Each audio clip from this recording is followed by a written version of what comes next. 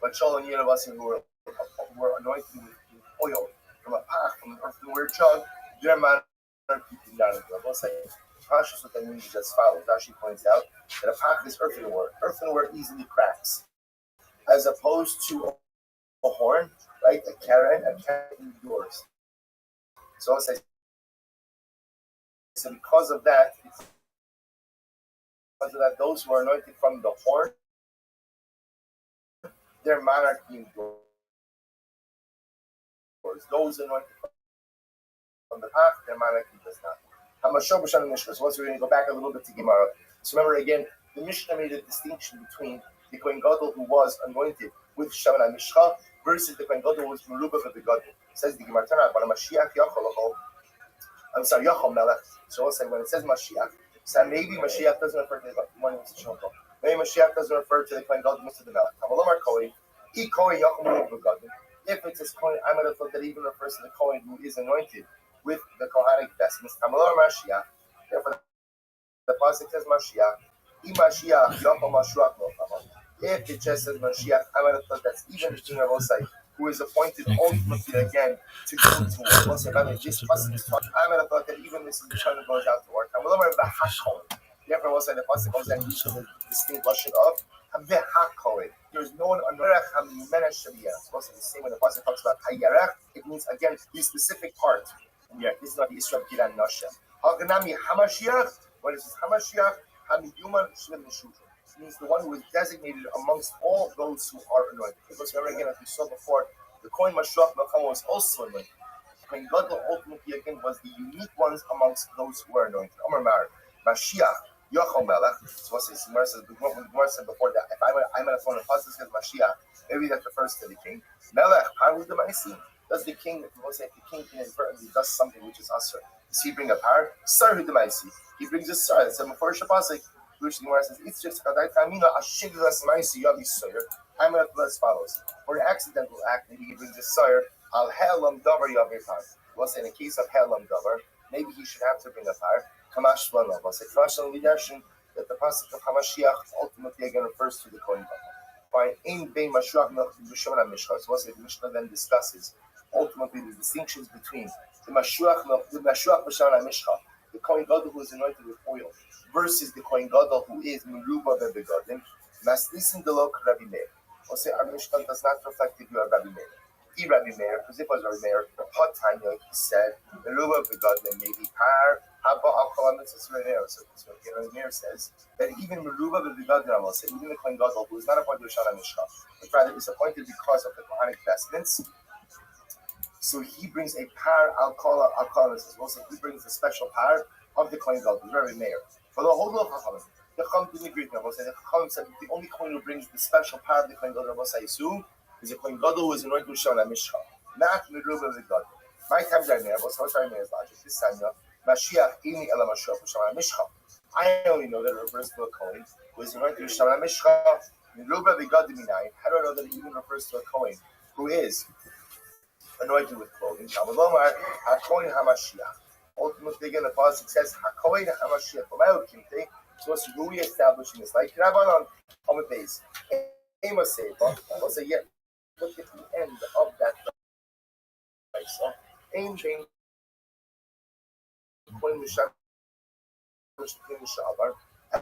Ela Par Yom Kippurim Ba'asira Saif. Asira Saifa.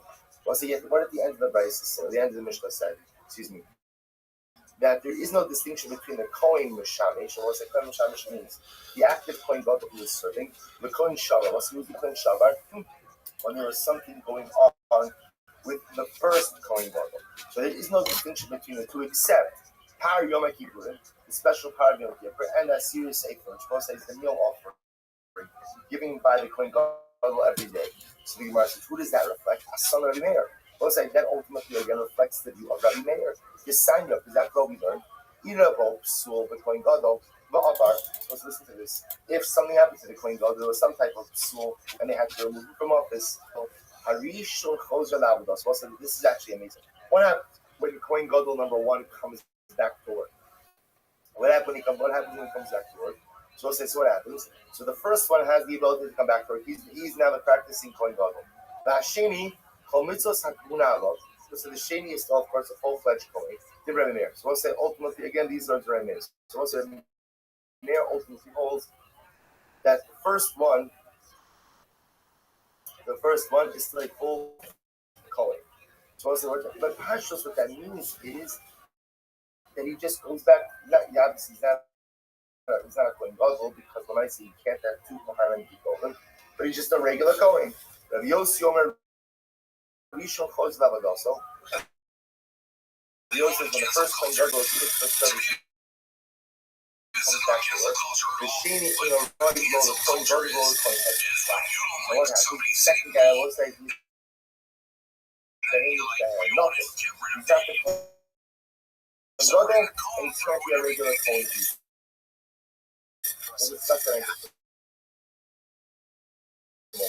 Amr Yosef, my said Yosef and Eve. It wasn't his happened. He was looking at some Yosef and Eve, who was the Kohen Gadol. She'ira both sold the Kohen Gadol.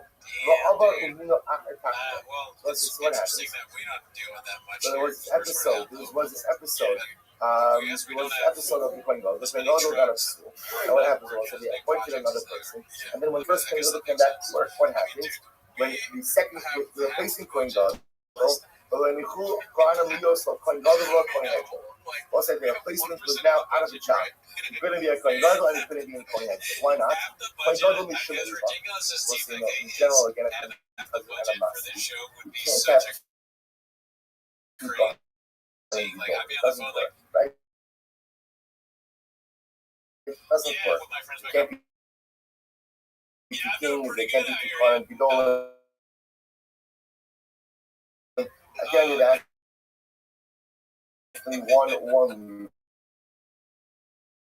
So furthermore, you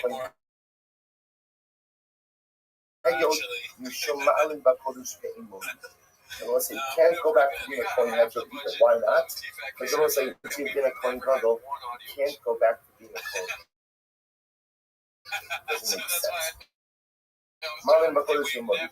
Also says, I don't say based on this, they should have one of the secret.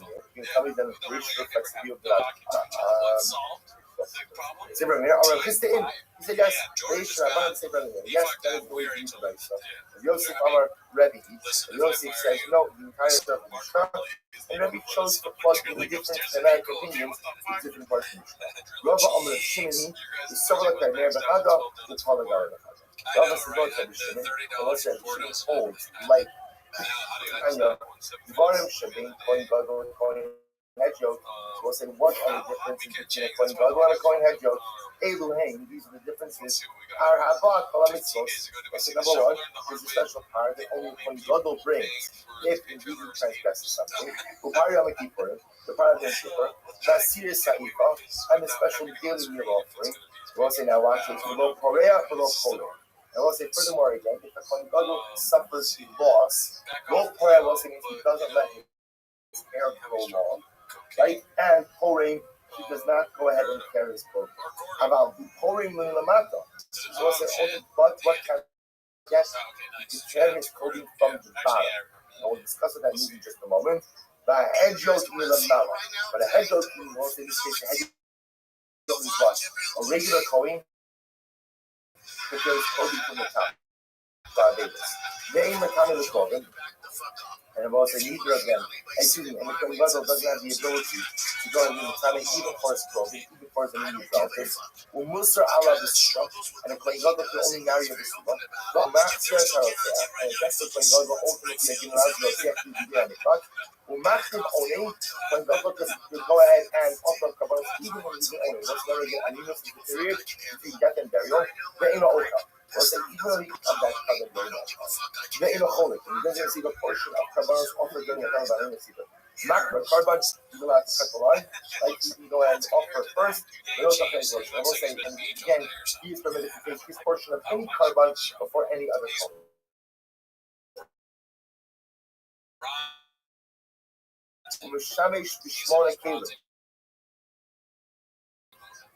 And he wears 8 different garments. The Chalavoda 70 firm, Shira Ella.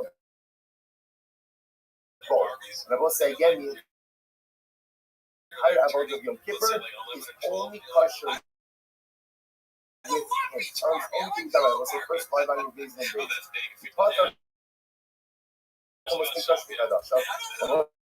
Ultimately, again, if the inadvertently rules regarding these some couple days ago, regarding the erroneous rules regarding something to do with the Beis Hamikdash and laws of Tumah. So ultimately, again, he is potter. Potter means he doesn't have a special carbon on that. The Chulan Noagim the Meruba Began.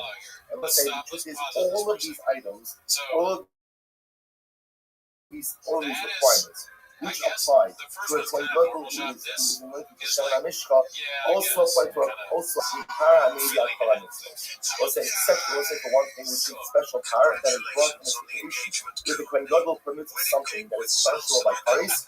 Only a Kohen Gadol who was anointed with brings that power. The Kohen Gadol who is Meruba Bebegadim, who is anointed also putting on the vestments of the Kohen Gadol does not bring that part. All of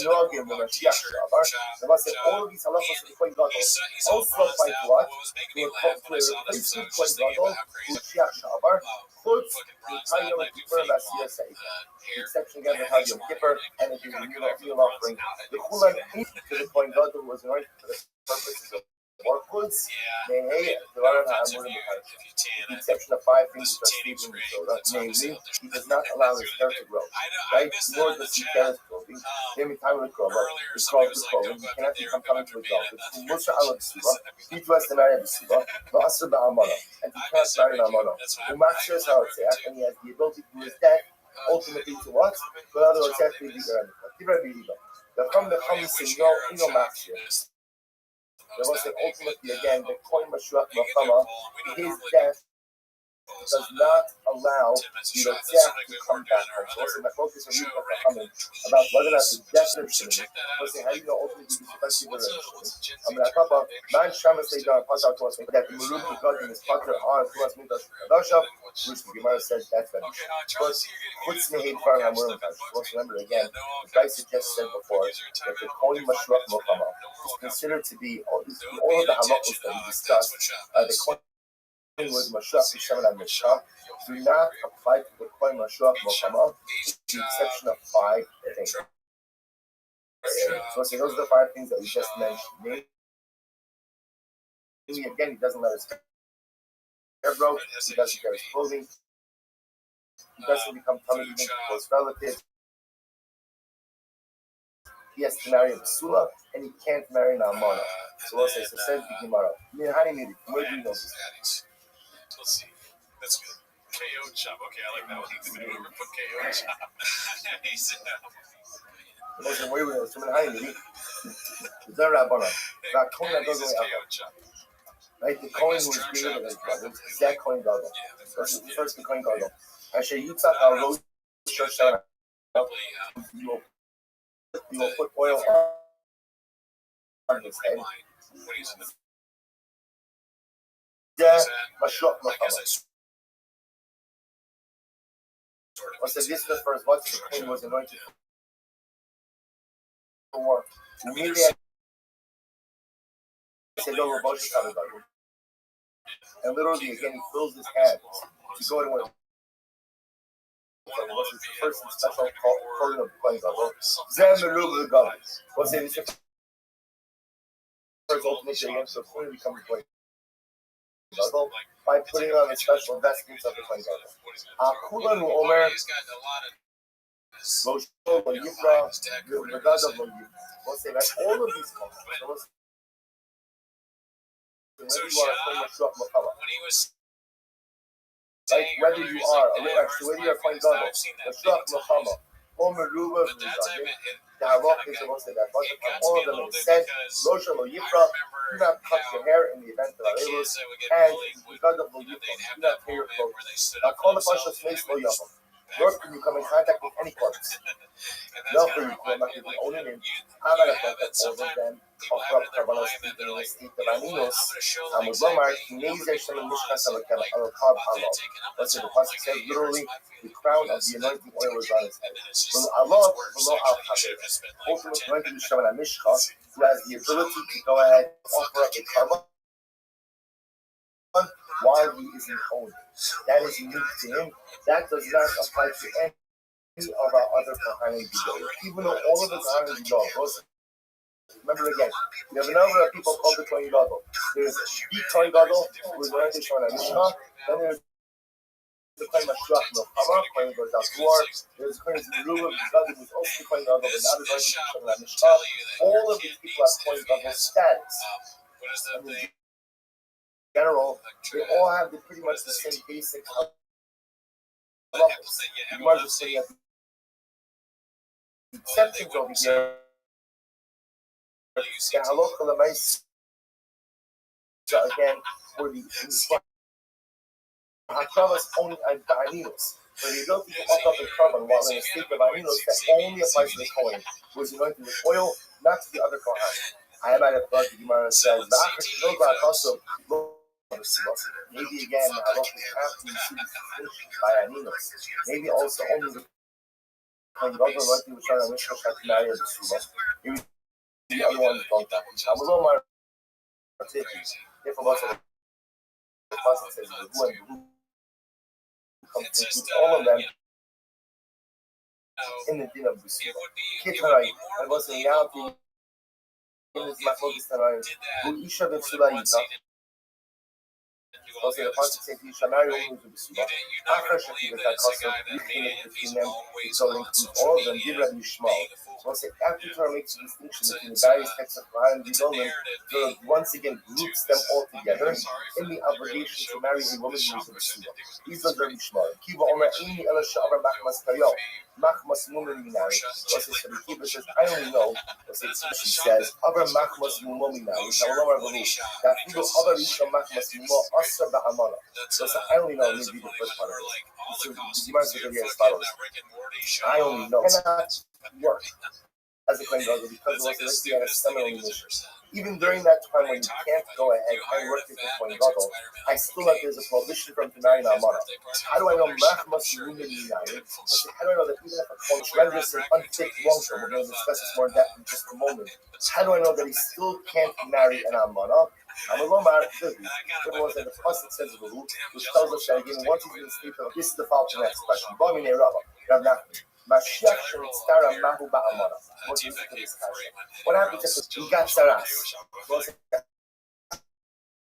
Obviously, gets Saras. He cannot function as a Kohen Gadol. Obviously, he's not going to do anything with Saras. So say, what's the Shaila? Mahu Ba'amana. Can he marry an Amana?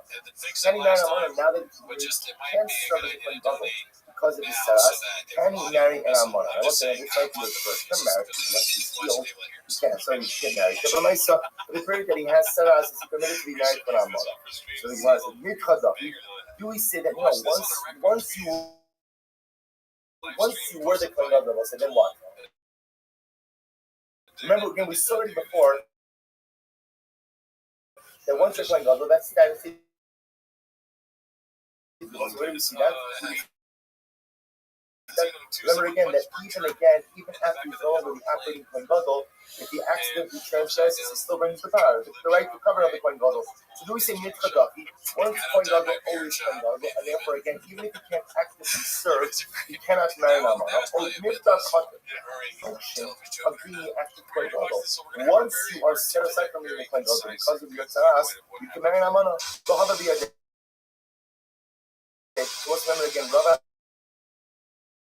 asked the Shaila of the Nachman. The Nachman didn't know what happens in the house. So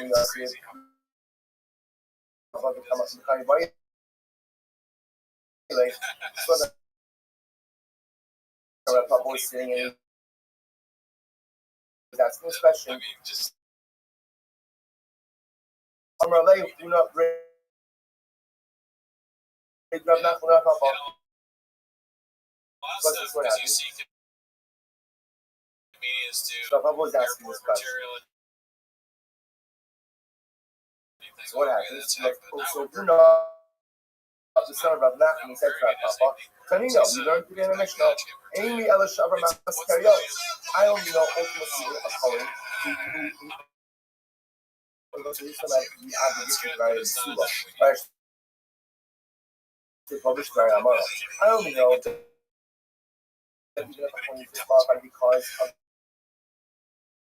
some publishing of only 9 cards still applies. Other Machmas Muminai, Hydra was that even if a coin is disqualified, certain women still applies. Now, Lomar Gevu was that the word of the woman is what? Behu in Shem Sorry, that means that he is always in the status of a coin. Even if he can't actively serve in that office, Behu. He is the coin gadol, and therefore he married him. This is a beautiful mistake. So Papa asked the cat. So Papa didn't know either. Una answered the question. This is so beautiful. So come Nash gave the shame. That Papa got up and kissed on his head. The young laid Barte and gave his daughter in marriage. Let's say so. Such a beautiful, beautiful Gemara. I'm sure, of course, you called the but Lamaisa, after you did that, you went ahead and gave him a kiss, and you gave him his daughter. Let's do another mission. Some people call me the space cowboy. Very fast. Some call me the gangster love. People call me Maurice.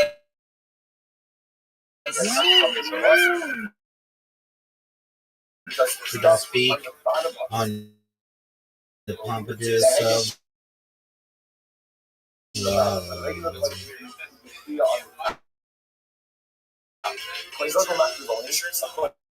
People talk about me, baby. I'm doing you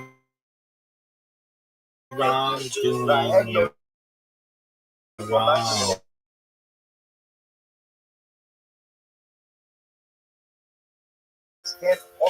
You don't do worry, baby, don't worry, 'cause I'm right here at home.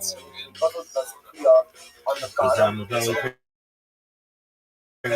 I'm a dreamer, I'm a lover, and I'm a sinner. Play my music in my song.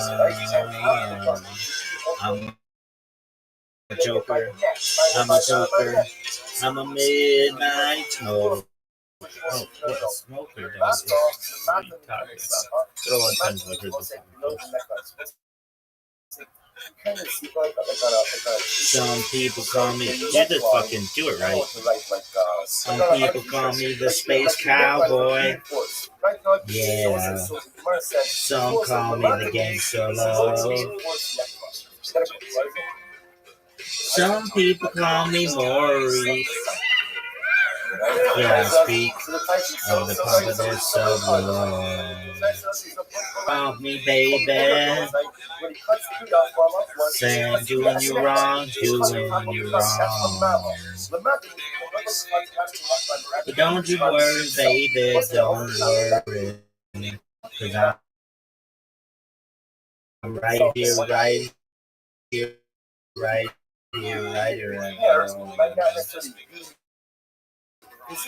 'Cause I'm a picker, I'm a grinner, I'm a lover, and I'm a sinner. Play the music in the sun. I'm a joker, I'm a smoker, I'm a midnight toker. I hate my love and all wrong.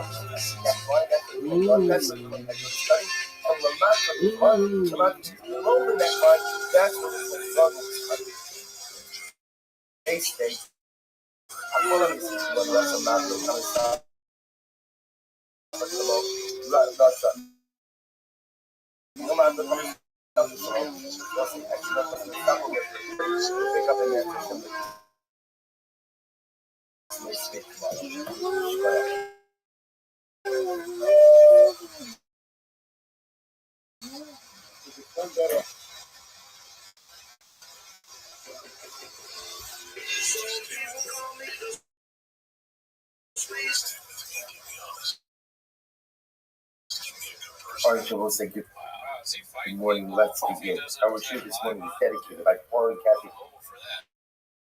Ideally, I would love Memory of Solomon. your Sorry insight. about some of the people that I know Or go the other way. family. No, me to a short beat is one of the things. Even though it's interesting, because even that thought the day that's remembering all tragedy, problem solved. All tragedy, problem solved. Nevertheless, this is the day that was designated. Just for a bunch of ever one for religious students are somewhat irrelevant. Anything that says like such an incredible love of body substance devotion required dedication. I will learn this morning. So you will wish us the 6 million devotion and show us about the love which will make us all each of them. First word, you know how we show them. So the Gemara asks, what do you really show us? What is it? The Gemara beforehand was discussing the idea that so you are asking, what do you show that Mishnah in the times of Jonah?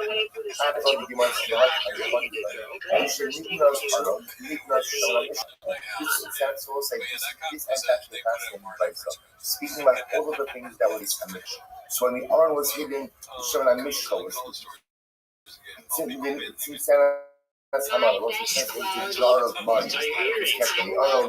Umaklo shel Aron, the Sabbath Aron, he yelled at her with his almonds and his flowers. The Arzos is the box. It's the Mishnah said the gift of the so the Esquire Shola says she goes to Moshe. The Sim Ba'arzos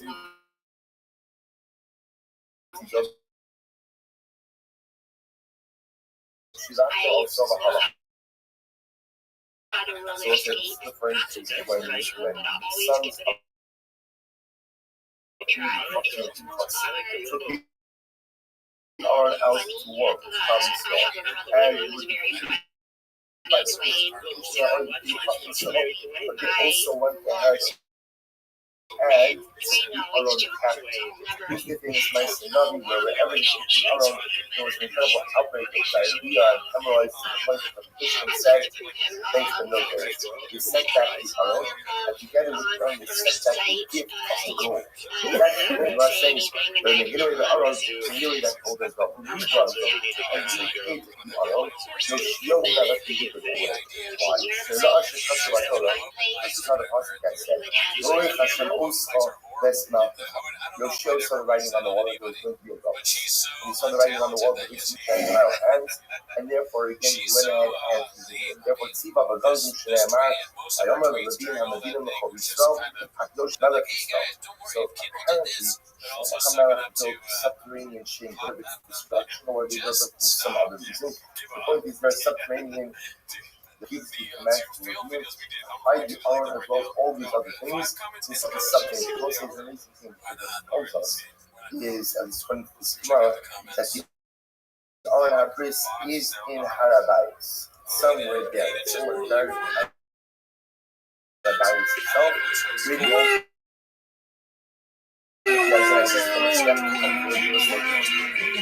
You're the cutest thing that I ever did see. I really love your peaches, wanna shake your tree. Love it, love it, love it, love it, love it, love it all the time.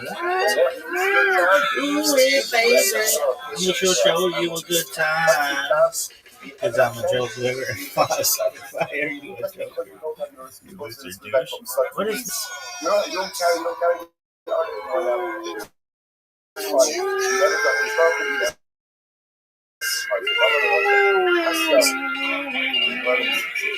You're the cutest thing that I ever did see.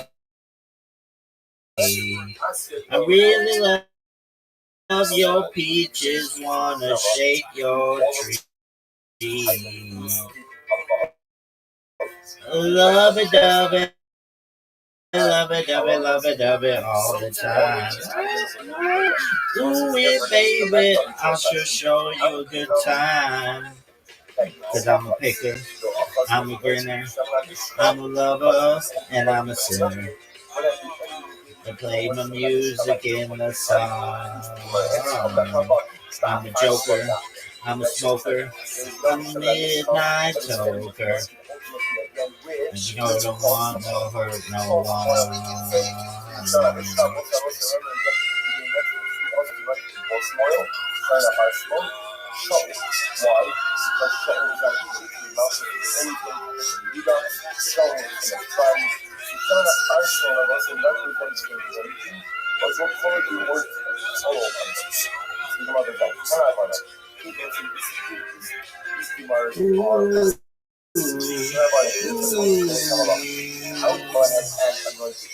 People keep talking about me, baby.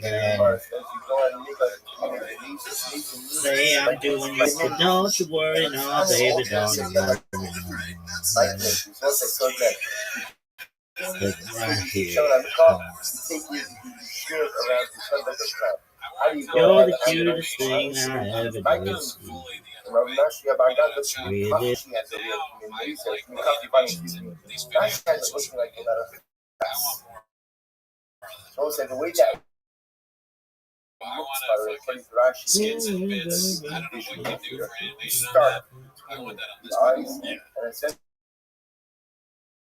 That was so sick. Like, yeah, I know. What do you want me to do about it? I'm just not fucking talented. You get the point over here is you're starting at the front of the head and you're shooting the oil over to the back of the head. Tani Chada, the Tchila mode solution. So let's say you have two going to see now we have 15 accounts. According to one account, we go ahead and we pour the Shemin on his head first. And then afterwards we put it between his head. Different prices. First we put the Shemin between his eyes. And then we go ahead and pour it on his head. Tonight, since my focus now at the proper order, we know that anointing requires both pouring as well as putting oil between the eyes. Since my focus apparently again, which is the proper order. So some say, will say that the anointing between the eyes is the most important part, and others say no, it's the pouring of the oil on the head that is the most important part. My time is the man Damar Yitzi God. We'll say, what is the reason for the opinion who says that the pouring is the most important part? It's said by Yitzhak and Yisrael and Mishka, Alesh, Alesh, says what? By Yitzhak says. The first is before you see that it's more important. The man that is the opinion says that no, it's really more important. Kasabar, Shahim, Kasabar, Shahim, he says, remember the website, that you seek a point of oil. Something not defined by the point, it's defined by what? By the king. The fact that these temples are also unknown to the oil tells us that the oil is the dominant form of illumination. We must I'll see if I can circle with some other stuff. We'll get each shop and then come on. Let's see what we want to do. Not time by yourself. Why do you think that ultimately again is work? You should be like the anointing is already two parts to the anointing. One is the pouring of the oil over the head, one is the smearing between the eyes. Which one works like first? Most of this you should know. The grace of Hashem. The Rambam has first load skin and then no skin. The Rambam has the community first to go ahead and pour the oil and then to go ahead and smear it. Okay, you want to find the Rambam. Listen, these Gemara's are amazing. You shouldn't have hope. Like, the oil that goes down the goes down the beard, that goes down the beard of the over, the pasuk over here, and the pasuk over here is volume. This is the pasuk over here. So sometimes Aaron can really achieve those things. What is going down the beard of Aaron? Remember again, Aaron is min shtein tzibos margolios and tlios la'Aaron b'zikos. Listen to this. There are two droplets of Aaron's beard. Amar Papa, Kana, is in the Safar all those Yoshvos of the rolled up the beard of it. Why is that they wouldn't fall off as he was touching? The two droplets of Shana Mishkan that sit on the edge of his beard, and when he would talk, they would roll up. The Al governs them, how your motions like the Al governs them, how your motions like. And he was regarding the two droplets, Shaving was always good, always good. Was his second wide line with Jason Dalit.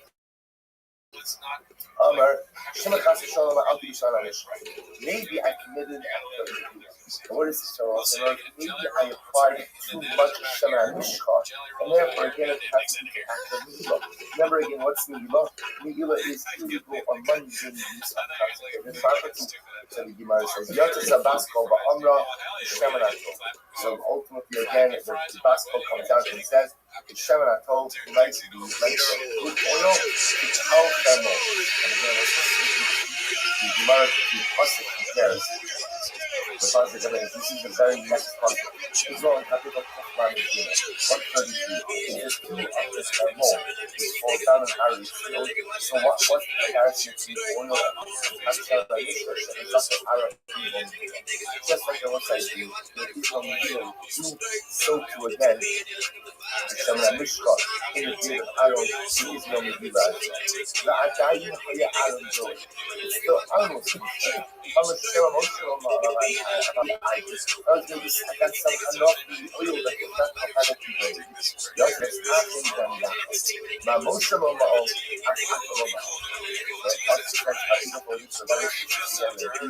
just like most that we do in the Shana Mishra always sitting in the beard of Aaron. But the Shana Mishra, put on Shana Mishra represents the union. Uses for something new. Chazal were telling us what the Shana Mishra always removed on the beard of Aaron. Because as moist like before the community is over. Aaron's excitement for the Avodas Hashem was as fresh every single day as the first challenge. The first challenge is not the execution of God's command. Generally speaking, we can English sense of observing our greatest challenge is feeling a newness, is feeling an excitement, is feeling like it's something special that we have the opportunity to do. The godless of our Cohen is not something that you can apply with the divine mandate. That's obvious. Every blessed apply with the divine mandate. The godless of our Cohen is in felt an excitement like the day in which the Shana Mishra was first applied. The mother is like, what's a beautiful demand. Emotionless on the let's say so. The only anointed kings you are actually the anointed kings by a spring. By a spring, today should be much of the anointing by a spring was like a symbolically good omen. The idea being that just like the spring flows, so to again the king's marriage should begin to flow as well. Ayoma HaMelech outside. Ever go to the court of your gut and you take the water color, you hold back the deep home spring. Was like that is where Claudius felt historically anointed Malach by the Gihon. It's an incredible thing to see you stand in that area. Okay, it's fun because you're walking through water. But more fun than walking through water was to stand on a spot where literally again Malchut means dark water. That's the spot. So the Gemara was like the Gemara says Shneimar, the Gemara Melech Lehem Kichui Mochenas Abdi Adonechem Horarik Mosa like Gihon. Oh, good. Yami. I might go to this. This. I have to tell you, originally I wasn't going to be here today, and then when I saw this Daf Gemara, I said, I can't miss this. If you're inside, so also listen to this. I'm going to be honest. Hi, man, the boy, no. You're going to live out the year or not. Now again, please don't leave early. from this before we finish this piece, okay, right? I don't want anyone walking away with things. This first one's up, live out the year now. So what should you do? Nitli shagava sorry, young pain rush. Take a candle during a Saracen Tshuva. These are Shem Kippur. The vase is little Nashiv Seika. Put it in a house, bless you, where there is not a strong wind, bless you. If the candle remains lit, it's enough. Alright, Neda Bimasik Shasya. Also, if the candle remains lit, then a person knows that they're going to live out the year. So once you hear this, take a candle during a Saracen Tshuva, place it in a home where there is not a strong wind. If the candle remains lit, you're going to live out the year. Similarly, what's that? Number one. Number two, first of all, I'm going to be successful in business. I have a particular business venture that I want to undertake, and we're going to be successful or not. Literally, buy yourself a rooster. Buy yourself a rooster. Say that's a sign you're going to be successful. Number three, I'm going on a trip, and I want enough for me to come back. I want enough for me to make it back or not. So what should I do? So what happens? Make kumba base and so it's like ultimately again go to a home that is darkened, not that is pitch dark, but that is darkened. If you see the shadow of your shadow. What's up, Sailor Moon? I like your bow. So just I want to point something out here. What is going on in this Gemara? Right? What is this talking about? So first of all, so we'll say, so the done. Again, I'm going to only this card. Everybody's the same color on the inside, girl.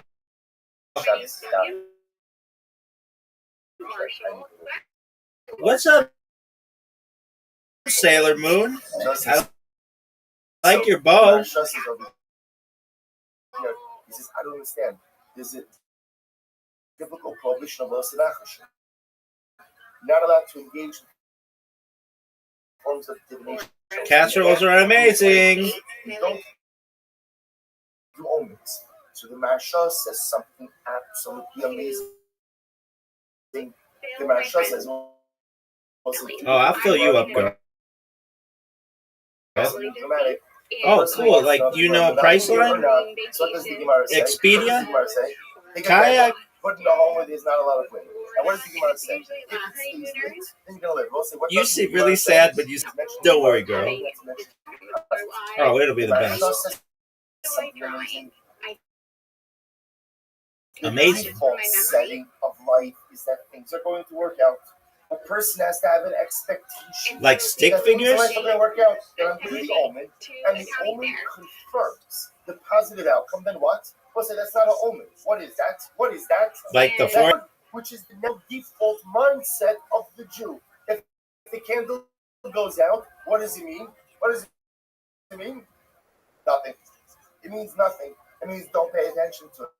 But because again, that's an omen then. So it's like an amazing yesod. When the Gemara talks about these omens are here ultimately again to affirm a positive outlook on life, which is supposed to be the default. I'll let you suck my cock near the goats. So these omens confirm the positive outcome. Fantastic. We'll say, so you understand, I'm not doing the Maharsha justice. It's a much longer piece. Also, you understand the godless in this idea that is teaching us how to look at life. You know, there are some people that are always waiting for the other shoe to drop. There are some people who are just waiting on a lot of life difficulties. And sometimes when you've been through a lot, you just expect so much. The struggle wants to have a positive expectation for life, that things are good, that things will work out, that life is beautiful. That has to be the natural default. So you say to yourself, okay, it's easy to have that mindset if everything works out. But again, herein lies the true test of our spiritual level. I'm supposed to have that outlook even if things don't work out. It didn't work out this time. It didn't work out next time. It didn't work out for the last 25 years. That's how we're up to Jews. Have an unconquerable optimism. Have an unconquerable positive outlook on this. But my suggestion, the Gemara says, is don't pay attention to omens. Why? The Gemara says, if you're that guy who likes it, and then what? It goes out. Suddenly, it's not going to be so easy to shake that one thing away from omens. Not omens, you stay from these type of symbols in general. But we'll say, yet, the Gemara says something just to pull out. It's very exciting. Oh, Rabbi, Gemara. So Rabbi says, now that you told me that omens are significant, not basically but like signs are significant. Get ready for this. We'll say, Samach Maisa. Leola Meheragio Lemechse Geresh Shasa. Girsa over here is Lemechse. So the Hagos' human changes it to Lemecho. Was it in fact, again, this Gemara appears yourselves. One is Lemechse, one is Lemecho. So we will discuss in just a moment. So Rabbi says, now that we said that that omens are significant, the person on Rosh Hashanah should look at or should eat raw, lugia, karsi, silky, and the person should eat selosai. You understand? We do this. This is similar on Rosh Hashanah. Where does that practice come from? That is a derivative. That's the Gemara. Also, like, look at Rashi for just a moment. Rashi says over here. Rashi says, if you look, it's on the left-hand side of Rashi, about 6 lines into the short lines. Why these food items? The honey got in the adult that they grow fast. They represent vitality. So we choose most of this is different. The Torah brings down some of the Torah explains that the reason we eat these items is because the names, which also we see the hiratzons. The hiratzons somehow are a play on these names. Rashi said, no, the common denominator amongst these items is they grow quickly, and therefore they represent vitality. Because of that, ultimately, again, we begin Rosh Hashanah with those items. Watch how high and far she's about to throw the object in her beginning. Let's say I don't like any of the symbolic foods. I don't like dates, beets, leeks, fenugreek, fish heads, lamb's heads. It's just not my thing. Right? I don't. So I'll say. So what? Which for many people that's the case. And so I'll say. So what happens? If I don't like anything. What do you do? So Matthew says there's still an ingredient that each of them on the table, and 2 other things just for mechal, just to eat. So that's true. Even if you're not going to eat it, there's an ingredient ultimately to have it. But Mechsa to look at, incredible. Says you are only on Mishashi the way. Mishashi said to his son, "People Yisrael, you want to follow the Torah from your."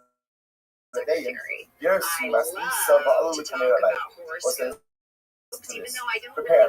Learn the missionaries before you go to your Rabbi. What's the words? If you want to learn, what's the incredible you saw? Learning requires. He says, review your missionaries. And then go before your Rabbi. Yes, these come in. And when you see before your Rabbi, look at your Rabbi's mouth. Say it. You and never rose as Moracha. We know that possibility. And ultimately, again, you should be looking at the Arabeim. The words are coming out. When you learn by a river. This sounds nice. And I'll imagine that there's a man in there. Learn by a river. In the same way that ultimately, again, the water flows, so your learning should flow as well.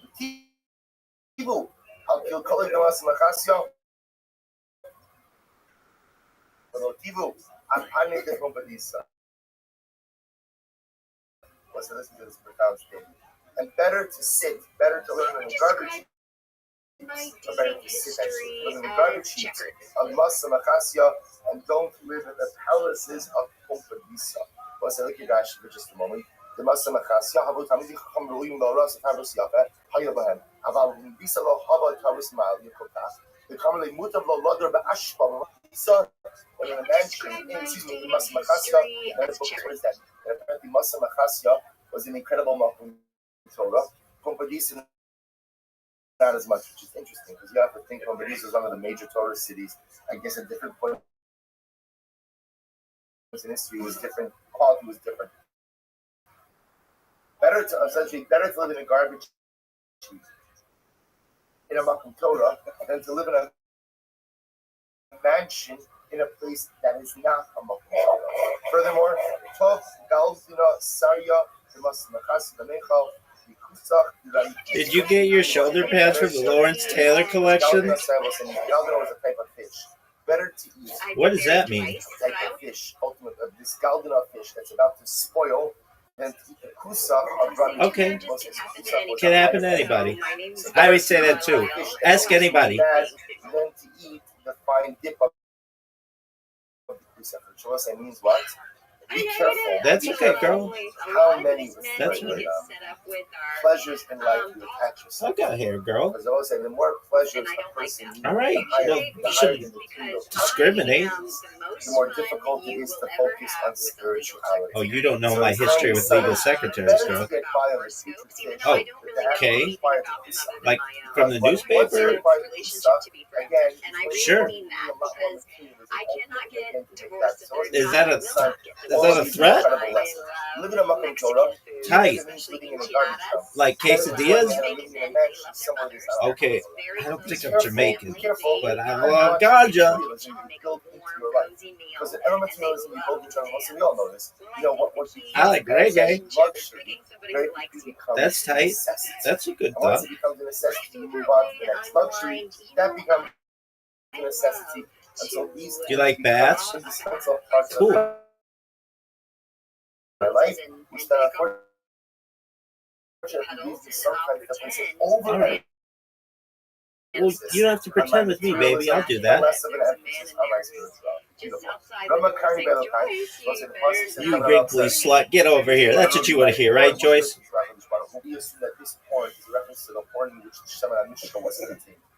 My horn and not my jug. Inside of a horn. So their monarchians were show anointed with oil from a path from an word jug. Their monarchy is not in the like Pashas, what that means is as follows. Actually, that a path is earthwork using cracks, as opposed to a horn, right? A carrot endures. So it's like, because of that, those who are anointed from the horn, their monarchy endures. Those anointed from the path, their monarchy endures. I'm going to show B'Shem the Mishnah. So we're going to go back a little bit to Gemara. So remember again, the Mishnah made a distinction between the Kohen Gadol who was anointed with Shabbat HaMishcha versus the Kohen Gadol who was says the Matana, but a Mashiach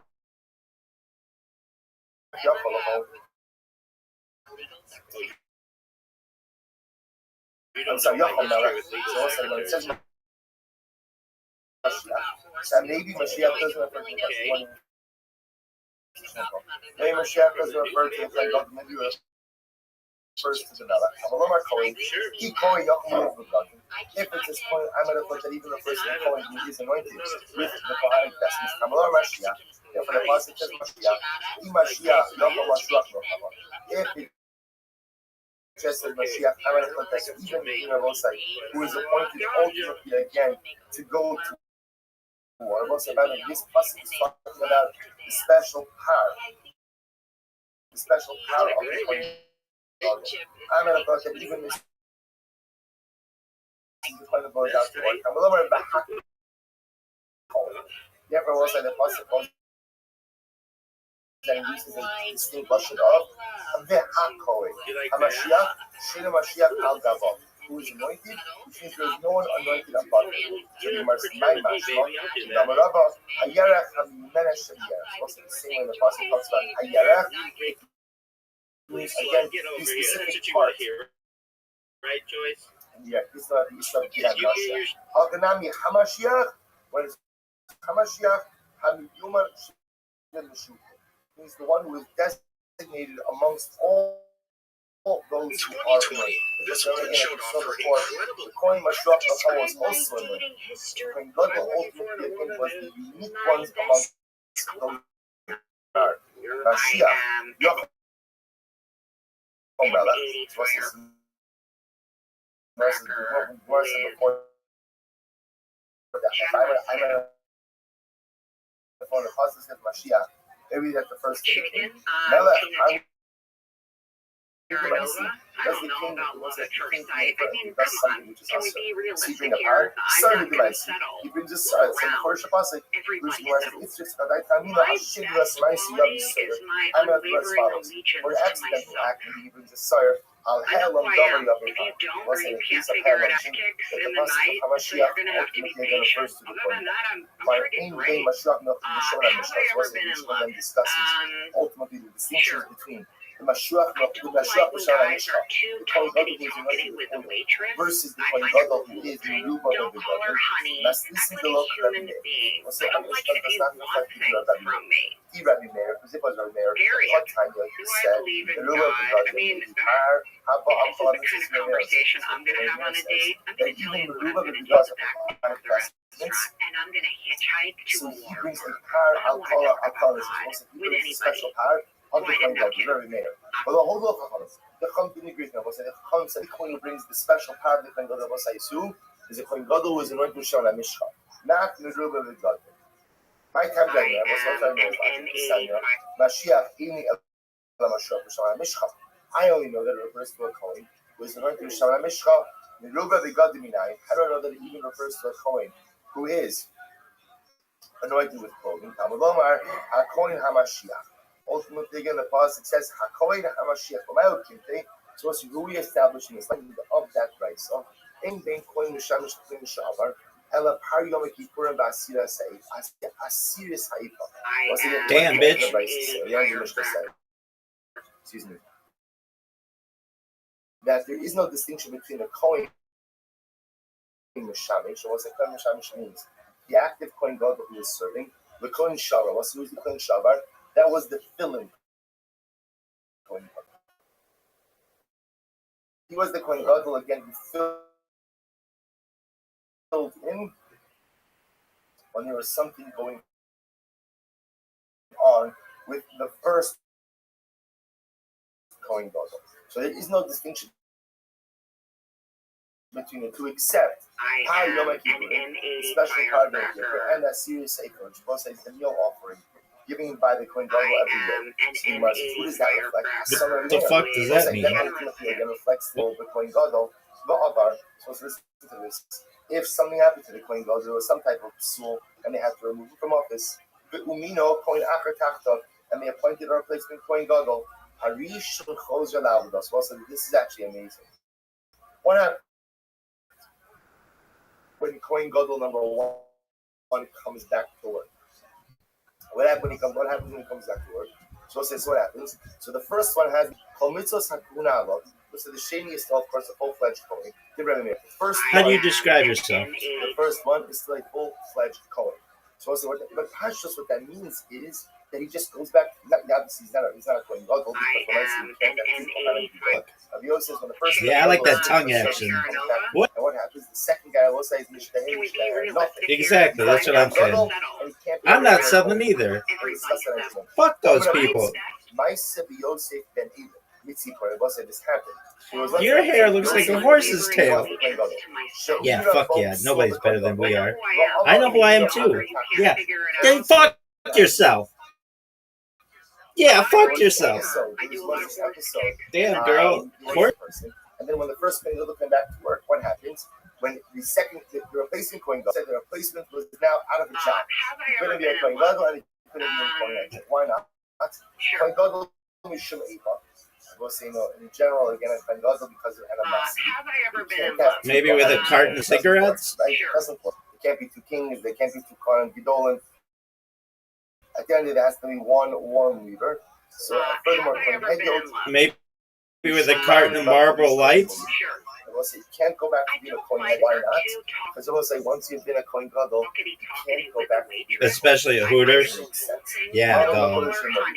We'll say, I don't say based on this, they should have one.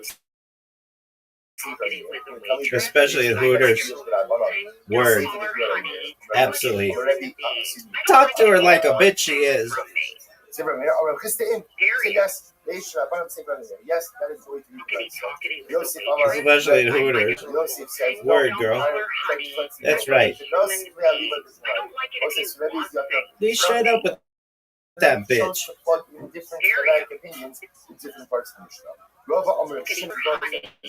Yeah. Tell that bitch straight up what's up. I'm with you on this one, girl. Absolutely. And they forced me to do it. I'm a rabbi. But I'd rather go, but God. Let's go to the water park. Word. This shit is gonna fucking crash. Lo Poya does not go ahead and carry his clothing. About Bikorin Lulamat, carry his clothing from the bottom. We'll discuss it that means in just a moment. The Hedjot Milamala. The Hedjot was in this case, the Hedjot Sounds like was a real firecracker. a regular Kohen, and we'll say neither of them. Excuse me, and the Kohen Gadol doesn't have the ability to go ahead and Matame even for his clothing, even for his immediate relatives. Musar ala b'suba, and a Kohen Gadol can only marry a b'suba. Va'asar ba'almana, and he cannot marry. Kohen Gadol can marry an almana. Umachzer sarotzeach, and a deathly Kohen Gadol also will be given as rotzeach to be granted. Offer of kabbalos, even if he's only most valuable animals to create between death and burial. Ve'ena ochel, he can't eat of that carbon very much. Ve'ena cholim, he doesn't receive a portion of kabbalos offered during the time of an receiver. Makriv chilik v'rosh, v'nota chilik. Let's say Kohen Gadol has to offer a carbon, he's allowed to cut the line. Like he can go ahead and offer it first, v'nota chilik. I will say, and again, he is permitted to take his portion of any carbon before any other carbon. With Shamish Shmona Keli, he wears 8 different garments. The Chalavodas Yom Kippur, Ino Kshira Ela Bo. And I will say again, the entire Avod of Yom Kippur is only kosher with him. It's only to be done. I will say first, why not? Chalavodas almost make Dash Kikadash. And I will say ultimately again, if you didn't refer to these rules regarding, we saw this a couple of days ago, regarding the erroneous regarding something to do with the base of laws of Tumah. So ultimately again, he is Chater, but he doesn't have a special pardon on that. The Chulan I will say all of these items, all of these requirements, which apply to a Kohen Gadol who is anointed with the Shemen HaMishcha, also apply to a Kohen Gadol who is Meruba with the garden, with one exception, puts in Para and maybe Akala Mitzvahs. We'll say for one thing, which is special power that is brought in a situation where the Kohen Gadol permits something that is punishable by Paris. Only a Kohen Gadol who was anointed with oil brings that power. A Kohen Gadol who is Meruba with the garden, who is anointed with putting on the of the Kohen Gadol, does not bring that power. In the Mashiach Shabbat, all of these halachos of Kohen Gadol also apply to what? To a replacement Kohen Gadol who is now out of a job. And to replace the Kohen Gadol, once the original Kohen Gadol comes back to the Mashiach Shabbat, puts the Kohen Yom Kippur Vasiyah Seikah. He sets together the Kohen Yom Kippur and it gives the meal offering. The Chulan Init Noagim from Mashiach Nokama. And listen, none of these things apply with the exception of 5 things which are stated in the Torah, namely, lo parei v'lo parei. If he suffers the loss of a close relative, he does not allow his hair to grow. Right? He don't see hair is growing. He cannot become coming to his relatives. He trusts the Mary of the Suba, but also the Almana. He cannot carry an Almana. Umaxis out there, after he has the ability to use death, ultimately to what? But other exactly the his death does not allow the Rotzeach to come back. It's also the focus of about whether or not the death of the Mashiach Muhammad allows the Rotzeach to come back. Hi, you might have seen it. Listen, how do you know ultimately this is the Man Shamas they got a he was the one who said before. That the point that the Meruba talking was Pater on to us in Russia, which the Gemara says but puts me in front of Meruba. Let's remember again, Rabbi just said before that the Kohen Mashiach Muhammad is considered to be all of the halachos that we discussed. The Kohen was Mashiach, which is a section of 5 things. So say those are the 5 things that we just mentioned. Namely, again, he doesn't let his hair grow, he doesn't get his clothing, he doesn't become coming to close relatives, he has to marry honeymoon. Where do you know this? And I love the ocean.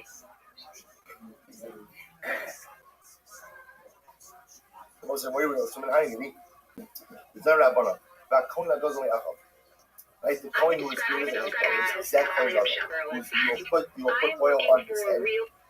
Zeh Mashiach Muhammad. Also, this refers what to the Kohen who was anointed for war. And literally, again, he fills his hands to go to where he's going, which refers to the special clothing of the Kohen Gadol by putting on the special vestments of the Kohen Gadol. Kulanu Omer, Rosholo Yifra, Begadav Lo Yifra. We'll say that all of these comments, so we'll say whether you are a Kohen Mashiach Muhammad, right? Whether you are, right? So whether you're a Kohen, so we'll say that on all of them it is said, Rosholo Yifra, do not cut your hair in your and don't worry, once you get me open, there's a girl inside. Call the Fashos Mace Lo Yavon. nor can you come in contact with any corpse. Yochel you can own a name. What's it? The pasuk says literally, the crown of the anointing oil is on his head. Ultimately, again, upon him and not upon his fellows. So, it is only the Kohen Gadol who is anointed with Shemen HaMishcha who has the ability to go ahead and offer up a carbon while he is in. Did you borrow Macho Man Randy Savage's jacket? Even though all of the Kohanim remember again, then there's Mashuach. Aren't we all? I'm all yours, baby. You're actually really hot. All of these people have Kohen Gadol status. And in general, they all have pretty much the same. That's tight. We can make that happen.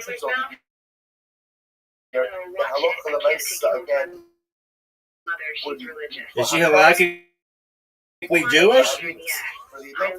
Excellent.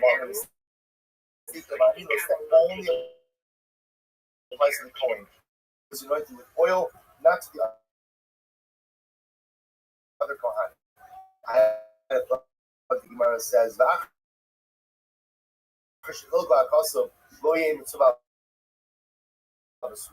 maybe again, the halach is after you see this. One step at a time, girl. Maybe also only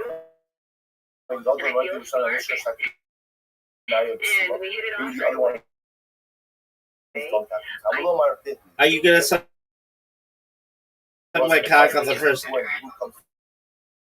All of them in the dinner of the suba. And what's in reality, that's fine. Are you gonna suck my cock? You believe on fucking on the first date? Once again, groups them all together in the obligation to Like, you want to read my diary? I only know. Let's take a look at Rashi for just a moment. Rashi says over here.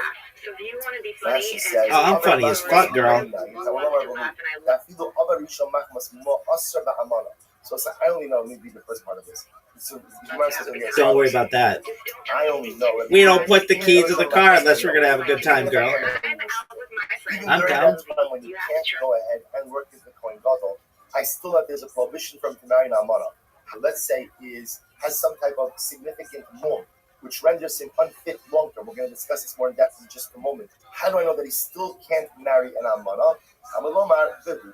Everyone said the pasuk says vihu, which tells us that again once he's in this is the follow-up to the next question. At Rockefeller Center? What happens if the How would you like a pro network? He got saras.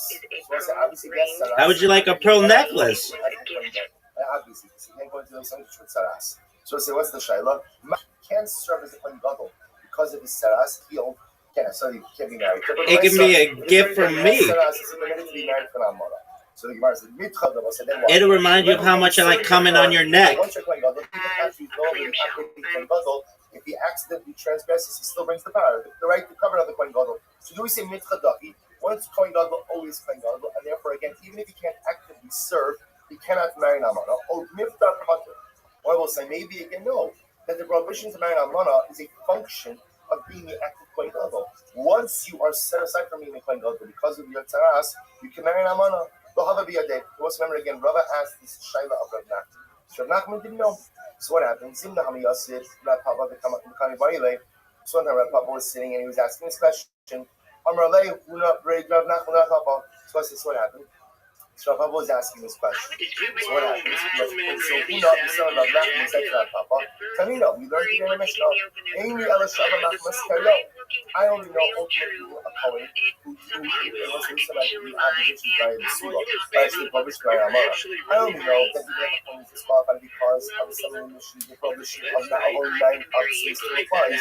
Other Machmas Mumi Minayin, I know about saying even if a Kohen is disqualified from service because of his mum, that Rabbi said the prohibition upon marrying certain women still applies. Amalomar Vihu was that the word Vihu means what? Vihu Isham Soya means that he is always in the status of a Kohen Gadol. Even if he can actively serve in that office, Vihu, he is the Kohen Gadol, and therefore even if he has a warm and And to he also serves only married at the so Papa asked the pastor. Papa didn't know either. You know, answered the question. This is so beautiful. So come Nash Gabriel saying that Papa got up and kissed on his head. The Yohev laid Barte and gave him his daughter in marriage. That's it. So such a beautiful humor. I'm sure of course all the references on the resume. But when I say after that, you went ahead and gave him a kiss. So let's do another Mishnah. Kohen Gadol, we'll say, so remember again, we made reference to this before. It's actually very fascinating. Kohen Gadol pouring milamato, bahezot milamato. We'll say, I'm okay. Then Kohen Gadol goes ahead and pouring milamato, which means what? Pharisees told me, in the event that Hashem there's a loss, he does kriya on the bottom of his clothing, bahezot milamato. The regular place is kriya on the top. Kohen Gadol makulonim. A Kohen Gadol can go ahead and offer up a carbon even in sleep of animals below ochel, but he cannot eat. He offered, but he can't eat. The head goat will not be below ochel. So say regular Kohen can't offer it and can't eat. Can't offer it and can't eat. Tomorrow, Amra, Remat to Lamat. Recently, I've taken up karate. I'm a yellow belt. It's been a on the healthy bottom, way for me and to the get Kohen physical goes kriya on the and top. also So get say out Ram some says aggression. that You know, literally my again, father it told means me, the bottom and the top of the garment, why would because you you wake open up again by the neck, anything by else the but neck. that? One time, So a you man want took shmuel me and sailing. no. He said, The grab a matzah, sweater, the we're matzah going on a is boat. the And I matzah said, is what's like, over you know, the the water? what's When I'm kind looking of for seem like a dating t-shirt. candidates, I'm kind So of looking the at a man like neckline, I'd look I don't know at what to an write, like, investment. With a like strong base. I'm sorry, like the Potential for risk. not a shirt, like on On a the t-shirt, downside, like I the look at a neckline big is like guy. I reinforced, like right? feeling like I'm going to So get so kidnapped Gemara at any says, moment. Shmuel says, When Lamata I means dreamed of staying with below my the mother, you would reinforced pick me neckline. up in your BMW. I live in a townhouse on Beverly Glen. I get to see the inside of your car. Then I'll So the type, so show me your favorite painting. So I'm a fan of the classics. The key to a good relationship is being able to travel well together. When he cuts kriya for a loved one, he cuts kriya at the neckline. He cut the top of the garment. That's the malo. Lamata means the little cuts not at the neckline, but rather in the garment itself. What's the top of that? Because when you cut in the garment itself, then what happens? The tear might not necessarily be visible. So as I say, machlokas ultimately so I say machlokas Rabbi and Shmuel. Ultimately, again, where we are actually cutting. Are we cutting ultimately? What does lamala lamata mean? Rab says. So you're like Scooby-Doo. What up, Marlene Dupuis? Dubois? I work in business. What are your thoughts on cryptocurrency? That's kind of anti-patriotic. Nice. And lamata means what? Lamata means Ever get spanked with it? That's where the struggle is cut. All right. Makes sense. I call him. That's what I'm talking about.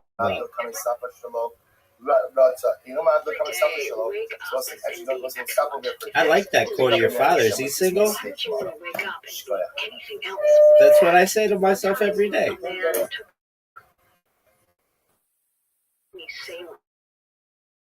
Tight. Ever been on a yacht cruise?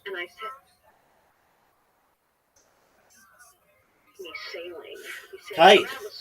Ever been on a yacht cruise? Tight. Ever grind on a yacht cruise? Yeah. Looking for dating candidates, I'm kind of looking at a man like I look at an investment. Like an alt. All right, you want to say good morning,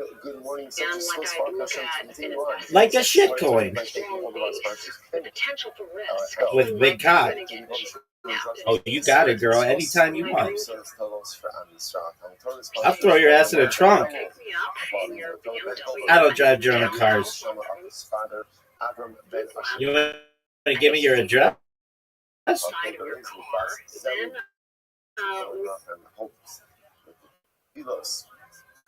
Of Akila and all Klal Yisrael. Over there, Hashem the answer. Go to a museum. Responses family Shmuel Liba Dinovitz Le'ili Nishmas David from his father, Rabbi Yitzchak Aryeh Ben HaChava Rabbi Yaakov Esichrono Livracha, and our Dapnum sponsors for today Gavin Shenikov. Like the National Gallery? Oh. all of the Neshamas Adam Ali, the families in the Kama, all those in the Refush haven't been the Like Mocha? Oh, I'll show you my Jackson Pollock. Like Mocha? Oh, I'll show you my Jackson Pollock bed sheets.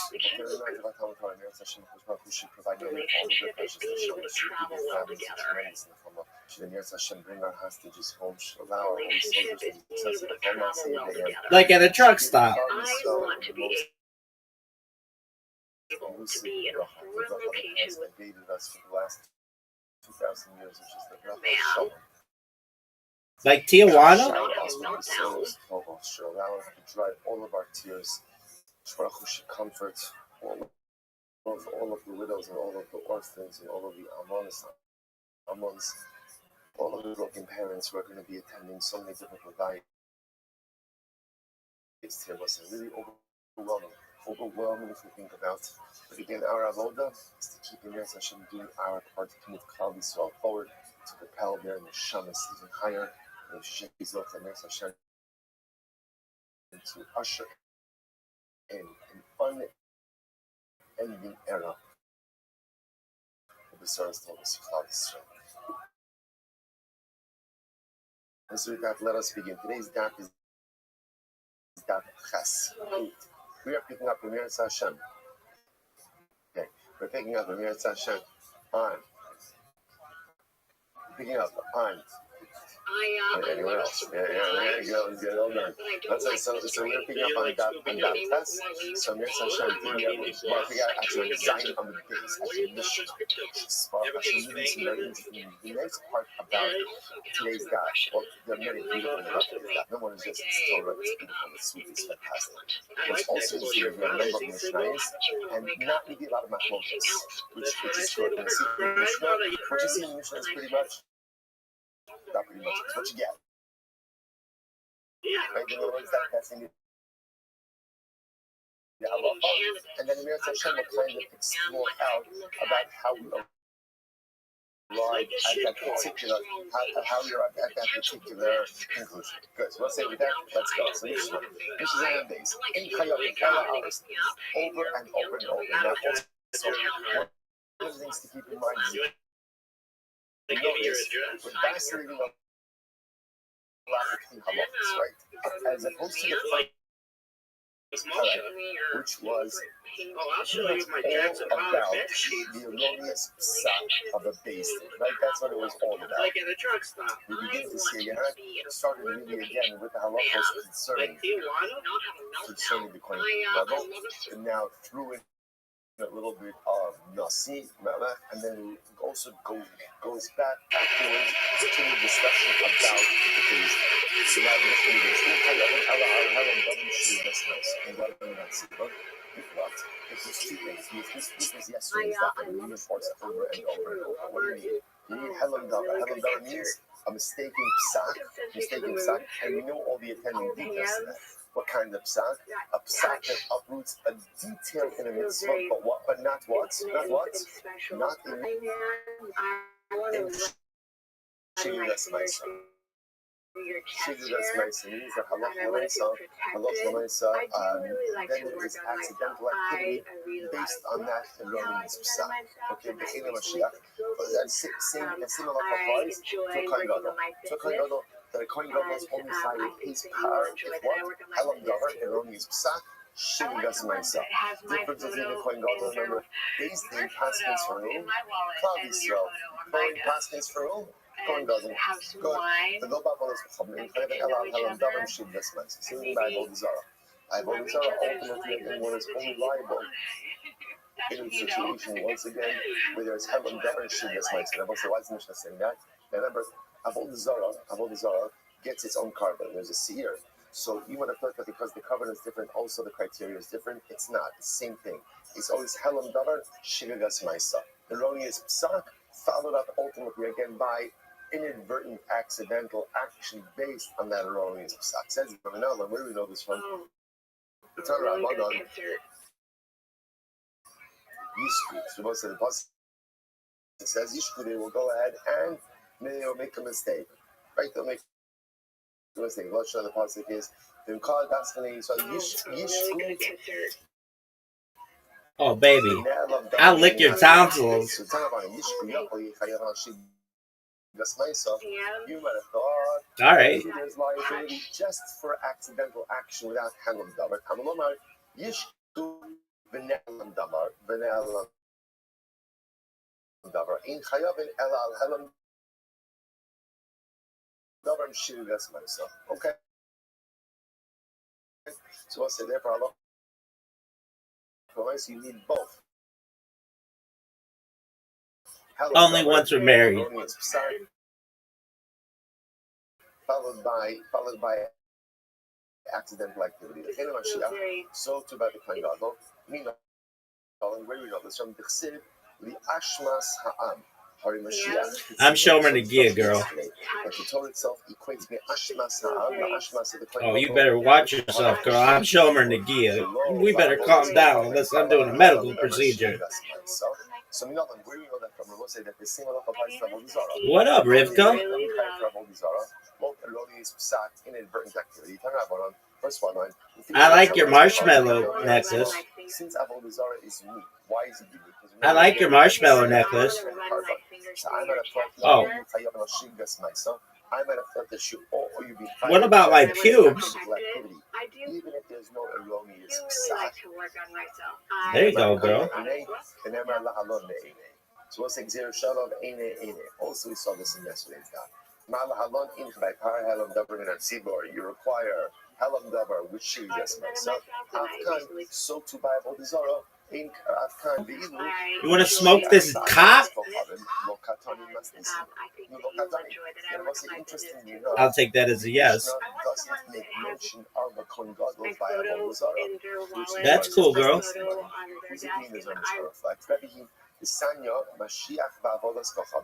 Rabbi Omer b'shir das myself.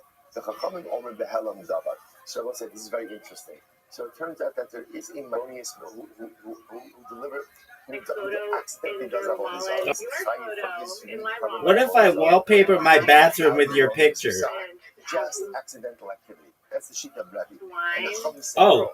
In order for the Kohen Gadol to be ever slapped the bladder of a boxer line? Oh, you want to get fingered. I got you, girl. Yeah. No worries there, girl. Remember, what's an Asham Talui? I ate a piece of meat, and the piece of meat may have been chelef. So a Kohen Gadol does not bring in Asham Talui. Well, the Gemara is going to show the two people that. The Tizbarach. This Donokar Shegasa Chatas, which is ultimately again of the Donokar Shegasa Chatas, that's making a mention that the criteria for this is an Avera which unintentionally is Kares, unintentionally Chatas, Elatani Ha, who I did Laha. Hakanani Tani Ha, the definition. Rather, the Mishnah says something. You understand that by saying A, it also includes B. Might come to be Rabbi. So we'll say, what's Rabbi's logic? Let's jump back. Rabbi said that halacha l'maisa. Severe for Avodah Zarah, even without Halam Davar. As long as there's just shitty Gasmaisa, accidental activity. What is Rabbi said?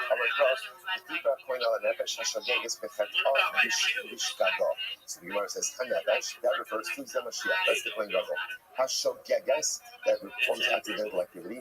Zenasi, that refers to the game. Zenasi, Bichat Abishkaga, Rabbi Savar, Fate Zebishkaga Yehel. Rabbi says, in order to create liability for Avodah Zarah, all you need is accidental activity. Rabbanan Savi, Misha Chatasa Bishkaga, Yatsam Mashiach Shem Chatasa Bishkaga, Ela Halam Davar.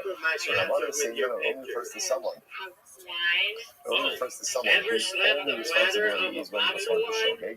This excludes the Mashiach, or Mashiach, when with his own liability, there's Halam Davar, together with Shimon Gasmais. And Shavan and both agree, Shebisi'ira Kiyachi. Dog, look at this athleticism.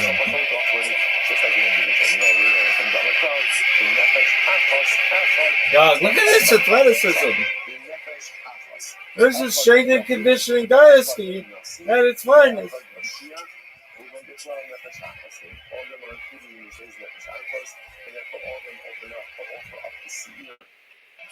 For that Avodah Zarah. I says the Gemara. So before we go on, and then Rabbi and Chachamim, ultimately again we pass through like I gotta take a whiz. namely again that in order for the Kohen Gadol to have liability for Avodah Zarah or for anything else for his unique carbon, what has to happen? Helam Davar and Shiras Maisi. Yeah, I gotta take a shit. Two. Based in needs both of that criteria for Par Helam Davar Minat Tzibor, and ultimately again Kohen Gadol requires both of those criteria for his personal liability as well. More cowbell. For everyone agrees that a Kohen Gadol doesn't bring a Nashon. I gotta take a whiz. I've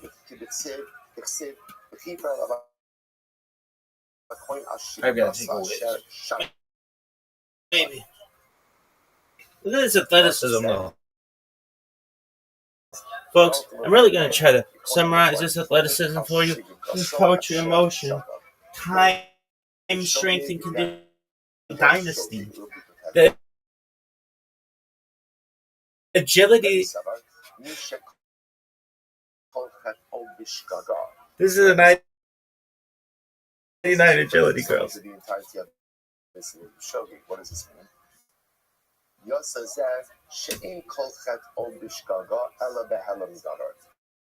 This comes to someone who's chayv in Hashem Taloi, only someone whose liability is fully wrapped up in the commission of an act of shogeg.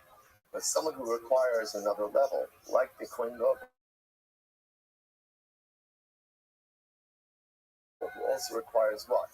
Helam Davar. Such a person is not subject to Hashem Taloi. So the Gemara says, "Midi kol." Does the pasuk say kol? Does it say kol? So the Gemara says, "In the imke nichtav asher gasal." What could you say? Asher gasal. Lama li asher shagag. Why the ika kol chet ol bishgaga? Teach who is liable to an Hashem Taloi.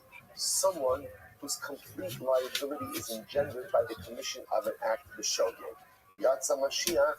She'ein kol chet ol bishgaga ela ba'avodas kachavim v'lo b'sham. It says ela behelam davar im shigagas ma'isa. So we'll say, so essentially, to distill this down, the drasha is as follows: who is complete liability is contained in an act b'shogeg. But if halacha l'maisa again, kohen Mashiach, kohen Gadol, who again, just the act of shogeg is not enough. Rather, what does he mean for liability? Right? He needs what? Helam davar, a mistaken psa. So when it says mishechato, what does that mean? Yatsa Mashiach shein chato b'shkaga lo ba'avodas kochavim lo b'shar mitzvahs elo behelam davar v'shigas ma'isa. The Rabbanan will again is not subject to shigagas ma'isa. I'm sorry, it's not from this self-contained sugya. Is that halacha l'maisa? Both Beis Din as well as Kohen Gadol, they only have liability for their unique kavanos. Again, remember, in both cases it's a par, except by Avodah Zarah, where it's a sayer. The liability only comes about if halacha l'maisa. Again, there is both helam davar as well as shigagas maisa. Furthermore, and again, helam davar, mistaken psak, shigagas maisa, accidental activity based on that psak, and everyone agrees that ultimately neither the Beis Din nor the Kohen Gadol are subject to Hashem. Incredible. Mishnah in Beis Din chayavin achi yoru b'darush as dono kares v'shigagas ochatas. So this is interesting. Actually, we've been helpful to have this Mishnah a little bit earlier on as well, which is what type of avera, right, are Beis Din liable for, right? So the Gemara says it's not any avera; it's only the type of avera in kares, an unintentional commission of the avera results ultimately in chatas. So mezid is kares, shogeg is chatas. B'chinu Mashiach. So to the same criteria by the Kohen Mashiach, the lo ba'avodas kochavim ad shiyoru al davar shezedono kares b'shigagas chatas. The same halacha applies to Avodah Zarah. So therefore, just to give an example of this, if Beis Din paskin, or the Kohen Gadol, so eats chas v'chas v'shalom. So there's no par helam davar minat tzibor for the Beis Din, and there's no par for the Kohen Gadol. Why? Because the punishment for eating chazer, it's a lie. It's malchus. it's got to be something where the stakes are much higher. So therefore, so the only time that there is this liability for the par for Beis Din and the par ultimately again for Kohen Gadol is the type of avera where intentional commission is kares, unintentional is chatas. Same Bible as says the Rabbi. Where do we know this from? The Sanya Rebbe Omer Nam Markan allow Benamar La'alon. Benamar La'alon Allah. It says over here Allah. Benoda Hachatas Asher Chatu Allah.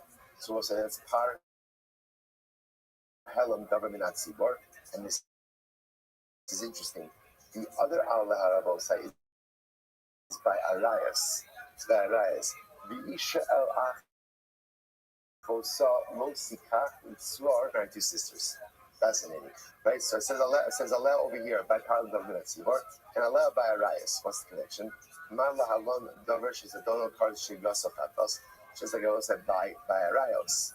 Intentional commission ultimately again is kares. Unintentional, right? Accidental commission of Arias is going to be a chatos. Afkan so to by Paul Government Sibor. Afkan davar she's donor kares vishigasochatos. Incredible. So this Allah says Allah by Par Halim Davin Sibor, Allah by Arayos, just like by Arayos, intentional violation Chatos. So to Par is only brought for Kores Chatos prohibitions. Incredible. Mashiach Minavan. How do I know that the same criteria applies to Kohen Gadol's Psak? So the Gemara says La'ashma Sa'am Hari Mashiach Titzibor. As the pasuk says ultimately again La'ashma Sa'am says remember again. What's interesting is by Par Halam government at Sibor, then what? That extra phrase by Kohen Gadol, the Ashmas Ha'am. What is that? What is that? Because remember again, the Kohen Gadol is not passing for the populace. Who is the Kohen Gadol passing for? Who is he passing for? Himself. So what is that? The Ashmas Ha'am? All is coming to link the process. Whatever is the process for the Am, i.e., Par Halam government at Sibor, Beis Din, the Gemara says as follows. So the Gemara says, "Yashma sa'am har Mashiach Tzibor." Further down, say Yavit mitzvas sev gavin nasi the asa achas mikol mitzvas Hashem. So in the nasi it says if he performed one of the mitzvahs, really means he did one of the averos. Right? But Tzibor the asu achas mikol mitzvos. And again, so Gzeir Sheva mitzvos from Nasi to the Tzibor, not Tzibor, Gavish to the Lagaris, the Shigras Chatos. So just like by the Tzibor, there's only liability for the power. If it's the type of Avera that intentional violation is a donor car, it's Shigras Chatos. It's beautiful. It's Manish, it's like a symphony, it's like an orchestra. So three-pronged drasha. So remember again, Mishnah's teaching me a rule. What's the rule? Beis Din is only Chayiv Ha'adam Ben Tzibor, Kohen only Chayiv his power. In this situation, ultimately, again, where, again, for an Avera, intentional violation is Kares, unintentional violation is Chatas. Where do we know this from? So for the Tzibor, Zer Shabbat, Allah, to Arayos. Arayos, intentional violation, Kares, unintentional violation, Chatas, Kares, Chatas. Then, Ashma Sa'am ultimately allows me to learn out Kohen from the Beis Din. And what about Nasi? Nasi, ultimately, again, is learned that from the Gzeir Shava of mitzvahs from the Am. Incredible. So the Gemara says, V'yachit, one second, sorry. Let's read it. Okay, the Gemara says, Yachit Amakra, the Nefesh, the Yomotach, however, this applies ultimately again to a Yachit to an individual as well. Ultimately, again, the passage is the Nefesh, and ultimately, again, we can learn out Tachton from Elyon, learn out the latter pasukim ultimately again from the earlier drashas. Incredible. So the same halacha also applies also in Avodah Zarah. So to Mishnah, so to by Avodah Zarah, there's only going to be liability if they passed in regarding something again, which intentional violation is kares, unintentional violation is chatos.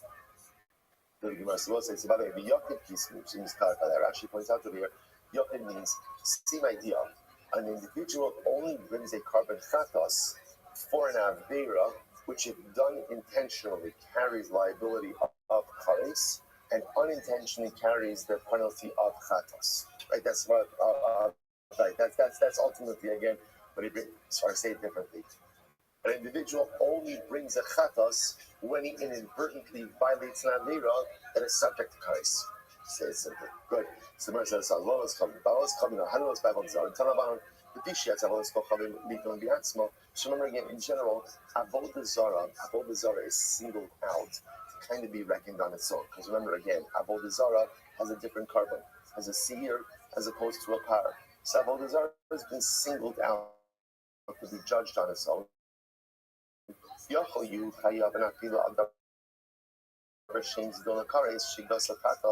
You might have thought when it comes to avodah zara, you should be high for everything, even if it's not kares. So the says, just like by the Beis Din, again, Beis Din is only high for something that intentional violation is kares, unintentional chatos. Afkan, so too by avodah zara. Incredible. So I understand now that's true for when the tzibur is being avodah zara. Yochid, Nasi, Mashiach, Minavan. How do I know that these halachos concerning avodah zara applies to all these other individuals as well? Because the pasuk says, "B'nefesh achos." B'nefesh achos. Echad, b'nefesh achos. Right? Echad yochid, ve'echad nasi, ve'echad Mashiach. Kulan bichlal nefesh achos. Fascinating. So let's say, so it's very interesting drasha. Nefesh tzibur also applies to the achos, to any singular personalities. Who are the singular personalities you're talking about? The Kohen Gadol, the Nasi, and Stam, regular individual, the Yimel Tachtam, the Elyon. And ultimately, again, furthermore, we could go and learn out of the latter subjects from the earlier subjects, from the earlier psukim. So remember again, all of this begins with what? All of this begins with Xer Shava between Par Halon Dominat Tzibur and Arayos. And Arayos, Aleha. So the Gemara says, so this works well if you accept that initial Xer Shava, right? Everything is both an initial Xer Shava.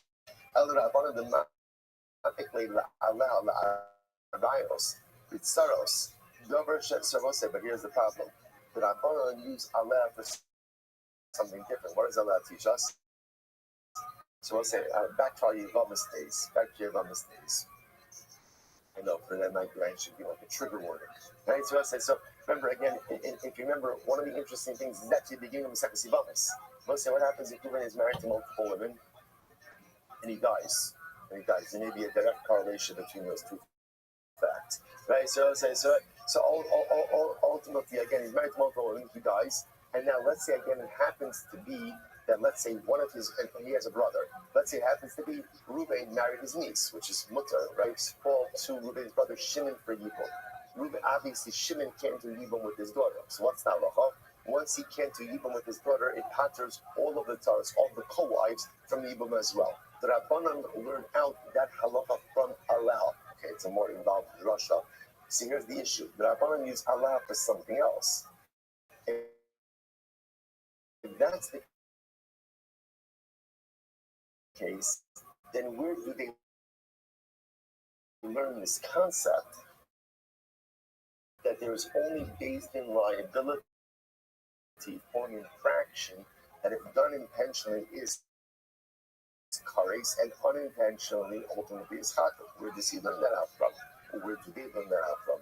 So the Gemara says, not the little, we'll say first line, me the master.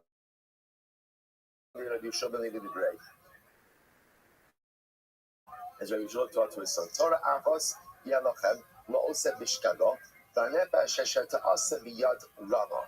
So literally again, the prophet said there is one Torah for one who commits an avera inadvertently, and one who goes ahead and acts intentionally. So we'll say, what do you see? So the entire Torah is compared to Avodah Chatos, just like by Avodah Zarah. You only chayiv, right, for an act, you only chayiv the seer for something that if done intentionally is kares, unintentionally is chatas, akan. Incredible. That tells you personal liability. Nasi Mashiach. Nasi Mashiach. Bein Babolas Kam Bein Misham Mitzvos. Si right Bein Misham Mitzvos. Si Bar Minavan. Yomit Al Yomitachton. Okay, so we'll say so once we have it already by Yochid, ultimately again we can apply it to all these other contexts as well. But Rabbi, how does Rabbi Yeshua ben Levi my other right? What does Rabbi do ultimately with the same Rabbi Yeshua ben Levi? Because once Rabbi Yeshua ben Levi again espouses a different Rasha, it's very interesting. Matik le'lichidisanya. Rabbi will use Rabbi Yeshua ben Levi's Rasha for a different reason. So interesting enough, when it comes to Avodah Zarah, there's a distinction between individual worships versus if a larger the group worship. What's the difference? Number one, interesting, Rabbi decide for a moment of it. We'll say, so for example, if you're in Idachas, say they worship idolatry, what do you do with it? They're killed by the sword and their property is destroyed. Right? Their property is destroyed. The Gemara says, Yechidim b'skila, umamot b'skila, and number two, we don't touch his property. Don't touch his property. So the Gemara says, Yochol nachlot b'karbanos sehem. You might have thought that their karbanos are distinct as well. Tamalomar, Torah achas yihya. So this is what Rabbi goes ahead and uses the drasha for. Even though halakha l'maisa, their punishments are different for a rabbin versus the worships idolatry, but ultimately, again, their carbon is the same. Maski Torah. So the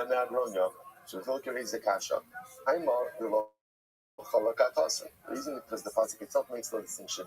But if there was a distinction about Sakhabamina Nachol, I would have thought to make a distinction as well. So the Gemara says, my nice, well, if you're going to make a Kabbanic distinction, what else would be brought instead of a seer? So the Gemara says, nice par, you're going to bring a par, that can't be Tzibor B'Shar Mitzvos with the Maisi. That's the Gemara says, no, but the Tzibor already brings a par for other others. Obviously, the Torah is singling out Avodah Zarah, but that means that Avodah Zarah has to be unique. How would it be unique? If you're going to bring a par that makes like all the fractions.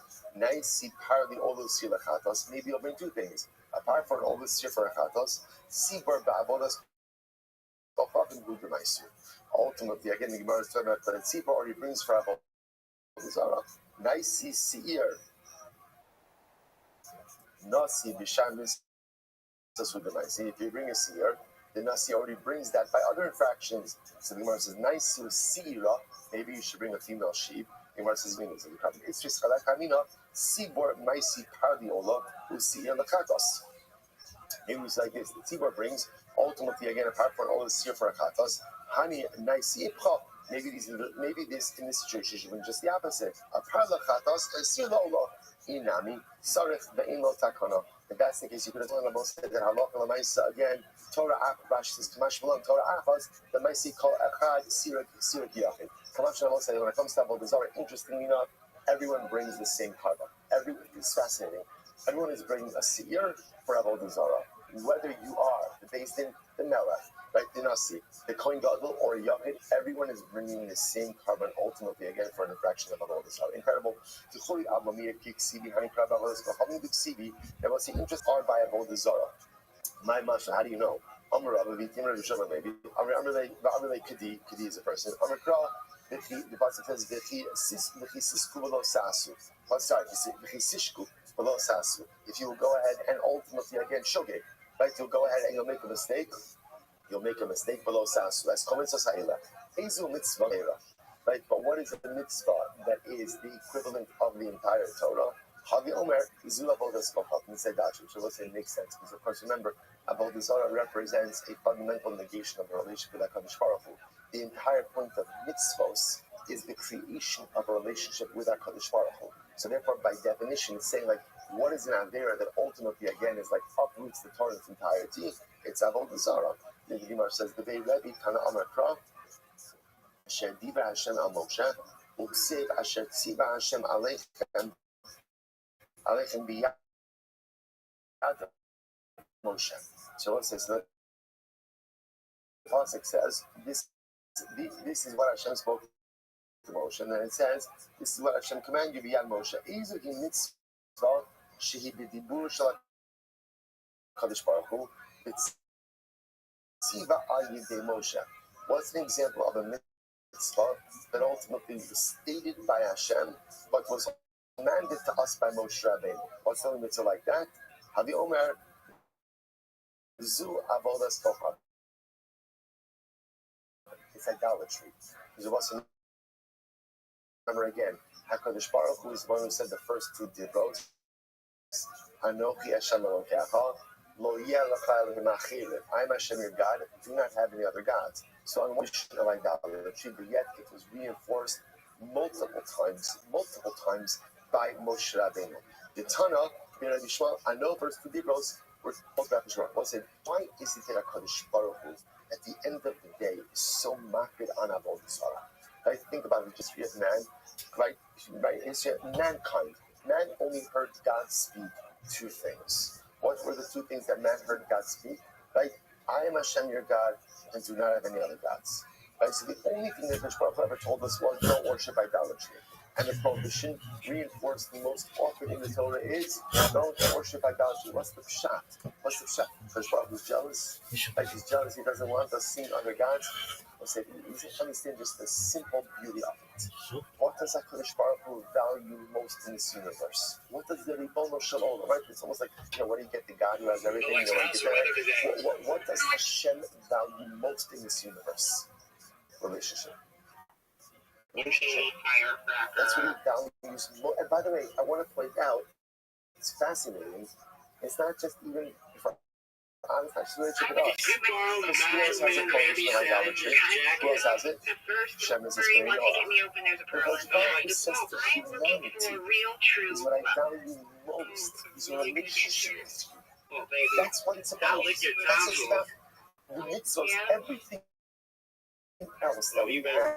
Watch yourself. Watch over details that engender relationship. Who says that's why you want to wife keep about idolatry over and over, because idolatry fractures the relationship. Idolatry distracts from relationship. What I want most with you in this universe is relationship. And Rabbi says sometimes we miss this detail in our relationship. We become focused on details. The details are important. It's not the devil in the details. The divine is in the details. What should you do? I would describe myself as I love a surprise. What the details tell us. I love a surprise. Relationship. And the I tells love about a the Yiddish surprise. You could be the most efficient behavioral Jew and yet I'm have no looking for relationship. a relationship with me. It's letting me sleep in a bed, and then when I wake up, letting me tell you about all of my dreams. My ideal man would honestly be the body of Hasselhoff, over Georgia over O'Keeffe. and over My and name is over again Celeste, or I'm an because it's just artist. the Some of my work is actually in a couple galleries in Redondo Beach. I've been in love and all I before. want you It to was want the most is a amazing relationship. 3 months of my life. Incredible. We So got one of those guys engaged, we you're got going to married, show Tana. we There's divorced. all time. So I was What a saying days. gift Women, I always to see see a that whole Hashem, relationship Bahalo life cycle, Zara, like a path things to of becoming mitzvah, a father. Shinyan Rabbi We're in a Tila, better place now. which ultimately again was the mitzvah that was stated in the beginning. Been a nice cocktail somewhere, but at the end of the day, First mitzvah that Hashem said to us was idolatry. 1 second, I would describe myself as a Polish can of Pepsi that every person had a sip of yet. Something you may not know about me is that I do have a third we're identical. I would say the initial drug that we spoke about seems to hold a little bit better than this last structure that you made. Okay, we'll say incredible. Says the Mishnah, in Chayav and Allah, say so we'll say interesting halacha detail over here. One which actually takes us back a little bit to our Shavuos days. This is the beginning of the Sefer Shavuos. There is no liability. There's no liability. And remember now, It's not yellow highlighter. There is no liability if the erroneous ruling was made regarding assays. What's up, yellow eye? Now, what are the assays and most assays? What's good, yellow eye? Come on. So, for example, if the base What's good, yellow eyeshadow? Same. Fucking. Alright, the sounds boring, but okay. If you touch a sharet, you're allowed to go into the base of English. I will say that number again. Done. Interesting enough, Absolutely. in the base of English, under What certain up, circumstances, Celeste? can be kares bearing and therefore chatzos. So it actually could fit into the previous criteria. But halacha l'maaseh, for reasons that we will see, halacha l'maaseh based on the level casting regarding what we call tumas mikdash v'kadashav, which means anything to do with tumah in the base of mikdash, there's no car. That's cool.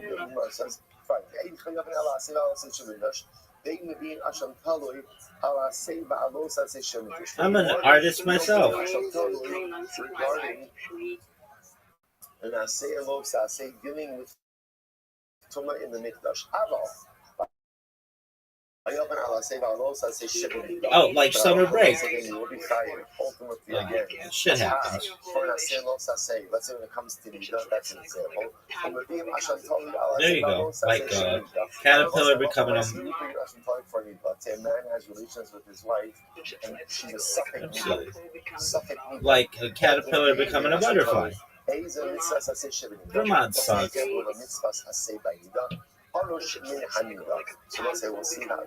Like a caterpillar becoming a butterfly.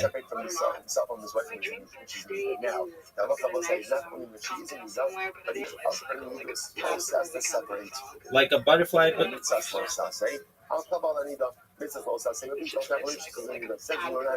like a caterpillar becoming a butterfly. Dad?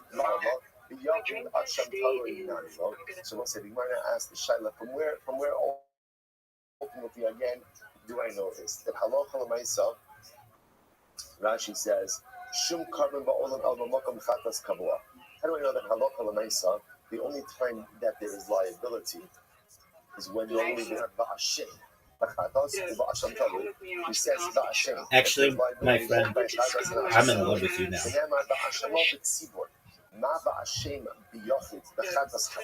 Just like ultimately again, I love you. I would describe myself as talking about a case where there's definitive chatas liability.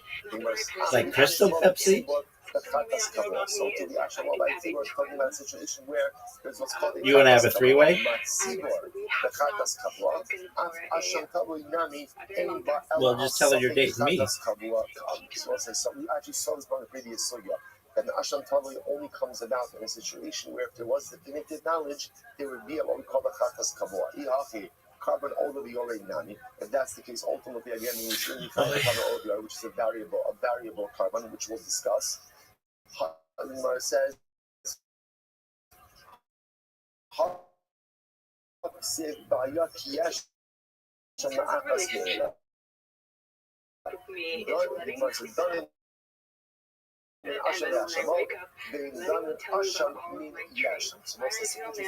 reason for that is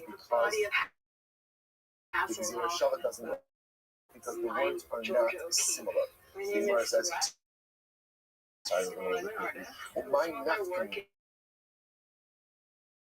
why do you need to make a Gzir Shabbat from exact words? After all, the heart, the Yeri Yishmal, the Shabbat coin, Uba coin, Zoe Shiva, Zoe Base. What's the paradigmatic example? We've seen so many times about Shas. Halakha l'maaseh again, this is talking about Saras Habayis, like Saras in the home. I'm trying to equate the process ultimately again of when the coin checks initially, when it comes back to check, and the Gzir Shabbat is based on the Shabbat coin. That's tight. You want to have a three-way? The words are similar. So you see somewhere you can make it. Oh, I'll unite you bitches. When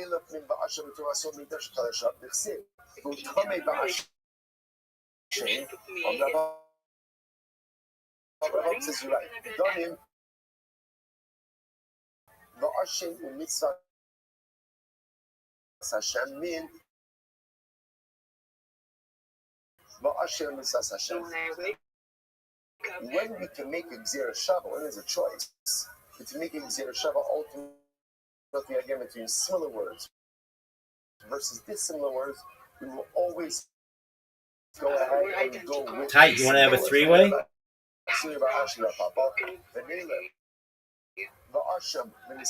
No worries, girl. I'll reunite you bitches.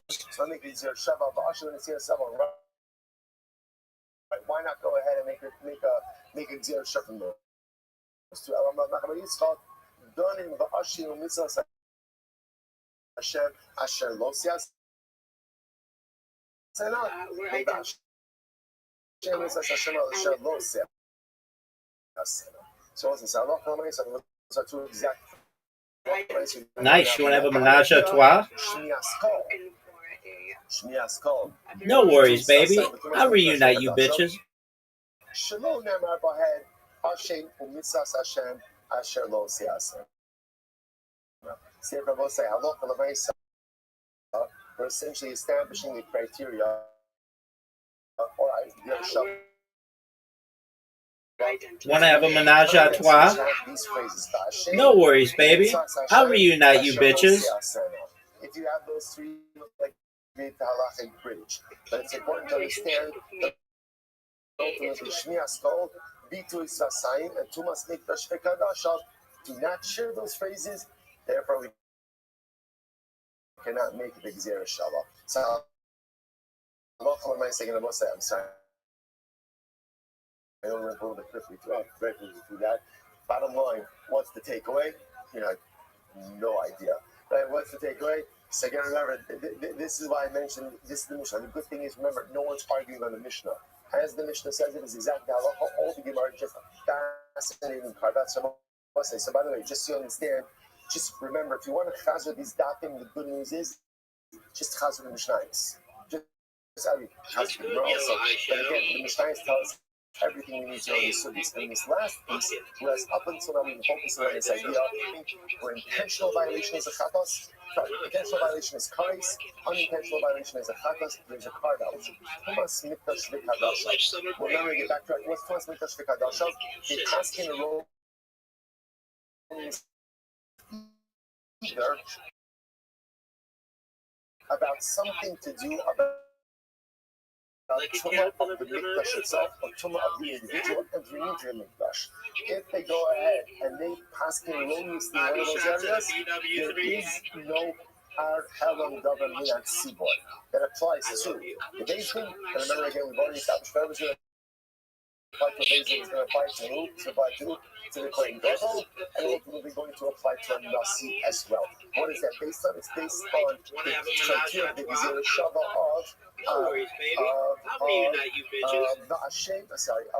of Mitzvahs Hashem, Asher Lo Tiyasena, and Hashem. Ultimately, Tumas Mikdash V'Kadashav does not have that phraseology. Therefore, not included in these halachas Rosai. Here it goes, and he hooks it. Does it have the distance? No. Comes up Basher. Who's spun away and goes to some open space. Basher needs one more block, and he's got it. Nathan Basher, touchdown Bears. Do you believe that? Don't touch it. Don't even look at it. Go on, get out. You heard me. Don't look at me either. Don't touch it. Go on, get out. You heard me. First of all, say good morning. Let us begin to do my Hi, my name is Donna Tover, and I am here looking for love. I'm a switchboard operator. We determine the key to a good relationship is honesty. Maybe you're ashamed to admit it. It depends on the time. If I had it my way, my next relationship would last into eternity, but I would love to make it a year. We get to celebrate Christmas with someone. I want children, excellent. Stepmom, if you already have kids. My last relationship ended because actually a little military.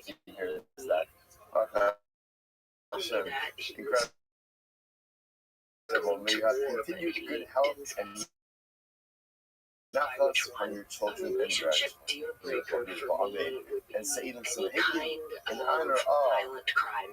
I like a man who is comfortable in his skin. I don't mind a hairy shoulder. I figure if you got it, flaunt it. I like to walk around the house naked. This is my body. Deal with it. Which is say and I say, of course, it's important for us to step back and to reflect that today is September 11th, the anniversary of the worst terrorist attack on us who were alive. Those of us who were here that day, those of us who remember that day, remember the mix of emotions, the fear, the uncertainty. Damn, bitch, you built like a linebacker. The moment when that paved the way to beautiful unity. Aren't we all?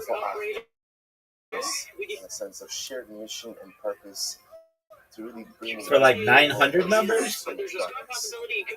Okay. We saw the worst of humanity on September 11th, and then in the response, I agree, baby. through the bravery, through the heroism, through the incredible courage that people had to rebuild afterwards. We saw the best of humanity. And it brought us together. Who would be ashamed if you were... Afterwards, they tried to stand out evil in faraway countries that most of No. them heard of before. That's really nice It's of you. important that this year we have to pick up. It's overwhelming. And the yesterday, September 10th, we see. What if you were defending the honor of a Rebbetzin and all of Judaism? Circumstances around Charlie Kirk's assassination. Event of a 31-year-old father Okay. of two. How about Hanukkah? Who he was as a commentary, who he was as a friend of the president. It's irrelevant. But the fact that he Yeah, fuck them kids. a barbaric act of cowardice could happen right on September 11th. It feels that unfortunately lessons of how hate rips us apart. How hate Not that I know of. There's clearly so much work that we have to do as a nation to start, but we are privileged to be citizens of this great land, which has given us so much, afforded us so many rights and opportunities. And it's heartbreaking sometimes. Did you thank him for his service? Chaos that feels like society has descended into. Granted, It was peacetime. hopefully just one person doesn't represent everyone else. Sometimes when things occur in your home, it is reflective of what is happening. Like when your children go to school and they act a certain way, you get a phone call from the teacher. You know, little Just beating up pussies. So then you have to wonder where they hear that word from, or they act in a certain way. Where they hear that Absolutely. This happened in our home. This happened in our home. Absolutely. I'm like Michelangelo's David, baby. Strutting. Engage in tremendous national introspection to understand what are we doing as a nation. And after that of September 11th, we saw the best of our people, the best of this nation. Remember the images? We saw police officers, firefighters, first responders running into collapsing buildings to save people they did not know. We saw people members. We felt the tremendous unity afterwards. And that was the best. That was the best. The best of the United States of America. And then what we saw yesterday is the worst. Is the worst.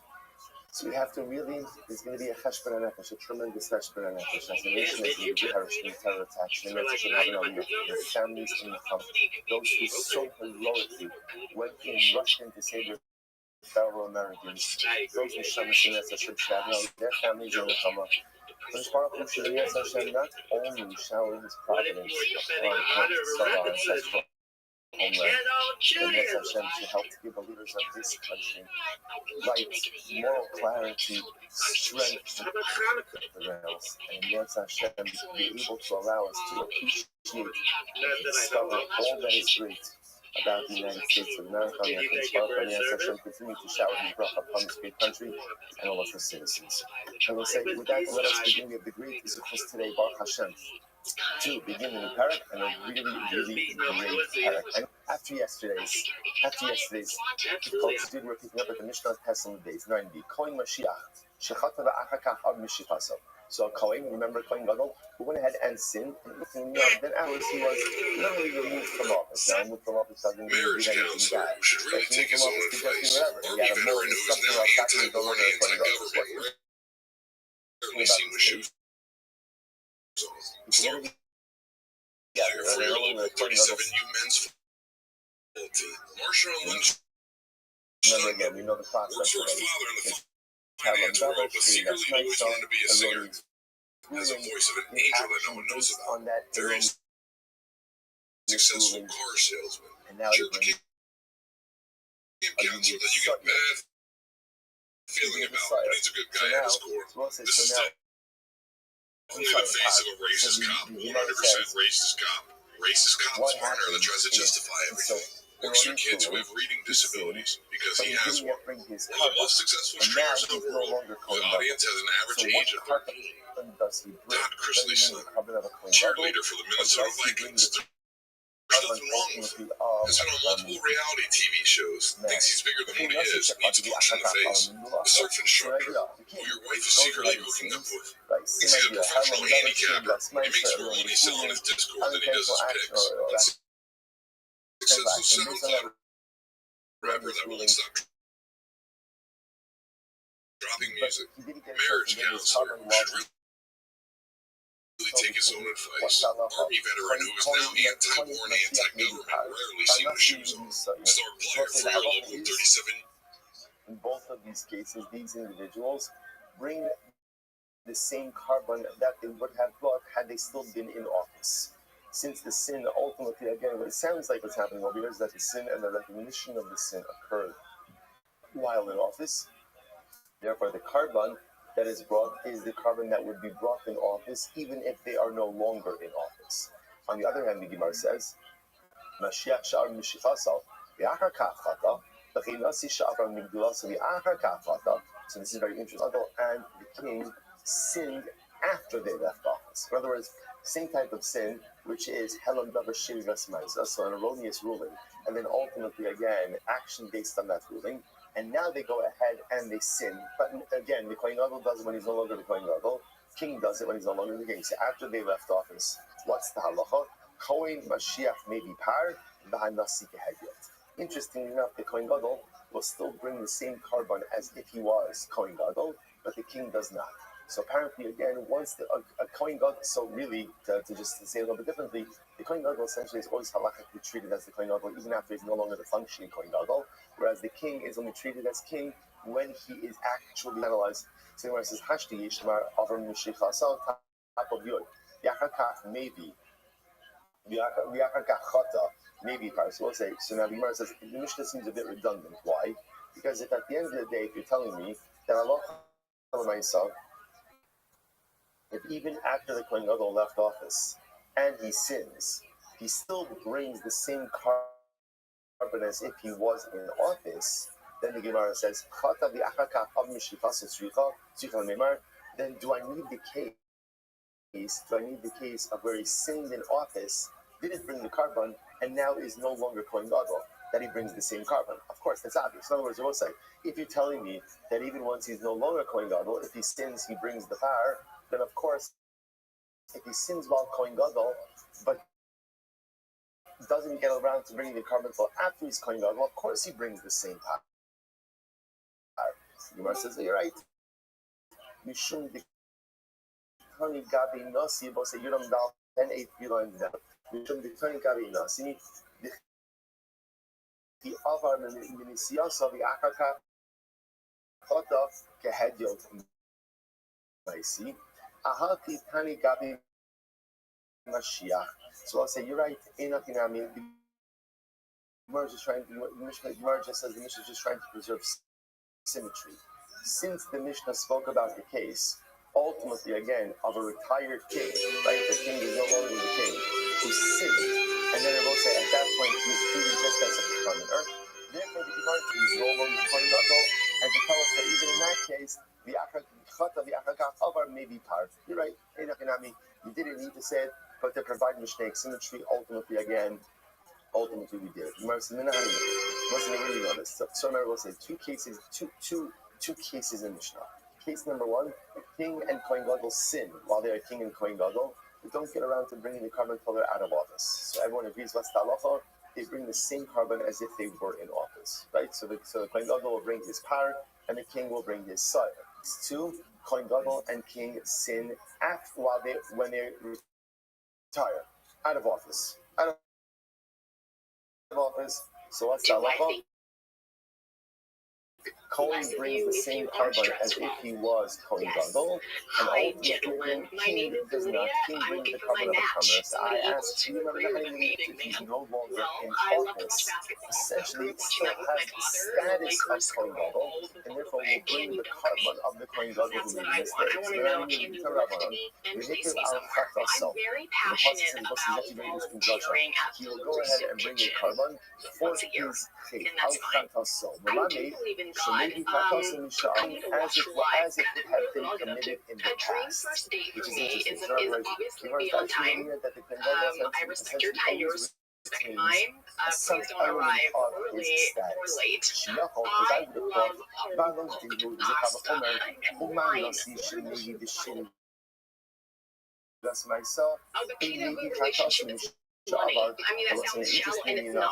I don't want to be a month. Absolutely not. I would have thought that. I wish them well. I wish children well.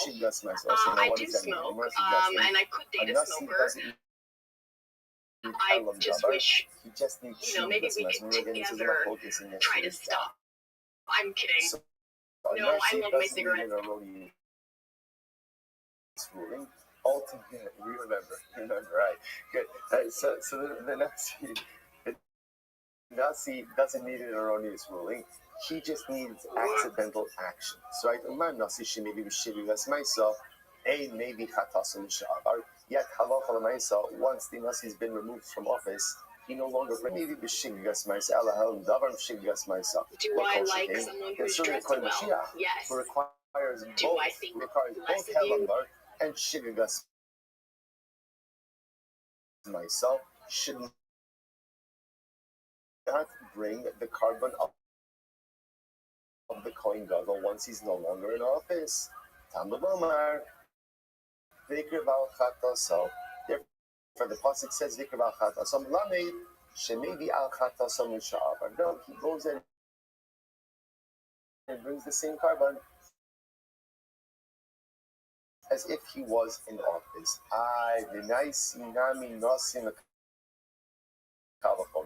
Why don't you flip the kavachomer? Learn out the nasim kavachomer. What's the kavachomer?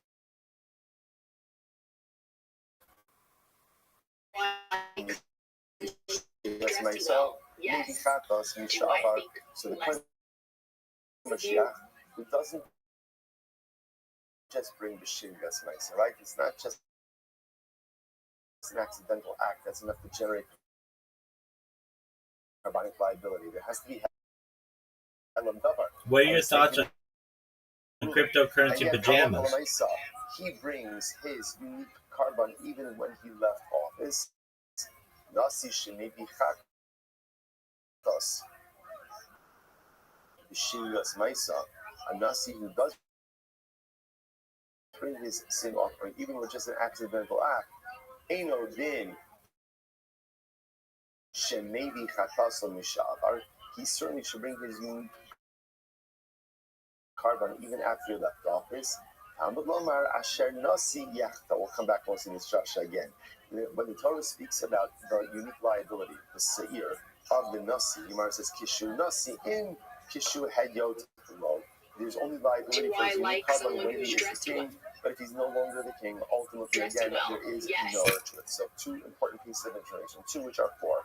Number one, if a Kohen Gadol and the king sin when they are Kohen Gadol and king, even if they don't carbon as if they were in office. So therefore, again, the Kohen Gadol will bring his par, the Nasi, the king, will bring his sire. What happens if they both sin? The Kohen Gadol will still bring the same carbon of a Kohen Gadol. He will offer up his sin offering as he would have done in the past. The Kohen Gadol, even after he left office. Do you have an opinion on what about Kamsa? But the king, once the king has left office, done. He no longer brings I am. offering, but rather again, if he sins, he Obviously. the same carbon as a kamina. Incredible. Well, I Mishnah. love. Chato ad shelo nismana. I'll say that is the Well, I worst love to watch case. basketball. What happens if Kohen Gadol and King sin before they were appointed to Bitch office? out. Well, I Never brought their carbon, and now we're appointed to office. Baby, I'll bench press you. I love to watch So, basketball.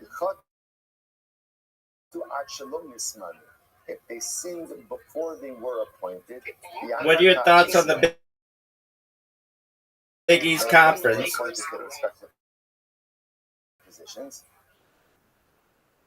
are elu ke'yotos. They're treated like commoners. In other words, since the sin occurred when they were quote unquote regular people, therefore Like Madison Square Garden. of a regular person. Rabbi Shimon says it depends. That's what I want. I want to know, can you listen to me? Rabbi Shimon makes this dependent on Yediyah awareness. If they realize their Crane operator for that booty. This is very interesting. However, if they only realized their transgression once they were appointed to their respective offices, then interestingly enough, they're potter. Rabbi Shimon says Matzo ball soup. if they remembered before they were appointed to office, they did the sin. Awareness incurred liability. If awareness only came Okay. I mean, I can go either way with so that. by definition, they're in a different state, and Kohen Gadol and Melech cannot bring the karbanos of a hedyot of a regular You person. believe in energy, girl? Says, if you look at Rashi for just a moment, Rashi says it's the smashlon ismanu chayavim. So Shimon, Baby, we're on Lombardi time. That's 15 minutes early. in order for there to be liability, there has to be both the sin and the awareness. All right. So Shimon said like this: if there's sin and awareness before they become king and Kohen Gadol, great. They bring the awareness only comes. Baby, I can make ramen in a Pyrex container that'll melt your mouth. By the way, who is this Nasi? Who's the Nasi? Money. You I might mean, say that sounds shallow, and it's not. I don't want to be a mother. Been using this term now for a long time, and Mishnah defines it. It refers to the king. Money. I'll strip if you want me to, girl. I don't want to be a mother. I don't want you to be if you don't want to be. It says he committed one of the averos, or transgressed one of the. What about that face? Hashem is God. What do we got from this? Okay, I'm glad that you don't hate children. And like About someone Okay. That's cool. just wish. Other than God. Like someone who only has God above him. Okay. I do smoke. You smoke I Newport? don't date a smoker. Do you I vape? just wish, From where? I like fruit punch. Try to From where stop. do you I'm know kidding. this? No, I love my cigarettes. So the Pashas was quoting the first ruling in the Mishnah, which has to do with Do the I sin like committed before someone being who's appointed dressed to office. well? No, Yes. Sarabana. Do I think HaMashiach yachta la'ashma sa'am. So if the you Pasha says aren't if the dressed Kohen well? HaMashiach will sin. But the Kodmos, so what does this come to exclude? So in other words, when is there liability, unique liability for, let's say, the Kohen Gadol for his par, when he sinned as Kohen Gadol. But if he sinned before, then by definition he's potter. Now, whether that means potter in entirety, right, or ultimately again just potter from the unique Kohen Gadol's carbon. So that's already this discussion in the Mishnah. So the Svalot Uman Nasi Shemiri B'Shilves Maisa Ein maybe ala Kolmos. Look, right? So ultimately, again, just like the Nasi, the king, who brings even just with the accidental act, without Helam Dabar, ultimately does not bring a carbon for a sin is committed before his appointment to his marriage. Mashiach she'ini the ela al halam darim shi. That's why I say in Yishma Yav Yalakamos. So again, when a Kohen Gadol brings us his both Helam Davar, as well as Shi Vesmesa, should not bring a carbon for Avinos committed before his before his anointment. So the Gemara says, "Well, in Arab Penasi shekin in maybe Chachas Mishabar." There's a difference. Penasi ultimately again does not go ahead and become once he's out of office.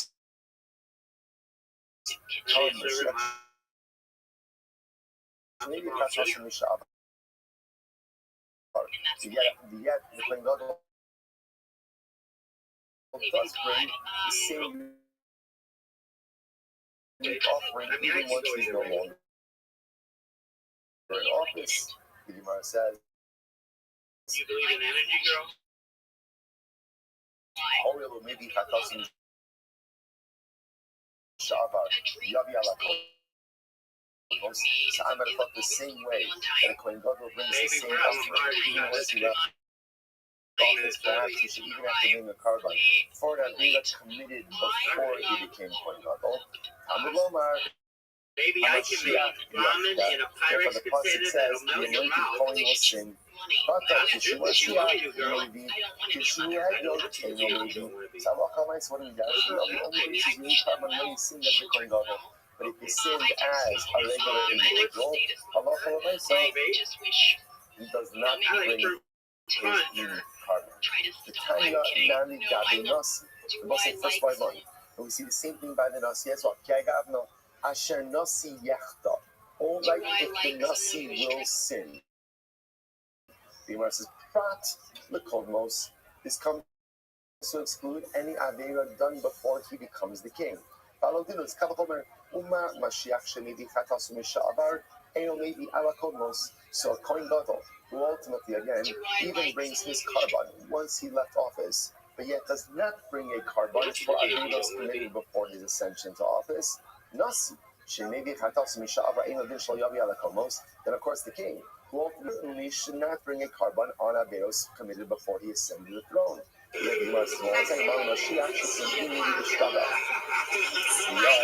Ultimately, again, the Mashiach Kohen Gadol, he doesn't only bring the Shogeg, yes, means the king, because yet the king will bring only the Shiglas Maisa, but he has another, all the way the Shiglas Maisa, Yavi Alakodmos. So once the king only brings the Shogeg, perhaps he should also have to bring 4 Averos committed before he ascended to the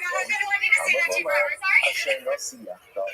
Therefore, the passage says, if the king will sin, Shechata b'harehu nasi, v'lo shechata ba'odeo hegel. What do you see? There's only liability if he sins while he's king, but not liability if he sinned while he was a commoner and then became king.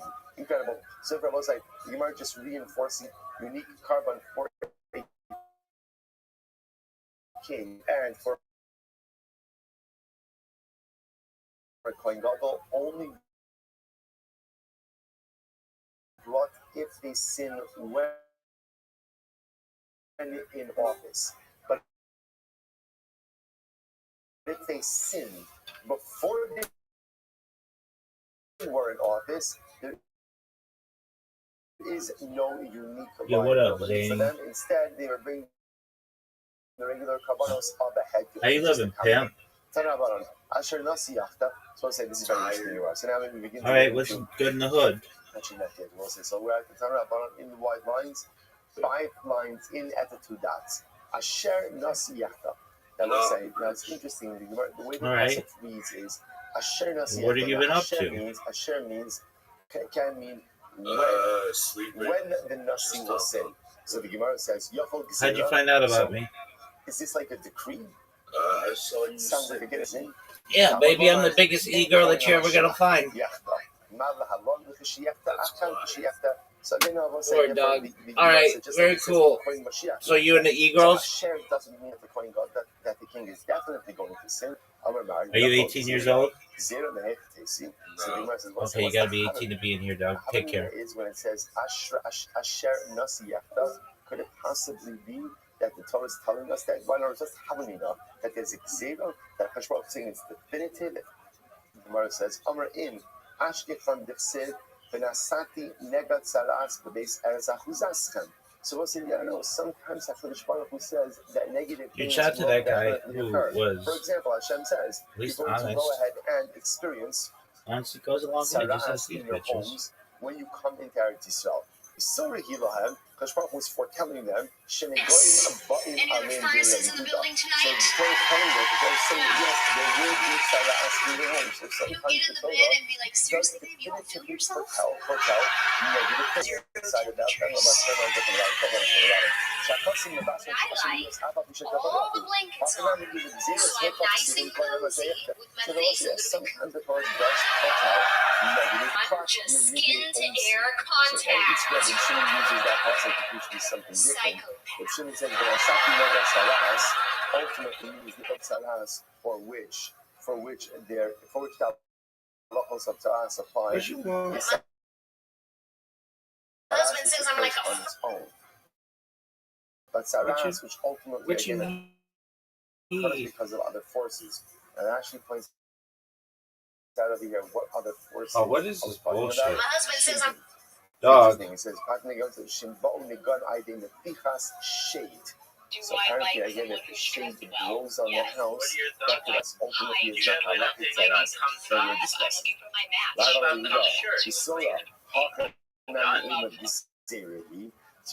I would have said the same way that Hashem does foretell the negative events of Ra'as Habat and Tzas and Om. So too, maybe Asher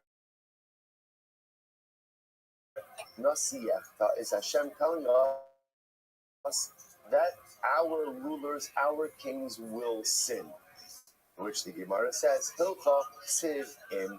Therefore, again, the Torah establishes this symmetry between the pasuk of the king and the pasuk of the Kohen Gadol, teaching us that what? That halacha l'maisa, in the same way it says, Ima Kohen HaMashiach, if the Kohen Gadol will sin, so to the Asher by the Nasi is not telling us that the king is going to definitively sin. Rather, again, what it means is if the king sins. And obviously, we'll have to figure out that that's the case that Asher means. You can have time looking for a nice man to take me out to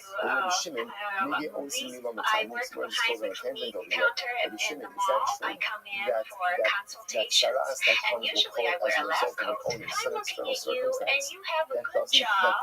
Then I say, let's go out and spend some of that money. I like nice things. I was like a fur. My ideal romantic partner makes a veterinarian and you take care of animals. I love animals, and you love animals as much as I do. Meaning, imagine for a moment. We're a match made in heaven. Like there was the day that Moshe gave us the halachos of I Saras. believe that Okay? you, me, And and the somebody Lord will had all a be Saras soulmates eating together. If we on your pray skin. together, Moshe then gave we it to us lay on together. Thursday, And and so somebody had if it on the that skin already on a happens, Wednesday. then So now they don't know forever to we us like, shall oh my be. gosh, this lesion that I have A on my skin is relationship, Saras. Now look I love at a it. soft. Saras is only considered to be Saras from the time that the mitzvah was given going forward. So the Gemara says, Balodinu. So the Gemara says, Balodin is Kavachomer, Tamei Bizav, or Tamei Benigoim. So ultimately, again, there's Tumas Zav and there's Tumas Negoim. Ma Zav Min Adiba Ve'elach. Just like, again, a person is only Tamei with Zav from the time that the mitzvah was given going forward. Af Negoim Min Adiba Ve'elach. So to by Saras, it is only from the time ultimately that the mitzvah was given going forward. Through some words of Moleminach Im Aret Bazav Shekin Emet Hamid Ba'ones, Tomer Benegam Shenatanim Ba'ones. This is contradiction. But yet, most say there's a big difference. Zav is not a time bonus. What does this mean? Shabbos say, remember again, the Shiva Drachim Bokines Hazav. If the emission that the Zav is contains, for example, he ate something, or he wasn't feeling well, some other external circumstance that caused it, he's not coming. He's not coming yet by Negoim, whatever the cause for the tsaras, ultimately again, tsaras is Mitame. Now, by the way, both say, just keep in mind that's the contradiction. Just before we said, Rabbi Shimon said that if tsaras occurs because of a result of quote unquote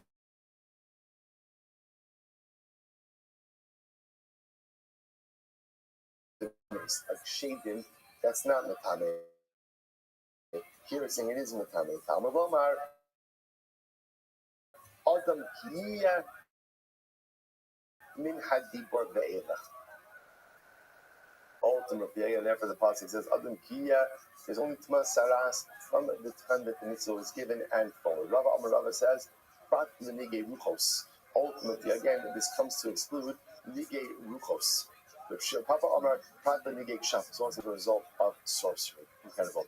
All right, Rabbi, and when it goes back to Tanabanon. Asher Nasi Yafta. So what says Halacha is if the Nasi will see Prat L'chola. So what does this come to exclude? Ultimately, again, this comes to exclude, the Gemara says a chola. The Gemara says, now, he brings a particular carbon. Now the Gemara says, Prat L'chola, it excludes if the king is sick. So I understand. So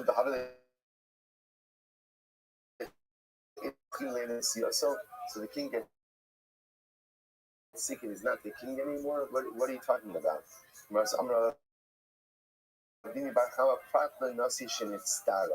This is very interesting. It comes to exclude a king who got saras. Because what happens to a king who has saras? Essentially, he's forced to abdicate the throne. Shneimar Noga Hashem es Hamelach. So this is by King Uziel. King Uziel was stricken with saras. By Mitzora ad Yomoso, he was a Mitzora until the day that he died. By Yishib the Beis HaChavshis. He sat in literally Beis HaChavshis means what? The house of freedom. The Yosam ben Hamela al Habayis. And ultimately his son Yosam took over the monarchical responsibilities. We become a Beis HaChavshis. So now what does this mean that he sat in the house of freedom? Beforehand,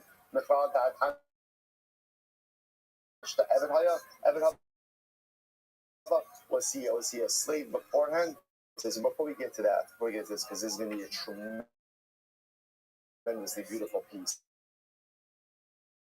Before we get to this, what we see over here is that halacha. I say, interestingly enough, a king who has saras cannot practice as the monarch. He is removed from office. We're going to start with we'll say, what's the pshat? It makes a lot of sense because at the end of the day, remember, saras comes about because something is amiss, right? Something is broken. So the leader has the greatest obligation to lead by example. Obviously you'll say to yourself, but 1 second, every single leader has flaws, of course. Every single person has flaws. But we know that there's a difference between the flaws that I possess internally versus the flaws that everyone sees and knows about. So therefore the Gemara is telling us something amazing. To be a leader, again, one doesn't have to be perfect, but at least at least on the outside, one has to give off the image of someone who's trying to become better. So if the king is afflicted with saras, which obviously again is a very visible display of their shortcomings, such a person cannot be king. Incredible. I will say, by the way, it's sometimes very good when they ask things of their kids that they themselves are not doing. Okay, so I will say, I want to say something. Most of parenting is about being a hypocrite. Now, what do I mean by that? Better things for our children than we want for ourselves, and that's our avoda. That even if I'm not great in a certain area, I want to propel my child towards that. Now, the difference is if it's clear and visible that I'm a child. Really, it's so important. They have to go to shia after this, but I know that I have certain inconsistencies. But just because those inconsistencies may live in me, And as long as they live in me and I'm working on it, it's not hypocritical to ask my child to be better. That's called parenting. That's called parenting. And you see that, right? The king has many imperfections. He has many, many imperfections. But Lamaisa, as long as they're internal and no one else knows about it, he could lead, because if he's a growing individual, he can encourage others. A public, then he's compromised his ability to inspire and to lead. Same you saw by parenting. If you have inconsistencies internally, great. As long as you're working on them, you can still encourage and even push and even demand. But if I'm publicly deficient, I can't ask my kids to do more than what I'm doing. Incredible. So Gemara goes weiter. They're both saying, now, get ready for this. So now the Gemara says, why does it say that Uzziah was living bebeis hachavshis? Or what does it mean that he was living in the house of freedom? What does that mean? So until now, what? He was a slave, he was the king. Well, let's say, get ready for this. So let's say, this is such an incredible story. I am on Yud Amad Aleph. 2, 4, 6, 7 lines up in the bottom. So Rabbi Gamliel, Rabbi Yoshua were on a boat. But how did Rabbi Gamliel? And ultimately, again, they were with Rabbi Gamliel. So the Gemara says, what happened? Rabbi Gamliel have a pita, but Rabbi Yoshua have a pita with salt. Rabbi Gamliel brought bread on the boat, and Rabbi Yoshua brought bread and flour. Great. So the Gemara says, Shalom pita Rabbi Gamliel. So what happened? The boat ride, we're going to see the journey took longer than expected. Rabbi Gamliel finished up his bread.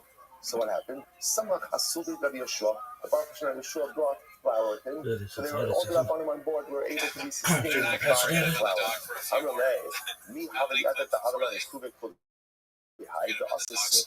So Rabbi Gamliel said to Yoshua, how did you? Obviously, you had a feeling that the boat journey was going to be delayed. So you brought flour. How did you know that the trip was going to be delayed? That you brought flour?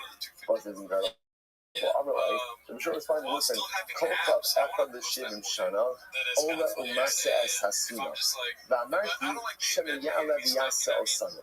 This is Rabbi Yeshua said, I know once every 7 years there's a star that appears, and when that star appears, all the savers get confused and they end up going off track. And Yeshua said, look, I don't know where we are in that 70-year trajectory. I thought maybe it might happen to us while we're on the boat. So I figured I would prepare. You must read out the star, the only. So they said, you're so wise, and yet you're on a boat. And listen, what is that? So it actually points out over here that boat travel was considered to be dangerous. So why would people do it? Why people do it?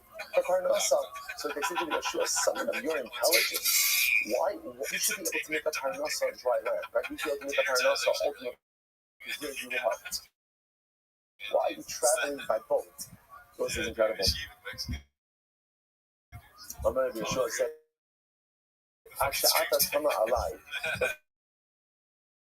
before you wonder about me, why I have to be on the road to make a parnasa, is incredible.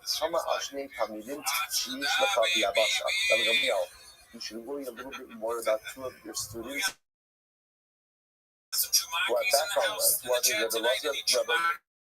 Rabbi Elazar Chasma, Rabbi Yochanan ben Buzdika.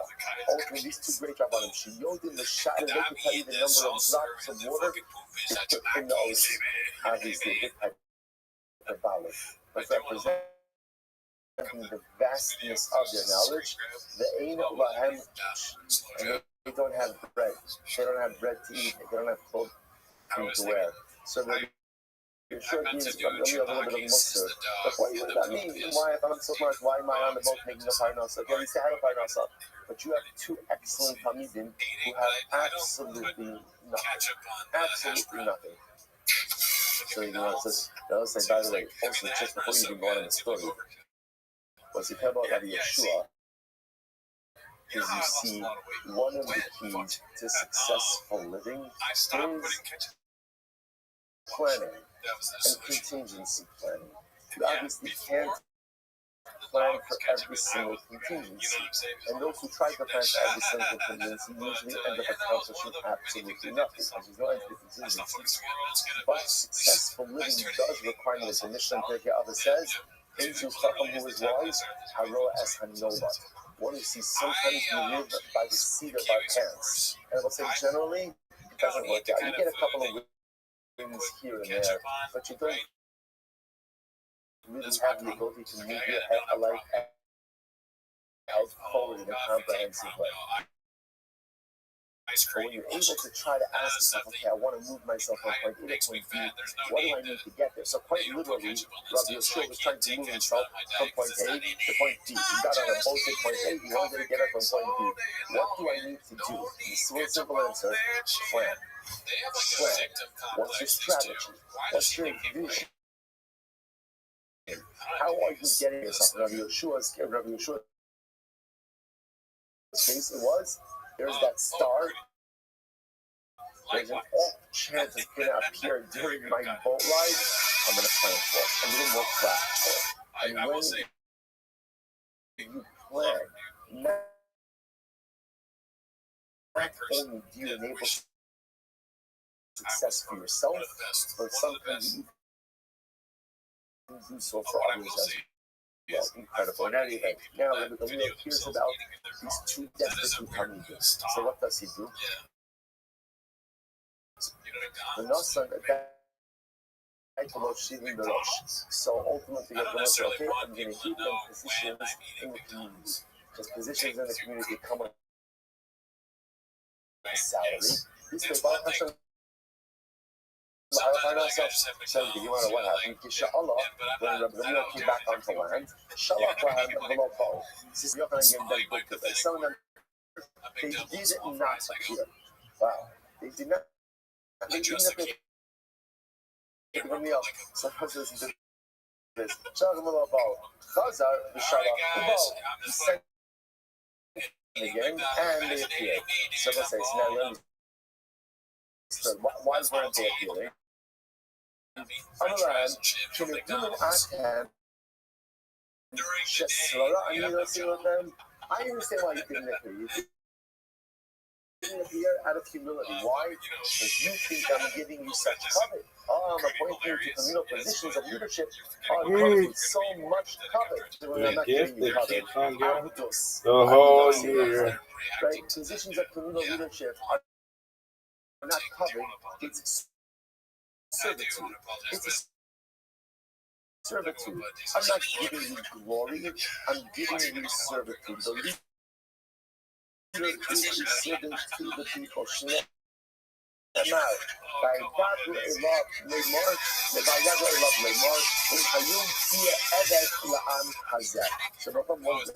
son of Shlomo when he became king, he was young. His style of leadership should be. So actually, interestingly enough, just it's a fascinating story. He had two different groups of advisors. He had his friends who he appointed to cabinet positions. His friends told him, rule with an iron hand. Come out of the gate, show the people who's boss, right? And show the people that you're their servant. Show the people that you are there to serve them.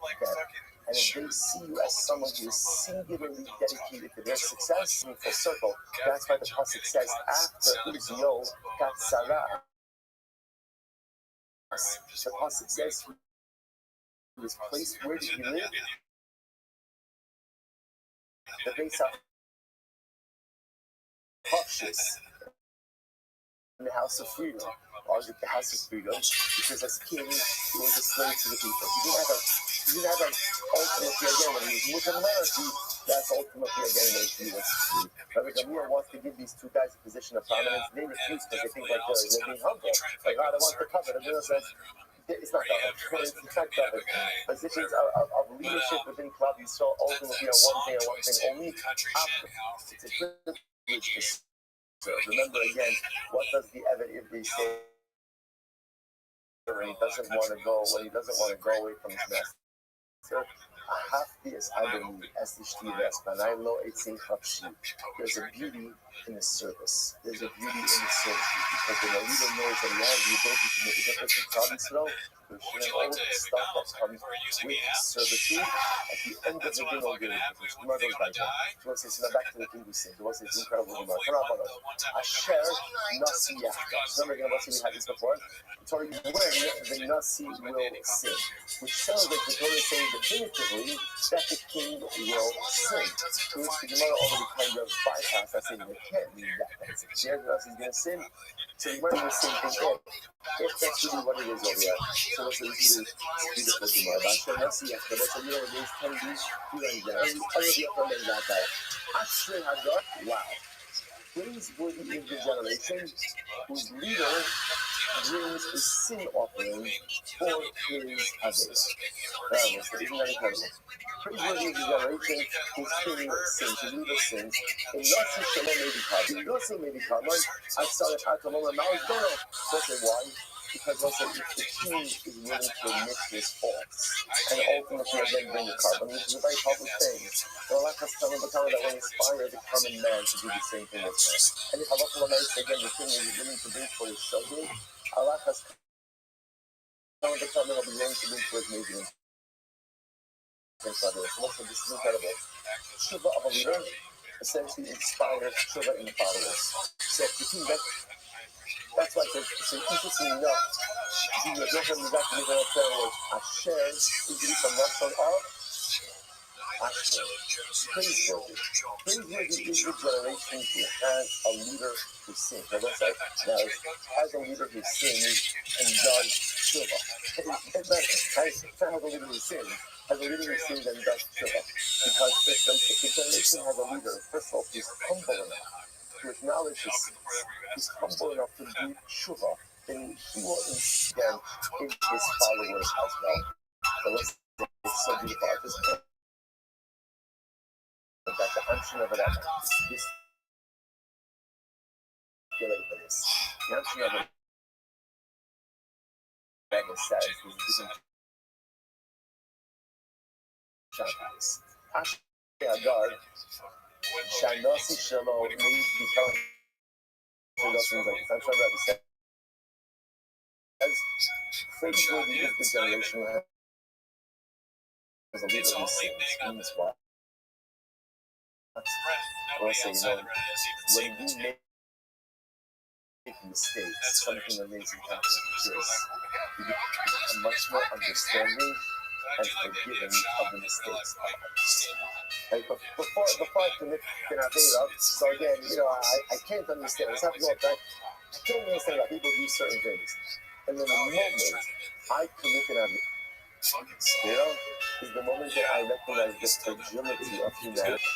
One of the most important components of leadership is to not be judgmental of your constituents. Is to accept what comes across the people. Every single thing that you accept. You always feel wrong, you always do this. You can't be. A leader has to be able to see the good in this flaw. What kind of leader is able to see the good in people despite their shortcomings? A leader who sees as well. Someone who recognizes his own humanity, someone who sees his own flaws, is able to be so much more understanding and accepting of the flaws of others. And a leader like moving them forward. Ashrei Hagar, chance to collect. So there's two lessons. So number one, if the leader is about humble enough to do Shiva, his followers, his constituents will do the same. And the leader who sins, thereby recognizing his own fragility, will be so much more accepting of the shortcomings of others. Let's get a level of the Rabbi. Re'is asher chaka minach yishalem. As well says here, now, you're not kind of opened up a Pandora's box. How so? Because the word largely that asher means asher. Asher nosi. Yeah, so if the leader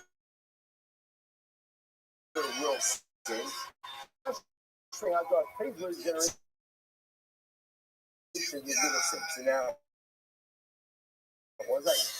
Every time the Torah says the word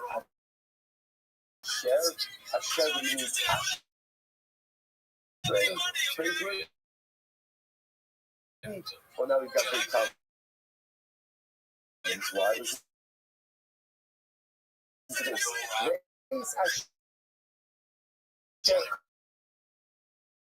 And if someone will go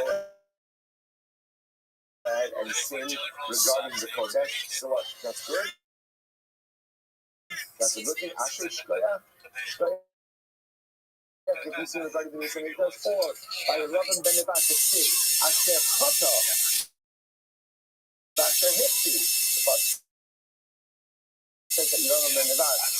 plus other things. So again, Ashrei, is that praiseworthy? Hashem is the Ashrei. The Ashrei Hagor. And you also the same time you know. Switching up constituted different. Yeah, let's say. Again, obviously, again, the way the possibly written by us, I don't know, see, versus the way the Tzudim are. You know, we are obviously constantly different ways to do this. Okay, well, let's not about this, and I just see it. That's beautiful. You hello, Asher Nasa Ara. So let's listen to this. So the passage says, you possibly hello, Asher Nasa Ara. Just listen to the rest of the passage. What is a hello? What does hello mean? What does hello mean? Like a nothingness or an emptiness. There is a hello. There is a for better word that occurs in this world. Why? These tzaddikim, Asher Magid Tzaddik is of life. And there are some Rishonim, ultimately again, who find themselves in the plight of the tzaddikim. Amarti shegam zehera. So Shama seems to be lamenting with that, or just pondering with that. So there are tzaddikim who live lives of Rishonim, and there are Rishonim who live lives of tzaddikim. So what does this mean? Let's again look at this. This Gemara.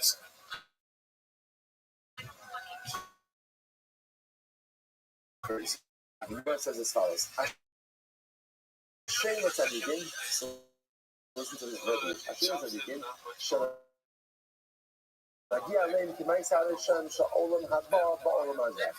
Praiseworthy, ultimately, again, other tzaddikim. Listen to this word. Who ultimately, again, I'll just say it a different way. To live lives that will have an olam haba in olam hazeh. Essentially, praiseworthy other tzaddikim who have. Let me say it better. So I'll say what happens to a Rasha. The assumption is a Rasha will have a good olam hazeh and a detrimental or a suffering olam haba. Because every person has mitzvahs. So therefore, the Rasha ultimately, again, whatever he needs reward for getting this world, and the world to come, he goes and he suffers. So you must be seeing like this. A tzaddik ultimately, again, who suffers in olam hazeh, like the Rasha's olam haba, praiseworthy to him. So praiseworthy ultimately, again, to the tzaddik who suffers in this world, you're not like fucking the right. Rasha will suffer in the world to come. To the wicked, Shemagialim, Kemaisa Tzadikim, Sha'olam Haba, Ba'olam Hazeh. Right? Unfortunately, woe to the wicked, ultimately, again, who have the plight of the tzaddikim in Olam Haba in this world. Or in other words, a woe to the wicked who enjoy this world, like we have, like the joy of the tzaddik's world to come in this world, because ultimately, again, that foreshadows that he's going to be suffering a lot in the world to come. So what's like, so now, here is interesting. So, that it's good for the tzaddik to suffer in this world. Right? That he praiseworthy, literally again, praiseworthy to Ashrei tzaddikim. Praiseworthy to the tzaddikim who suffer in this world, just Rapid like deployment, the Rishonim are going to suffer portable in the world to come. restrooms. Okay, so That's shit. hold up. Yeah. What's wrong with the tzaddik having a good life in both worlds? What's that show? Why? Like in other words, why does it have to be that the tzaddik suffers in this world? What? Like in other words, why? Because Nissan, is it so bad? Is it Where so does this bad? fucking thing talk? If the It's on tzaddik podcast, has a bro. good life in this world than the next, why does it have to be that by definition the plight of the tzaddik is suffering? Listen to this. Ashrei tzaddikim shemagia aleim k'maisa l'shem sha'olam hazeh ba'olam haba. So ultimately, again, praiseworthy to the tzaddikim, ultimately listen to this, who have a life in Olam Haba, like the Rishayim have in Olam Haba. Guy like Kennedy, you stupid cunt. Just like the Rishayim have in this world as well. Aylahem the Rishayim, woe ultimately to the Rishayim, woe to the Rishayim ultimately again, who suffer in this world, sometimes like tzaddikim suffer again, he's getting punished ultimately in this world and in this Gemara in general about this distinction ultimately again between Rav Nachman bar Akista and Rava. Ultimately again, really the focus is in the tzaddik in this world. The first part almost understands that part of the life of the tzaddik in this world is privation and suffering. Whereas Rabbi says, why? Who says that the tzaddik can't have a beautiful life in this world and in Olam Haba? They need not be mutually exclusive. Incredible. Let's go back to the other thing. Gemara says as follows. So Rabbi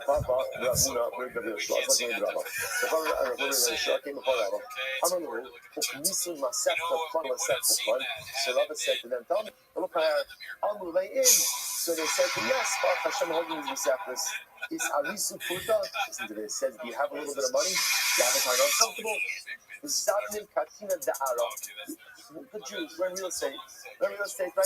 We go ahead and we have a piece of land, and Baruch Hashem, the piece of land supports us. So what's happening over here? He's asking him. So again, Papa's asking these two Rabbanim. Are you learning? Are you learning? You know your Masechtas? Yes.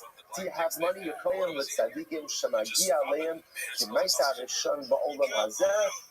Sorry, kimaisa rishon ba'olam hazeh, ba'olam hazeh.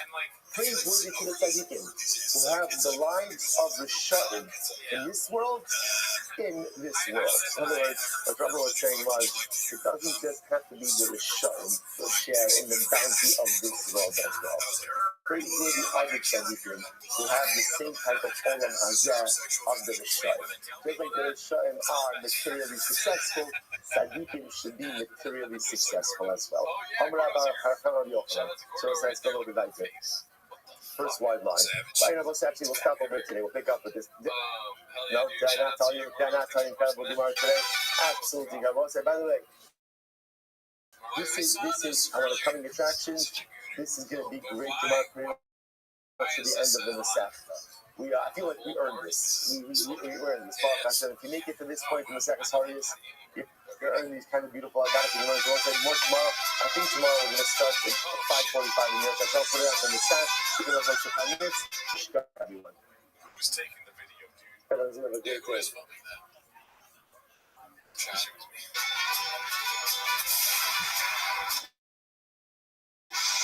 Oh my god. It's so aggressive. Yes, aggressive. Yeah, she's.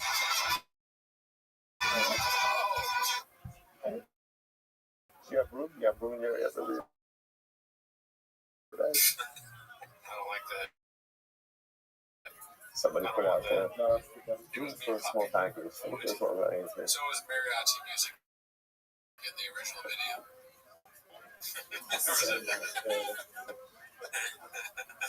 Tiger's filming with how loaded it's filming. I don't want that. If he does make it to the MLB or any major sports league, I can say good morning. Good morning. Let us begin by thanking all of our sponsors for this morning's shit to thank. The Tosin Stock for dedicating this year. This year. As his host for the Soros, Phobos, and Siro. Our common sponsors for the month of El Rabbi, and with Tony Goldberg for Yes and Show for his parents, Avram Ben Ashapur, our Stilos, and Yanka Shangena Filo, and then all the clients all of this travel on client during these months. Reading Nishmas of David's father, Arifon of Yitzchak, Aryeh ben Achaver of Yaakov Zefron of Rafa, people that in the merit of our Talmud Torah, in Shemesav and Aliyah to our father of Nathan, on the occasion of the bris of his grandson this morning, it's not here, so it's going to have to say Kathleen. So it's only, it's only a partial novel. I'm sorry. What is it? But I'm also talking to not here this morning, but whose daughter got engaged to Baruch Hashem yesterday. So I got under the hood of the roadcaster. Baruch Hashem. She continues to Klagi. So of course we dedicate our learning. So we read the terrible terror attack in Ramot. As far as we just remind our youth in terms of all of those who have been from us to all of those who have been injured. Hashem, his home, all of our hostages, allow our Holy Soul to be successful before the massive day. And listen, we really, we just have to grab it. We have to, the Holy Soul is so holy. And we do so much. We do so much. So just like this, what we just need us to do, I guess, is just, I don't know, push ourselves a little bit more, do a little bit more, take care of each other a little bit more, love each other a little bit more, be more tzedakah, be more chesed, be more Torah, davening, I don't know, whatever, for all of the above, because we don't understand the facts. We've reached the point of like, something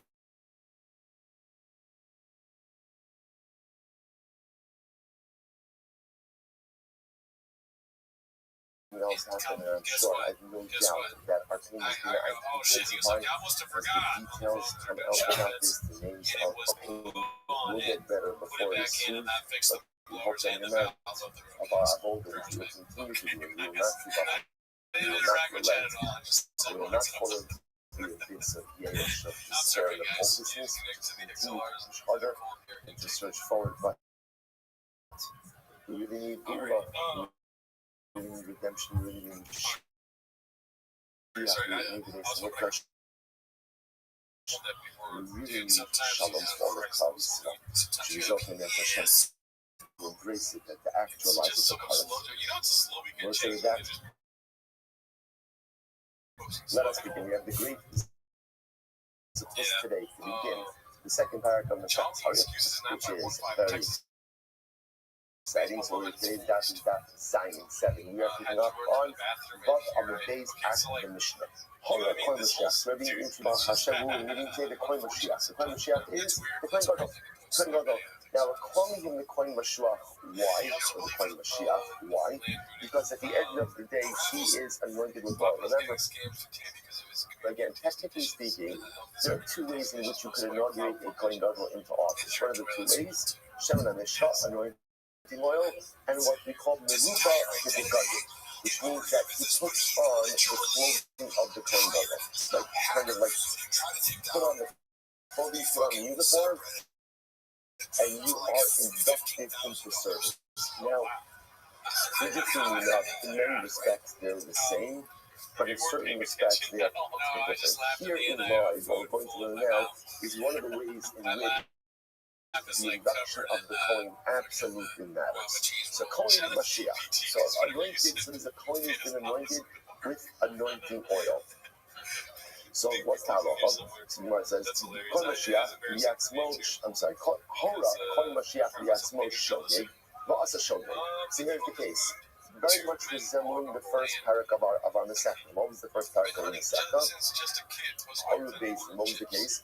Basin made an erroneous ruling, and Klal Yisrael went ahead, or somewhat, again, remember different cases of whether it was individual majority.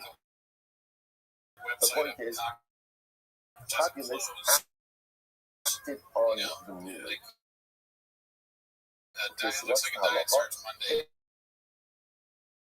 If the majority of Klal Yisrael went ahead and did this, so then the base will bring what's called the Parallel Davar Yinatsiba. You'll bring a Parallel. So if the Kohen Mashiach makes an erroneous ruling. It's interesting enough,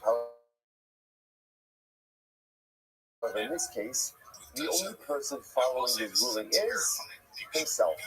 So again, just to illustrate this, Kohen Mashiach goes ahead. It's interesting that normally he's referred to as the Kohen Mashiach. Right? It's interesting what we hear that the terminology in Horus. I don't know, maybe it's like that more often than I think.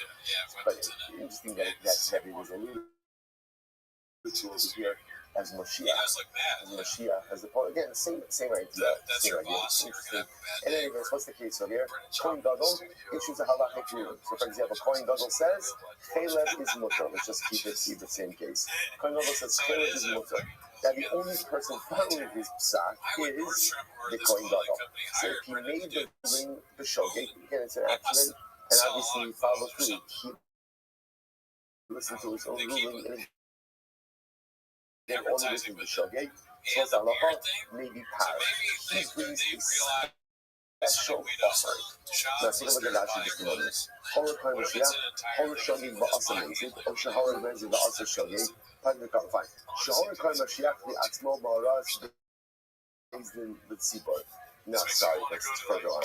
You're not there yet. Okay, so that's case one. He brings a power, a special carbon. Fine. So now this is our just finishing. Gives a couple of other variations of cases. Shogeg va'asa mezid. What happens is he delivers an erroneous ruling, realizes the mistake of his ruling, but still follows to mezid va'asa shogeg. Or he knew that the ruling was erroneous, but Allah so when he carried through on it, he was shogeg. In all of these cases, he's What up, baby? Interestingly enough, the halacha normally is Stam Jew who goes in and commits an avera. I do see look who it is. Had I done it intentionally, would have said, so for example, if I accidentally What'd you say, big man? bring in tatas.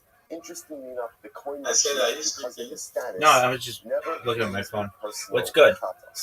So if his ruling was delivered to Shogeg, excellent, and he brings apart, that's his part. Again, we'll see the details of that in just a little bit. All right, what do you want me to do, baby? That's what I do. That doesn't bring apart. He's potter. Now, I need your help.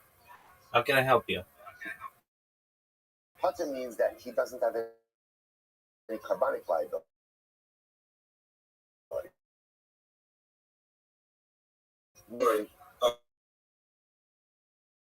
Kohen Mashiach I want never to raised start his personal going live. That's the point. Never his personal chatas. Now again, Actually, talk about Web3 topics. So, first thing you need is 1,000 followers. You have 1,000 followers? Yes, I have one of my accounts that have 1,000 followers. I have two accounts. One have 400 followers. The other have 1,134 followers. Excellent. That's all you need. Okay, so you can go live. When you go live on TikTok, do you get a lot of people watching you or no? No, but this is what I planned to do. I already created a group to teach people about Web3. Okay. So currently I have about 120 people in the group. So whenever I want to teach them, so I'm going to go on live on TikTok. So I ask them to join so that they ask questions and things like that. That's great. And when you go live on TikTok, how many of them do you think will watch you?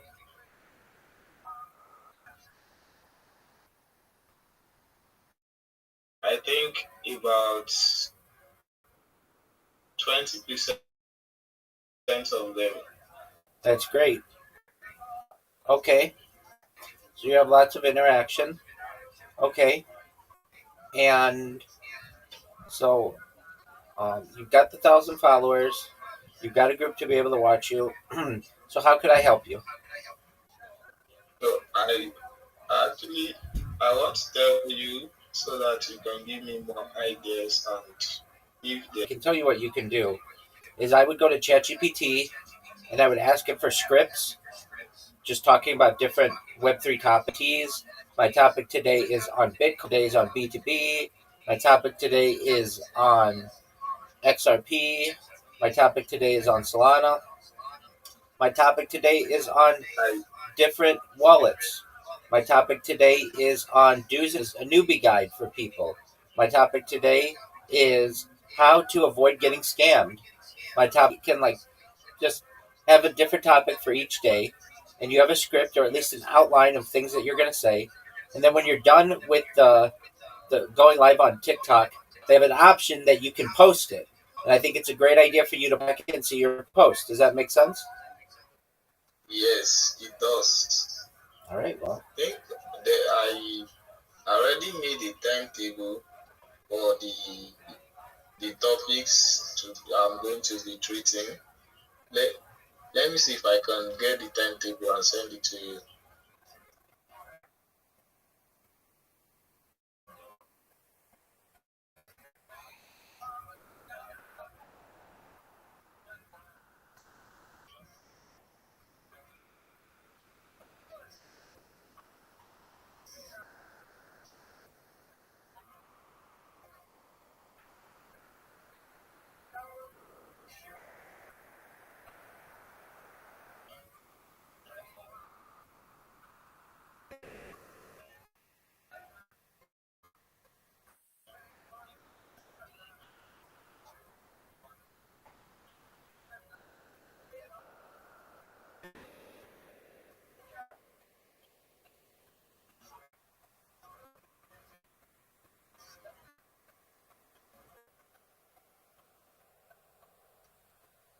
I'm trying to send you the timetable. okay. Let me know when it's sent.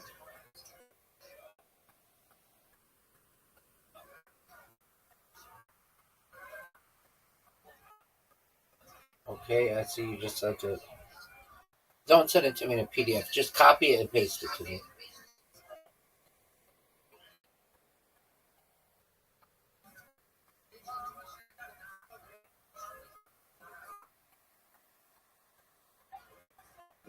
The way the timetable is the Just copy it and time. I don't just think that copy it. Copy the text in the PDF and send it to me.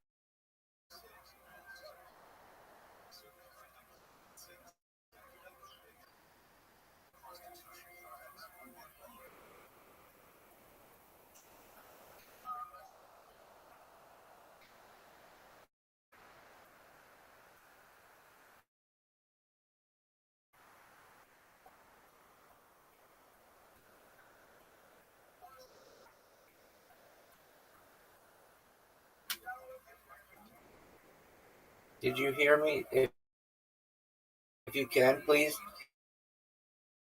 take the text of the PDF and send it to me.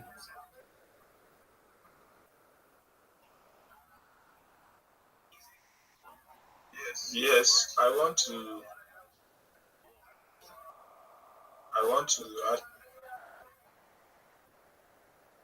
actually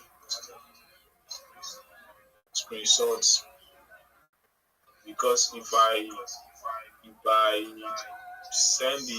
if I copy it, it will disorganize.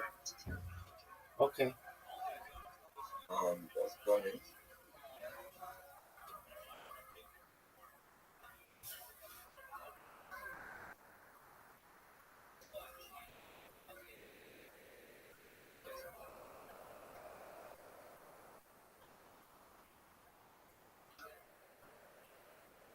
I've sent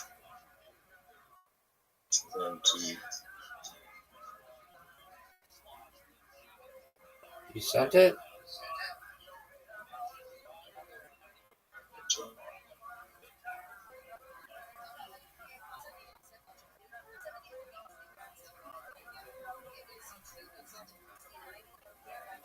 Still nothing. Can you see it? Okay, now I've got it. Okay. This is phenomenal. Very good. Did you hear me, John Judge? Yes, I can hear you, sir. Yeah, it's really.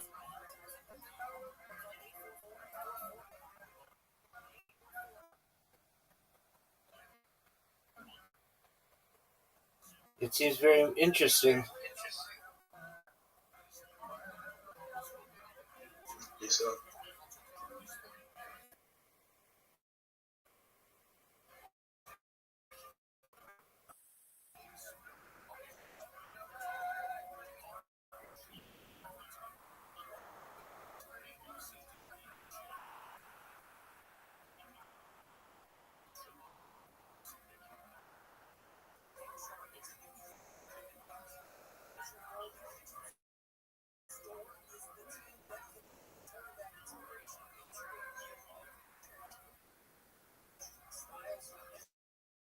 It seems like it'll be very successful.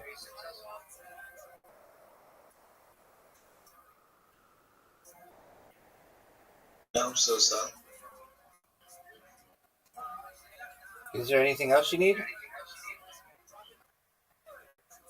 The only problem I'm having now is the issue of subscription. Okay.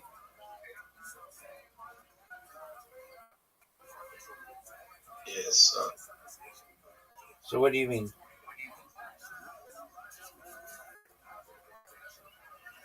Like, I don't have enough money to buy data subscriptions. Okay, well, I've given you a bunch of different ways to get jobs and to promote yourself. That's what you need to do. I mean, people aren't just going to give you money if you don't do something for them. So, um, you've got to go out and get a job, or at least be able to pay for your data that way. Did you? Sure. I mean, I sent you, and I could check, like a list of places to get jobs. Is that correct?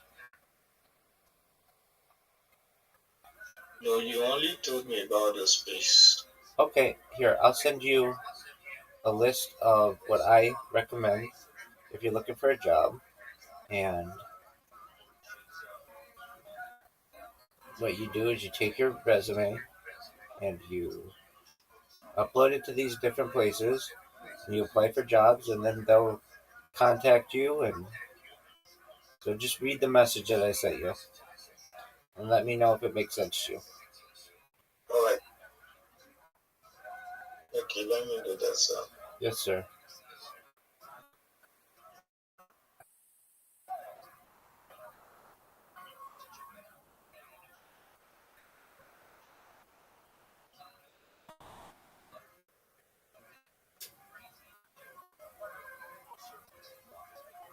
don't have a LinkedIn, but I see it makes sense now. All right, we'll do it. And then you'll be able to pay for all of the data that you need. Yes, 100%. If you have any other questions, come to me. If I can help you in any way, I will. Okay, thank you, sir. I want to say something, sir. Go ahead, my friend. Can I invite you to any of my classes, maybe in the future? All right, sir. Thank you very much. Thank you for the opportunity. Good night, sir. Take care, Giant Judge. Shout out to Giant Judge, he says. Look at this athleticism, folks. Yeah. Look at Shaw got 7 left. That's fucked up, man. My culture is not your costume. I can only see his face. Yeah. It's terrifying. I want to see this though. Who are the other people tagged? Jiu-Jitsu. Santo Studio flagship. Santo Performance Studio. Here's the thing, given our past, right? Yeah. Some of the companies that he works with are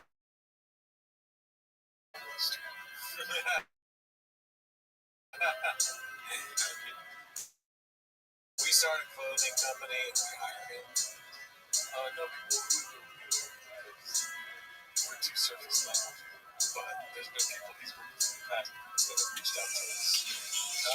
Oh yeah, that's what I'm saying. I don't know how to spell it out. That's facts. And who knows, Santos, like a lot of these things are fresh. You know what I mean? No established brands are really reaching out to us. Yeah. And it's for people that are homeless that are like, they're trying to start a business, but they cannot help them be homeless. Homeless brands. I like it. Some cats, but I think we should. I think we should start a clothing brand, a higher brand shop where we make it very ridiculous shit. Obviously, we will be behind the curtain, so he doesn't see. Can you imagine they can wear funny shit and have? Oh my god, it's actually true. I see it from far away. Then you get to know me. Let's go outside the market. I actually asked ChatGPT. Yes. He's totally his racist. Right. And ChatGPT said, there's no sufficient evidence to support the claim that Tony Hinchcliffe comes twins. To make a documentary And I also asked that's right. about Redban. So not so we And claim that Brian Redban is a comedian for a day of filming. That's sure he doesn't want to do the movie for it to actually work. That's a He's not a million. Right? And then we tell him 1.5 million come through, we're going to do an interview. The fit on it. The fit happens. The aspects. And then we ask him all the questions about it. That's such a when they do the interview, you gotta do that fucking aspect. How funny that would be, so fucking funny in a documentary. Do you think you'd rather come on our show or do a React Comedy Festival? Yeah, probably. Yeah, it's true.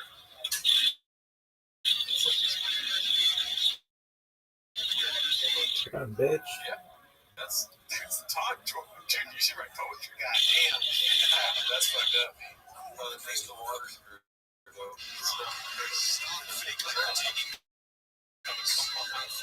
Balenciaga hazmat suit. Yeah, we gotta make a hazmat suit look like ASAP Rocky.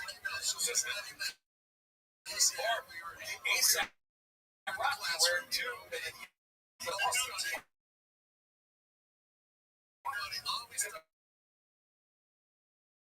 what's the name of it? Shot should do he should join that aspiration company. Scheming people, I'm surprised he's not involved. You know, ASAP Rocky's wearing the fit. Maybe ASAP Rocky's homeless, we gotta pay. You know what I mean? That's what I want to know. Famous people that are homeless that we use. Actually, yeah, like is Shane really homeless? Who else is homeless? Yeah. Who watches this Who goes on the subreddit that's like, this is so fucking funny? AOC. No, Formula One. Let's see. Trey Young is homeless. Trey Young, obviously. Thank you, Trey. Trey Young, and like Ice Trey. Truck Flip has the best race for the art, dude. Yeah, plays best in this race for sure. Let's see. Jason. Fans ask when Bobby Lee. I did watch this, and he's basically just obfuscates the question. We're not gonna watch Patreon content. It's just like I wouldn't want people to do that to our Patreon. You know what I mean? But this is posted by Danny Coffee. I'm just kidding. I just played.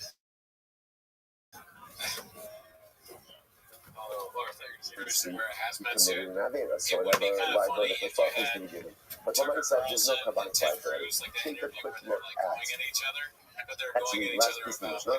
Sharas coin machine essentially because essentially the custody of a coin gobble for himself runs parallel to the way that Benjamin customs for the general populace. You see the similarity, right? Benjamin customs for the populace act on the side of the Benjamin. Benjamin brings a power. Coin gobble customs for himself. He acts on his ruling. Coin gobble brings a power. So there's that parallelism ultimately again between the coin goggles, carbon, and the Benjamin's carbon share. Coin Mashiach Yatzmo. Correct. Now, for the Sharas, these coin Mashiach Yatzmo, Karan, Benjamin Tzibor. The Rashi explains it. Mahol as Benjamin Tzibor in Kayan. Ella al-Ha'alam Davar in Shigadas Mice. You must remember this phrase. Just like when Benjamin delivers a rule, when is their liability for a Benjamin? When is what's called Shigadas Ha'alam Davar. Ha'alam Davar means an erroneous psak. Literally means the words were obscure. But it means an erroneous psak in the Shigadas myself, with inadvertent action, a mistaken action. So two pieces, right? Erroneous psak, but inadvertent erroneous psak, coupled with or followed by erroneous action. Those are the two components you need for a Beis Din to be chayiv. So to Avhola Askim Shach Yatzmo Eno chayiv Ela Al Ha'alam Davar in Shigadas Maisa. Coin goes also only liable if he has these two components. Ha'alam Davar, erroneous, mistaken erroneous psak. Right, followed by inadvertent commission of an avera. Those are the two components that make you chayiv. Give me a question. Gemara, the Ashma Sa'am Hari Coin Mashiach Hari Mashiach Tzibor. The whole Beis Din is fine. Again, Rashi didn't go through the other cases. So both say this is our Mishnah. Your Mishnah, Coin Mashiach, Shogeg, may be power. So the Coin Gadol goes ahead and delivers the ruling to Shogeg. He brings his power. He brings his bull offering. His cow. She says cow. So the Gemara said. From Rabbi, you have my skin. What's the future? It's very interesting. Keep going. Shahola v'shafa me'izatam hola. Sailor is mutter. He forgot the logic of his ruling.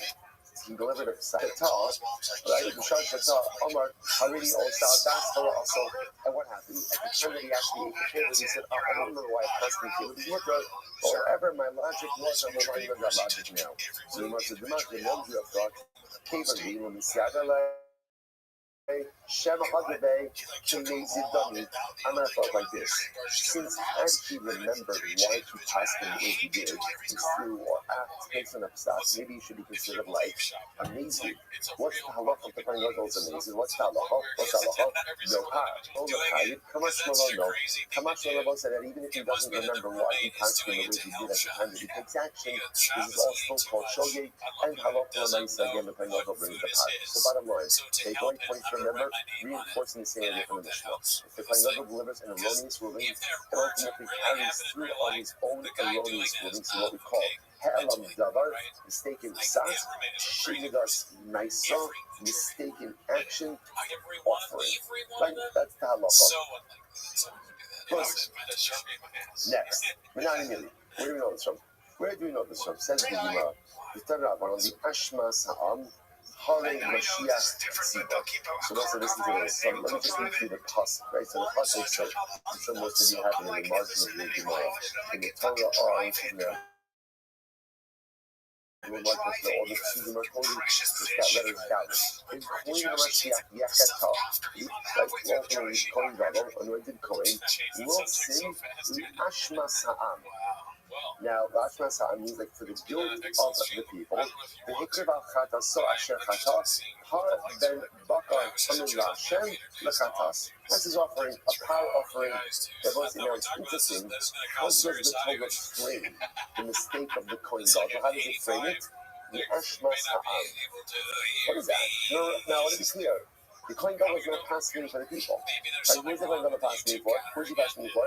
Himself. So yet, interestingly enough, the Ashma Sa'am, Hare Mashiach Tzibah. Wow. What it's coming to do is it's coming to say that the Kohen Gadol's mistake, the Kohen Gadol's erroneous ruling, is just like the big Ashma Sa'am. He's not saying the Kohen Gadol is passing for the people. Okay, the Kohen Gadol's psak for himself is like big psak for the general populace. Right? Incredible. And that's when we lined it up. But just like, again, what does basin require?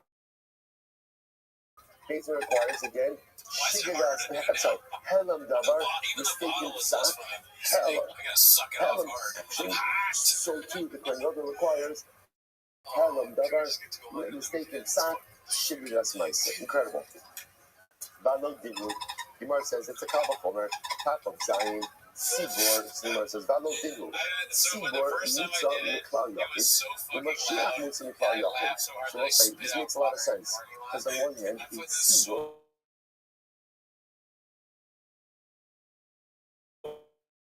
Sibor meaning when the collective sins, that is dramatically different than the sin or the karma of an individual. It actually points out to me, I remember again, when an individual commits an avera, let's say Ruben eats Purim, what does Ruben do in each Purim? What does he have to bring? A chatos. What kind of animal does he bring? He actually points out kisma or sira. Ultimately, again, he brings a sheep or a goat, right? A sheep or a goat. And yet the tzibor brings a power. So just like when the tzibor, so too again, the Mashiach is also different than an individual. Why? Because when a Kohen Gadol sins, what does he bring? A power. It's different than the tzibor. So we already see out of the gate, that the biblically prescribed karbanos for when a tzibor sins and the Kohen Gadol sins are fundamentally different than when an individual sins. So out of the gate, we see that liability for a Kohen Gadol and for a tzibor are different than personal liability when it comes to sin. Now, you notice this is that for the most I sign on it 7a, second line down. Not tzibor, chayav and ella al helam davu shirigas ma'aseh. At Mashiach lo yeh chayav ella helam davu shirigas ma'aseh. Tzibor, more than he resembles Yachid, then the next logical step is to say that what? The process for the Kohen Gadol will mirror the Tzibor, won't mirror the Yachid, and therefore just as the Tzibor, right? Basically, when Basin is erroneous psak, liability for the power of the Tzibor required. Helam davar, erroneous psak. Shigas ma'aseh, just keep on saying, just remember those two. Helam davar shigas ma'aseh, erroneous ruling, accidental action based on that ruling. So too, halamaisa, by Kohen Gadol. Shigas ma'aseh, I'm sorry, helam davar shigas ma'aseh. That's the limit. That is the entire limit for Kohen Gadol. Okay, that's our job too. Well, maybe you could look at it in a different way. So look, listen to this. Suppose we're introducing another person today. Nasi. Who's the Nasi? The Nasi is the head of Klal Yisrael. Now, the Ashes, we're going to see the Nasi is the king. And we're going to see a king has his own set of interesting circumstances as well. So let's look at his king. On one hand, Nasi Motzim Kal Yachid. On one hand, you can say a king is treated differently. If the king goes ahead and makes a mistake, right? Again, also, we'll see again what the parameters are, but a king brings a different type of carbon for his liability. So just as a king is treated differently than the cloud, alright, Gemara says, Nasi Motzim Kal Yachid, Mashiach cloud, or than the individual, I should say. My Nasi maybe the shitty that's nice below Halam Davar. So most of us are going to see that when the Nasi makes a mistake, the Nasi is liable for his unique carbon, even with what we call Halam Davar, even without an erroneous psak. The Nasi himself, if he just commits a shogeg, meaning what? Nasi accidentally eats a piece of chiluk. He thought it was a special and unique carbon for him. Now that is what we call Shigas Naisa without Halam Davar. Af Mashiach, maybe Kishigas Maisabel Halam Davar. So maybe the Kohen Gadol should be treated the same way as the Melech. And maybe the Kohen Gadol ultimately, again, doesn't need Halam Davar. All he needs is Shigas Maisa. So we'll say, so I want to show you something interesting that's happening over here. So essentially what we have over here are four different metals. There's the Yaakov model, the individual model. So the Yaakov goes in and commits an Aveira. What does he do? He brings a chatos. What's the chatos? The chatos is either a sheep or a goat. That's model one. Model two. Ultimately, Basin makes a mistake. Basin makes a mistake. Erroneous ruling. The tzibur has to, or the Basin has to bring hard Halam Davar in that tzibur. That was first paragraph. In order for there to be liability, what does the Basin need? Two steps. Halam Davar, mistaken ruling, Shigas Maisa. An action, then accidental action based on that ruling. Now I'm introduced to two more individuals. Kohen Mashiach, Kohen Gadol. If he makes a mistake, and ultimately again commits an Aveira, brings a card, and Nasi, we haven't seen the Nasi's carbon yet, but apparently the same thing. Now here's what's interesting. The Gemara is trying to understand the process for the Kohen Gadol, because the Torah is not explicit about that. So the statement is like this. Here's what I know. The Kohen Gadol is not going to be like the Yaakov, that's for sure, because his carbon is already different.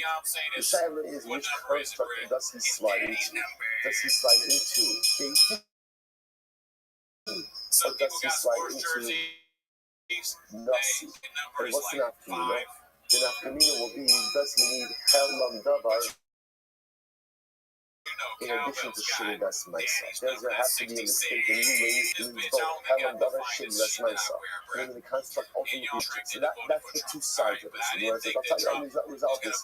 Mira Nemigo, man. Who can tell you?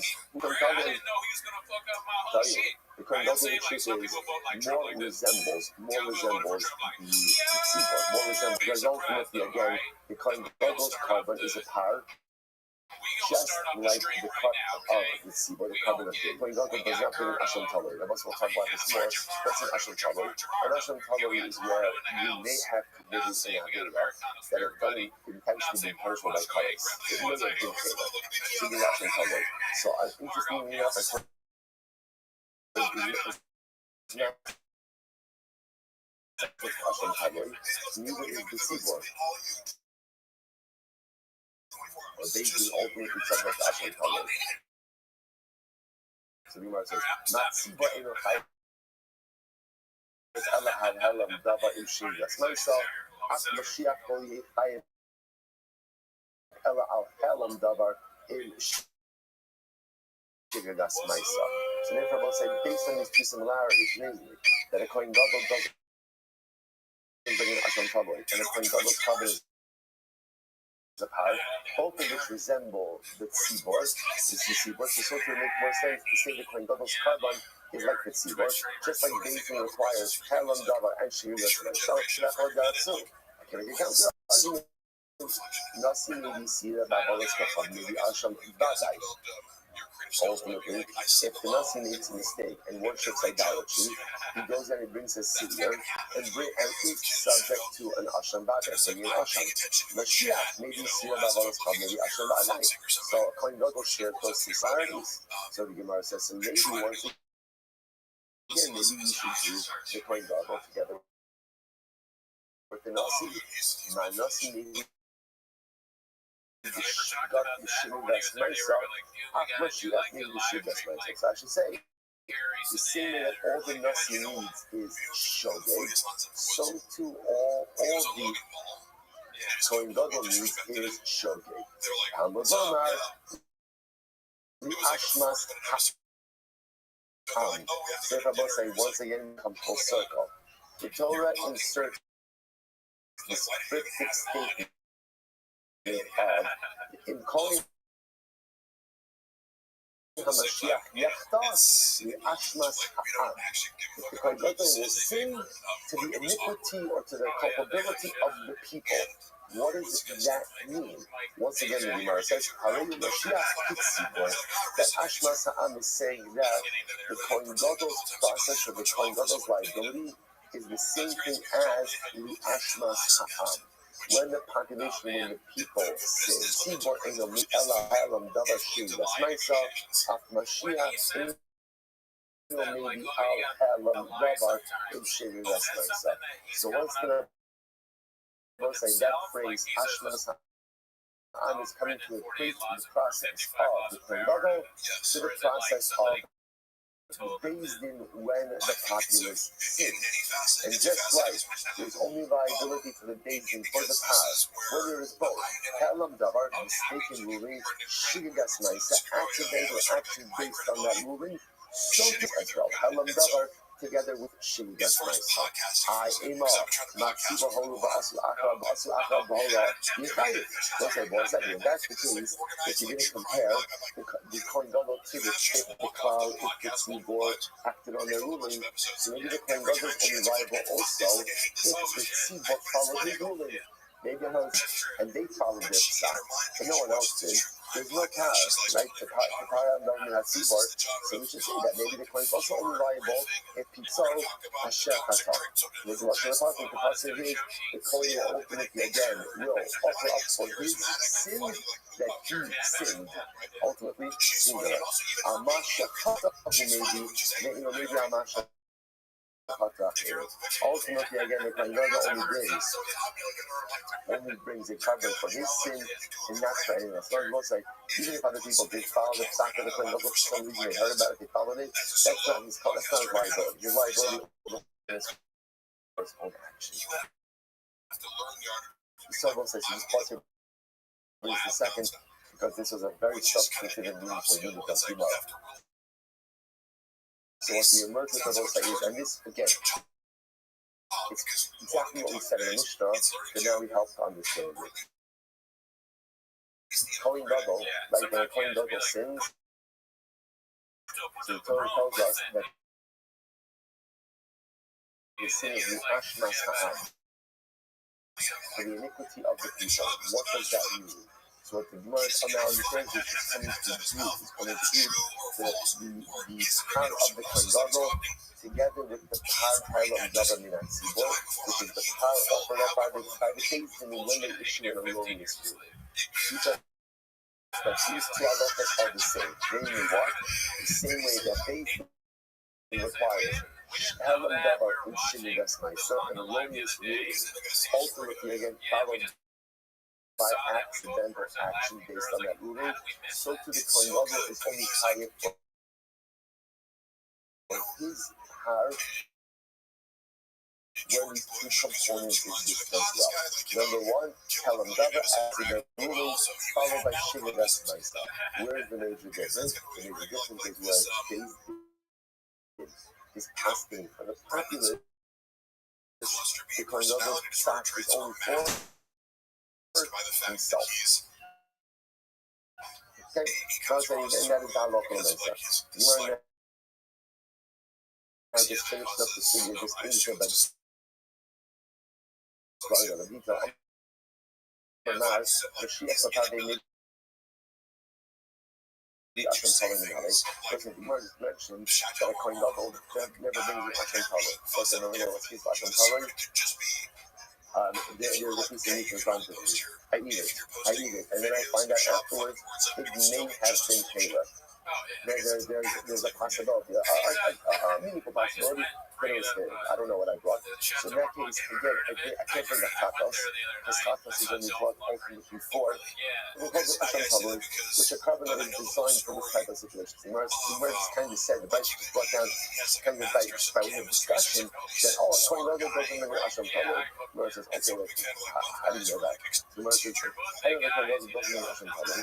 It says, the keeper Allah coin, al shigagasa asher shagag. As the Pasuk says, that ultimately, again, the Nagel will bring a carbon for his shogeg, for his accidental avera that wasn't accident. Yishechataso, the shigagasa shagag. This refers to someone whose chatas and shogeg are similar. That's a Mashiach, she'in shigagasa v'chatasa shagag. Ashma Sa'am, Akano Ka'alar, Leikala Asham, that it is only someone whose Chatas and Asham processes are the same.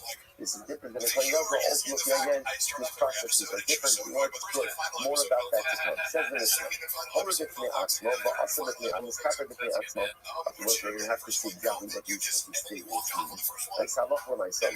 Still Kohen Gadol. That's still Kohen Gadol. So Kohen Gadol prescribed for himself. Now what it sounds like over here is he passed by himself and he committed the Avera for himself, by himself, right? Then this Kapelo is Ne'asmo. He is atoned for by himself. Now, what does it mean? Take a look at Rashi. Rashi's on the left hand, on the top of the left hand side. Second line, Torah. For Mashiach the Atzmo to go, the Molu betrayed, right?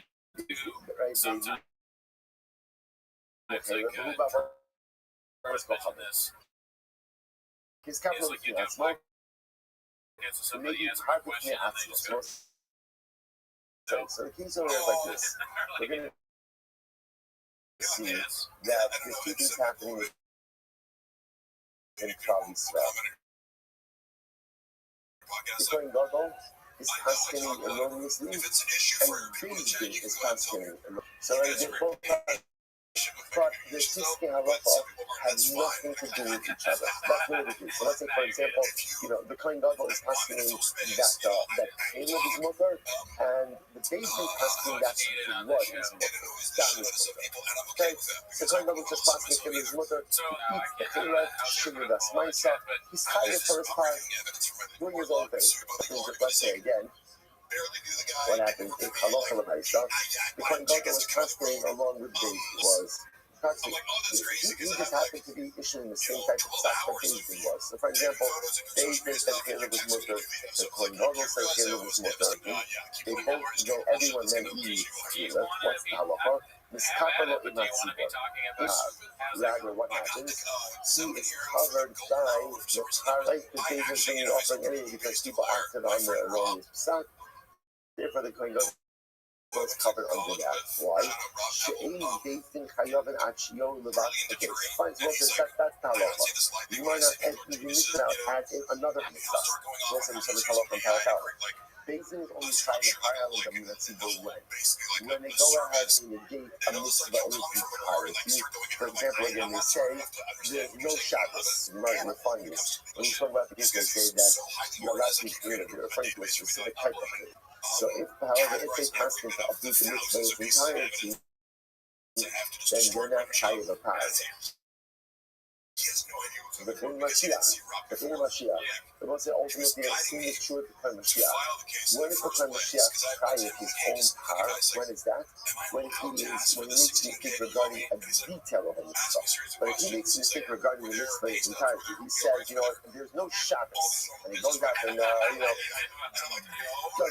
doesn't work on Shabbos, then he's not subject to it. Again, there's all the similarities between the Kohen Gadol in the power of the sequel. The Gemara says, good. The King HaMashiach, for no Bible, this become Asher the battle means us with kindness. In my idolatry, ultimately, and there's only liability if they negate part of the idea of idolatry. Okay, the senior to all the things in Mars. So how do you know this? How do you know this? Turn out on all in my Siba, but also in my Sibor. Yavi Parias, as well as the emerging jump into the second. In case no one is read, the Coin Vessels Casting, Dating Casting, the independent entity being sent to Scalafa, the Coin Vessels. But his thing, Dating does the case number 2 is Coin Vessels Casting in the same way with the Dating. So again, everyone, Coin Vessels same favor of his mother, Dating the same favor of his mother. In that case, Coin Vessels doesn't have to his own power, rather what? He's covered by the pot from government Asiba. So you must really know that when you talk about on Holy Master of Awesome Asiba, and you come with a costume together with the nation, and you committed the idea together with the Seaboard, Yahoo Yavi Kala, so you would have thought that he has to bring his own power in the month of the beginning. So Kabahomer, not sweet moods on the cloud Yahoo, when she's included all the he's not part of the gym. He doesn't have the same office as an individual and ultimately again, Coin Gadol doesn't have the same office as an individual. Man must see such a different asthma, just like the Nazi.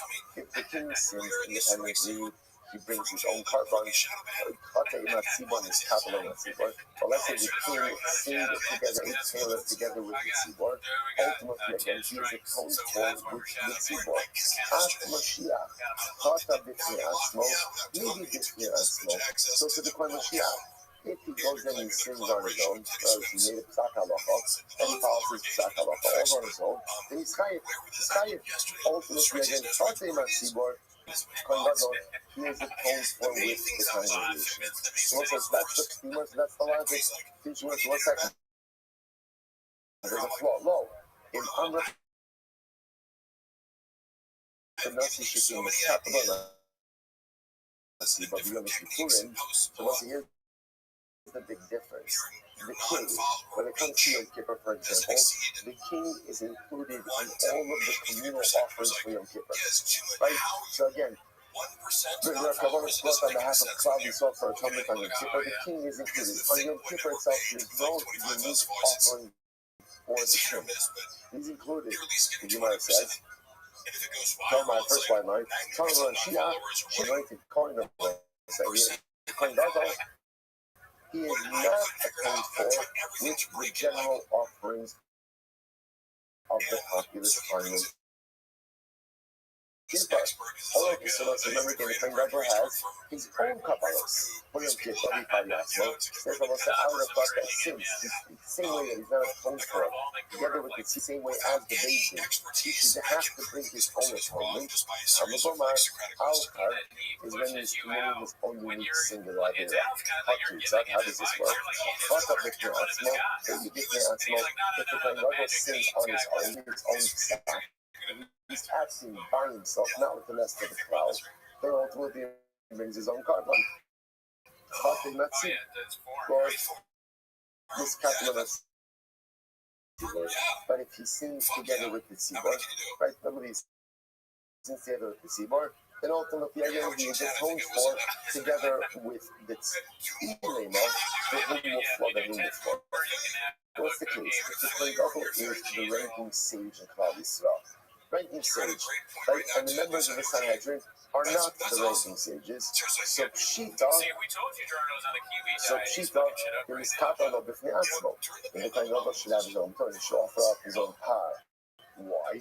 The Gemara is very interesting. The Gemara says, below clothes. If he's the ranking sage, not the ranking sages, then their urine is meaningless. Therefore, he should have to bring his own power. And the rest of Klal Yisrael, boy, Kispa Osira called Chad.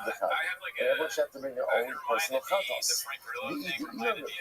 But ultimately, again, if the Sanhedrin are considered to be the ranking sages, and the Kohen himself is not a ranking sage, minus capital of the Atzmo, then why should he be able to bring his own par? After all, holding to the sage, then what is he doing passing halacha? And if he's passing halacha, then that's kind of like professional negligence. What is he doing over there? And perhaps he should not be doing the par at all. Some days or some days, I'm going to talk about Kigon Shahayim Muflim Shnei. I thought this is not the case. The case was where both of the Kohen Gadol was an outstanding sage, and the members of the Sanhedrin are both outstanding sages as well. So again, everybody's more capable of that. The Gemara says, "Sabra by Neymar, Chata b'fnei atzmo, Asa b'fnei atzmo, He'ezu dami." So it says, therefore, what's the case? So remember again, I will say, very interesting. Essentially, now we have two different cases, right? So now this has to be set up that both the Kohen Gadol and the Sanhedrin are capable. Ultimately, people are exceptionally capable. Yes, they still get to make mistakes. Everybody makes mistakes. Everybody messes up the line. Even the Kohen Gadol, even the Sanhedrin. So watch this. If the Kohen Gadol, like, issues his own psak. So again, he says Chelev is mutar. And Bezdin said that Dam is mutar. Okay, and the people acted based on the Bezdin's psak, and the Kohen Gadol acted based on his psak. So therefore, the Bezdin Sanhedrin is going to bring their par parallel government as Sibor, and ultimately the Kohen Gadol is going to bring things. Because they has to get together. Sitting on the same wavelength, but they both have to be issuing the same psak. But let's say it is mutar. In that case, the Kohen Gadol is going to be covered under the power of government. Tzibor, and he needs not bring his own cup. So the Gemara says, even if you look at the Lashon of the Mishnah was Atzmo versus Hore in HaTzibor. So like, if the Kohen Gadol passing by himself versus passing with the Tzibor. Sabra by the Nimar, what the bit so what do you mean? Like, not like ask it on his own, what's that case? The Gemara says, yes, means the Shnevakomos. So by the understanding, it's like the analogy of Jagged. They're literally again in two separate places. The Kohen Gadol was in one place, and ultimately the Sanhedrin in a different place. The Kamoru betrayed the sea. Furthermore, they're also saying regarding two different things, right? So two different geographic locations, Kohen Gadol one spot, Sanhedrin one spot, and they're also asking regarding two different halachas. Okay. I'm going to Rabbi. Akushni Makomos coming. Rabbi says, who cares about Yagid? What does it matter if they're not two different? Elafi, Yossi, the Kadmako, so even the Kamoru, the Tracy, the face gives me asthma. People will say, Rabbi comes to matter with geography doesn't matter. What matters over here is that they're concentrating on two different topics. Two different topics. If they're concentrating on two different topics, then Kohen Gadol will achieve atonement to his power, and the general populace will achieve atonement ultimately against the power has been governing us. Incredible. Let's analyze this a bit more. So Shita, so now, here's what everyone agrees on. In order for there to be ingredients, his power and the Tzibor and the Bezdin brings their power, that is constantly a two-different location, not focus about it, but everyone agrees they have to be constantly with two different take the Fiancos. Well, it's obviously when Ronald's constantly with Avodah Zarah, it's two distinct areas. The Chalukim B'Tanayu, the Chalukim B'Kavanos. Two different, again, two different Kavanos. The winter power, saying the power is soil. Because the Kohen will have to bring a power, and the Sanhedrin have to bring a power and a soil. Okay, the Hal Kama. I see.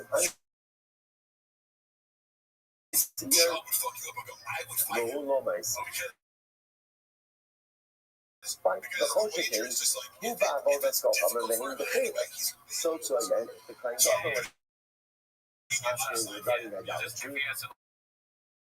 And ultimately, again, the Sanhedrin is constantly regarding Caleb. The Chalukim, the Karbanos, and the Damin. Ultimately, totally different Karbanos, somebody applied them.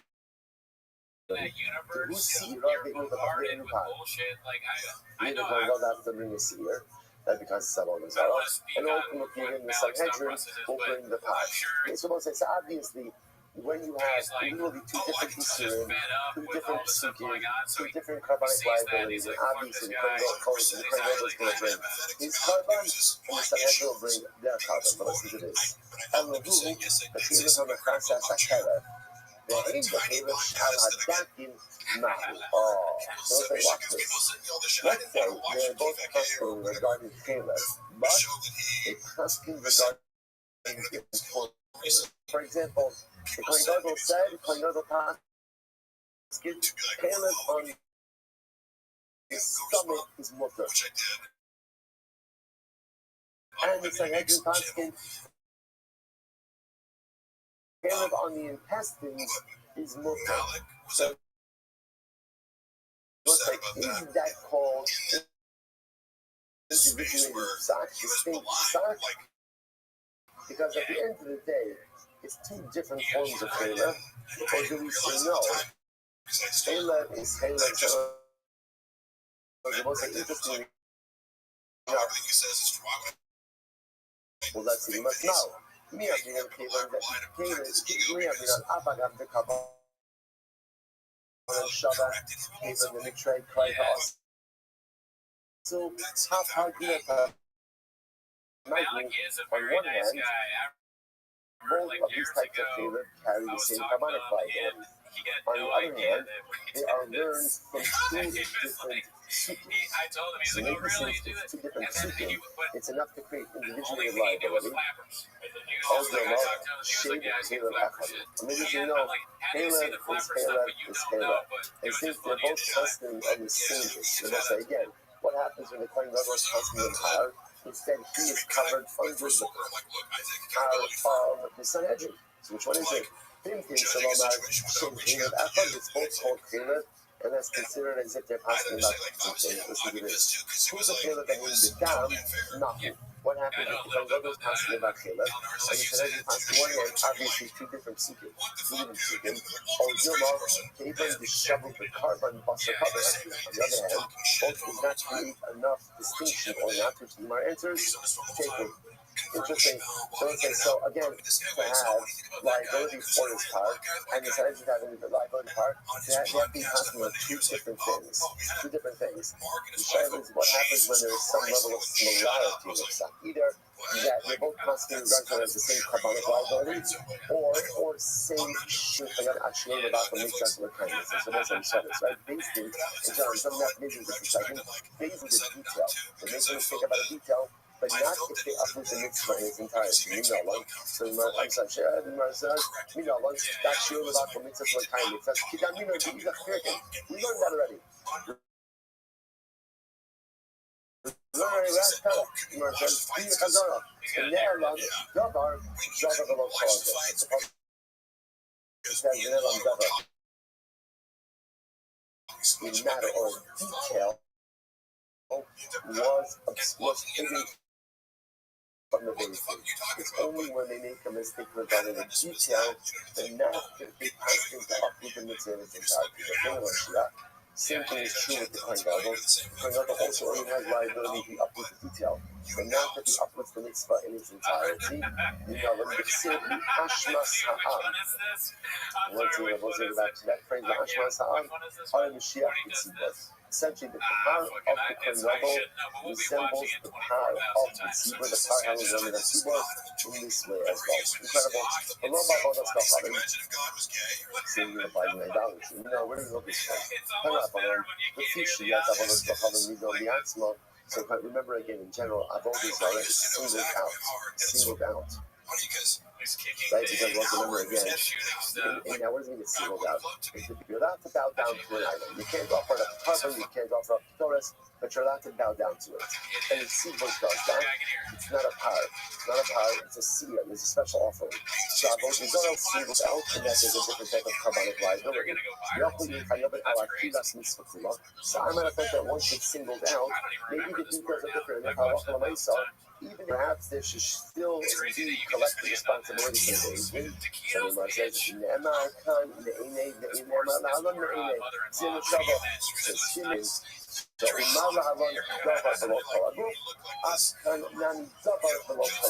so it's just like over there, it's talking about details. So over here, it's talking about the details. It says, so bottom line, so just so just to take away, right? Take away from this passage because we are actually absorbing a lot of information today. Only time that there's coin liability is if the coin is constantly on its own. Meaning basically it's either not doing anything or constantly something different. So coin double constantly, basically is constantly, there's liability for the coin and then ultimately liability for the business. But interestingly enough, it's halach for the main stuff. So coin double is constantly on the same matter of halacha as these things. So the coin double does not have individual liability, rather the coin double's liability ultimately again is taken care of by the par helam government. So an extra coming on, we'll start, we'll pick up the Mirza Hashem with executive support. Hey, we'll pick up the Mirza Hashem with the Mishnah tomorrow. Wait, who said it's not good enough? Because I was another day to everyone. Oh, it's not quite ready. That's crazy that he was part of that. I mean, I guess he's big, so it makes sense. Yeah. It's just funny. Who's the agent that signed him? That picked him? Because that guy should be, or woman should be talked to. They should be celebrated. All right. Yeah, I'll say. It's like, as a wedding, it was a cash cow. Like, it's earned a lot of money. Let me ask you a question about that, because I know nothing about the business. All right. So he made them a lot of money, and that's enough to be like, good morning. It will be our agent. Give me a whole week of last week. We do my thing, do all of our sponsorship thing. Our annual Talmud sponsor. The Social Talk about stuff for dedicating all the human trushes this year as his book. The Social Darnias and Sherman for his parents. Then Usher King Club figuring will selling and hope with a single of our even Bobby Show will be accepted on our singing with the Dinner Nishma, Shabbat Yaakov, America by Salvador, all the Nishma with Saudi Arabia, the families in the Hama, all those years, Bush have been getting so colleagues, so the Shah Shriya Hashem, bring home our hostages to show them the carbon of our holy soldiers to be successful, the full massive. First of all, let us begin with a really, really exciting guy ahead of us today. It's really exciting. Let's just say that. I was supposed to say that he's got both. And tremendous stress of it. That's really covering reading of John yesterday. We are picking up on him and James. Find these three lines up in the bottom. Tanya. Rabbi Shimon Rabbi Omer. Not Tanya Lomar. It's Har Shin Ben Bakar Pikach Lachatos. So we'll say context. This is talking about, again, when the Europeans were inaugurated for service in the business. In the details, the Kabbalahs that they're supposed to bring. So what does it say? They should make one of them into a chatos and one of them into an olah. Yochol te'ine'echeles chatos u'liyim. You might have thought that there will be in the Urus Kusim the chatos. And we'll know Hashim the olah. Therefore, the Torah says the second half is for olah, comparing to how so. Not olah alone ne'echeles chatos. Just like an olah is nothing. Okay? Kiyotzebo. Most of you already can see my really tremendous. Kiyotzebo. I'm going to be honest with you. Hagoim me'ashevi hagolah. The creators that this is your pasuk from Ezra. A pasuk from Ezra. So, last time I was here, the great stuff to have verses with us. Really like, such a, really such a special. Beautiful event.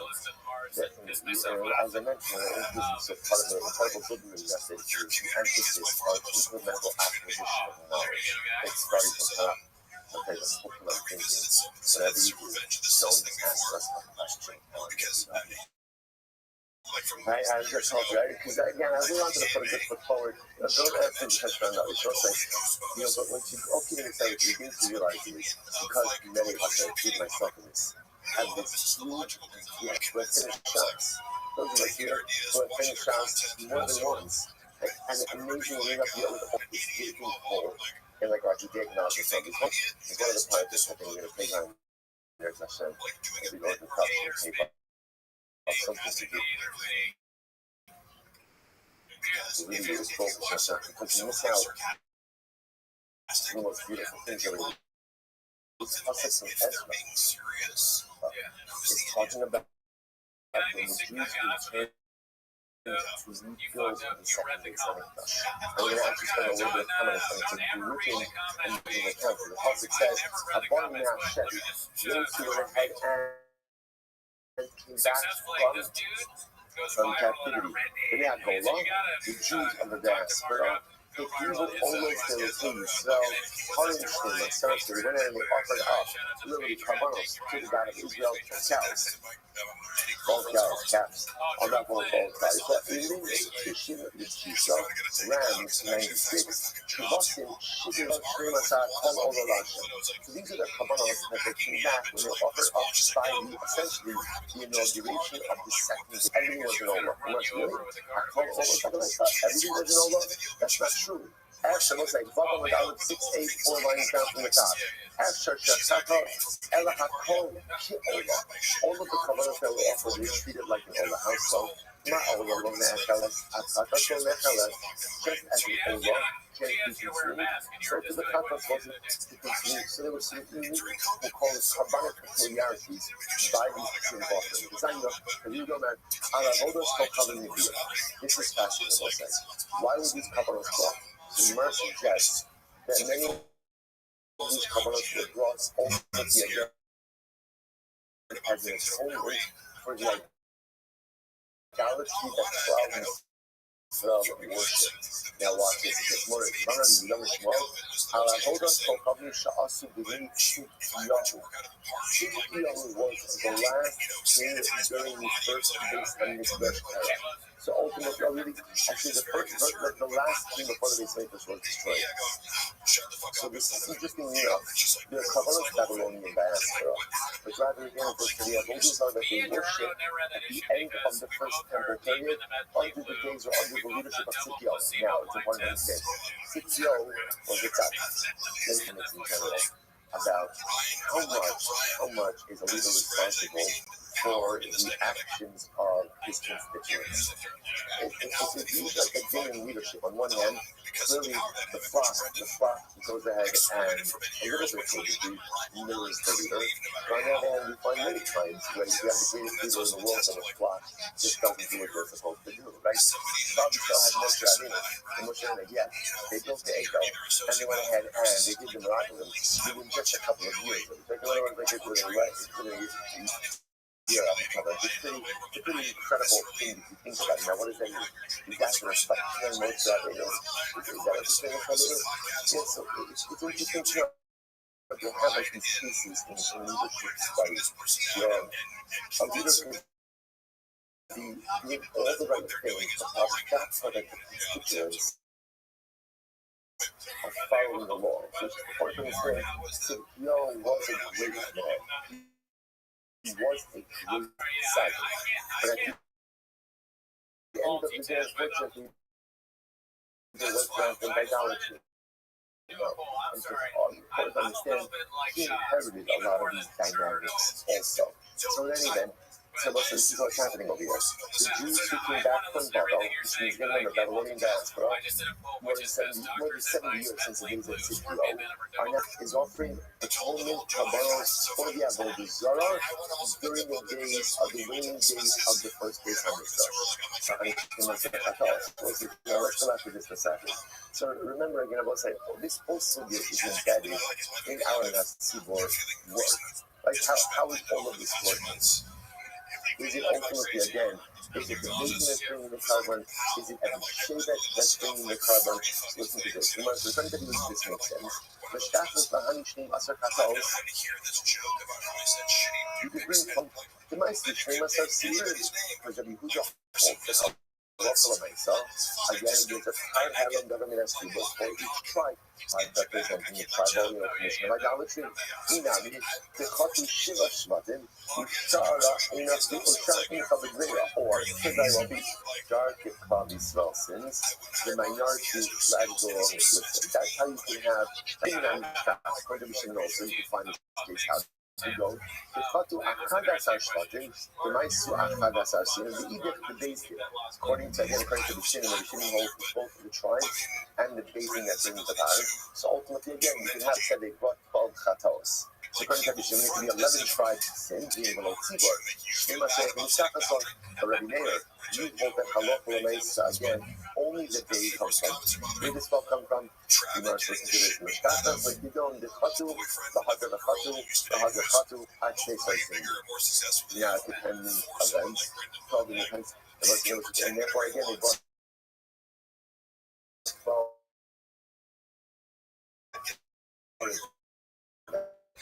I know, I think it's a 12 events. It's ridiculous. How can you not learn your lesson? Right? Looking in there, I can't ask any question of myself. I'm always making the same mistakes in life. Very rarely. I'm not really in the Kaddish. In the Kaddish. I cannot really make solution in terms of others. Rather, again, it seems to just be the same stuff, the same straight over and over and over. As much as we want to learn from our mistakes, sometimes we find ourselves in a perpetual cycle of making the same mistake. Now, here's the good news. Even if you made the same mistake 12 times, you could break the cycle. But even if you break the cycle, you know, you may fall off the wagon again. That's what you're saying. Sheva Yibol Tazik Lakan, the avoda of life is not perfection. The avoda of life is just getting back up in the aftermath of that. Nice, I know the problem. So here's the bigger problem. Let's get this straight. When the Jews came back with Ezra for the second Hamikdash, they were bringing the sin offering for the idolatry under the days of Tzitzil. Only one little small piece of, only one small problem, which is the fact that the Jews who worship idolatry under Tzitzil is dead. The death already. Like this is over 70 years earlier. Like, so remember again, think about it just a moment. In order to have liability during days of CPR, you have to be what? At least 13 years old. So what's the probability that now at 83, because the vast majority must have already passed away. So the nice second, how can this new generation bring an atonement offering for the Avodah Zarah? The prophet says, now, by the way, what this question is really predicated on is as follows. The Jews who worship idolatry on the days of Tzidkiyo, ultimately again, were Chai V'Chatos. Right? What the halacha of Chatos shows a simple case was it. Reuben goes ahead and accidentally buys up. Right? He has to bring the cup and Chatos. Right? Reuben dies. Right? So you go and get there. In there you say, is this Chatos? What do you do with this? Nothing. Actually, if you go to the case, you have to let the Chatos die. You can't bring a Chatos posthumously. You can't. You only the Chatos like it. Someone said, "Come in." Quote unquote, the owners of this Chatos, meaning the previous generation, Tzidkiyo, the Chatos die. How can this new generation bring a covered Chatos on their behalf? And that Papa listen to this. When do we say that if the owner of the Chatos died, you can no longer offer up the Chatos? That's the individual. But ultimately, again, it doesn't apply to the congregation. In other words, if the tzibur has a chatas they have to bring, there's no, right? Even if members of the tzibur die, ultimately you still bring the chatas all the shas, meaning the kol hakula. The food, she'im, nisa, the tzibur. Wow. Because there is no such individual God. Tzibur from Israel is always alive. Ein Nisa b'Tzibur.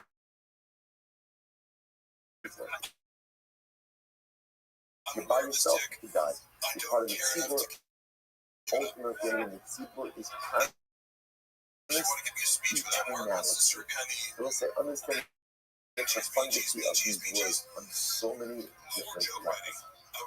Ein Nisa b'Tzibur. So let's say, first of all, this is the Nitzvahs of Klal Yisrael. This is why I will say, this is why no matter what we face, right? No matter what we face, no matter what we're staring at, that's often what we're scared about. We're scared about is what's going to be the collateral damage, what's going to be the level of sacrifice we're going to have to make. But our success, our eternality, our national longevity, that's never in question. Why? I will say, it's in the French, you know, the sacrifice down above on the dollar. Ein Nisa b'Tzibur. And I will say, it teaches us another important lesson, which is, as you go through life, you think about our contributions. You say, if my life is just about me, you just listen, that's beautiful. It's beautiful. There's only one danger with it. If all you do in life is serve you, then when you die, you die. You die. Individuals die. And let's be honest, individuals are forgotten. Like, think about it this moment. How many of us even know, who our great-great-grandparents were? That's only 4 generations. 5 generations. That's maybe you know a name, big title, you know a name. Use your life to make a contribution to the cloud. You do something to make a contribution to the Tzibur. But again, friends, let's slow it. Right? Figure out, you know what? We're taking to make a contribution to the cloud. And what that means is sometimes putting your own personal needs on the side and figure whatever community needs. You learn your shul, the great community where you need allow yourself. So listen, we're so often focused on what I need. Here's what I need. And even if I'm going to do something bigger than me, I'm going to do it anyway in a way that works for me. You can do that, but just understand, after the 120, get back there. I'm sure my kids will be give it 2 generations, no one will remember it. If you make an investment in the cheapest individuals than yourself, just do it for you. Not just knowing that you need a couple of friends, you just put your investment in the cloud and the Tzibur. That gives you eternality. That gives you eternality. Why? With the shifting Nisa. Most incredible thing I must say, you have to really work on becoming Jewish, community Jews, Rabbi Jews. And again, people think that I don't have money to do that. It's not money. Money's good. It's not that.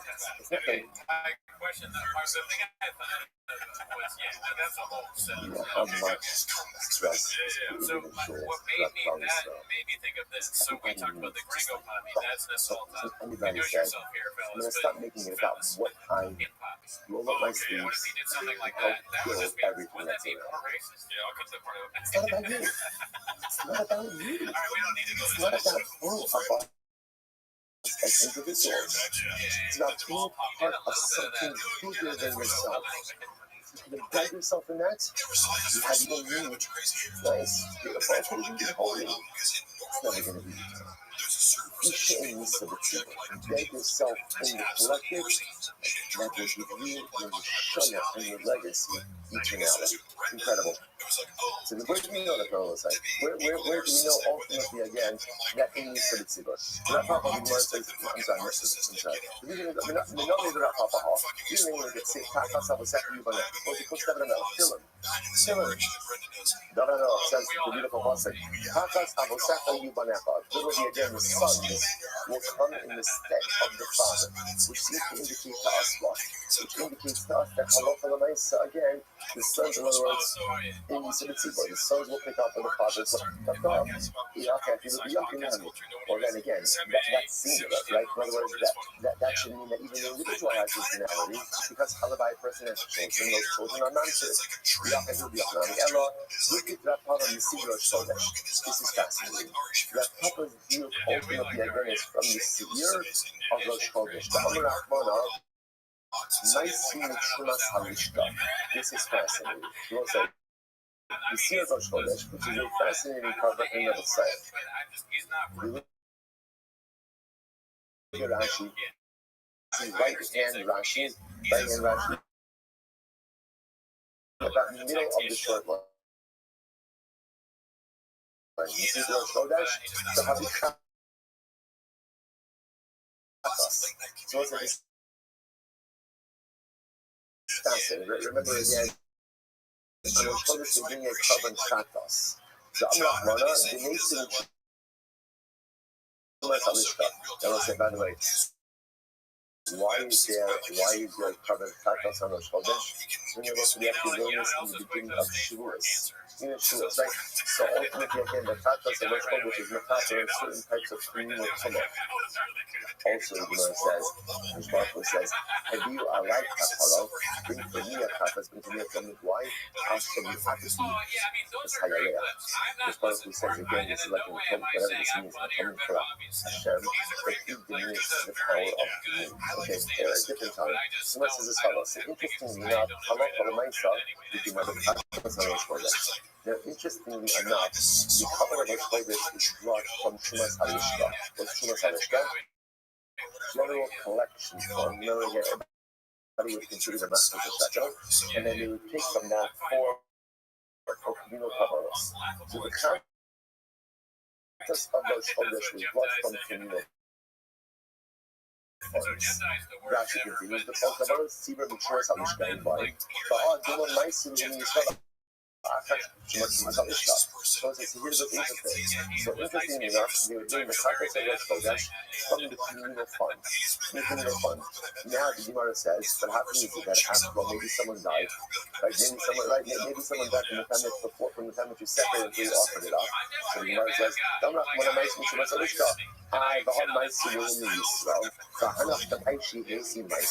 one second, how can this be? You have to bring a community between the time that you separated out and offered it, maybe members of Rabbi Israel died. And how can you offer up a carbon whose owners died? What do you see from here? That a Misa B'Tzibor, there is no death within the Tzibor, and therefore Allah Ta'ala allowed the Tzibor carbon. What do you see from here? That is only by individual carbons. If the owner dies, that you can't offer the carbon. But by a communal katas, even if some of the owners die, how could it be that by the inauguration of the second Mikdash, they brought sin offerings for Avodah Zarah committed during the times of the first Mikdash? Giving to people who need that carbon work. The Gemara is trying to figure out, where do you know that from? The Gemara says as follows. This is a very big difference. In other words, maybe no one died and you offered it. Maybe no one died. I think you're talking about more than a 70-year gap, right? So that's not a fair person. That's kind of up on the alpha, right? That's what I'm saying with my music. See, I put them place Hashem, Hadith Hashem. Once it says, most of it, about Egla Arufa. Egla Arufa, again, decapitated cat. You find someone murdered between two cities. Don't know who murdered him, measure to the closest city, elders of that amount, decapitate the cat, wash their hands over the cat, for most of the process. So what I said, they say that they wash their hands over the cat. They say,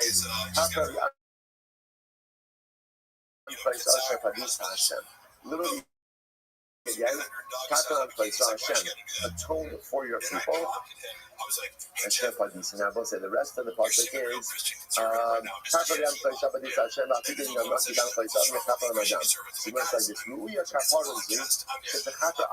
is wording over here. The elders are saying, Hashem, atone for your people whom you redeemed. What redemption find us? And Pasuk says, even from Egypt. So Egla Rufa is so powerful that it's atonement is even for Jews who left Egypt. And it was like, what's the status for Jews who left Egypt? What's the status, right? And they're dead. They're dead. So what they're talking about over here, that there should be atonement for people who are dead. So what do you see from here? You see from here that a chatos has the ability to atone even if he's already died in a seaboard. In a seaboard. So you must come on. Mita, how do you compare that? Hassan Kulu is Nino, Nigo de Mechapra, Chaim Mechapra Amianis. That's not a fair comparison because the Egla Rufa, all the people who do need kapara are presently alive. Okay, so now that it's going to atone for the living, we could also see by Egla, by Segeli Sanitas, it's quite possible that there was no one alive from the days of Sifio. There's no one alive from that. So how can you atone for it? How can you atone for people if no one alive? You're not going to sit there into this. It turns out that there were a lot of Jews alive during the inauguration of incredible. 7 years later, now what do you think this is shocking. It says, so the Pasuk says, interestingly enough, there were many of the Kohanim and the Levians and heads of households, Hajikunim, Asherol, as Habayis Hadishon, many Levians, many heads of families, many Ajinat. Can you imagine being one of those Jews, right? We've been living 2,000 years, 2,000 years just to catch us. About beautiful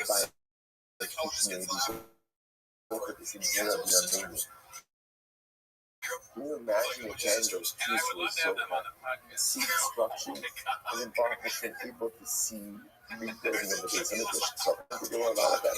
So you might say 1 second. The Gimel Mochakim Below Rapid. Now remember, all the Pasuk says is what? All the Pasuk says is that there were a lot of Kohanim and Levian elders. There were a lot of people. It doesn't say they were the majority, right? It just says that there were a lot of them. But still, maybe they were, in the great context of Klal Yisrael, still considered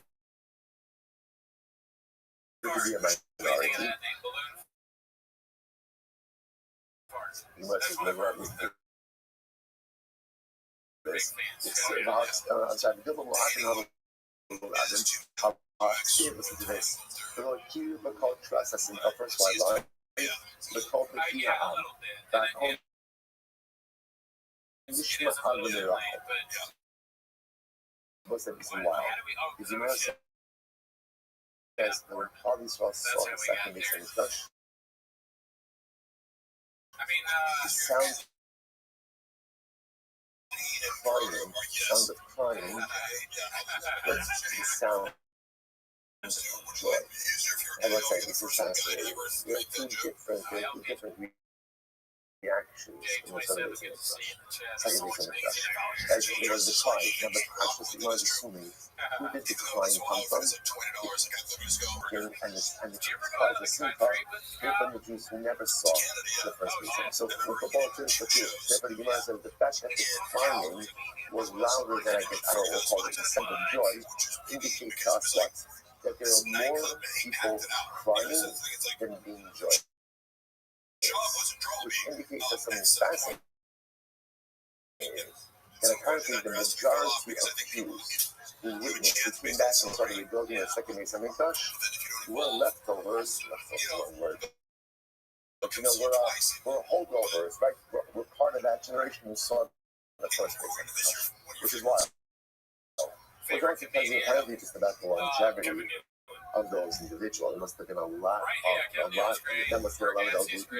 Now, what I think is incredible. The fact that the crying was greater than the joy also must make an indication the majority of Israel were in fact holdovers. Those are so profound that whenever Israel rejoices, it's an incredible thing. Our rejoicing is always a mixture of two things.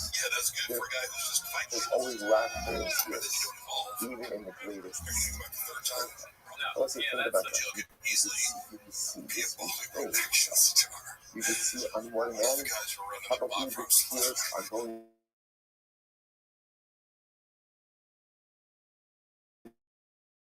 like water. Because in that moment, when you are broken, there's to see our birthdays and stuff. Listen, you always think about it. Right? 2,000 years. 2,000 years of, it's almost like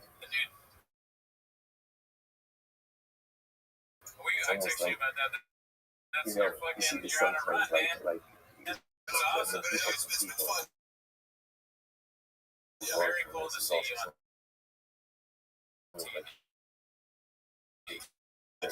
people finish line, they begin to try, they're nursing injuries and pain and difficulty and all that, but they kept it together because they have to get to the finish line. When we can talk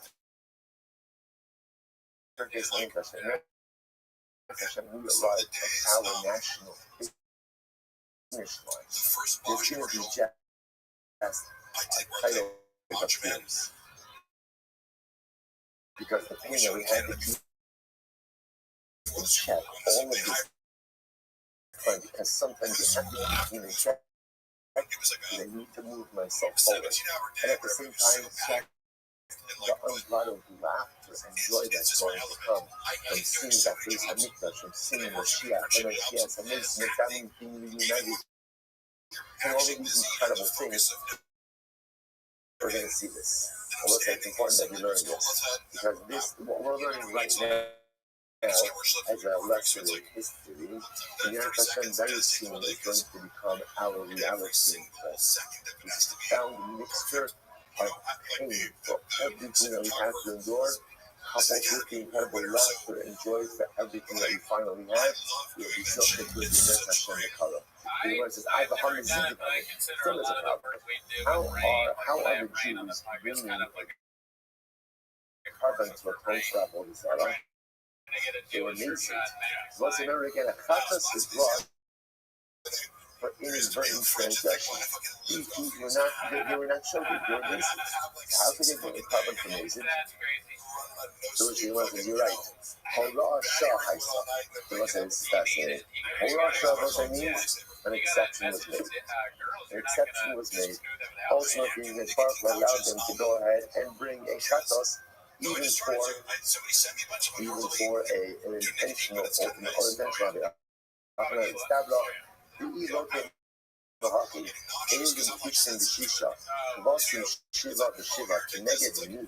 So I'll say for them, because you look at these Kabbalahs, these numbers are very interesting, right? There are 96, even 77 Kabbalah.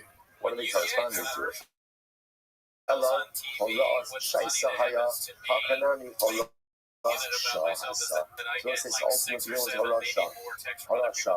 And they'll say, by the way, you'll ask yourself, why was there Allah Shah? In other words, it says, move on. They'll say, because if there's one thing, so that will be important in this time of year as well. If there's one thing that the Ribono Shalom has that's interesting, the greater stakeholder are Tshuva. They're not going to Shvar. Because when we speak about chill, we believe in our ability for second chances. We believe in our ability for second chances, we get our act together and we live differently going forward. True is not a possibility. And what's the point of trying? The spark we need to cloud itself to understand that the second base on the first representative is you start. New opportunity in the beginning. So sometimes for people to really believe it in the beginning, there has to be something concrete. So the ability to cloud itself to bring these chatas offerings as a tangible display, how can the spark produce? That means it. It's not saying it's okay, here I'm allowing you to do it. How you saw blood was coming up to know. To you with certainty that they can't have on. Race Achaminatsi, but the other, was it everyone supposed to do right so? Race Achaminatsi, what? I love it. So let's say, so now again, this small Halam Damina people, right? All these things that Station goes in and delivers an erroneous ruling. People in the line is this whole couple of weeks so died, they're Chayiv. Now again, we don't know who's Chayiv, we see what this means. Next Imar says, we based in Purim. Ultimately, again, if one of the members of the Beis Din dies, then ultimately, again, they are Pater. So he was a man Tana, who is the Tana. I'm a sister, I'm a Lizera, I'm a Yemia, I'm a Rab, but in the Amar, what do I know? So I'm a Basin, the beings of Sipa. The near of the king, which is going to be the halal of my opinion. So you're near home, when it comes to power, Helen,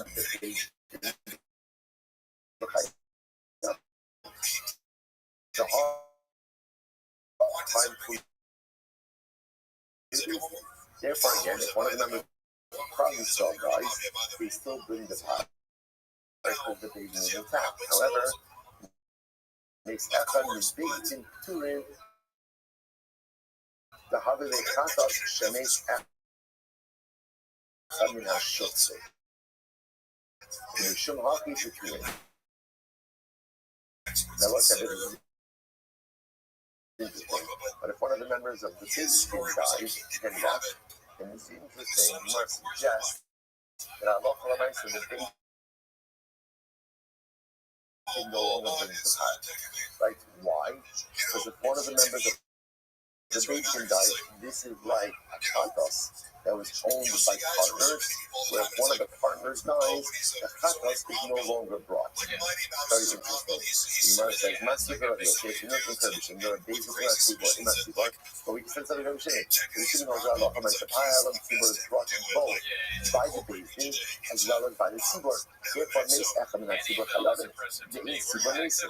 If one of the members of the Tzibur dies, you still bring the fire. Why? Because like we said, the Tzibur never dies. Tzibur never dies. Meis Echad and the Bezdin, and if one of the members of the Bezdin died, so then you know the Chatos shifts the need. Okay, I'm going to Rabbi. Interesting enough, what you might have suggested is as follows. If one of the members of the if a member of the father's cell dies, you still bring the power. Right? Because again, in the Tzibur, the issue with being used over here is that, so let's just play this out. Satan passing that is a maker. Okay, fine, you can't do that. Right? People acted on it. Now, Satan has to go ahead and bring a high hat of government. Okay, now whether or not the Tzibur brings or not, that's not what. Yes, not what we've seen before. Now, one of the members of the Beis Din dies. The Gemara is suggesting that the Beis Din will no longer bring the chatos. Okay, let's say differently. It can't bring the chatos. Why can't they bring the chatos? Because the parent of the Tzibur is the chatos of partners. Chatos are my partners. And now, look, it is that when one of the partners dies, the remaining partners of the chatos can no longer be lost. The Gemara says, sorry. Maski Torah, I think, the book of Michelle. But I'm going to fight. We're going to have to put it on the Rabbi. Shemini, the Shemini of the Chatos, and Mesa. The Rabbi said, point to the Shemini understand. And the Chatos should think not left to die. Not left to die. He said, I remember again. Understand, the chatos of an individual. So as we said before, even the top of the chatos, he separates an animal into dies. You can't go ahead. Chatos shmesu ba'ala, with the chatos and its owner died, you can't go fuck that chatos. Now, listen to this, the partner. So again, it could very well be that you can't uproot that chatos, but it's left to die. So the Gemara says, you have the power and the son of your keeper. So you separated out these animals, talk about it, service and losing their job. Right? Someone losing their job. Right? So they lost the power of the son of your keeper. So what do you do about it? What do you do if you lose the power of the son of your keeper? You separate out the set. Okay? They offer it up. They offer up the replacement. What happens? They find the old ones. Or the original ones. What's that like?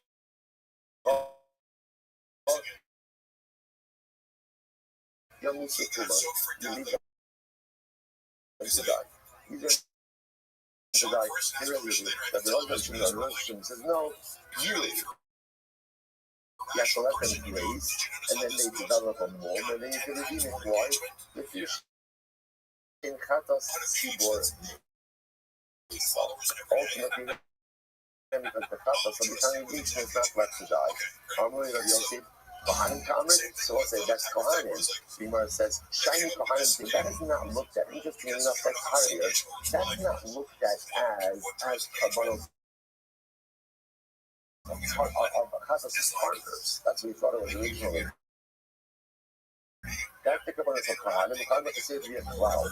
Gemara says, תקסיד על הכהנים והכל העם הקהל יתהפך. This is hard.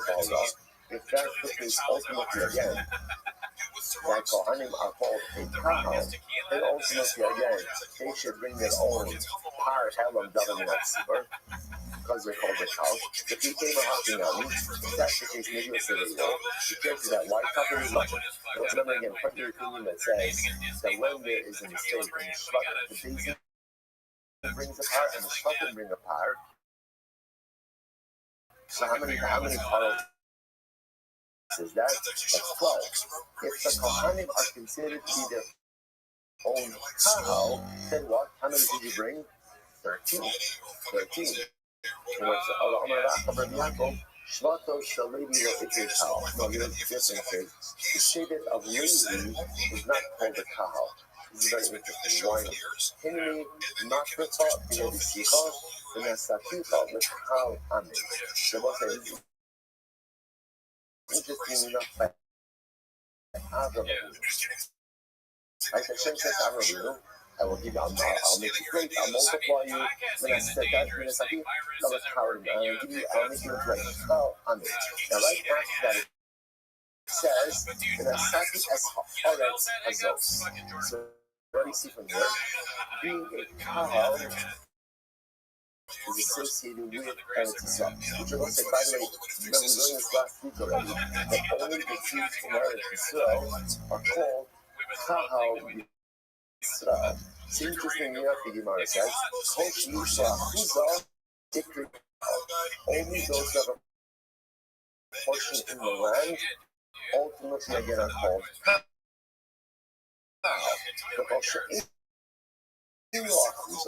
Whoever does not have a portion in the land, lo yital is not called kahal. So this is really fascinating. Therefore, again, enough, Sheva Levi isn't called kahal. Why not? Because I can be which I will say, by the way, is interesting. It almost seems like what it's saying is, what's the child? Okay. Because what's the child? If you don't have a portion, you're not part of the cow. Well, so obviously you can say it's a portion. There's not a deeper idea what it's things like this. Part of kahal Yisrael. What has to happen? You have to have responsibility for the actual advancement of the land. If you don't have responsibility for the advancement, you're holy, you're beautiful, you're wonderful, but that's not kahal. Like kahal Yisrael are people who roll up their sleeves and advance the common agenda of kahal Yisrael in Eretz Yisrael. If you're not working the land, in some way or another, if you're not advancing the land of Eretz Yisrael, then ultimately again, you're not part of the kahal. Now again, not being part of the kahal doesn't mean you're not, it doesn't mean you're holy. Also, that means you're also not part of the kahal, right? In other words, but yet again, we're holy with 11 part of kahal Yisrael. The kahal is something that is specific.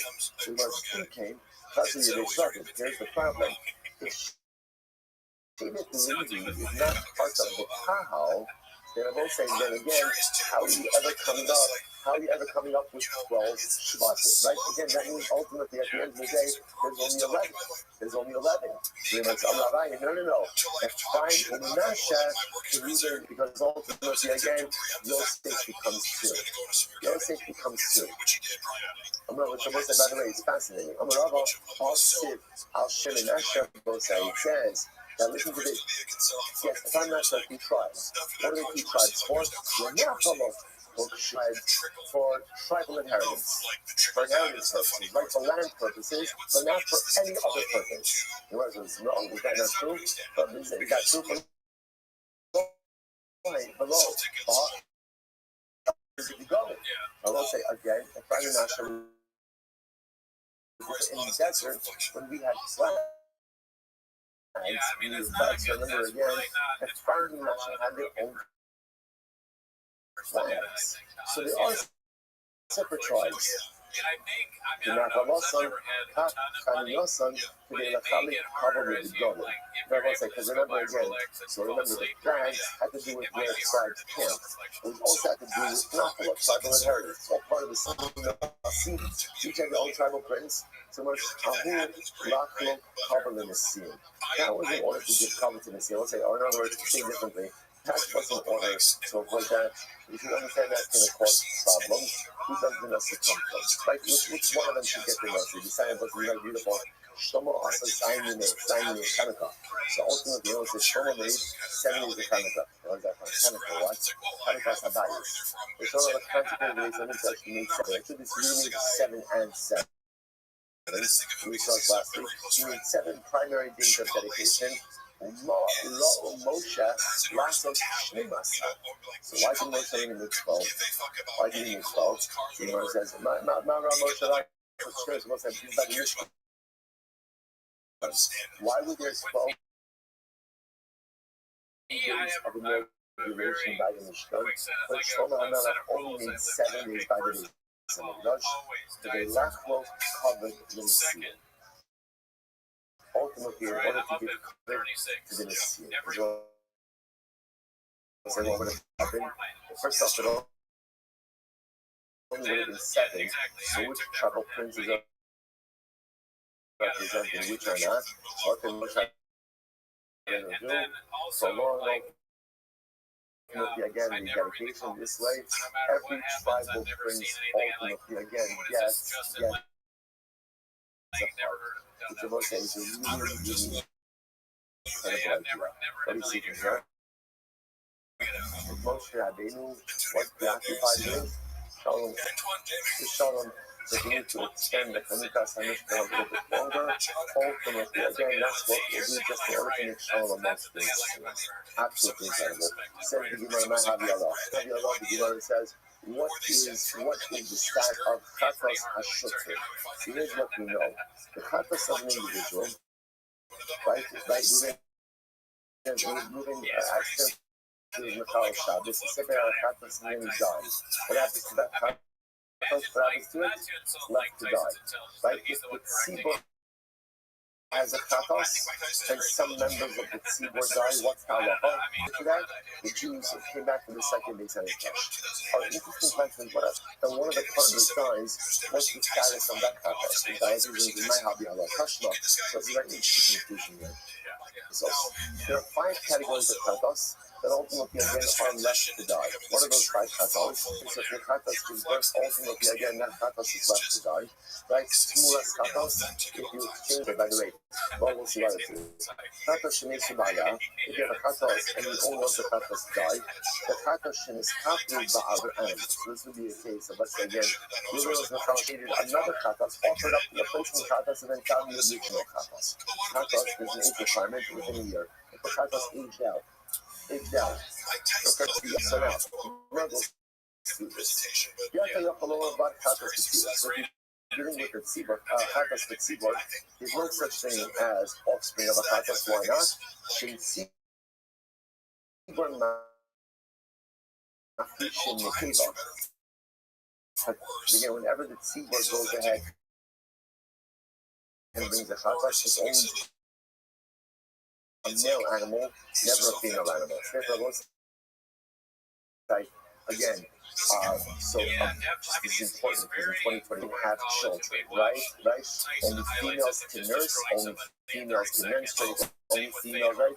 So again, right, there are certain biological realities that are only for females that men cannot do, right? So let's say, again, if you want to say, so by tzibor, there's no such word, it's only a male chatos, not a female chatos. I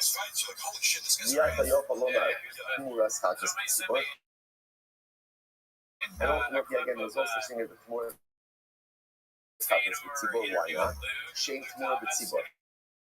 There's also the concept of Tmura only applies by, remember again, Tmura means when you exchange a sacrificial animal. So the halacha normally is, if you exchange that, there's a penalty by who is Tmura called the Shasha, both the original animal and the exchange by communal offering. That is the Geras HaKas. Tmura learns that from the Pasuk. Okay, next, the Asher Yokoloma, Chata Shalem, the owner dying. Why not? Shein Tzibor Mason. Because when you saw them, most we don't know by tzibor is kabubala. What happens if there was a katas at tzibor that and we lost? The owners went ahead and got a replacement animal, the original animal, and shava shnas, or if it aged out.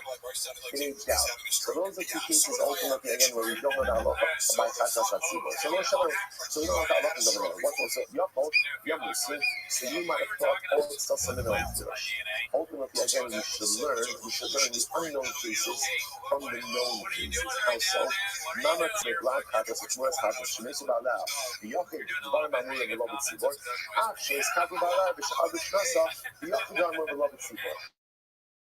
So what's the name? You should say like just like the first three only applied to individual tzibor, individual katas, and not to communal katas. So to again the remaining two, which apply to individual, shouldn't apply to. Let's see. So let's one second. If you don't actually see after that's not fair. Why is that not fair? Because at the end of the day, remember again, some of these cases are simply not possible by a tzibor as we already saw, which we must have shinin, the chad makam double. So what's the bottom line is the Gemara says that halacha l'may is left to die, they're a unit. Now what does that mean they're a unit? Either they all apply or they all don't apply. So therefore, halacha l'may for the shinin says is like this. Since when it comes to the katas tzibor, already out of the gate, three of them don't apply, right? Right? Tmura's not apply because there's no Tmura ultimately again by Akumino Katas or by Tmura offering, and ultimately again Chas Hashem Subbalan doesn't apply. Why not? Because in Nisa Tzibor, one of those two don't apply them by definition, the other two don't apply as well by a Chatas Tzibor, and therefore ultimately again, if you have a piece of a Chatas Tzibor where they lost the animal, went ahead and offered up a new animal and then found the original one, you do not let the animal, same idea, ultimately if it ages out, halacha l'maisa you don't leave it to die, rather you go ahead and let it graze, develop a more, and then sell it. Halacha l'maisa those five situations where katas are left to die, the only time you apply this if you could apply all five, if you could apply all five, great. Fantastic. If you can't apply any five as well. As we close out the parak, I don't know what is important. Just one piece of help for myself to understand we constantly one par offered up by basin. One par offered up by basin.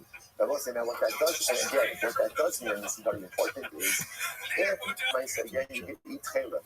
Right? So Fabi saw went out, somebody tried to apply, so somebody went out and ate chaylev, tried to apply, so went out and ate chaylev. And then it was discovered. So the Beis brings apart. The rest of the Shvatim are covered by the power of the Beis. If one of the members of the Beis does One of the members of the Beis Din dies before the par is offered, then the par is not offered. So again, that's the technicality. If one of the members of the group does die before the par, and the par not be offered, one par is offered up by the Beis Din. They both say, how do you know what par it was? Tomorrow, the adventure continues. Imagine being like, I'm a white guy, and I'm just going to make a special about how Mexican people suck. It's a crazy movie. It's like, you know, it's a crazy movie. This is Satisfied Golden Girls theme song, please. Thank you for being back. You ever go to Portos? No, where is it? It's like it's a chain here. All right, well, say good morning. Good morning. Let us begin by thanking all of our sponsors for this morning's shift today. Our annual Talmud Torah sponsor, the closely shared Joshua, this year has its course. So, also on Yisrael. Sponsors for the month of Elul.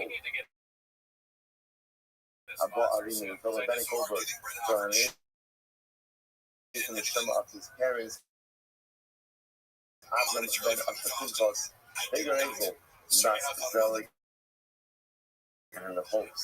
All the tears of our precious Gila answered during this month and the month of Shlomi Lila, Mishmas,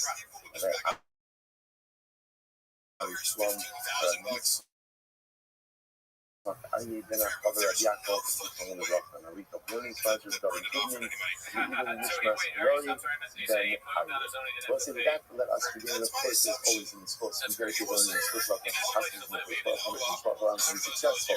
The whole Messiah there. Also, with that, let's go. Baruch Hashem, a lot to do today, but we got this. We need to learn and let's Hashem.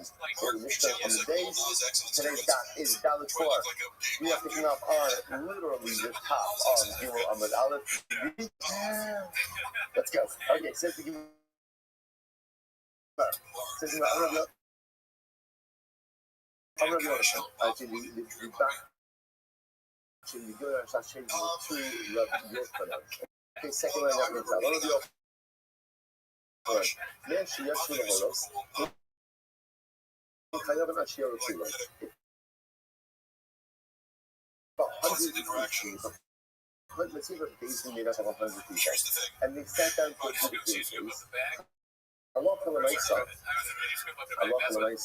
There's no obligation for Par Halam Darim at Sibar, unless, of course, all of them have to go ahead and have waited on the judges. Then call out that so Yishku, Achi Yishku Kulon, Achi Tisha Karaza Kaladas Yisrael. So what's an interesting Allah? In other words, the only time that a Beis Din is going to have to bring a Par Halam Darim at Sibar is when one abstains, for example. Ultimately, again, no car. I'm not going to the Roshia, how can I understand? He seems to be wondering the clear as well. The Fall Car, he was 10 or 1, Rubo Kutulo. Generally, at the concept of Rubo Kutulo, the majority, ultimately, is like the Hafak Slushma Kala is. So the Yochanan, that the entire Beis Din must be participatory in this Psak Halacha to have a Par Halam Darim at Sibar. Only of a Par, Afilu in there. Okay, so we're just learn. So it's the same. You are not questioning, right? If Beis Din passed in, and one of the members of the Beis Din knew that a mistake was made.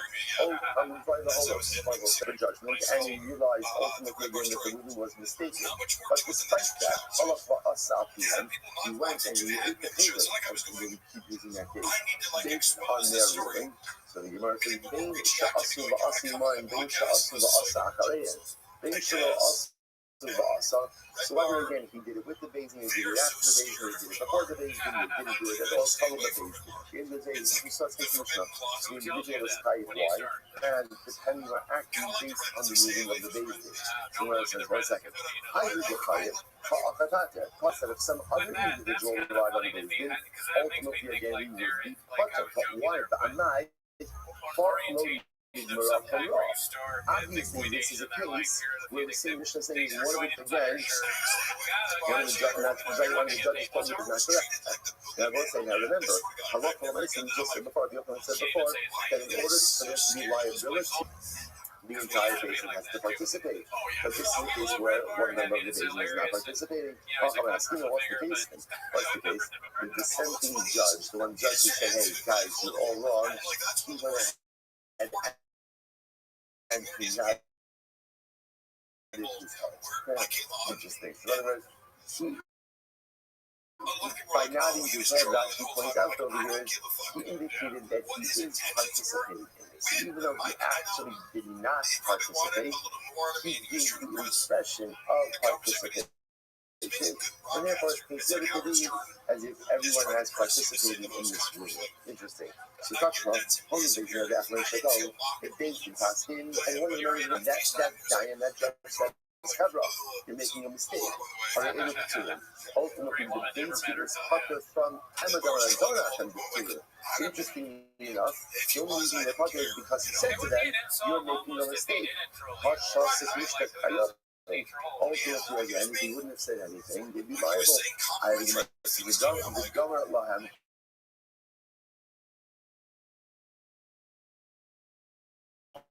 about not but once again, if Rabbi Yochanan, you're right, why should it be liability? Because Rabbi Yochanan is saying, or if there's liability, you need the participation of all the judges. But here, not all the judges are participating. On the Akinami, he don't share in the Russia. What's the case of it? The case is where he's nodding his head. So the act of nodding his head, halacha l'maisa, is considered to be participation. Interesting. So much of them are some food I was going to have so most of them each thing halacha l'maisa. Shamshir says, Rabbi July, on the teachings of the Rabbi, on the teachings of the Rabbi, who said, Hey, go in the Zera ala Tzibor, in other congregation, unless of course you know it's certainty that the majority of people have the ability to go ahead and uphold this halacha. Very interesting, right? You cannot legislate the laws in Avodah Zarah. Remember again, this is why Chazal had to rescind the concept of pas culture, baker's bread. Right? Bread made by a Gentile baker. Originally, again, the rabbis outlawed it, and then what happens? And then what happened? They realized that was impossible because you have communities where there was no Jewish baker. And therefore, that created an undue hardship that had to rescind it. So let's listen to the what's the pasuk that supports this idea? We want to quote the pasuk from Rabbi. Literally again, with a curse you have cursed me. And you are stealing from me the entire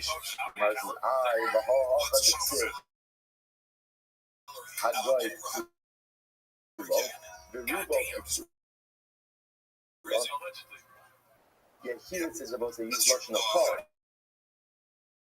But call never means everyone. Call means the lowest, which was in the right to Yufta, Rabbi Yochanan, to Yufta. In the end, we refute Rabbi Yochanan. Smith will say again, Rabbi Yochanan came along, and Rabbi Yochanan said, so whenever you have a basement, and you have a parallel of government activity. Remember again, what's parallel of government activity? That's ultimately again based in Paskin, delivers to the erroneous stock, majority of the cloud relies on it. There's a special covenant fraud. Who brings that carbon to power? Is it the Beis Din? Is it the populace? That's the machlokas. We'll get to that. But the other one is that the only kind of liability for that is when the entire Beis Din participates in the Pesach halacha. Where does he get that from? Because Lashon the pasuk is being called adas. The Gemara just went ahead and disproved that and showed that that's not true. Sometimes you could find the word kol, and kol can mean what? Kol can mean majority. Kol can mean majority. So therefore, Allah is effectively disproving of the Yochanan, and therefore you do not need to go ahead and have a parallel of the Natsibah. Incredible. The Allah Michael Adas, that will come up on us. So then what is the meaning of the expression kol adas? It doesn't mean that you need 100% participation. What does it mean? So let's watch this. What it means is, in order for there to be a parallel government at Sibor, the entire Sanhedrin has to have been in attendance. all 71 judges have to be present. If someone was absent, someone was not there, you cannot have a parallel situation.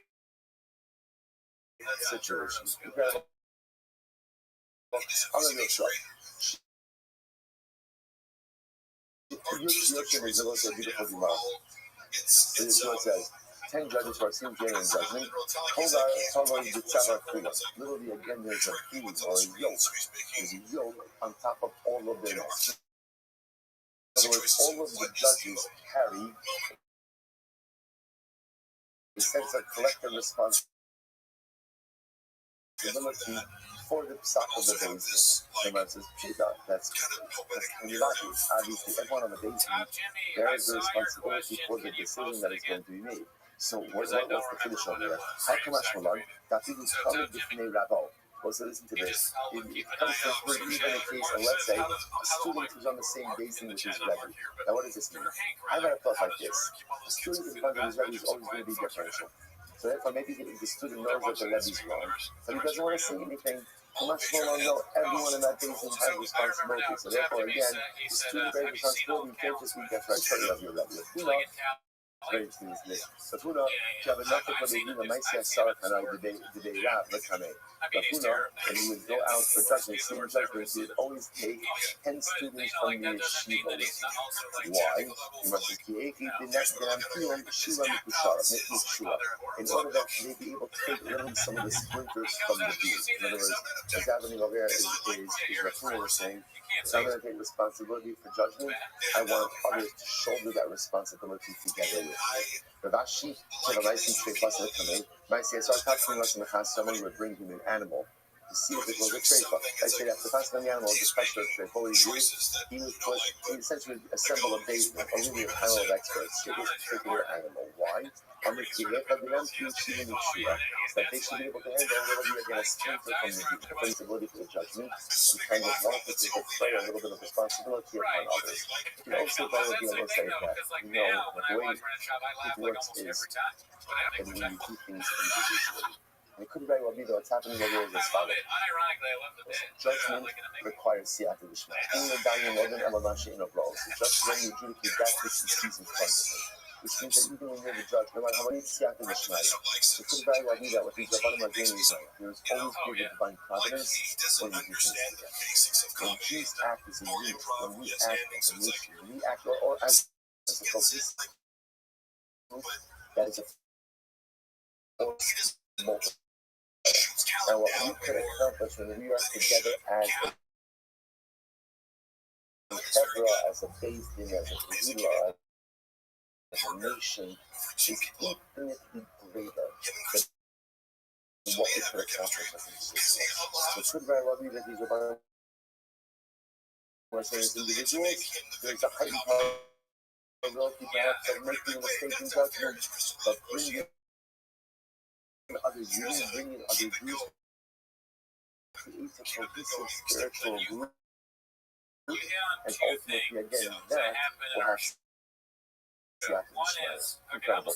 Mishnah, holy days in the Alushatao, the Chazu behind spiritually Kapras, and the Holocaust us up here, it was an interesting case of it.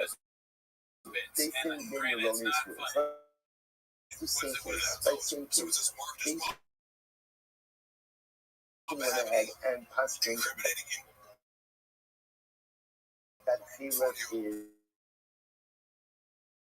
Caleb is mutter. Okay? They passed him incorrectly, and then what happened? They realized they made a mistake, they retracted their ruling.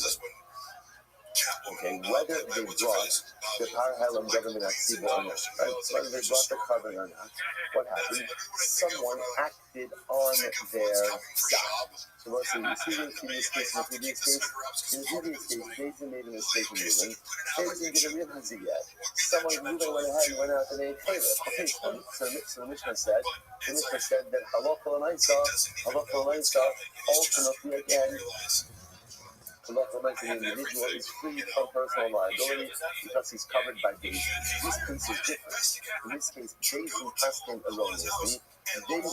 Beis Din realized their mistake, but Ruvain didn't hear about the Torah. But Shimon says, Reuben is talking. Reuben is talking why? Because Reuben is acting based on exactly what Beis Din. The Elazar Omer suffix. Elazar says it's a suffix. That says, interestingly enough, now what does that mean? It's a suffix. Relying on Beis Din, or that he's relying on himself? So the Gemara says, Ezu suffix, Yashav lo b'suffix. So, hi. So what's it's interesting to me that the Rabbi says like this. He also makes an interesting distinction in cases. If you're in his home, then you should know about the house. Right? You should know about that. You should know about what's going on. And you should have heard about the fact that things in reverse it's ruling. If on the other hand, ultimately again, he's traveling, and again he's out of his city, Akiva says, Mojani Bazet, Shukara Lopatim in a Chova. And Akiva says, I happen to agree with this case that he's traveling. This case seems to me that it's closer to saying that he should be Potter than why should someone who's traveling be any different than someone who's home. Shayoshi Beso, Afshar Hayalo Ishmoa. Zeh, no Hayalo Afshar Ishmoa. At the end of the day, well, it's the Akiva response. Someone who's home ultimately has every reason to know information. Someone who's traveling doesn't necessarily have access to that same information. Only pays and lots of cargo. Suppose that's case one. Case two. Case interesting. Case being pressed uproot, they made erroneous psak, but in this case, the way that erroneous psak is to uproot an entire mitzvah. For example, Amru, Ein Nid B'Torah, Ein Shabbos B'Torah, Ein Avodas Kochanim B'Torah. So let's say, for example, they say, there's no such segment of the Torah, there's no Shabbos, no mitzvah of Shabbos.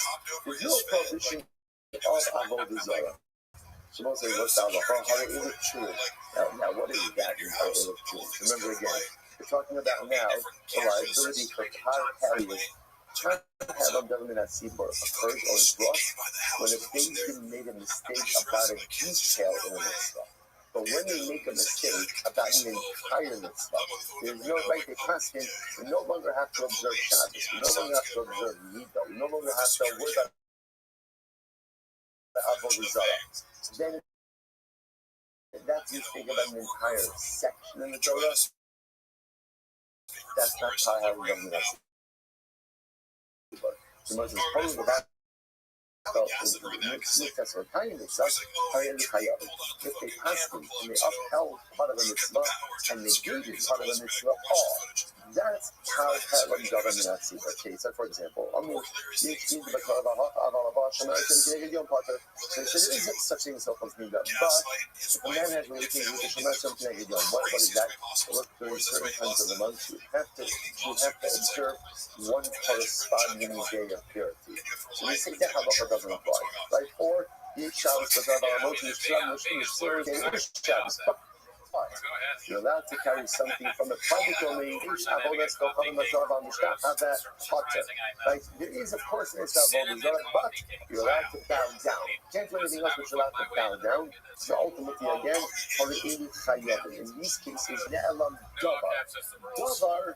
So the way the pasuk is structured is the pasuk says a certain detail was obscured by the Beis Din. When Beis Din makes a mistake about a detail, that there is par helam davar min hatzibur, then ultimately again there is no par helam davar min hatzibur. Incredible. So let's analyze this point a little bit, both of these points. So two cases in the Mishnah. I'm going to read Amrad. Nighttime Yoshin. This is not the first case. Case number one in the Mishnah was Beis Din passing that David is Mukha. Right? Beis Din then realizes it's mistake, it's action. And yet the Reuben goes out to eat Torah. What Reuben's status? So Shimon says, Potter. Rabbi Elazar essentially says, really it depends. It's a suffix. I'm not sure. Again, we talk a little bit about was he at home? Was he traveling? So the Gemara says, nighttime Reb Shimon. What's Reb Shimon? One of he says that he's talking. All of which was basically what was that? Ultimately, because Reb Shimon says, look, at the end of the day, why is he eating Torah? Why is he eating Torah? because he's relying on the sacrifice. That bottom line, that's the answer. So therefore, again, the fact that they retract already, that's nice. But if you ask Ruben, why are you picking up that piece of paper? He's going to tell you because of the sacrifice. If you don't know the version, I'm going to go out. Yokiga Osa Potter, the feature of Mishnah Bahala, and the happy you show you the music. In this other version, so losing the name of that, any sound that went out from the majority articles. And again, he is Potter, he must as well, because once again, Parahal, that shall see more, the Siri of other folk Avim, the Tila Golden Avim, let's say Parahal doesn't have Siva. Right? Let's say again, simple case. Basically, Paskin killed his mother. The Majority of Klal Yisrael went ahead and listened to that. Fine. So Shimon says, we make a collection.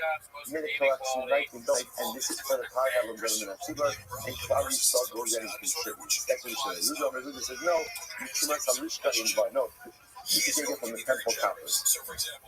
Now, listen, I watch this. I'm not feeling the government. How do they hold that? And what's like that? That's about the Parahal of government of Tzibur. And that's the case that when Ruben goes ahead and eats the paper, healthy things you didn't know, they're already collecting from the general population for the carbon. Levi says that they don't the Dagestan. So what's one possibility is in this case, they need a stamp collection. So they're fundraising, right? They're doing what they're fundraising for. Levi said, was it going to go other labor muscle, or he wasn't in the city at the time of the collection. Levi said, no. Rabbi got kind of stuff. Rabbi was a real time. The Sanyo, it's time. It's thought. It's Tila Golden Lord ready. Rabbi Shimon only trick, and it's Shimon who says that he collected from the, he took it from the temple copy. First, therefore, Taipasop is not public awareness. Okay, incredible. So remember, we're focusing now still on our first case in the Mishnah. They think Paskin that halacha l'maisa. Now, l'maisa, Caleb is mutter. They then realize their mistake. They reverse their side. Shimon did not hear about the reverse. So what happened? He is Caleb. He's liable or not. Right? Different than our first case, because in the first Mishnah, they did not know about the erroneous type of the ruling, and therefore, again, they're still in this psad. In this case, they utilize it. So again, Shimon says, moving to Potter. It's a state considered to be acting based on the guidance of the base. And then the Rabbi really gets into the suffix. That's analyzed a bit more. Tanya, Rabbi says, Rabbi Mekayah, but Shimon Potter, Rabbi says, Mekayah, Shimon says, Potter. Rabbi Omer suffix. And the Rabbi says, it's suffix, it's from Sumchas Amar, Pagel.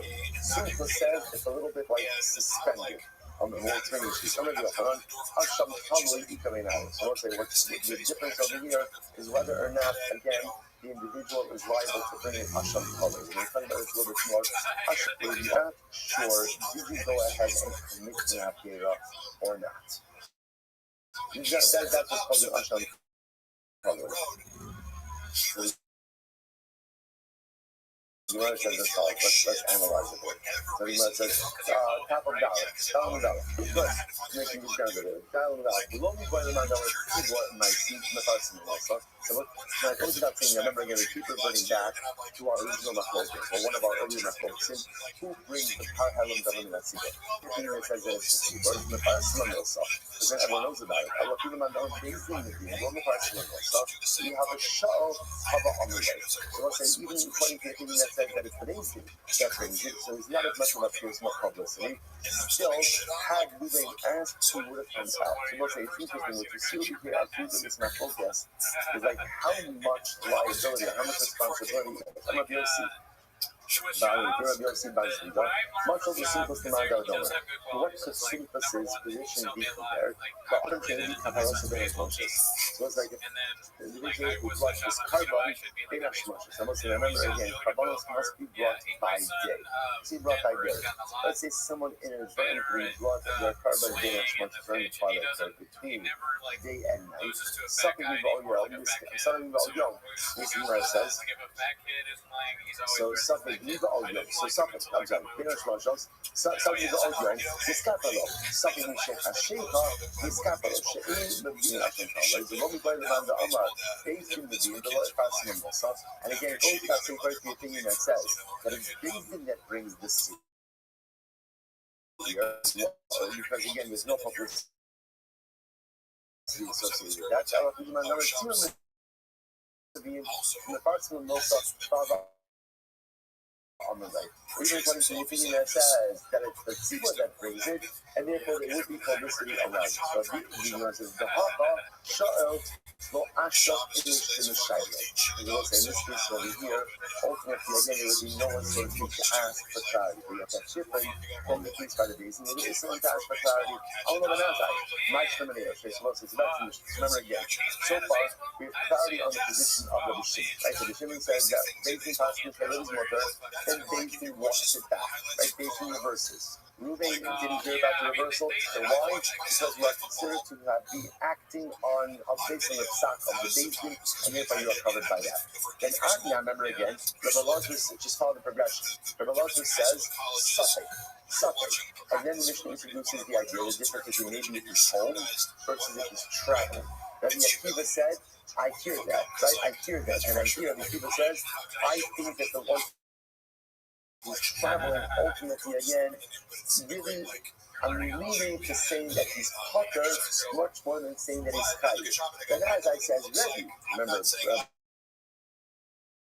then as I says, Rabbi Akiva's Talmud. So when Isaac says, Rabbi, honestly, what's interesting, someone who's traveling and someone who's home, it's Rabbi Akiva's fun, very simple. Someone who's home should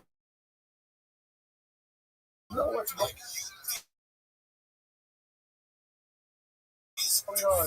Someone who's traveling doesn't have access to information. So Shaq is going to the Ben Azai, so the Shiva says, good, back to Ben Azai, or other hits, but that is loving 90s. This is the Yisrael site, we're not seeing the case with these. Let's say Ruvain also in the city.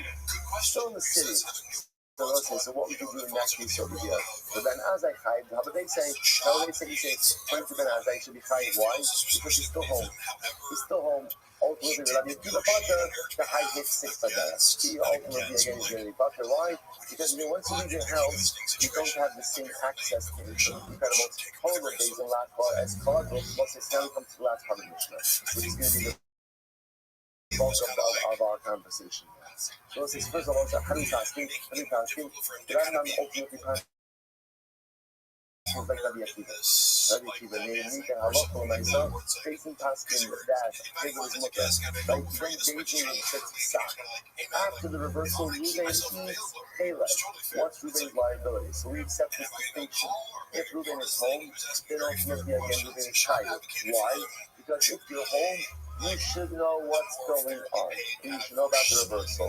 If Ruvain was traveling, then halacha l'maisa again, even if he just left his house, ultimately he's going to be punished. Why? Because once you leave your house, you don't have the same access to information, and he is considered to be acting based on incredible. Next.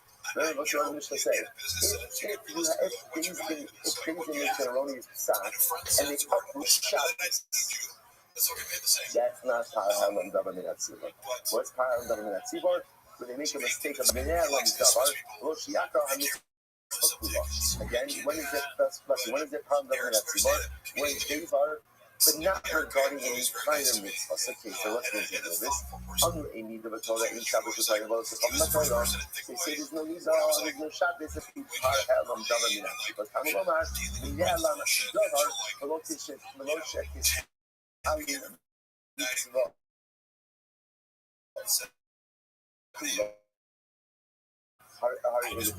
Again, it's halacha.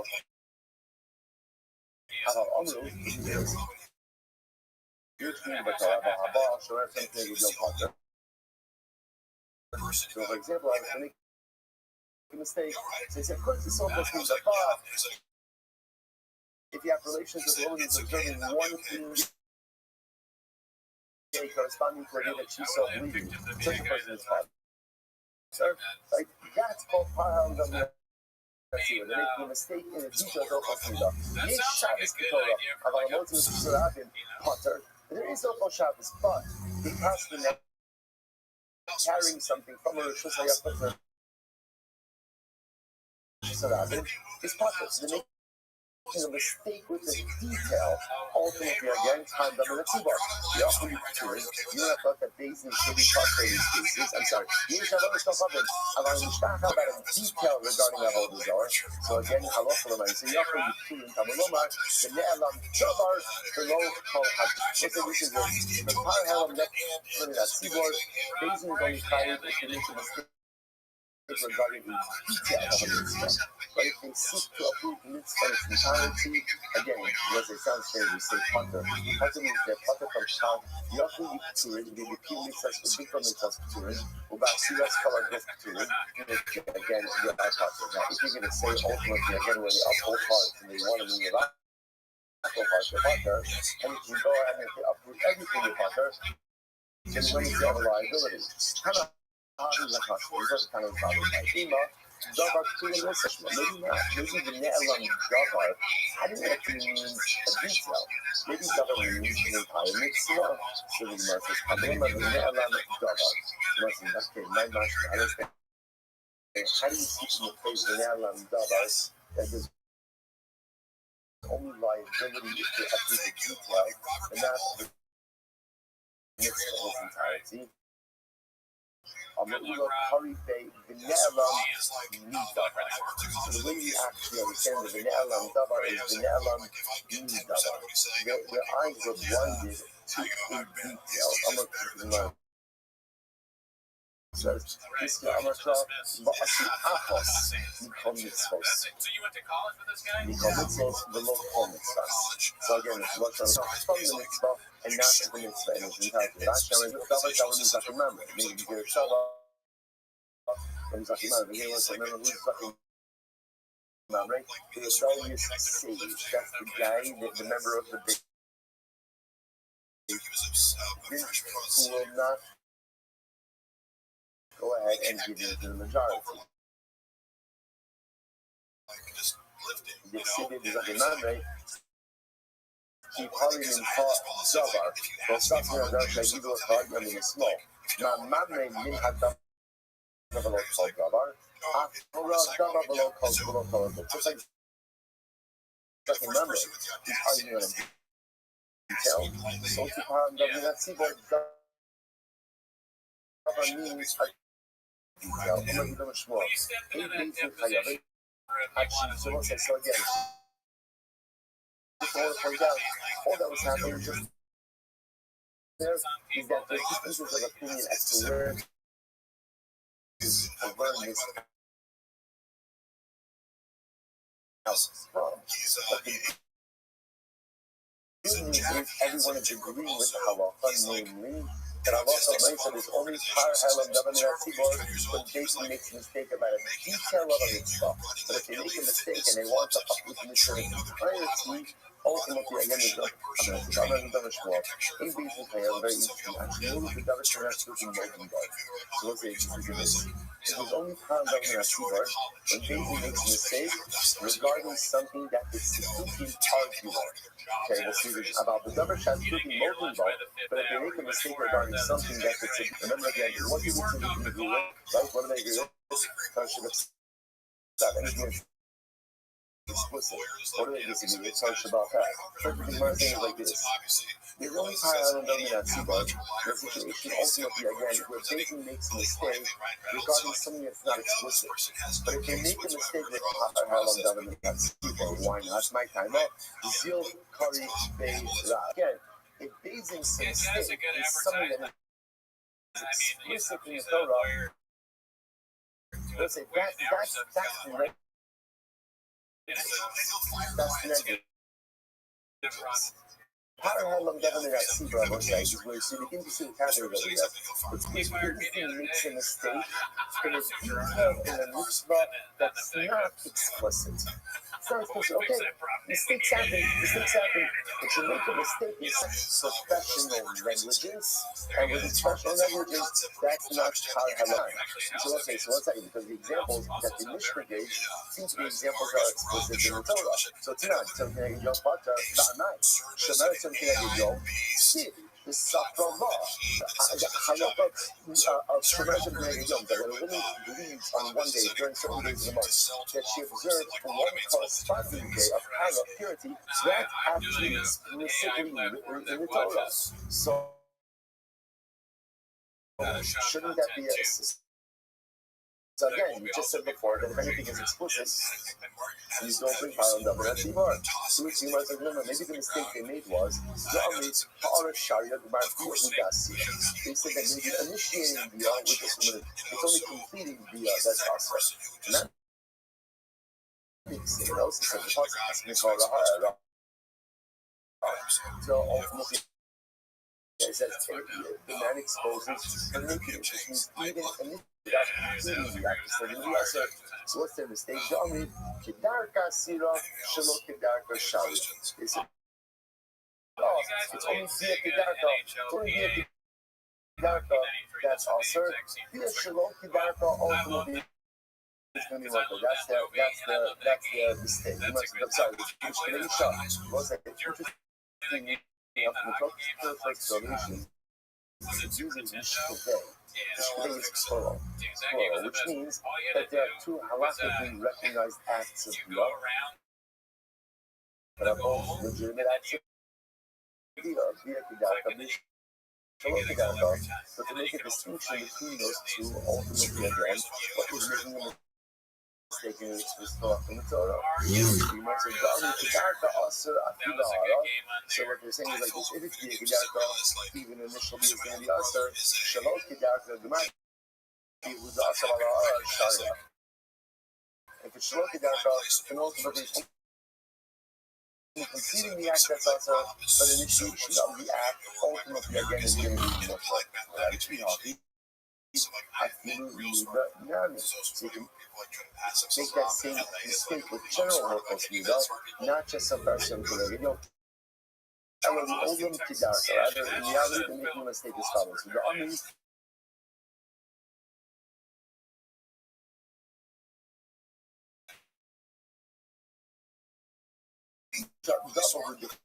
ultimately, and rather the mistake is about is initiating the earth, and the thought was it's only applied maybe a bona fide leader, but not so much of the so we're just trying to show how the case of Nida in the Mishnah is a mistake of that of the detail that is not explicit. Rabbi said, the army Zaba Hadi Ella be a mummy. The mistake they made is that a woman don't become a Zaba during the day. Where would they get it? From the Sid, call Yinei Zaba. Okay, so that's a good example. So they made a mistake. Only can only become a Zaba during the day because it says call Yinei Zaba. That's the mistake. Only can become a Zaba whenever she has a Zubus flow. Whether it's by vision, making a mistake in a detail. You might, I should say, in a non-expressive potter. So the example was, they said during Shabbos, but you're allowed to carry an item from one domain to another. What? That night, Hotzal Ksiva is explicit. The Gemara says, it's an explicit passage. Shabbos, the Amri, Hotzal the Asar, Hachnasa Mukha. When they say ultimately again, Hotzal, which means so much as a Yachid, is going to be Aser, but Achnasa, the reverse of that is Mokri by Sema. Tami Hotzav, Achnasa is Asira, Moshik, Vizorek, Shari. Or they say, for example, transporting an item is Aser, but handing something, holding something is Mokri. So again, an example of where the mistake in a detail.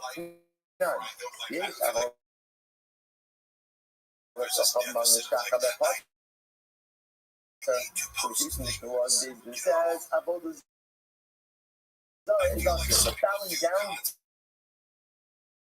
is mutter. 1 second. Bamai. Hamishtacha b'ha'ksiva. Lo tishtachave le'el acher. It's mitzvah pasuk. Don't bow down to another god. Zami tiasile ishtacha v'yekidarko. Havalo shelo kidarko sharia. They say ultimately, when is bowing down also? When that's the normal way to worship the idol. But if you bow down to an idol that's not the normal way to worship it, it's mutter.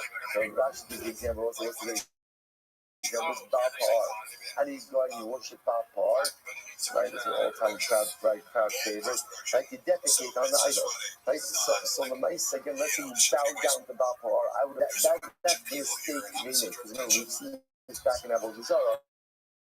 Certain forms of worship are also for all forms of idolatry. Now, right, prostrating yourself is one of those. The Gemara says, don't stop and group of the dark food also. This is that right line. Or stop and the rest of these are the prostrational bowing is also. Right, but ultimately again, non-full prostrational bowing is not also, which is a mistake. So that being an example of how I'm talking about this. So bottom line, the Gemara is acceptors when Bezin makes a mistake regarding a detail in a mitzvah.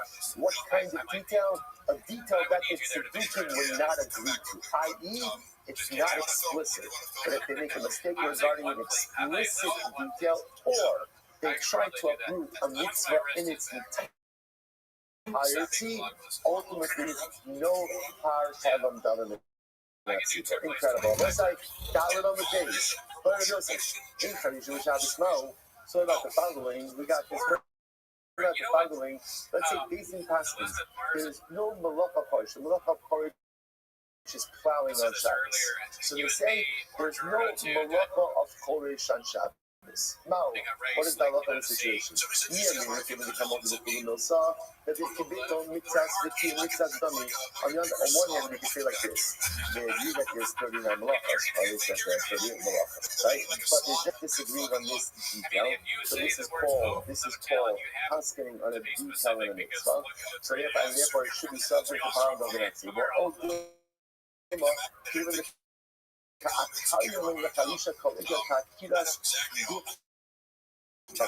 so or what they're doing with this psak is they're uprooting an entire malacha. So maybe uprooting an entire malacha is called uprooting an entire mitzvah, and therefore there's no power in doesn't like civil liability. So on one hand, they're agreeing at their Shabbos and that there's malacha. They're just disagreeing on one detail, i.e. one malacha.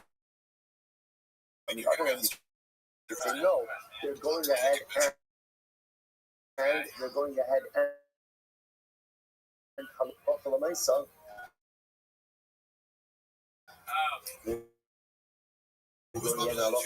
uprooting entire malacha. Maybe that's called uprooting an entire mitzvah, and therefore no har elam down in that season. But analyze the Tashma, he's going to become Balalaj. We can no partner. Again, going back to mitzvah stage. There is still ladies and Israel for Sindah, but if you have relations with the Shemerson, Kinegi Yom, ultimately your partner. Ba'amai, Harion, Shomeres Yom Kinegi Yom Kolikar. But they're uprooting this entire detail. Like the side, the Mishnah said, when Bezin uproots an entire mitzvah, there's no har helam done in that tzibah. We're trying to figure out over here is what happens when they're uprooting an entire detail that is part of a bigger mitzvah. So the Shemerson G'nayim, they're uprooting this entire halach. On the Torah say, Shemerson, they're making a mistake regarding detail about Shemerson G'nayim Yom. Not saying the Shemerson G'nayim Yom is more Tashma. Shabbos Torah, Havaramot in the Shirei. Rabbi Pasuk, remember again, based in Paskin, there's Shabbos but you're allowed to carry something from Rishus Halam to Rishus Al-Shriach Nisradim. Tanai, they're going there, they're making a mistake regarding the details. Such not. Yisha, well, let's go come to Matar Bao and Kachabet Potter. Right? They raise about the Zorah, but they're uprooting the concept of prostration. So once again, I'm conversation regarding a detail, a prostrational detail, they're making a mistake about it. Ultimately, the Gemara doesn't answer. Right? So now, but in Paskins, there is no malacha of plowing on Shabbos. So what is that? We say they're making a mistake regarding a detail of Hilchot Shabbos, right? And therefore, again, this parallel government at Tzibur, or no, they're uprooting the entire malacha. So therefore, that looks like the uprooting of an entire mitzvah, and therefore, no parallel government at Tzibur. So let's say, the Gemara is one more kasha, and then we'll answer this. So the Gemara says, Shabbos b'shvius maho. It's very interesting. Let's say based in Paskins, Shabbos doesn't apply during Shemitah year. Shabbos doesn't apply during Shemitah. Now, what would lead them to this? What would lead them to this is a mistake regarding the following process. The Kaddish is a Katzer Tishbos. So the pasuk says literally again, Kaddish means plowing, Katzer means harvest. You shall rest. It's not just the Kaddish. It's the Shabbos. So they're talking like this. When there's plowing, there's Shabbos. Well, there's not like a Kaddish, like a Shabbos. Well, when there's no plowing, there's no Shabbos. So that was their mistake. So based on Paskin, there's no Shabbos during the Shemitah year. So me, I'm here to say that on one hand, look, as much as they're being Mezachal Shabbos during the Shemitah year, but their Shabbos when? During the other 6 years. So therefore, this is called a mistake regarding a detail, not uprooting a mitzvah. Ultimately, even the Katariyale B'Shvi is Kakiras Aguktami. On the other hand, uprooting Shabbos for an entire year, maybe it's called making a mistake regarding the mitzvah in its entirety, and therefore no power of the mitzvah. The Bittul Mitzvahs, or the Piyah Mitzvahs, supposed to listen to this. You might bring another case. Right? The Navi comes along and says, I prophesied that here I've heard the word of God, and there's no longer a prohibition on idolatry. Basis for that. Ultimately, again, listen to this. The official mitzvah, the Piyah mitzvah, what happens if he comes along ultimately again, and he upholds part of the mitzvah, and he returns? Let's go from him when it comes to idolatry. Even if he says today, right? Fridays you're not supposed to idolatry, but the rest of the week you can. Ultimately, again, he's going to be liable. So what do you see from here? You see from here that halacha l'meisa, when you play around or when you mistake regarding a detail, that is or a particular part of a. But even if that part represents something substantial, but it's still open mistakes in the detail and not an attempt ultimately again to uproot the Torah in its entirety. There's I will say working backwards. Halacha l'meisa ultimately again was achieved as follows. Therefore, the case over here of where a person says, David says, there's no Shabbos in Shemitah, that's considered to be a mistake in a detail. By extension, the Moshe's case, David makes the erroneous pshat, and they say, halacha l'meisa again, there's no malacha cholish, no malacha plowing. That is considered to be a mistake in a detail of a mitzvah, not an uprooting of a mitzvah, and therefore there is par helam davar mitzvah. If you bring this all together, one is the power of ultimately, again, only when David can make a mistake in something that is not explicit. If it's explicit, as evidenced by the fact that even it's you can agree with it, no power of right? Furthermore, there is only liability when they seek a detail. But ultimately, again, if they seek to approve, or not that, if they make a mistake regarding the observance of a mitzvah and its totality, no And these cases where again the baby is making a mistake regarding a unit of a mitzvah, even though it's a significant unit, as long as the mitzvah bigadol remains in track, they will be liable to pay Helam Davar Minatzibah. Holy Beis Din, you have the Achmed Shetal. Beis Din made a mistake, and one of the members of the Beis Din realizes the mistake. That was like, see, by the way, this is very exciting. You don't always see it like this.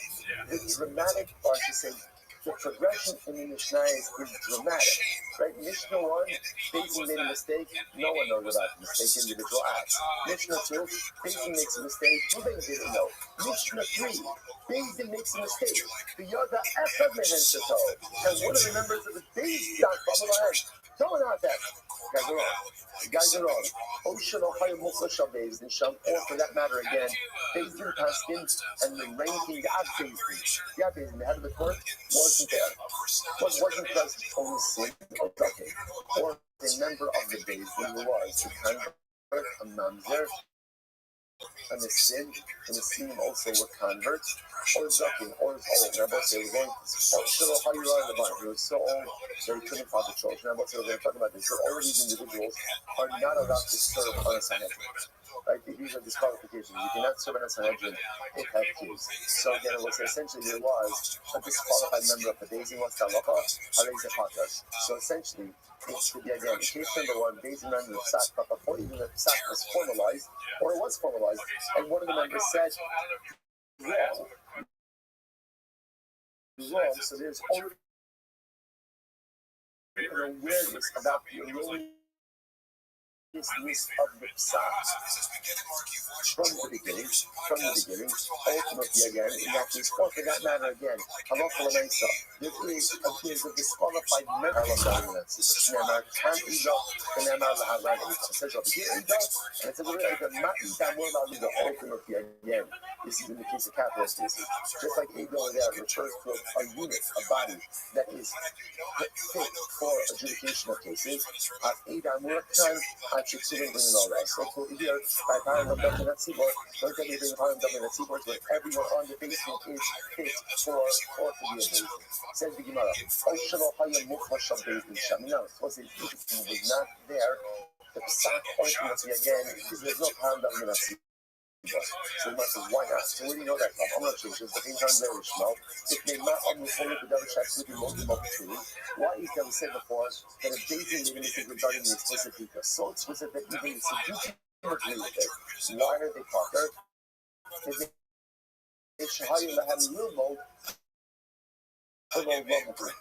they should know. They should have acknowledged they did not do so. Same thing.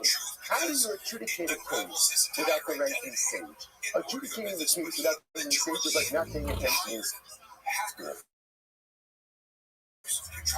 Obviously, you have a ranking sage. Why do you have it? Because he's the smartest guy in the room. Don't think about that. Don't think you are the smartest guy in the room. Like, there's usually someone smarter. So ultimately over here, there's an Beis Din. How do you go ahead and how do you go ahead and possibly out it? So they try to know.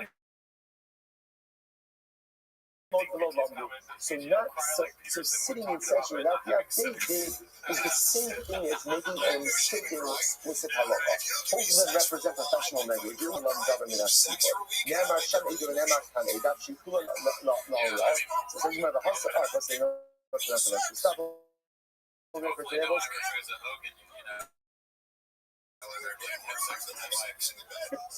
Has anyone ever tried Hogan you? Asking for a friend where they have sex with my wife. I don't know if the quality was of that, but sometimes it's just about getting where you need to go, even if the trip is a little sloppy. Okay, I rated up the next week, and now we'll see. You can see the pages ahead are a little bit. The print gets bigger. Tremendous. Good job, everyone. Good job, this. Good showers everywhere. Good showers. Good showers. I took a microdose of mushrooms before it came. out of coffee, fucking energy drink. Yeah, I saw you drink one of the rains, yeah. That's pretty good, dude. And you guys are like, so Alright, so your sponsor this month by Foreign Catholic College, Rabbi Solon Forever College, Sarabas Drum, Shmuel Ben Zakaria, and in Shamas Ben Ali, the family in the Hama, and Kasar Mishpach for of the Yards of Sarah Shingle, Bas Yamin Alevi, aka Grandma, whose yard was this past week. We hope that in America, our Thomas will have an Aliyah and the family in the Hama. About this, with that, let's begin a lot. Today's daf is daf A, second class Mishnah on the daf. 2, 4, 6 lines up and lines. Hopefully by now, Imam is getting into this. Hurries, you see the beauty of it, incredible intensity of it, a little bit of a different kind of view than what we're normally used to, but something very exciting nevertheless. It says the Mishnah, Horu Bein Shogi, but also Chalakal Shogi. If they made a mistaken, erroneous ruling, and Klal Yisrael acted upon this ruling, B'shogeg Ezra, Rabbi and Par. So ultimately, again, they bring the Par Ha'elam Davim. This is a special covenant that's brought when Klal Yisrael unintentionally follows an erroneous ruling of David. An erroneous ruling. But Klal Yisrael, again, B'shogeg, in other words, Klal Yisrael didn't realize that the ruling was incorrect.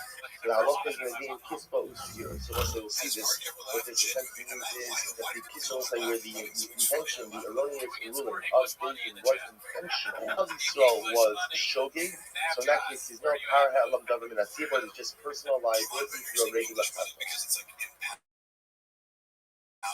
Shogeg ba'asim zidin are able to if the David was shogeg, but the people knew David was wrong, but they still intentionally violated, then the halacha is pater. Then there's no problem. So there's no Par Ha'elam Davim Natzir, because as we see, Par Ha'elam Davim Natzir is only when everyone is shogeg. That's number one. And of course, there's no personal liability, there's no kafas, because kafas is also only brought in the case of shogeg, and in this case, Klal Yisrael were misleading. The Gemara goes like this: shogeg is that if Bezdin delivered their ruling to shogeg, the Klal Yisrael went ahead and acted the Mezi. Hurry there, but no Par Ha'elam Davim Natzir. How shogeg is the Mezi? We can infer from this that if it was shogeg dunya, there was a shogeg dunya the Mezi, they done Shahoru Bezdin Sheffield of Mutter. So Bezdin, once we had this case earlier, Bezdin asking mistakenly that he was Mutter. Then it's Khalid of the Shuman, and then I will say what happens. I have a piece of food and a piece of sugar, where did that get mixed up? And I end up eating chayla. But remember again, my intention wasn't to eat chayla. What was my intention to do? My intention was to eat shuman. But yet I ended up eating the chayla. So we'll say, what's that? So then you want lema. I'm sorry. We'll say that would be a case of shogeg dumya b'mezid, where I should be covered ultimately again. A liability by the sacrifice, which the Gemara says. If that's the case, if shogeg, we have to get. If that's the case, then it can be inferred from the Mishnah. Yet, why does Rabbi Bachama ask about us? Shogegin, fellow say for Shogegin, but us. But let's see, don't infer anything from this lush. Rather, again, the Mishnah was just was Mishnah in the since the beginning of the Mishnah began by saying Shogeg.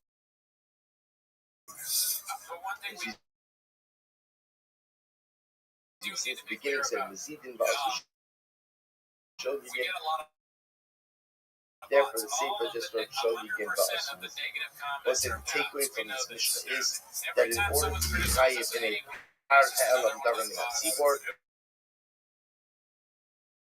in order to be chayiv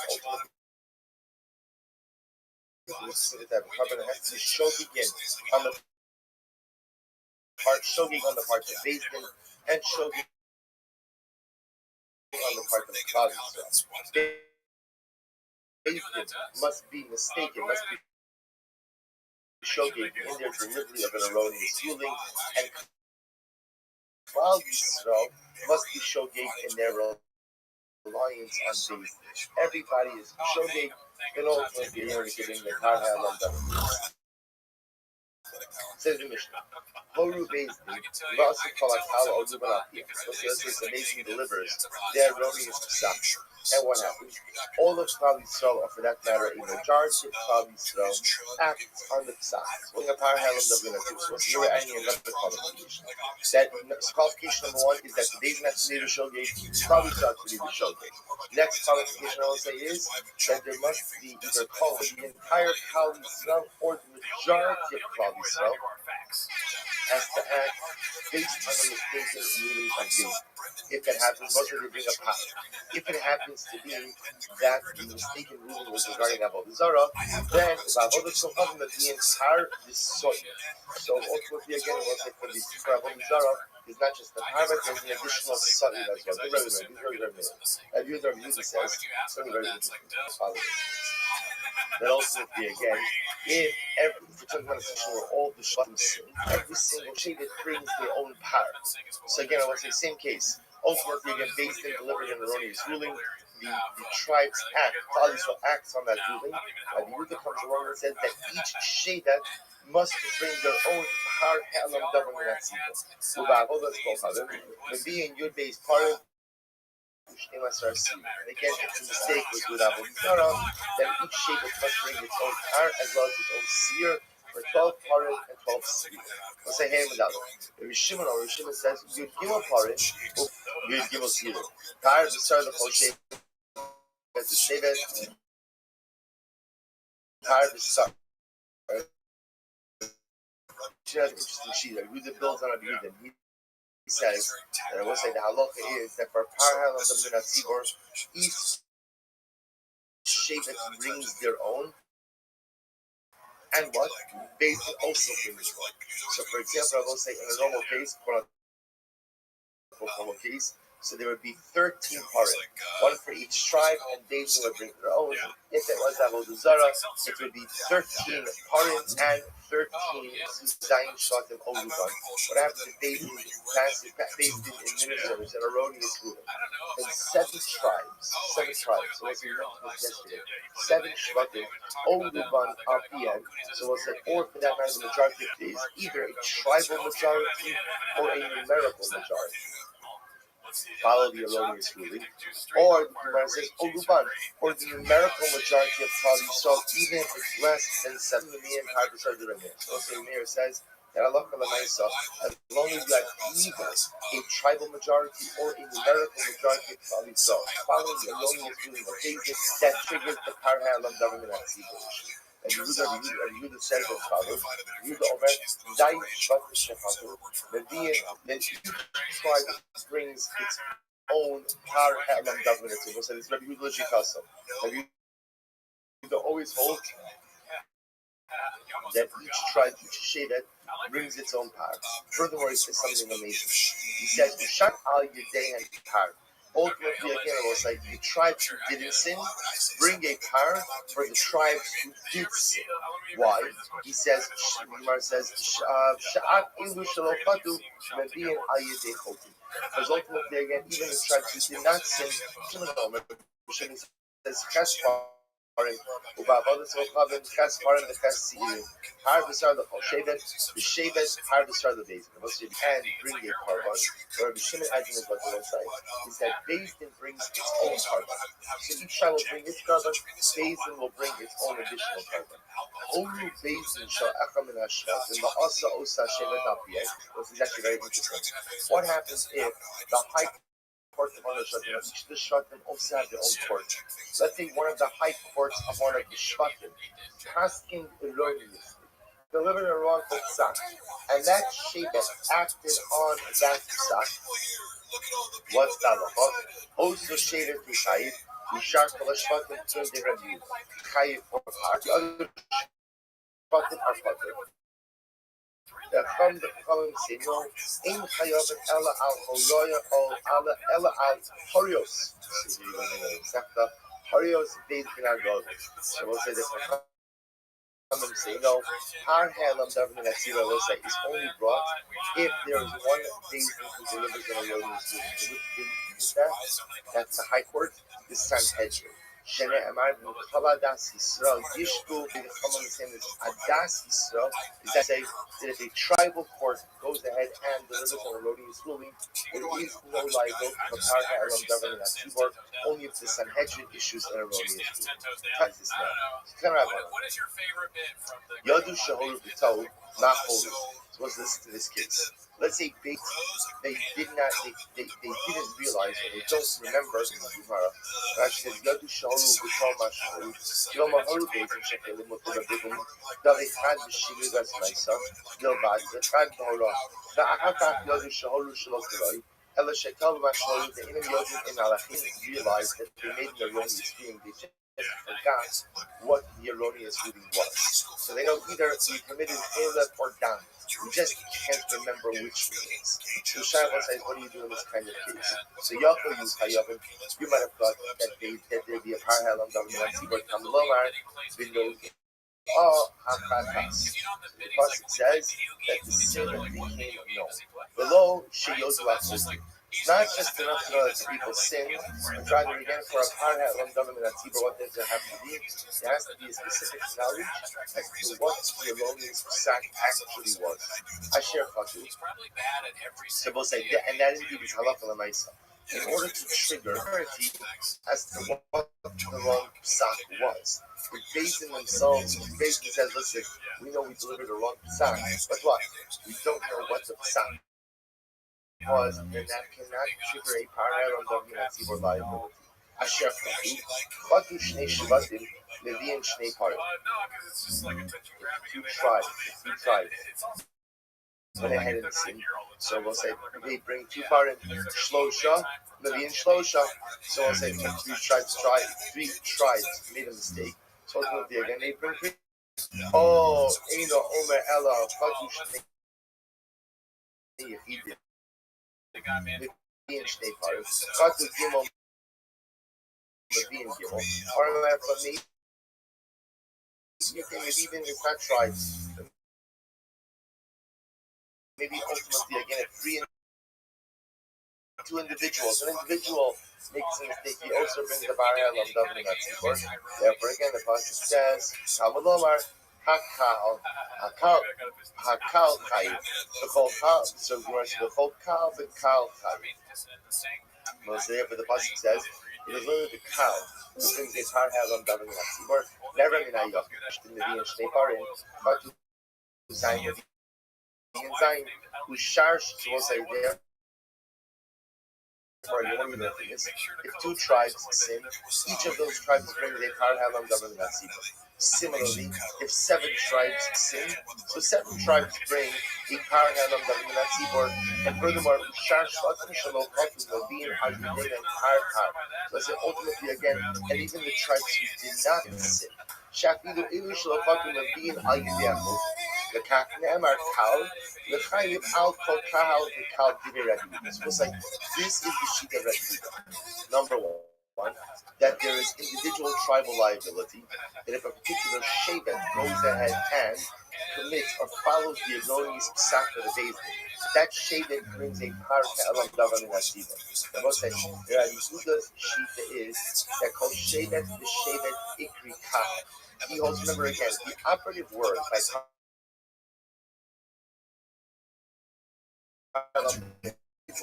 is Kal.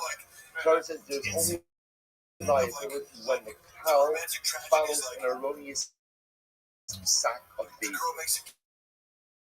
The machlokas is going to be what? How do you define cow? That you define cow as a shevet. So if an individual shevet follows and bring a Har Helam Davening Atzibor, that's part one. But not only that, even the tribes who did not sin bring a Har Helam Davening Atzibor for what? For the tribe. So therefore again the Gemara says, the Chayiv Al Kol Kal V'Kal Divrei Rabbi. So the Yehuda ultimately holds that halakha l'maisa again. The tribes who sinned go ahead and what? Bring a Har Helam Davening Atzibor, and the tribes who did not sin bring a Har, or the tribes who did sin. Each Shevet. There's always 12. There's always 12. So Rabbi Shimon says, Zayin Shvatim Shefatu. Listen to this. Medin Zayin Parim, Ubezin Medin Ayidei and Parim. Shene'emar lemata kal, v'ne'emar lemala kal. Ma kala omer lemala based in the makal. Af kala omer lemata based in the makal. So what Rabbi Shimon says a little bit differently. Rabbi Shimon agrees with Rabbi Yehuda in that what? In that when an individual has on government as but he adds in one thing and he disagrees on one. He adds in that when a shevet brings a par, who else did you say? The base. What he disagrees with is where in Rabbi Yehuda's model, the non-sinning shvatim will also bring a par on behalf of the shvatim who did sin, but yet the nice again Rabbi Shimon disagrees with that. So saying Shimon's model, the shvatim who committed the avera, who inadvertently relied on the erroneous sats of the Beis Din, so they will bring a par, plus the Beis Din who delivered the erroneous sat will also bring a par. That's the sheet of Rabbi Shimon. Rabbi Meir says, Zayin shvatim shefatu Beis Din Medin Ayidei and par, bein through it. I was say last thing is the sheet of Rabbi Meir. Rabbi Meir holds that halacha l'maisa is only the Beis Din who brings the par halam double hatzibur, never the Shatim don't bring the par. Only, see, Rabbi Meir says, Zayin Shatim Shechadu, was in Rabbi Meir's model, the only time you bring a par halam double hatzibur is when there's a majority of the cow, Yisrael. So again, how we define majority, we see two possibilities: either 7 tribes or the numerical majority of the cow. Either way, Rabbi Meir says is that so when there is a majority who has sinned, it is only Beis Din who brings the par halam double hatzibur, not the shvatim. Nema kala mala, ma kala ha'amar lemala Beis Din below tzibur, af kala amar lemata Beis Din below tzibur. What does he say? Shon Elazar. Chatu shisha shvatim, vein rubo shal. If 6 of the tribes sin, and they represent the majority of Klal Yisrael, or Zayin, or 7 tribes sin, nevertheless, in the Dian part, so Shimon Elazar comes along and says, he's coming to define what is majority. Is it the majority or numerical majority, even if it's not 7 of the tribes? So furthermore, again, what do we say in the Brayta about that the only time you bring up higher than talking about Tzibur is right when the Beis Din is explicitly clear as to what? As to the erroneous rule being delivered. In other words, the Beis Din is we don't know what. We don't bring a par halam talking about Tzibur. No shel dachot. Mankind, let's say, who is the opinion who says this? Who is the opinion who says this? So the Gemara says, so before we get to who we know it's like, I'll tell you it's not like Rabbi Eliezer.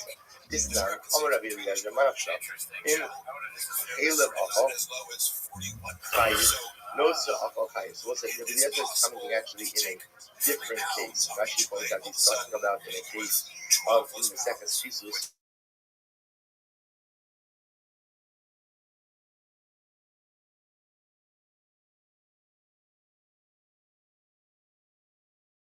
Individual nose and head and Gakantas. Why?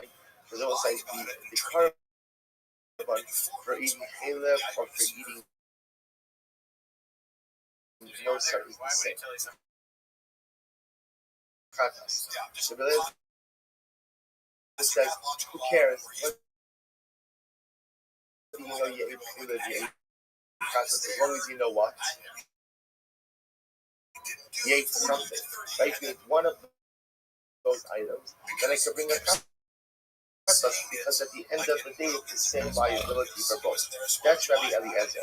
So what it actually points out over here that halakha l'maisa Rabbi Yeshua says Yeshua says that at the end of the day if you don't know the exact nature of your liability, then you are not chayiv.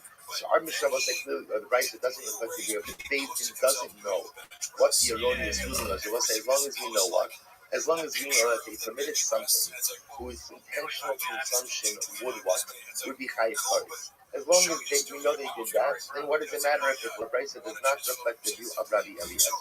Rashi says, "As you see Rabbi Eliezer, no, you see even Rabbi Eliezer. Why? Because the pasuk says, "Asher chata aleh." The pasuk says that Beis Din is chayiv or to say, "Klal Yisrael does something asher chatu aleh." So it's like, so there's a specificity for the specific sin that they committed upon it.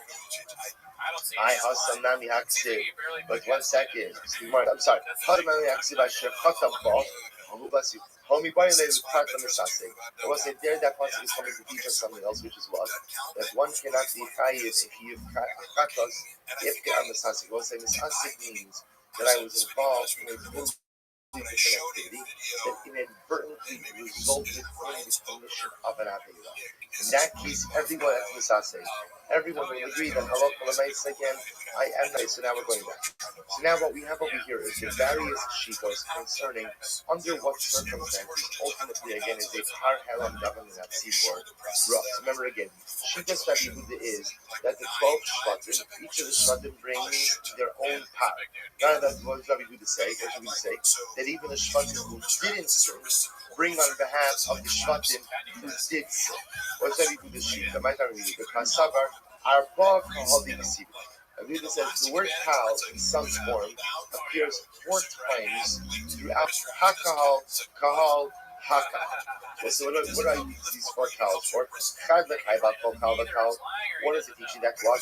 That each and every shevet is chayiv, that each and every shevet is called is assembly unto itself. That's one kal. The chad lo roshli b'beis and Maisa Kala the Kal. What's the second one teaches me? That power helam tzibur is only brought when the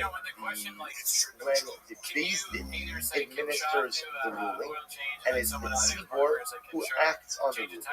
The chad l'gerira. What's it? What is teaching me about gerira? What's gerira? We'll say the halacha the Maisa. Even the shvatim who bring gerira means dragged along. Bring a korban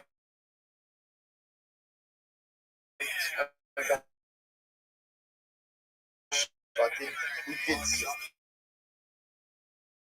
The Chad L'Shevet Asa B'Hora says me. And what's it ultimately again? What does it teach me about the fact that if what's it we could actually say Kan Shevet Shasa B'Hora Beis Din is time to say for the Masisa Olu Beis Sha'ach Min HaShvatim. It was a Ran Yehuda. Even if one of the Shvatim acted based on the Sak Halacha of its own Beis Din, the Chas Rabbi Shabbos says that's a Yehuda. So Yehuda learns out all of the Rabbi Shimon's model. So last colleague Siri, it says the word Kal 3 times. Hakahal, Kal, Hakahal. Meinei Kahal or Chidikro. So say that he does fourth Kal. Why? Because that fourth Kal appears in the phrase Meinei Hakahal. It was obscured from the eyes of the Kal, which means again they made a mistake. He said that one you can't dodge the line because that's just an expression.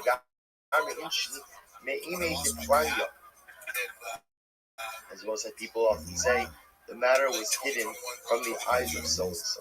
So what's the attitude that each shevet has its own liability for following the second reason. It says Kal earlier, it says Kal over here, Malahavan days, and the time days in Makal. Those of us over here were only chayiv if what? It is the high court that ultimately goes ahead and administers. The mayor doesn't darshan this at all. He doesn't darshan Kals. Therefore, Hilchot Sheikah Halik Sivim violate therefore the Malakal Malahavan basing below Tzibor, Afkan basing below Tzibor. I'll say he teaches it to me to teach me what? That just like earlier again, I will say the Kal is referring to Beis Din, not the Tzibor. So to be referring to Beis Din, not the Tzibor. So also remember again, what's Rabbi Meir Shita? Rabbi Meir Shita ultimately is that who brings the Kar Hel of Davan and Tzibor? It's the Bezin.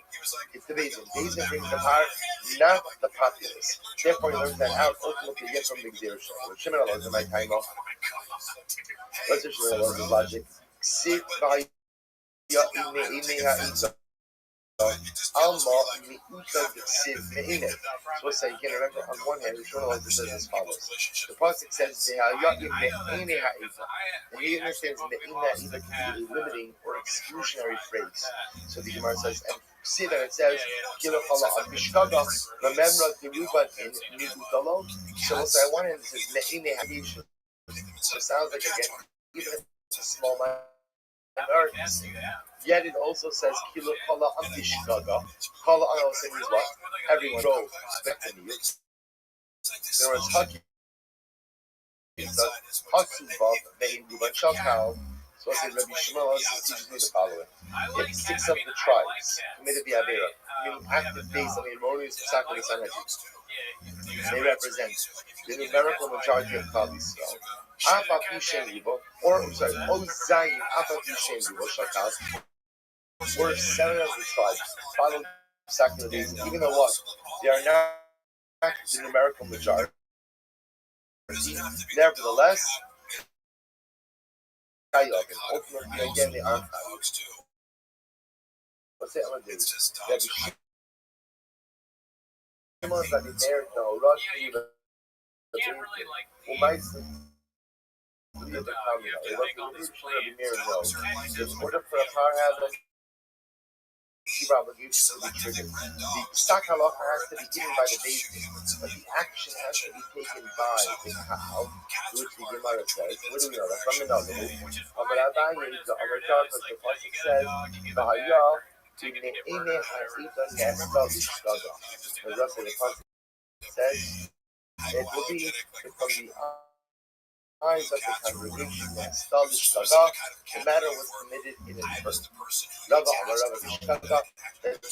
entire nation acted inadvertently.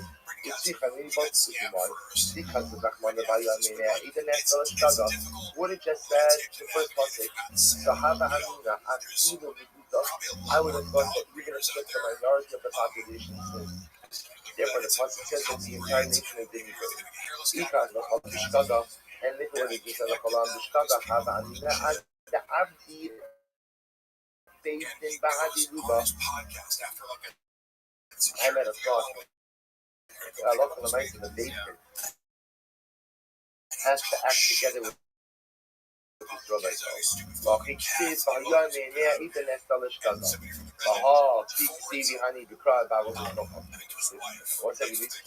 written in the context of it's ultimately delivering an alone between the or about anything else for which there would be a year.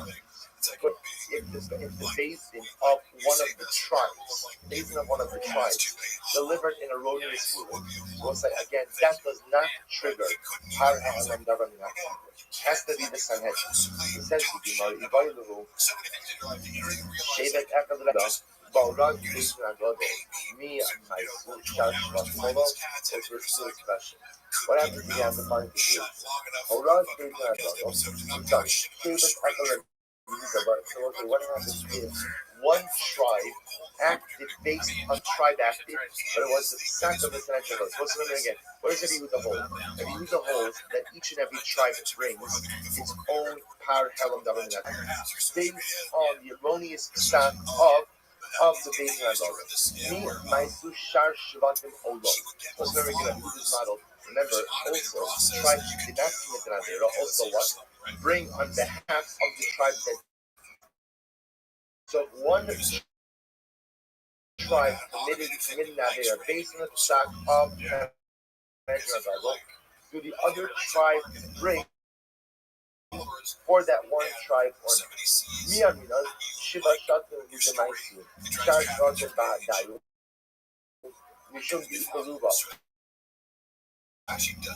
Do we say the only time that the other tribes bring a covenant of both sides is when is when you have 7 tribes. When you have the majority of the tribes who committed an inadvertent sin based on the second of these things, that's when we say that what? That the tribe who didn't sin has to bring on behalf of the whole.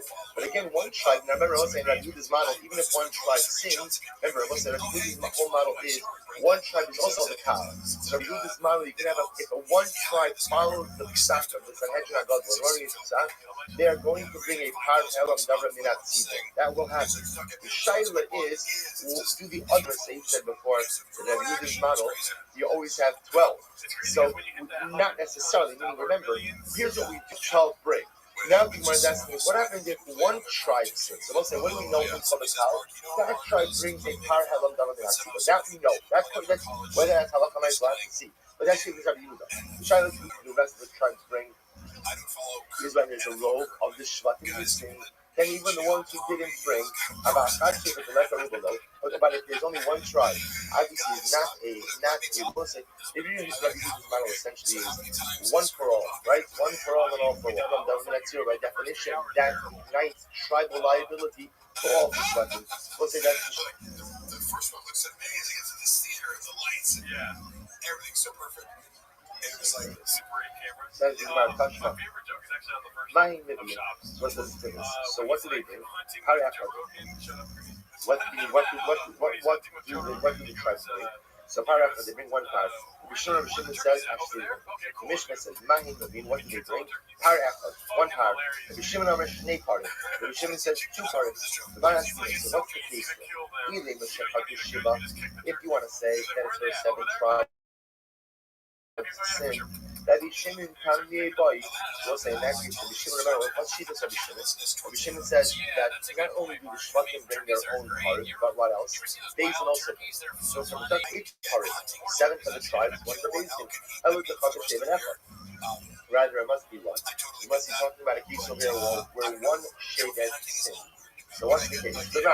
If the Shevet is making that it rely on its own faith, Rabbi Shimon less lay, right? So we'll say that because remember again, if they're relying on if the mistake we're talking about is the mistake in ruling given by their own base and then what? And Rabbi Shimon will say that if no power have a government, that's equal in that case. Elolav, Balrog, being of the Sanhedrin HaGadol, the Tanakama money, and we'll say use the penis of Tanakama. He made majority of the shvatim for power of the Tzibur. Elolav, Rabbi Yehuda. Rabbi have the cases where one Shevet sin. So we'll say, so what's therefore what is sin? Who brings the power of the government at Tzibur? That's one Shevet, and the other shvatim is in a situation like that. On the outcome of the what's the case over here? He goes Shechot to Shisha, Shvatim, Vein Ruban Shalkal. What's the case over here? Is where 6 of the tribes, 6 of the Shvatim sins, but they are in the numerical majority. Rabbi Shimon ben Elazar. The most effective Rabbi Shimon Elazar, it's a sign of Rabbi Shimon Elazar Omer. That was the first 5 lines. Mishmo, I'm sorry, Mishmo, Fatu Shisha, and Ruban Shalkal. It's 6 of the Shvatim sin, and they are the numerical majority. Oh, Shiva, Abba, Misha, and Ruban Shalkal, or 7 sin. Right? They're the tribal majority, even though they're not the numerical majority. But being part. What's the halach is, they bring a part. So the Gemara says, Kashma, and you don't, or you says as follows. Shevet sha'asab ba'araz be'yuna. What's it? If a Shevet acted based on the instructions of his own tribal basis. So what's the halach? Also, Shevet Chayiv, the Shar for the Shvatim. So we'll say what? That Shevet is Chayiv, but all the other Shvatim are Patim. U'ba'araz be'yuna godo, after the Shar Shvatim Chayiv. We'll say, but if the one Shevet acted based on the instruction of the Beis Din HaGadol, then what? Even the other Shvatim will be Chayiv Shmamina. We'll say, Halach Master is Rabbi Yehuda. We just went through this, by the way. So first off, Rabbi Yehuda did it here, that there could be a here point. Power Hatlam government at Tzibur, even on such being of the high court of that shape. But according to Yehuda, if the Shevet is following the erroneous instruction of its own high court, then that Shevet will bring a fire on the government of Cuba, but what? Not the other structure. But if one Shevet is acting on the instruction of the Beis Din Agadol, then, according to Yehuda, that Shevet brings a power, and what? All of the other Shvatim are activated as well. So it turns out that Yehuda acts erroneously based on the instruction of the Sanhedrin Agadol. All of the Shvatim end up bringing a power held on government. Incredible. I'm not actually. That's the truth is this is supported by our mission as well. The Krani, but also Shevet al Pihem. Right? The Pasuk says that particular Shevet acted based on their word. Also, Shevet Chayiv, who shar shola kol hashvatim too. Tell me then that it's only that one Shevet is Chayiv, like the other Shvatim are Potter. That's the case. Not only the mitzvah shar shvatim too. Yusha didn't need to say. Yusha didn't need to say the other Shvatim are Potter. Hatana osa Shevet Chayiv. Since the Mishnah says that Shevet is Chayiv, I would have understood that one. The Chayvan, the Tana osa. Once the Mishnah says that Shevet is Chayiv, by definition of the other Shvatim are Potter, and the Hasmash Malon. The Bahorah says, you know who the Shar Shvatim is doing. About Bahorah, they gave you the Mishnah. That it's only in the case, ultimately again, where a Shevet is following the instruction of its own. But if a particular Shevet is the erroneous ruling of the Sanhedrin on Godol, then once that Shevet has to bring a power held on government that's more than what? The other Shvatim must do so as well. An incredible sheet of Rabbi. What's it? So again, what?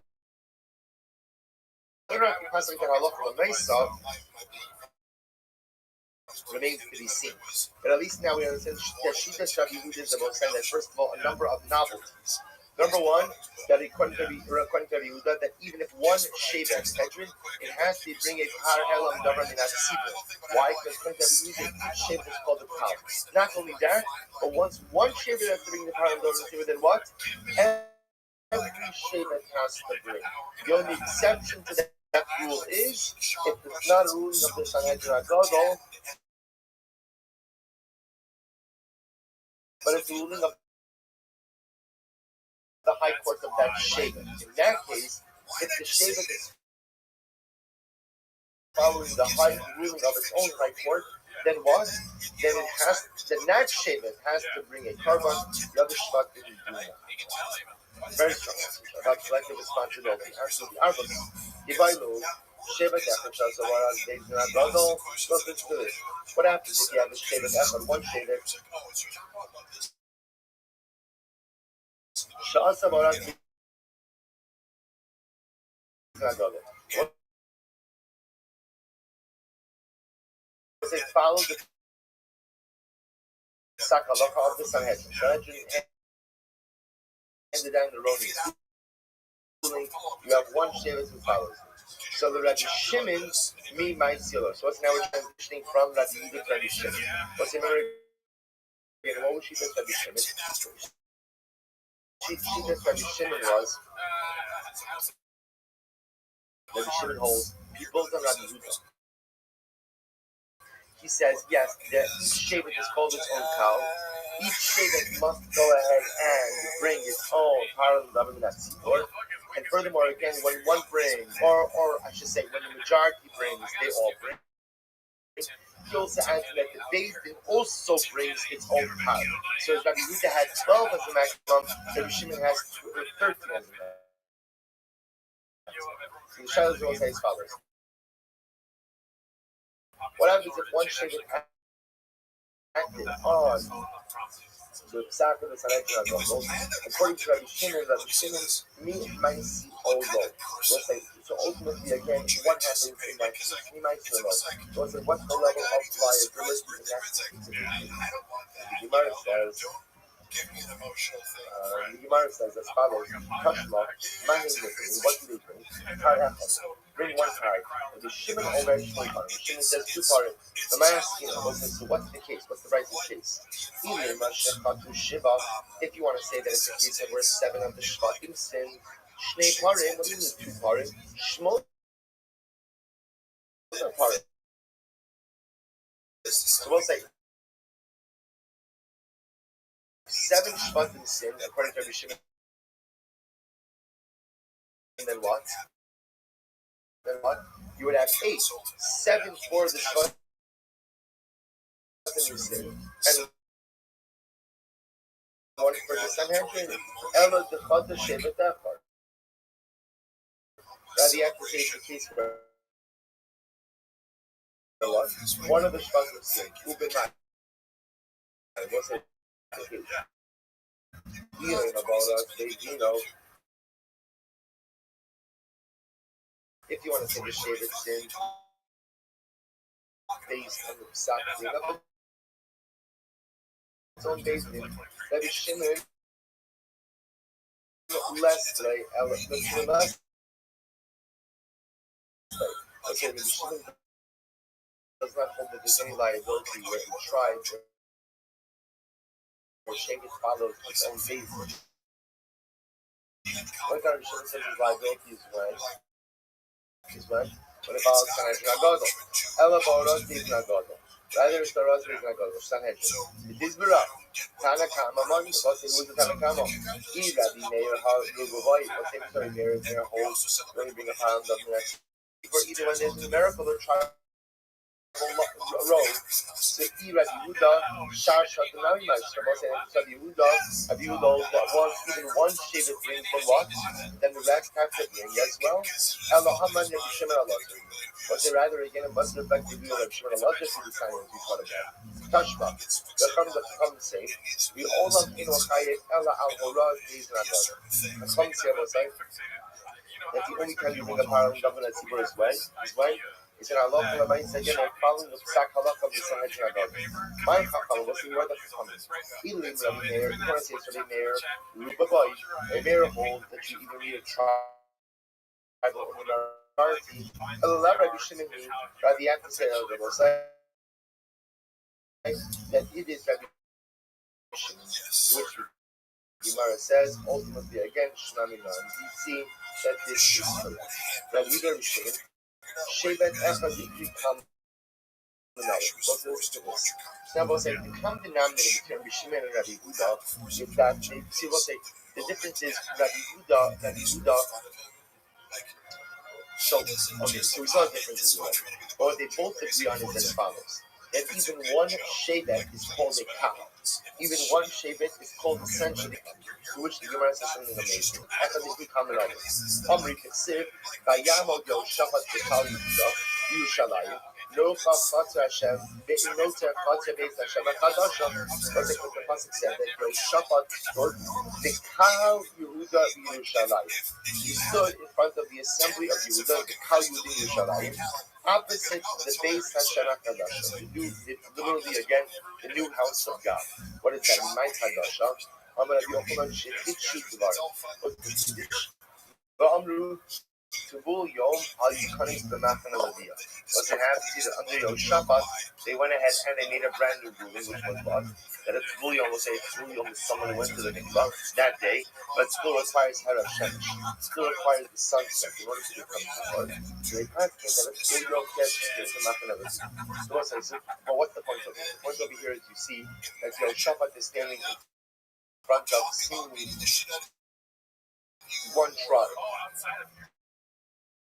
which is Yehuda. And what does it call Yehuda? What does it call Yehuda? A cow. So the Gemara suggests you see from the Rabbi Shimon Rabbi Yehuda learn from here that even one Shevet is called a cow. To which the Gemara says, "Maskif Rabbi Kamayach Omimai Zil Mashen Yerushalayim." Maybe Yerushalayim is different. I'll tell you why. The Nami Binyamin. Because we'll say remember again, he is what's interesting about Yerushalayim. In all the other areas of Eretz Yisrael, Shnika will say exactly Yerushalayim is actually occupied by two tribes. Right? That inhabited, right? Yerushalayim was inhabited by two tribes, right? By Yehuda and Binyamin. So maybe the reason why the Navi uses the Lashon Kal over here is because in Yerushalayim there were two tribes. But in Achinami, that is not necessarily a raya that one tribe constitutes a kal, which the Gemara says. You're right. You can bring another raya. It says by Yomer Eli, Himini Matracha because Baruch Hu said to Yaakov Avinu, I will make you fruitful, I will multiply you, and I'll make you to kahal.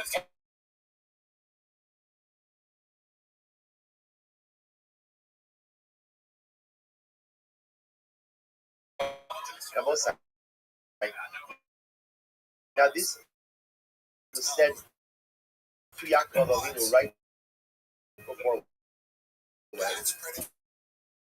man is doubly Ahishai. There was who was born in that moment. Binyamin. So Baruch Hu says this to Yaakov Avinu right after the birth of one of the tribes. So you see from here that even the birth of one tribe is, or even one tribe is called Kal, Shmanino. How they come Rahman, and what the Torah is saying, Nisyalu L'cha Hashta, Kal Lachino. Ultimately, again, who's going to be born to right now? Another Kal. So you see from here, ultimately, that's what the rule says. That even one shape is called a Kal. Maybe perhaps this is what the Quran was saying.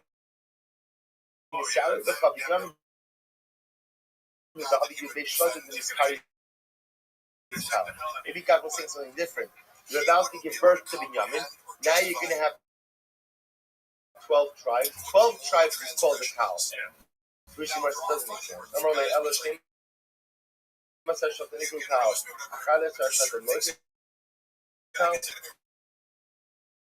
Why does that make any sense? Well, right, 12 tribes are called the cow, 11 tribes are not called the cow. Rabbi, Gemara says, so it must be, you see from here, that even one tribe is called the cow. So what's the Gemara and we're going to stop over here for today. But the Gemara ultimately has stuff. Right, so you see over here that what? That Lamaisa, again, even one tribe is called the cow. So the Gemara both is bringing two different potential sources. Either ultimately, again, from Binyamin, the fact that the birth of Binyamin is called the birth of a kahal, or ultimately, again, from Yehoshaphat. That Yehoshaphat is standing, and when he addresses Shevet Yehuda, that is called kahal. As was the stop here, Eretz Hashem will pick up. We'll pick up here tomorrow. I'll send out the schedule for tomorrow and Shabbos both times. That will be in Eretz Hashem in the afternoon.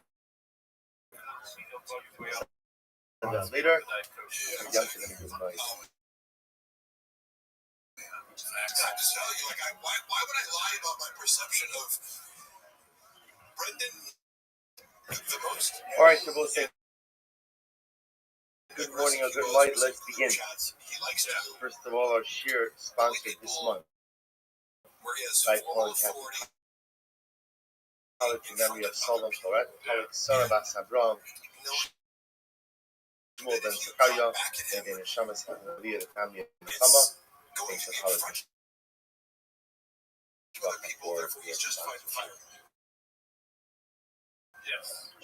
And also by the Wilmer family, in commemoration of the yard site of Sarah Shamble Bas Binyamin Halevi, aka Grandma, whose yard site was this past week. We hope that the marriage of our commentary shall happen. And the family about this with that. Let's speak in a lot. We say today's daf is daf 5. We are picking up on Dalit Amud Beis by the Mishnah. Second class Mishnah on the daf. 2, 4, 6 lines up on the bottom. Hopefully by now The mamish getting into the Sechus Harius, you see the incredible beauty of it, the incredible intensity of it, a little bit of a different kind of limud thing than what we're normally used to, but something very exciting nevertheless.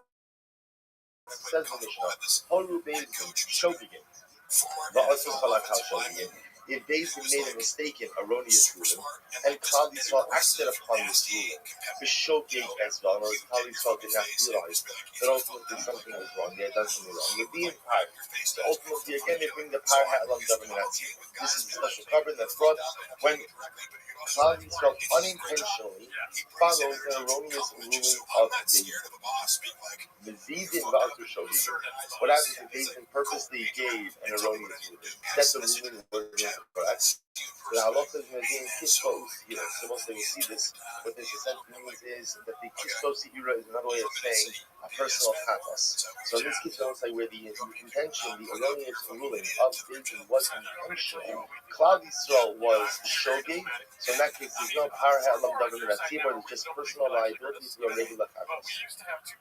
Shogeg in ba'asim is if the Beis Din was shogeg, but the people knew Beis Din was wrong, they still intentionally violated, and the halacha is potter, then there's no problem. So there's no power ha'elam davar mitzvah, because as we see, power ha'elam davar mitzvah is only when everyone is shogeg.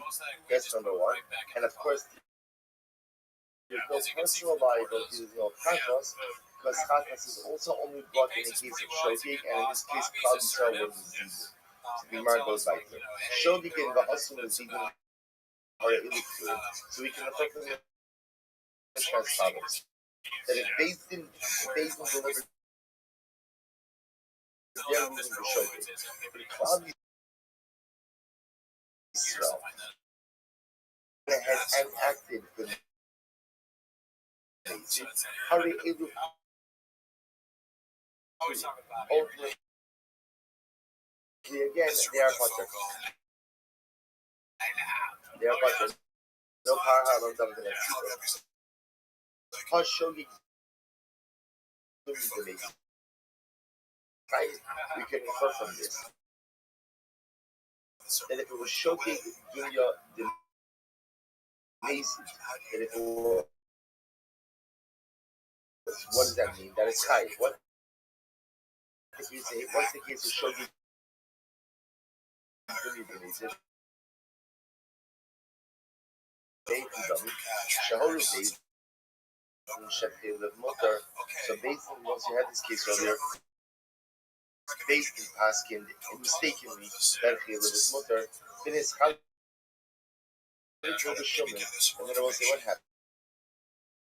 I have a piece of Chaylev and a piece of Shuman.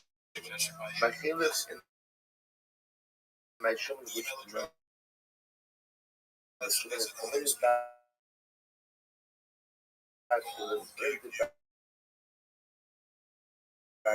Get mixed up, and I end up eating chaylev. But remember again, my intention wasn't to eat chaylev. What was my intention to do? My intention was to eat shuman. Yet I ended up eating a chaylev. So I'll say, what's that? So then I'm sorry. But we'll say that would be a case of shogeg dunya denizid, which sounds like based on what the Mishnah said, that should be a case of where I should be covered ultimately again in my liability by the shach of the Beis, to which the Gemara says, if that's the case, but yet again, if that's the case, then it could be a first one from Mishnah. Yet why does Rabbi Bar Chama ask that very question earlier? The toleration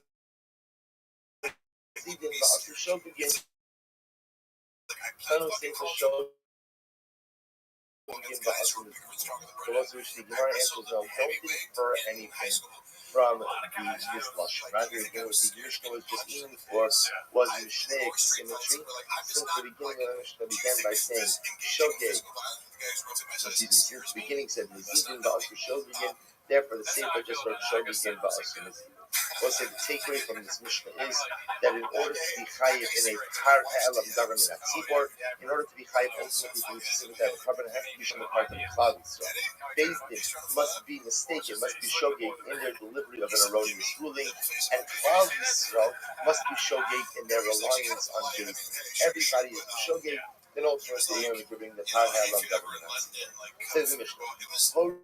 Beis Din, you also call a kal or let's say so Beis Din delivers their erroneous psak. And what happens? All of Klal Yisrael, or for that matter, a majority of Klal Yisrael, acts on the psak. We'll say what's up. Mevi'in har shogeg, Klal Yisrael to be shogeg. Next qualification I will say is that there must be either kol hakal, which we'll discuss what that means, or ruban, either the entire Klal Yisrael or the majority of Klal Yisrael has to act based on the mistaken ruling of Beis Din. If that happens, mostly they bring up happened. If it happens to be that the mistaken ruling was regarding Avodah Zarah, then ROTHSCHILD the entire soil. So ultimately, again, let's say for this Avodah Zarah, it's not just the Haret, there's an additional Sa'ir as well. Rabbi says something very interesting. He says, good faith, Shvat, and Nabi, and good faith, Parim. Or say, he says the following. That ultimately, again, if we're talking about a situation where all the Shvatim sin, so every single Shivit brings their own power. So again, I will say, same case. Ultimately, again, based in delivered an erroneous ruling, the tribe acts on that ruling. The Yudah comes along and says that each Shevet must bring their own par halam governing at Tzibor. Maybe in Yudah is part of the Shemasa. And again, it's the mistake of Seer for 12 parim and 12 Seer. We'll say, hey, Rabbi Shimon says, Yudima parim, Ubavodas becomes Shlosha Parim. Let's listen to this. We'd give us here. Par Visar the whole Shevet to Shevet, Par Visar the Beis Din. The Mishnah has an interesting sheet. Yehuda builds on Yehuda. He says, we'll say the halacha is that for Par Halam the Minat Tzibor, each Shevet brings their own, and what? Beis Din also brings one. So, for example, I will say in a normal case, quote unquote normal case, so there would be 13 parim, one for each tribe, and Beis Din would bring their own. If it was Avodah Zarah, it would be 13 parim and 13 seir. So the Gemara says, Horu Beis Din, Va'asi Zayin Shvat and Oluban. What happens Beis Din administers an erroneous ruling. And 7 tribes. So what we mentioned this yesterday. 7 Shvatim, Oluban, RPS. So what's or for that matter, the majority of clubs. Let's say now, in this case, remember again, we're talking about 2 different things over here. Either a tribal majority or a numerical majority. Tribal majority is when 7 of the tribes go ahead and follow the erroneous ruling. Or the Gemara says, Ruban, or the numerical majority of Klal Yisrael, even if it's less than 7 tribes. So that Allah is in power. So it says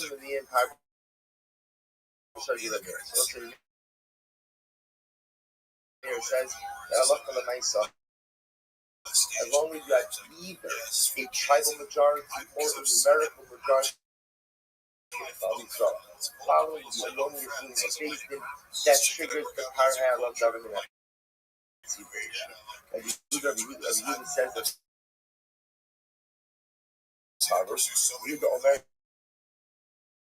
Zayin Shvatim Shechatu, the Dian Zayin part. And Yehuda says if 7 of the tribes sinned, then each tribe brings its own par Elam government. And Yehuda always holds that each tribe, each Shevet, brings its own power. Furthermore, he says something amazing. He says, Ushar Shakim Shalom. What about the other tribes who didn't do anything wrong? Mevi'im al Yedei and Par. ultimately, again, it was like the tribes who didn't sin bring a par for the tribes who did sin. Why? He says, Gemara says, because ultimately, again, even the tribes who did not sin bring a par on behalf of those tribes who did sin. And Rabbi Shimon says, Chesparim, Uvavadis Ochavim, Chesparim, the Chesirim, Par B'Sar the Shevet, the Shevet, Par B'Sar the Bezin. What Rabbi Shimon says, no, only the tribes who sin go ahead and bring a carbon. Rabbi Shimon adds in his letter, that Bezin brings its own carbon. So each tribe will bring its carbon. Bezin will bring its own additional carbon. Horu Bezin shall Acham Minashvat, and also Shevet Hapiyah, which is actually very interesting. What happens if the high court of one of the Shvatim, each Shvatim also have their own court? Let's say one of the high courts of one of the Shvatim, asking erroneously, delivered a wrongful psak, and that Shevet acted on that psak. What's that about? Also Shevet Michaid, Mishar Kol HaShvatim turns the Rabbi. So we would also say that Shevet who follows it is chayiv for a par, but the other shvatim are potter. The Chachamim say no. Ein chayavin ela al holoya or ela al horios. Horios based in Agod. He brought if there is one basin who delivers an erroneous ruling, which basin is that? That's the high court. This time Hedron. Shene Amar Chaladas Yisrael Yishku Velo Adas also Sheva. So I'll say, interestingly, the common saying that Adas Yisrael is actually a reference to the Sanhedrin, as we're going to see. So the Chum say that if a tribal court goes ahead and delivers an erroneous ruling, there is no liability for Par Ha'elam Davar Min HaTzibor, only if the Sanhedrin issues an erroneous ruling. So it's like we now have a fundamental three machotis in Mishnah. We're going to analyze this now. Yadu Shaholu B'Tov Ma'Holu. So let's listen to this case. Let's say Beis Din realized that they had issued an erroneous ruling, but what? They didn't realize, or they don't remember what the wrong psak was. If you look at the first psak, Maharu Beis Din Shekelim of the Bible Mikdash, Basu Kalapi and Ba'afrishon, Begin Caleb and Yidam, David Chad Shilugas Naisa, Bilbad, the Chad Mahora, the Ahakach Yodu Shahoru Shalokaloi, Ela Shekel Vashoru, the Imam Yodin in Alachila Horu, O Aladam. So it says in this case, they didn't realize that they made an erroneous ruling, they just forgot what the erroneous ruling was. So they know either we committed Caleb or Dam, we just can't remember which one. In the interim, what happens? Rabbi saw consume both of these things. So Shaimal says, what do you do in this kind of case? So Yachol you might have thought that there'd be a Par Ha'elam Davar Min HaTzibor Tamilomar, then go to Hachatas. Because it says that the sin became known. Below, it's not just enough to know that the people sin, it's rather again for a Par Ha'elam Davar Min HaTzibor, what does there have to be? There has to be a specific knowledge as to what the erroneous psak actually was. Asher Chatu. So both say, and that indeed is halakha l'maisa. In order to trigger a Par Ha'elam Davar Min HaTzibor liability, there has to be clarity as to what the wrong psak was. The Beis Din themselves, Beis Din says, listen, we know we delivered the wrong psak, but what? We don't know what the psak was, then that cannot trigger a Par Ha'elam Davar Min HaTzibor liability. Asher Chatu Shnei Shvatim Leviim Shnei Parim. Two tribes went ahead and sinned. So we'll say they bring two parim, Shlosha, Leviim Shlosha. So we'll say three tribes made a mistake. So again they bring three parim. Oh, Eila Omer Ela Chatu Shnei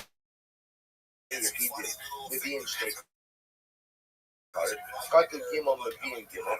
Or maybe again, maybe even the Shan tribes, or maybe ultimately again, if 3 and 2 individuals, an individual makes a mistake, he also brings the Barhel and David and Tzibor. Therefore, again, the pasuk says, "Hamalomar Hakal Hakal Hakal Chayim." The whole Kal. So you want to the whole Kal, the Kal Chayim. So therefore, the pasuk says, "It is literally the Kal who brings a Barhel and David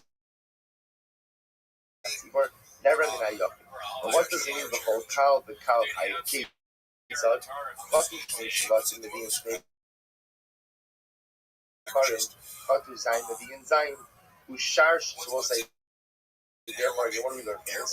If 2 tribes sin, each of those tribes brings a Kar Halam Davar Nazi. Similarly, if 7 tribes sin, the 7 tribes bring a Kar Halam Davar Nazi, and furthermore, Ushar Shvatim Shalom Katu, the being Al Yidei and Kar Kar. So, ultimately, again, and even the tribes who did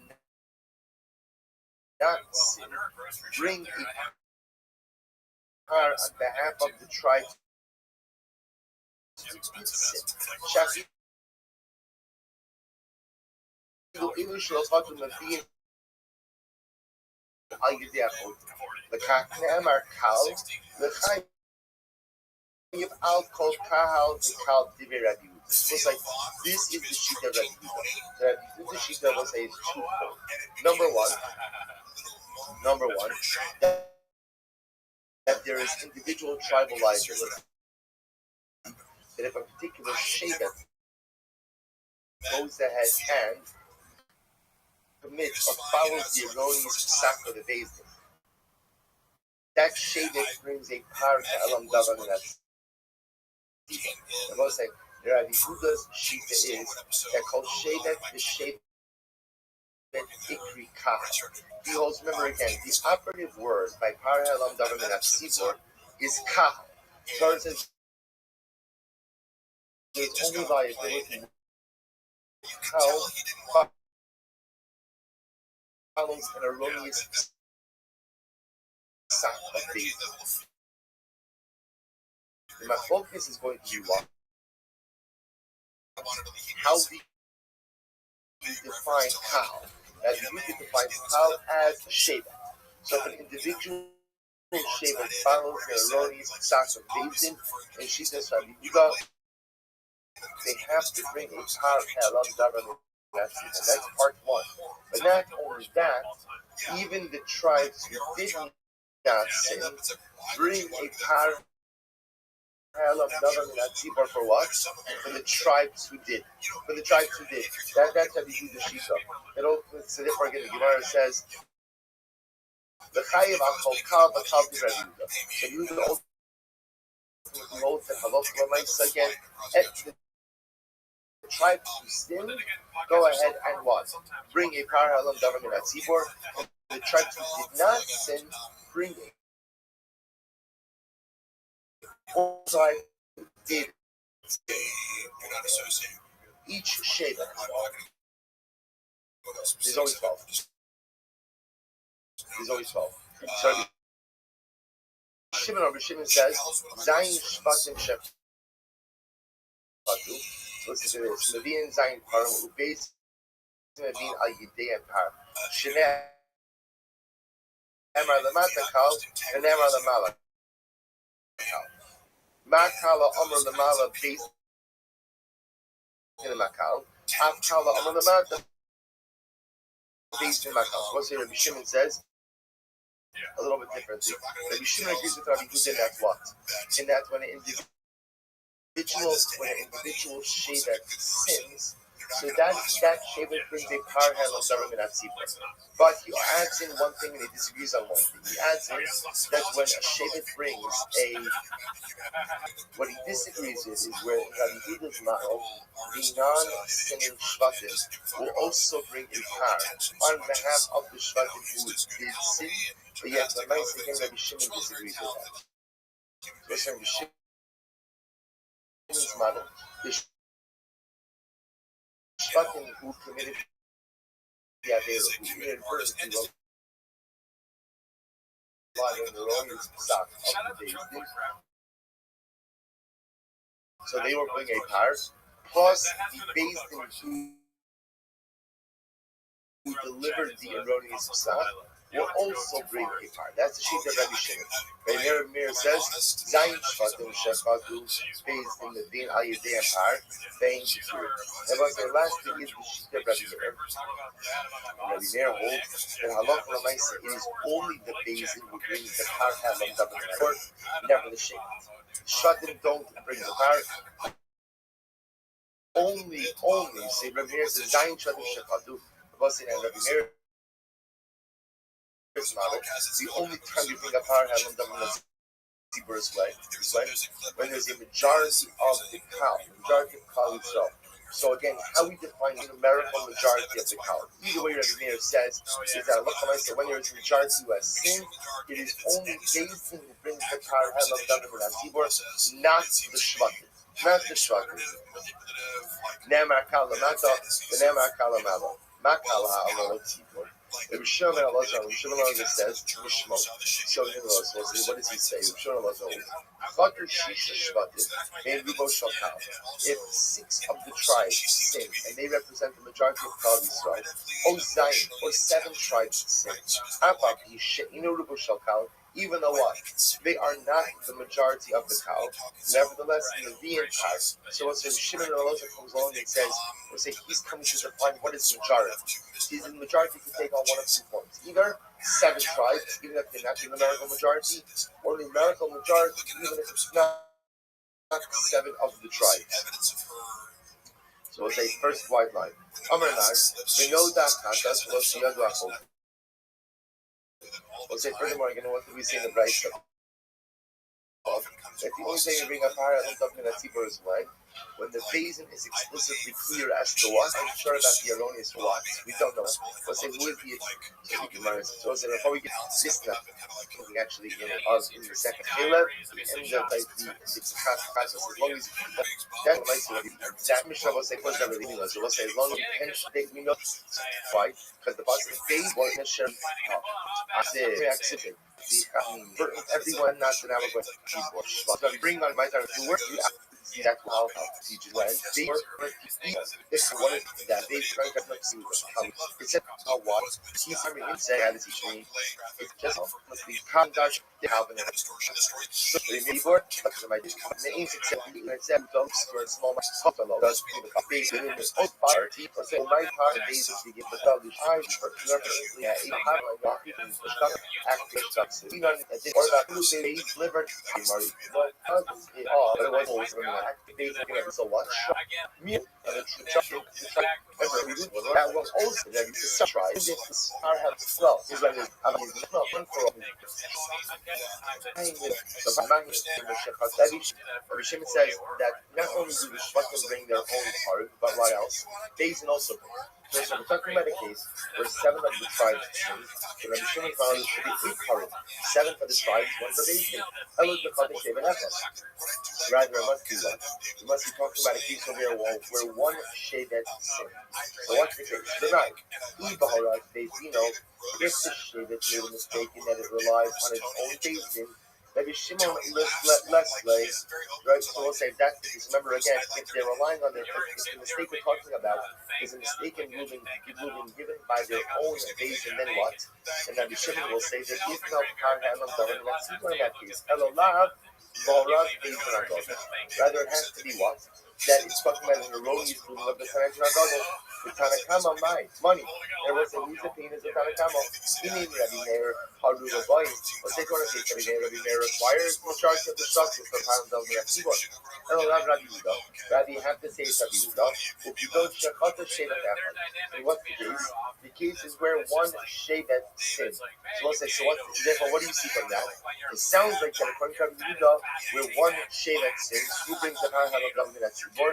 That's one shevet, and the other Shvatim are not actively in a situation like that. On the Akama, I still don't know what's the case over here. You go Shechatu Shisha Shvatim Vein Ruban Shalchal. What's the case over here? Is where six of the tribes, six of the Shvatim sinned, but they are in the numerical majority. Right? Shimon ben Elazar, what's the effect of Rabbi Shimon Elazar? They decided Rabbi Shimon Elazar Omer. Wrote the first white line. Mishmo, I'm sorry, Rabbi Shimon Elazar Mishmo. Chatu Shisha, Vein Ruban Shalchal. It's six of the Shvatim sinned, and they are the numerical majority. Oh, Shiva, Atafi, Sheina, Ruben, Shalchal, or seven sinned. Like they're the tribal majority, no, they're not the numerical majority. Maybe in Par. What the halach is, they bring a Par. The Gemara says, Tashma, and Yehuda Omer, Yehuda says as follows. Shevet, Sha'otza, Ba'araj, Be'ezina. What's like, if a Shevet acted based on the instructions of its own tribal basis. So what's the halacha? Also, Shevet Chayiv, Mishar Kol HaShvatim Tzurih. So we'll say what? That Shevet is Chayiv, but all the other Shvatim are Pater. U'baharad Beis Din HaGadol Afilu Shar Shvatim Chayav. We'll say, but if the one Shevet acted based on the instruction of the Beis Din HaGadol, then what? Even the other Shvatim will be Chayiv Shmamim. We'll say, Salok Lamed Halach Messed Rabbi Yehuda. So we just went through two things, by the way. So first of all, according to Rabbi Yehuda, it appears that there can be a deal for a par on government at Tziva, according to Rabbi Yehuda, even when it's based on the psak din of the high court of that Shevet. But according to Rabbi Yehuda, if the Shevet is following the erroneous instruction of its own high court, then that Shevet will bring a par on government at Tziva, but what? Not the other Shvatim. But if one Shevet is acting on the instructions of the Beis Din HaGadol, then, according to Rabbi Yehuda, that Shevet brings a par, and what? All of the other Shvatim are activated as well. So it turns out that in Rabbi Yehuda's model, indeed, when you have any kind of Shevet act erroneously based on the instruction of the Beis Din HaGadol, all of the Shvatim end up bringing a par. Incredible. I'm going to ask you, the truth is, this is supported by a Mishnah as well. But also Shevet al Pihem. Right? The Pasuk says that particular Shevet acted based on their word. Also Shevet Chayiv, Ushar Shalach Kol HaShatim Turim. You're telling me then that only that one Shevet is Chayiv, but the other Shvatim are Pater. If that's the case, normally when there's no Ushar Shalach Turim. The Mishnah didn't need to say the other Shvatim are Pater. Hatana Osa Shevet Chayiv. Since the Mishnah says that Shevet is Chayiv, I would have understood that one. The Chayva, the Tana Osa Shevet Chayiv, the Mele Yedano, Shar Shvatim Turim.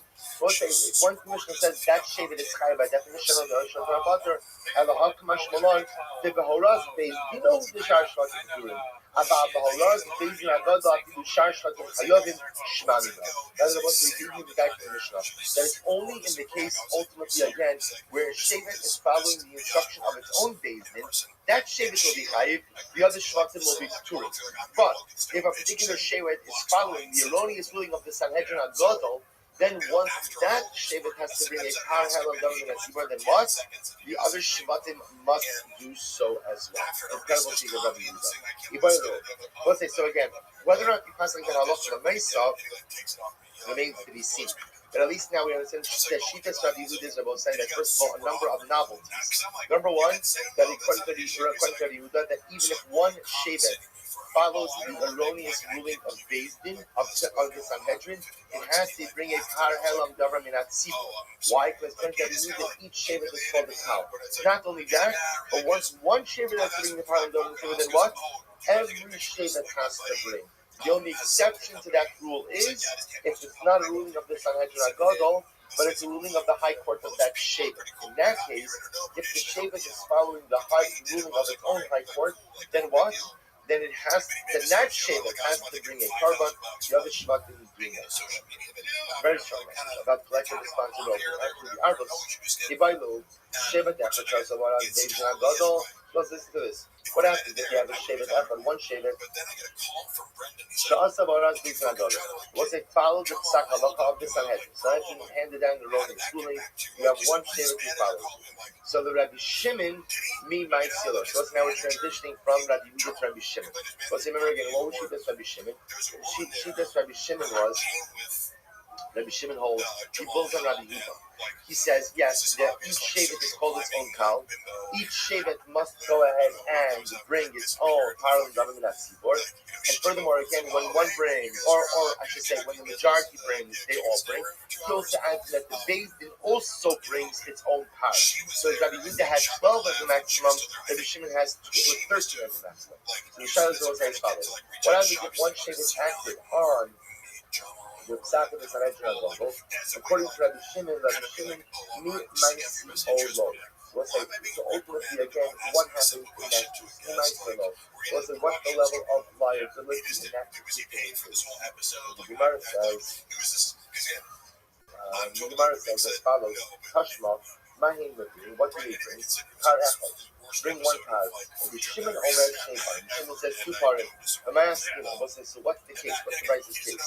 Easily, if you want to say that it's a case of where 7 of the Shvatim sin, Shnei Parim, what do you mean 2 parim? Shmona parim. So we'll say 7 Shvatim sin, according to Rabbi Shimon, then what? You would have 8. 7 for the Shvatim who sin, and 1 for the Sanhedrin. Ella Shechata Sheva Dachar. Rabbi actually takes the case where what? 1 of the Shvatim sin. Ubenai. What's the case? Feeling about us, they do know. If you want to say the Shevet sin based on the Psak of its own Beis Din, Rabbi Shimon less lay. Let's say Rabbi Shimon does not hold that there's any liability where he tries or Shevet follows its own Beis Din. Like Rabbi Shimon says his liability is when it follows Sanhedrin Agadol. Ella Baros is Agadol. Rather, it's Baros is Agadol. Sanhedrin. It is Bura. Tanakama one. What's it? Who's the Tanakama?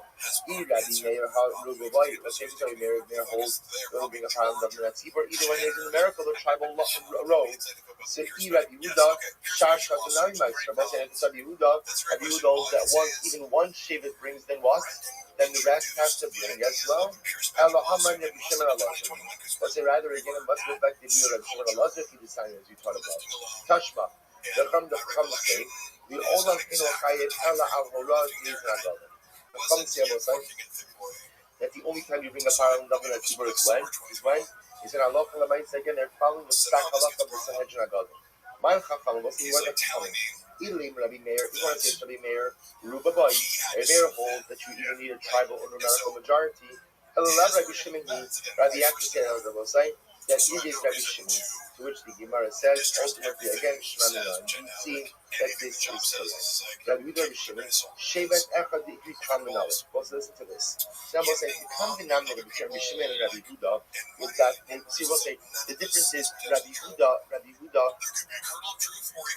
so we saw the differences already.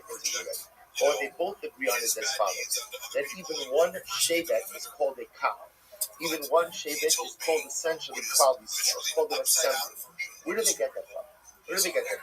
To which the Gemara says something amazing. To which the Gemara says, Shevet Echad Ikri Kaminal. Omri Teksiv, Vayamo Yoshafat Bekal Yehuda, Yerushalayim, Nocha Chatzah Hashem, Ve'inocha Chatzah Beis Hashem HaKadashah. Was it because the pasuk said that Yoshafat stood Bekal Yehuda Yerushalayim. He stood in front of the assembly of Yehuda, the Kal Yehudim Yerushalayim, opposite the Beis Hashem HaKadashah. It's literally again the new house of God. What does that mean? My Kadashah. What's it mean? That this is the place where they're in the Kaddish. Right? They made a Kaddish. What's always the Kaddish? Once it happens, either under Yoshafat, they went ahead and they made a brand new building, which was what? That a Tvul Yom, we'll say a Tvul Yom is someone who went to the mikvah that day, but still requires Hara Shemesh, still requires the sun in order to become Tahor. So they can't say that a Tvul Yom can't enter into Machana Rabbi. So we'll say, but what's the point over here? The point over here is you see that Yoshafat is standing in front of seemingly one tribe, which is Yehuda. And what does it call Yehuda? What does it call Yehuda? A cow. So the Gemara suggests you see from the Rabbi Shimon Rabbi Yehuda learn from here that even one shevet is called a cow. To which the Gemara says, Maskif Ravacha Bayachim Mai, Yoma Sheni Yerushalayim. Maybe Yerushalayim is different, I'll tell you why. So Havinami Binyamin. Because Rabbi say, remember again, here's what's interesting like Yerushalayim. In all the other areas of Eretz Yisrael, like, this guy came in and just fucked me over, and they were predominantly occupied by one tribe. Yerushalayim was unique about it, that Yerushalayim was actually occupied by two tribes. I've seen it do the same thing elsewhere, which is right? That inhabited, right? Yerushalayim was inhabited by two tribes, right? By Yehuda and Binyamin. So maybe the reason why the Navi uses the lashon chal over here is because in Yerushalayim there were two tribes. But in Akinami, that is not necessarily a raya that one tribe constitutes a kal. To which the Gemara says, you're right, we can bring another raya. The Psiv, Vayomer Elai, Henry Mafracha Birbizicha, Unisaticha Mikahal Amri. What's that? Baruch Hu says to Yaakov Avinu, I will make you fruitful, I will multiply you, and I will make you to Kahal Amri. Now this was said to Yaakov Avinu right before when? Man is Yavim Le'ahisha. So we'll say who was born in that moment? Binyamin. So Baruch Hu says this to Yaakov Avinu right after the birth of one of the tribes, Binyamin. So you see from here that's what? That even the birth of one tribe is called Kal, Shvanino, Havikam Rachman. That's what the Torah is saying. Nisyalu B'cha Hashta, Kal Achino. Ultimately, again, who's going to be born to you right now? Another Kal. So you see from here, ultimately, that's what it will say. That even one shape is called the Kal. Maybe perhaps this is what the Torah will say, Yaakov Avinu. Maybe God was saying something different. You're about to give birth to Binyamin.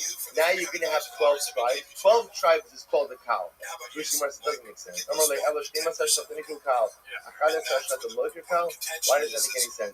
12 tribes are called a cow. 11 tribes are not called a cow. Rather, the Gemara says, no, it must be, you see from here, that even one tribe is called a cow. So we'll say the Gemara ends. We're going to stop over here for today. But the Gemara ultimately answers right, so you see over here that what? That Lamaisa, again, even one tribe is called a cow. So the Gemara is bringing two different potential sources. Either ultimately, again, from Binyamin, the fact that the birth of Binyamin is called the birth of a kahal, or ultimately, again, from Yehoshaphat. That Yehoshaphat is standing, and when he addresses Shevet Yehuda, that is called kahal Yehuda. Alright, once we stop over here, we'll pick up here tomorrow. I'll send out the schedule for tomorrow. Shabbos time, the daf will be in repetition in the afternoon. Send that later. Sad, because at the end of the day, that whole CBD thing was about the kids. Giving CBD to kids for their type 1 diabetes. And I think he justified, because I know he justified it some way. Probably him crying about it on a podcast once. It was like, I did the promotion. I talked about CBD and how it cured my kids' seizures. Yeah, like, I am God now, and give me $500,000. When I see a kid, I'm just like, do you want any CBD? And I take my Jack 9, I'm like, Pete Holmes, a Magic 9. I'm like, you want some Magic 9? I give it to kids all the time. Yeah, this guy's a real narcissist. The boys are alright, for a second. Good morning. Let us begin by thanking all of our sponsors for this morning share of fame.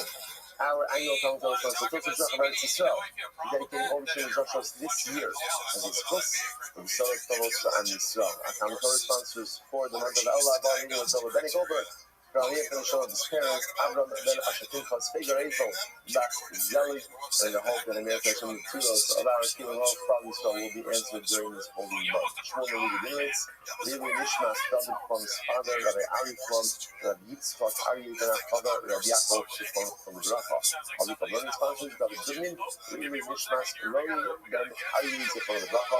And our learning sponsors, Milt and Mary Gertner, in memory of Milt's father, Gilbert Gertner, Getzel, Ben Avram, Shifon Bracha, the merit of the Talmud Torah, all of the Neshama Slav Naliyah, families in the Kamar, all those who are for Shabbat, get a cold time, we shall finish what we should have been Hashem, all my hostages, Shalom and B'Karav, and allow our holy soldiers to be successful, to call Naaseh Yudei.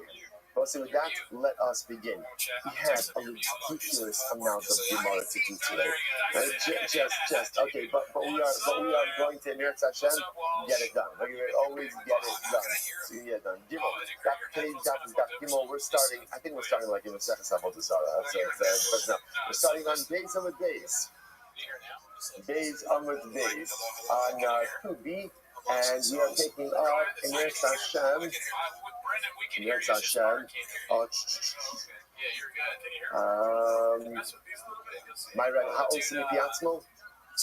My Rabbi, Yeah, my Rabbanon. So remember again, we began, this is about probably about 20 lines up from the bottom. So my Rabbanon. So remember again, we had a statement of the name of Rabbi Yehuda and Shmuel. Rabbi Yehuda said, Zud did Rabbi Yehuda, right? Rabbi Yehuda said, these are the words of the Tana, Rabbi Yehuda.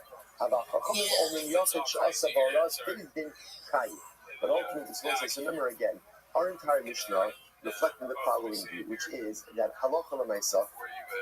Am I about right? 20 lines up and running? Yeah, that's me. I got it. Okay, good. All right, technical difficulties, but I can hear it now. Somehow else can't hear. Where did I get to? Okay, good. 10 lines from the top? Where are you at right now? Come on. I did not get that. Nice. Oh, that's embarrassing. You know, don't just go with me with this. 10 lines from the top? Okay. 2, 4, 6, 8, 10. Roll. Have you guys ever talked to, have you ever met Mark Farley? All right, I got this. Okay, so remember again. What did I do yesterday? What was it? Okay, so right up. All right, we got this. Oh, now I get it.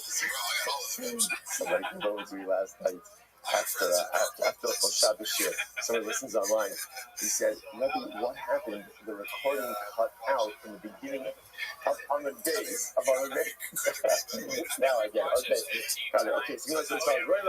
Fine. So Mishnah says as follows. So remember again, the halacha is that if you have a beis din that's asking, right? And the beis din went ahead and said that halacha l'maisa, they said chiyuv is mutar. So remember again, then you have someone either on the beis din or ultimately again sitting in the galley of the beis din. Well, halacha l'maisa understands that the beis din is absolutely mistaken. Very mistaken. They still act upon that ruling.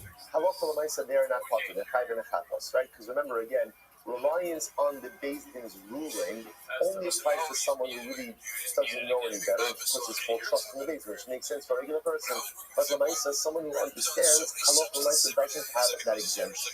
He says the Gemara, right or not, Kigon man. No, we think this Kigon man. Right? Amar, thank you. Amar Rava, Kigon Shimon ben Azai, Shimon ben Zoma. So Gemara gives examples of this. Like these individuals, like Shimon ben Azai, Shimon ben Zoma, it actually points out over here, so these individuals themselves were not Dayanim, but they sat in front of the base. Also remember back to our Sanhedrin days, that there was always like a black on the American, like a judicial bullpen, right? There were always rows of students who were there in case the base needed additional students. So these were individuals who themselves were not judges, but halacha l'maisa again were fit for Torah. They were fit for Torah. Therefore, halacha l'maisa again, to be able to rely on an erroneous statement of the beis din, they would be personally liable. I'm not Rabbi. Basically, now someone like that, someone like Shimon ben Azai or Shimon ben Zoma, if they hear that the beis din rules that chiyuv is mutar, they know that it's wrong. They know that it's a wrong, that it's an erroneous psak. If they would throw a line on that psak and eat chiyuv, that's amazing. That's amazing. That's intentional violation. You might as well using that logic. Achos. The Gemara says, ultimately again, you have to also make the atzmo chayiv. Whereas, if an individual commits an avera, ultimately he's chayiv b'chachos. I'm not sure you. If he does so under the instruction of beis din, he is potter. Kate said, what's the case? Only beis din shechiv mutar, the no del echad mehen sheta'ot. So ultimately, beis din asking that chiyuv is mutar, and one of the members of the beis din realizes that no, beis din is mistaken. Or, for example, someone, they have a Talmud who's fit to be a judge, who's sitting there in the beis din, and ultimately, again, he relies on the ruling. You might have thought that such a person would be potter. Tamalomar, ba'asosa achos. Yochid ha'oisa pi'atzmo chayiv. If an individual acts on his own volition, ultimately, again, he is chayiv ba'ahoraz beis din potter. Ultimately, again, but if he does have the instruction of beis din, he's potter. So one says, the problem is like this. These individuals are still acting with the instruction of beis din, but at the end of the day, they know better. So how does this fit? So one says, this is fascinating. So what we're asking over here is, so what is the case a Kamishpachah who relies on the erroneous psak of a Beis Din, right? Ultimately, again, who again knows that the Beis Din is wrong, but ultimately, again, it's still called shogeg. What is that case? So I say this is fascinating. So if you go to Yada the Aser, he knows that it's Aser. You know that Caleb is Aser. The Katai watches the mitzvah Mishmor Divrei Chachamim. The Dinami the Torah mitzvah Mishmor Divrei Chachamim. So we'll say this is quite interesting. What's the shogeg over here? The shogeg over here is like this: the Amishpachah knows that the Beis Din is wrong. But what he's not sure about is there's a biblical obligation to listen to the words of the rabbis. So he thinks to himself, oh, maybe that biblical obligation applies even in situations where it's clear that the rabbanim are wrong. That's the shogeg of this case over here. So again, it's not mazid, because he's not intentionally, he's intentionally eating Caleb, and he knows that Caleb is Aser. But his feeling is like this, that when Mesa, there's a mitzvah to listen to Chazal. So perhaps the mitzvah to listen to Chazal ultimately is, even if you know they're wrong. Now, by the way, it's not a crazy assumption. What does Rashi say in the pasuk? Rashi says, do not veer from the words that they tell you right to left. What does Rashi have to say? According to the Gemara, Afilu omen al yamin shu small, val small shu yamin. Even if the Beis Din tells you that the right is left and the left is right, you have to listen. So one could erroneously believe from that even if the Beis Din tells you that Caleb is mutter, but you know that Caleb is also, that you should still listen or you can still listen. Again, Kamash Malone, no, not that far. And therefore, again, such an individual would not be shielded from personal liability. He would be chai b'chatos, but yet, it's still called a shogeg. Right? It's still called a shogeg. Not a shogeg regarding Caleb, but a shogeg regarding ultimately the mitzvah to listen to Chazal. Incredible. Let's go like this. Yaksal, Hatom Dats Mokai. So this is very ambitious. Here's the rule. Any person who essentially acts on his own volition is always going to be chayiv b'chatos. Now we're talking about cases of shogeg over here. So when we see chayiv, we mean chayiv b'chatos, which is carbonic liability for inadvertent commission of an avera, certain averas. So again, if he acted on his own volition, he's going to be chayiv b'chatos. Acted as a result of the Beis Din's instruction, will be part of the b'chatos. So tell the Beis Din, lasuye, holy Beis Din, v'yadu shetal. Listen to this. So Chazu Bohem. So the Gemara says, some of the Beis Din, we'll give you an example of that. Beis Din passed with Caleb was mutter. And then I will say what happened. Beis Din realized that they made a mistake. So what did they do? So they went ahead and they recanted. But I will say, what's the problem? Well, Ruben didn't hear about this. Ruben only heard the first part, didn't hear the second part, right? So Ruben heard that Beis Din passed that Caleb is Aser, but he did not hear, Caleb is mutter, but he did not hear that they recanted that psak. So he acted on it. So one says, of course, he's going to be potter. So one says, Haba Hedjeka Taniga. Right, one says, you're right. First, the Mishnah went ahead and the Mishnah says the case, and then the Mishnah just espoused the principle. Good. I'm going to do Mishnah. Okay, so here's actually where we left off yesterday. That's just Hazara. I'm going to do the Mishnah, right? Zu Divrei Rabbi Yehuda. So the Gemara says like this. All of this up until now, right? So we've been operating with one core principle, which is when Beis Din passes and makes an erroneous psak, an erroneous ruling, and the individual relies on that ruling and acts accordingly, the individual is potter. He is shielded from personal liability because he acted ultimately again under the instruction of the Beis Din. That's what we're operating. Now, I will say, up until this Gemara right now, we have assumed everyone agrees with that statement. Comes on the read saying in Shmuel, this statement is the Zu Rabbi Yehuda. That's Rabbi Yehuda. About coming say Yosef Shashabaraz Beis Din Chayiv. The Chachamim calling the Chachamim say not true. When an individual acts, even when he's acting under the instruction of Beis Din, at the end of the day, he is Chayiv. There's personal liability even when you act under the instructions of Beis Din. And therefore, again, just plugging this in, Beis Din says Caleb is mutter. Reuben goes out and purchases himself a nice zachty piece of Caleb, right? And that's dinner. Chachamim are going to say he's liable. Not us, because again, it's shogeg. To be clear, it's not major, it's shogeg, but there's still going to be liability. Gemara says, okay, let's unpack this. Right, and the Shlosh says, essentially, what we have over here is a machlokes Rabbi Yehuda and the Chachamim. Yehuda says, individual acts based on psak of Beis Din, he is Pater, the Chachamim say he is Chayiv. So my who's a Yehuda? Sisanyo, in Nefesh Achas Techeta Bishkaga Ba'asosho, Haridim Yumi. So if you look at this phrase in Nefesh Achas Techeta, you have essentially three limiting or exclusionary phrases. Therefore, what does this teach us? Oshimi Atzmo Chayiv Baraz Bezin Pater. If you actively know, which means you can make that in your vote. If you make Chayiv Katos, you do so based on the Psak of the Beis Din, your Pater. That's secure. That's ultimately that you got. My Rabbi, what's the Rabbi? The Sanya, Adayin Ani Omer, Ni Kalsha Patu, Chayavim, Shem Deizim Medin Al Ayudein Kaf. So what's going to happen over the course of the next daf is that we're going to be kind of going back and forth two concepts. This idea of our Mishnah, that Beizin Paskin ultimately are going to be able to erroneous psak, individual action on it, is there liability for an individual pathos or not? And as you mentioned in yesterday's daf, which is still today's daf, there is also another concept which is Haz Ha'elam Government Atzibur, which means Beizin issues an erroneous psak, and the majority of the congregation, now we're going to discuss what congregation is, but the majority of Klal Yisrael acts on that stuff. Then that requires another sin offering. Who's bringing that sin offering? Is it the Beis Din? Is it Klal Yisrael? That's what we're going to see. That's what we're going to see. So that's the most jumping to over here, which is the moment. The sign. Adayin Ani Omer, Ni Kasha Hadu, the only minority of Klal Yisrael sinned based on the erroneous psak of Beis Din, Chayavim. So the individual members of Klal Yisrael are going to have to bring a katas. Why? Shem Beis Din Medin Al Yudehen Par. It's interestingly enough, so the mercy over here, that if only a minority of Klal Yisrael sinned based on the psak of Beis Din, minority is going to have to bring a katas. Why? Because since it's a minority, there's no Ha'elam government at Sibor, and therefore, again, the Klal Yisrael is not covered by that carbon.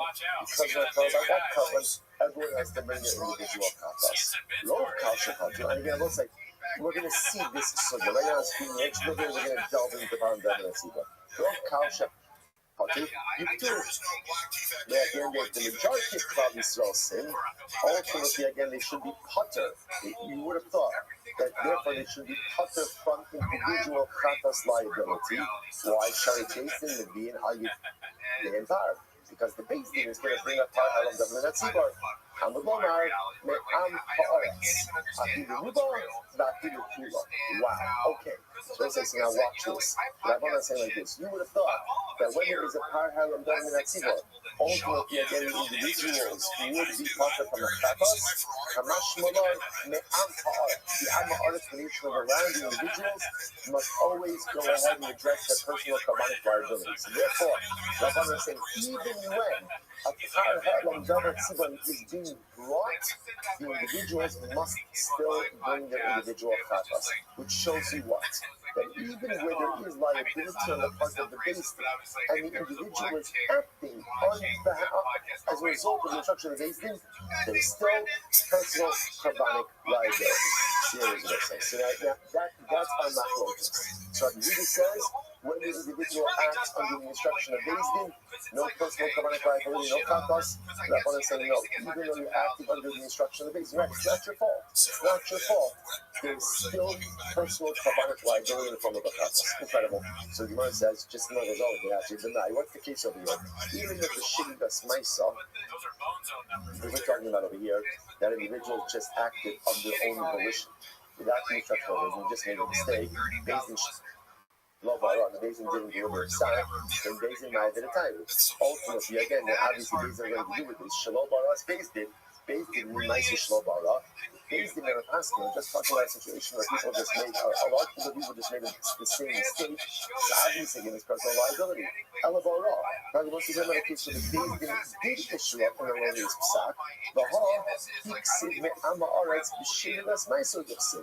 And it's about when a person gets the Amaharet by the obligation of Katas, the book said, Lashon Shivas Maisa means that Klal Yisrael, whether some individuals, minority, even a majority, they're making a mistake based on their own mistaken understanding. Nothing to do with the psak of Beis Din.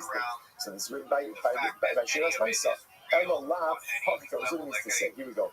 Mi Kal Shechatu B'Shivas Maisa. when the minority of Klal Yisrael sins of their own volition, they made a mistake, not a psaka based, they made a mistake. Ultimately, again, each individual, why shouldn't be in the view? Are you there in power of the whole law? Because Beis Din is not bringing a par ha'elam davar min ha'tzibor for them. Ha, as the Gemara says, ha, hein chayavin, yachol lo v'tzibor sha'asu shigas ma'asik tefillin. You might have thought, therefore, the majority of Klal Yisrael commits an avera, b'shigas ma'asa of their own volition, that ultimately again they should be patur. Shari Beis Din mevi'in aleim bora, ultimately again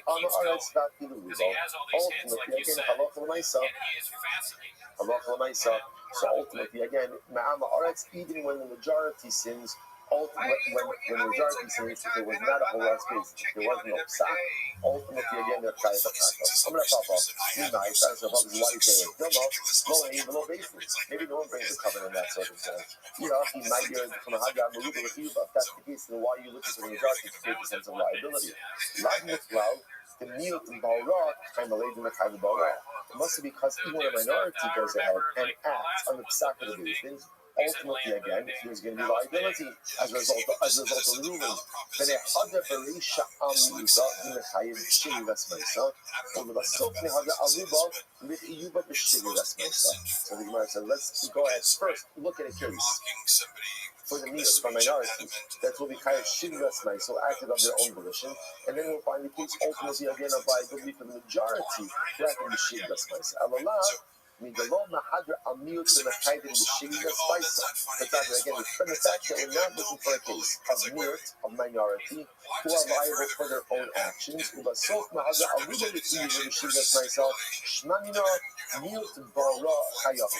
minority ultimately acts as a result of the instruction of the Beis Din, they are going to be chayav. That's another way of saying the covenant kantos. Ultimately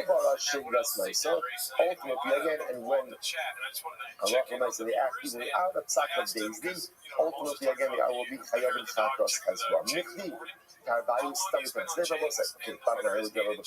The bottom line is what we're just trying to highlight what Rabbi Huda said. Rabbi Huda helped us to understand that which we thought was fully agreed upon in the Mishnah is in fact subject to machlokes. Here's the kicker, but here's the one piece of information I want you to hold on to as we go through this incredibly beautiful yet somewhat complex journey. We have a fundamental machlokes tanoi. If an individual acts as a result of an erroneous psak of the Beis Din, is he chayav a carbon kratos or not? Beis Din said Chelet is mutter. They said great, always wanted to have some. Goes out, eats Chelet, finds out Beis Din was wrong. Is living just showed you, obviously he accidentally, is he chayav a kratos or not? In order to be a general say, so just understand, had Ruvain accidentally consumed a piece of chelet ba'or in the halacha, carbon kratos. Here, Ruvain, interestingly enough, acted based on the psak of the Beis Din, so he made a mistake, is he chayav a kratos? Rabbanon, sorry, Rabbi Huda, no. The individual is shielded from personal liability when he acts as a result of the psak of the Beis Din. Rabbanon, yes. Just remember that machlokes. That's going to be a machlokes for today. We're going to see it play out a number of different ways. So the Gemara says as follows. The Gemara says, good. Both the Mishnayos which is quoted, right, they're both what we call stam Mishnayos, which means without attribution. The Gemara says, how do you know the first one's going to be the second one's Rabbanon?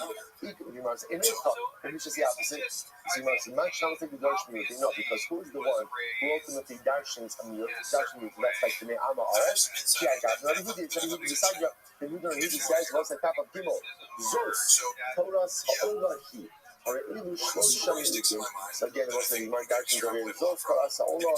There are three limiting phrases, or three limiting words in this. So you see, Rabbi Huda, we think, therefore it makes sense to attribute the Raisa ultimately as well as the Mishnah should say. Amaretz to Rabbi Huda. The Raisa and the other possibility is Adayin Ani Omer Lo Motis Mokos Rabbi Huda. Perhaps I can't get fully established as Rabbi Huda because Lo Hakal, Lo Kal, Shechatu. So let's see now again.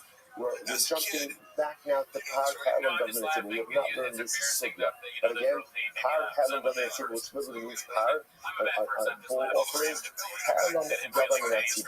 Something, a piece of information, has been hidden or obscured from the congregation. Represents a situation facing issued an erroneous psak, and majority of Klal Yisrael relied on it. Okay, now watch this. If the majority of Klal Yisrael say Beis Din are you in par? So Beis Din, let's say now, according to this version, Beis Din is the one who brings the Par Ha'elam Dominativ Yatsiba. The individual doesn't bring anything. Beis Din brings this carbon on behalf of Klal Yisrael. Rabbi Yehuda, and I want to say now watch this. If you think that this is Rabbi Yehuda, listen to this. Ha'amar, Sibo Hudamai Sib Beis Din Lo. Okay, get ready for this. So it's like Machlokes number 2 that I want you to remember. When there is a Par Ha'elam Dominativ Yatsiba, like so Beis Din issued a erroneous ruling, majority of Klal Yisrael relied on it. Now, Kabbanic liability, Par Ha'elam Dominativ Yatsiba. Who brings that carbon? Watch this. It's not. But you don't know. So we'll say, well, let me just say this outside. The Rabbanan say that ultimately again, it is the Beis Din who brings it. Rabbi Yehuda is going to say, Klal Yisrael brings it. The Tzibor brings it. Now, what does that mean? The Tzibor, like there's one power for Klal Yisrael, there's multiple powers for Klal Yisrael. That we're going to see. But just again, that's not focus number 2. Kind of keeping you like this. No, here you go. But you know, it's fascinating. When you go like Shiva, let's say I'm Gimel Amid Aleph 3A, 600 up in the top. This time, when you go like Shiva Shvatim Shechatim Levin Zayin part. So listen to this. There's 7 tribes now. We'll say, remember again, what 7 tribes represent? 7 tribes represents majority of Klal Yisrael. That's interesting enough. Not necessarily numerical majority, but tribal majority. We're going to talk about that in so many segments to come. I don't know next week when we finish this down. Right, so let's say, someone might say again, right, 7 tribes, right? So 7 tribes go ahead and commit an Avera. So what's the halacha? But now again, let's say this all shows Mediyah Zayin Harim. Rashi points out over here, look at Rashi, last word on Rashi, Zayin Shvatim, to Havu Rov Shvatim, that the majority of the Shvatim of Klal Yisrael, Mediyah Shiva Parim, which is interesting. So obviously, 1 par per Shevet. Now, some Rabbi Yehuda, the Shevet Echad Ikri Kal, they Mediyah below Beis Din. So listen, there's a lot actually happening over here. First of all, in Rabbi Yehuda, you see that it's the people who bring the power, not the Beis Din. And it's also interesting to see that according to Rabbi Yehuda, each Shevet is considered its own cow, considered its own congregation, and therefore each Shevet must bring its own power. Nachman and Shmuel, so the Rabbi Meir. These are the words of Rabbi Meir. So therefore again, right now where we are is we have 2 machlokes in Rabbi Yehuda and the Rabbanan. Number 1 is in our Mishnah. The Rabbanan say ultimately again, Rabbi Yehuda says the individual shielded from personal liability when you're liable in sacrifice. Rabbanan say no, you're liable. The machlokes number 2, Ha'elam Dominativ Yatsiba. The Rabbanan say Beis Din brings it. Rabbi Yehuda say Klal Yisrael brings it. I'm not going to Shmuel to the Rabbi Meir. These words are Meir. About the Chachamim say Yochid Shasa Baraz Beis Din Tchayim. So it's interesting enough that Nachman says it's not Rabbi Yehuda who is the opposer. It's not Rabbi Yehuda who is the Canada. Mishnah, but Rabbi Yehuda is Rabbi Meir. Rabbi Meir is one who says ultimately again the individual is shielded from personal liability when he acts on the advice of the Beis Din or Beis Din. But the Chachamim say ultimately again that he's Chayim. So you must say, my Rabbi Meir, my Rabbanan. What are these both these things? Here we go. Holy Vasu, Beis Din Paskin, that's where it was Mutter, and Ruben went out, or individuals went out, and ate it. Rabbi Meir quotes it from the Chayim. Rabbi Meir said, and ultimately again, the Chachamim say it's Chayim. Man also. So we'll say, what does this mean? Who is doing this? Who is performing this fate? Because if you look at Rosh Hashanah, it's interesting. It says, Holu v'asu. They paskin and they ate. I'll just use Chayim as the example. So I understand the paskin is being done by the Beis Din. Who went out and committed the Avera? Because also, this is not singular. It's not Holu v'asa, but it's Holu v'asu. Who's doing this? Healing of Beis Din. So let's say again, if it's Beis Din who paskin and Beis Din who went out and then acted, they ate the Chayim. So my kind of Rabbanan and Chayim. Ultimately, it's also so once again, this is Par Ha'elam Dominativ Yatsiba. So ultimately, again, if it's the base thing that asking, and the base thing that went down to 8 then why would there be liability for Par Helam David and Tzibor that time? Yaakov holy base thing, but also, thought like this. The base thing went ahead and asking, and the base thing themselves acted on their own side. Yaakov, you might have thought that ultimately again it would be liability, right? Tamalomar, so Par Helam David and Tzibor liability. Tamalomar, Hakahal Ba'as.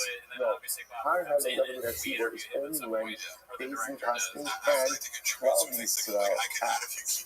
Ma'aseh Torah the cow, V'harot is the basing. The action is dependent on Klal Yisrael, and the Pesach is on the base. In other words, this is a synergistic partnership in the commission of sin. So ultimately, again, basing is delivering the erroneous ruling, and Klal Yisrael are the ones who are acting on it, which indicates that basing issued the ruling, and then basing are the ones that acted on it. There might be conscious liability, but ultimately, again, it's not Par Helam David and Tzibor. Hello, Rabbi, you have to say, holy basing the Asur Road cow. It must be that ultimately again based in asking, and what happened? And what happens? And halakha l'maisa, the majority of Klal Yisrael acted upon it. So that's the case. My time Rabbi Meir deposed that. Why would Rabbi Meir say? Why would Rabbi Meir say that the chata from Par Helam David and Tzibor, that's the paradigmatic case of Par Helam David and Tzibor? Allah, holy days, and rather will say what happened. Holy days, rather what happened over here? You wanted more loud than that? Basing fasting at the end of his mother. A minority of Klal Yisrael came along and acted on that stuff. Okay, so now I will say what? So ultimately, here's Machlokas, Ma'asav Yachid Shasabaraz Basing Potter. One opinion, Rabbi Meir holds that when an individual, but I will say, you consider an individual up until what point in time? So it's the majority, right? In other words, there's no difference between a minority of Klal Yisrael and ultimately again an individual. It's the same thing. So again, halakha l'maisa, when an individual sins, Rabbi Meir holds when he does so based on the psak of the basin, he's going to be potter. In Ma'asav, at the common other hand, hold Yachid Shasa Baraz based in Chayit, not even an individual act based on the instruction of the basin. He's still going to be Chayit a personal chata. So we'll say he's a machlokas. So again, we're just returning it. Before we said the machlokas was Rabbi Yehuda coming. Now again, you might suggesting that we're not suggesting that it's Rabbi Meir. But it's the same machlokas. Incredible. So it's our Rabbi. Before the Alma, Rabbi is he said, before the Alma, you're not going to trust the Baraz based on natural. Natural. So everyone agrees that when an individual acts based on the psak of the basin, that he's going to be covered. He does not have personal liability. No private liability in that case. Alright, so what's machlokas of it? This is fascinating. And the basing match on the red tziva coming. This is incredible. So let's jump back now. Par Helam David and Tzibor. So remember again, when do you bring Par Helam David and Tzibor? When do you bring it? All right, who brings Par Helam David and Tzibor? Who brings it? Who brings it? Machlokas. Good. Still hot things, right? Machlokas. Right? Machlokas is that the Tzibor ultimately again isn't good. So just keep that in mind, right? And when ultimately again, when do they bring it? So now here's the thing. When do they bring it? What has to happen? The majority of Klal Yisrael has to sin based on the erroneous side of the base. Here's Machlokas. We'll say, watch this. What's Machlokas over here? And the basic Machlokas is going to be. Let's see if they count towards the calculation of the majority of Klal Yisrael or not. I was going to say, let's say, and again, so let's say with the Beis Din, the majority of Klal Yisrael sin. Without the Beis Din, it's a minority. It's a big difference. Right? Halakha is a big difference. So does the Beis Din himself count in the calculation of the majority? So we go, Ma'asav Beis Din Machlokas Tzibor. One opinion says yes. Ma'asav Beis Din Machlokas Tzibor. One opinion says no. One of my focus. Levi saying, we're going to see, like I said, this is not the sugya of Par Helam David and Tzibor. The good news is when we get there, you're going to be armed with so much incredible information. It's going to be a breeze. Levi saying, you might talk about what it is. Holy baking the Asur Love cow. What happened over there? We have a typical case. Baked in fasting. The majority of Klal Yisrael went ahead and committed the Avera. And man Chacham, Rabbi Shimon is the Amar, Tzibor Maisi, who baked in Maisi? Wow. So apparently both sides, there is a third opinion, Rabbi Shimon. So up until my focus. One opinion says, Bali Shah brings the power. Other opinion says, Basin brings the power. Where now there's a different opinion that says, everybody brings the power. Ultimately, again, the Basin brings the power. Bali Shah brings the power. Paros for everyone. Levi Zema. Shevet Chelsea Baraz, Beis Dino. Those other possibilities, what's my focus? We're just trying to figure out different ways to frame this my focus. Or maybe my focus is like this. What happens, I will say, every Shevet has their own court system as well. What happens if a Shevet, an entire tribe, acts based on the advice or the halakhic instruction of their particular base? So much as man chacham, and boy chacham, and you sign up Shevet Shasha Baraz Bezdino, also Shevet Kai. So this is very interesting. If the Shevet went ahead and acted under the instruction of its Bezdin, the Shevet will be Kai. Okay, revice them. Okay, go. Shechatu, the other possibility is also watch this. Very interesting. Shechatu Shisha and Yubon Shakal, or Shiva Avabi Shem Yubon Shakal.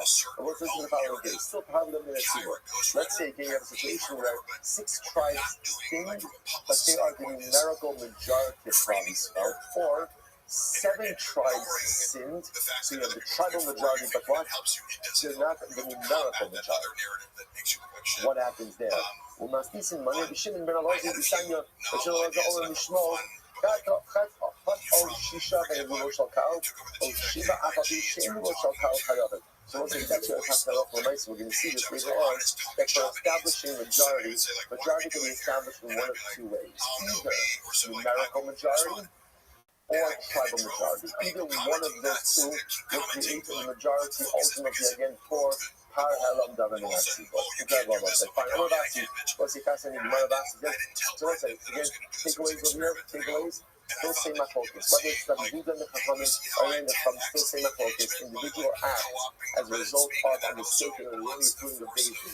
Is there individual liability for a chasas or not? My focus. That's our overarching machlokas. Along the way, we're picking up a lot of other pieces of information and sub-machlokas as well. In other words, to keep in mind, who brings the parallel dominant tzibah? Is it the Basin? Is it Klal Yisrael? Is it both? What constitutes a majority? Tribal majority, numerical majority, or both? Again, just keep all of these things in mind as we go along. These fascinating things. I'm not asking. Let's get ready for this. This is a wild Gemara. And we'll say, so remember again, for parallel dominant tzibah, what do you need? Majority. However, we're calculating majority. Numerical majority, tribal majority, if the power is only brought to the majority of Klal Yisrael, sins as a result of an erroneous doing of Beis. Rashi says,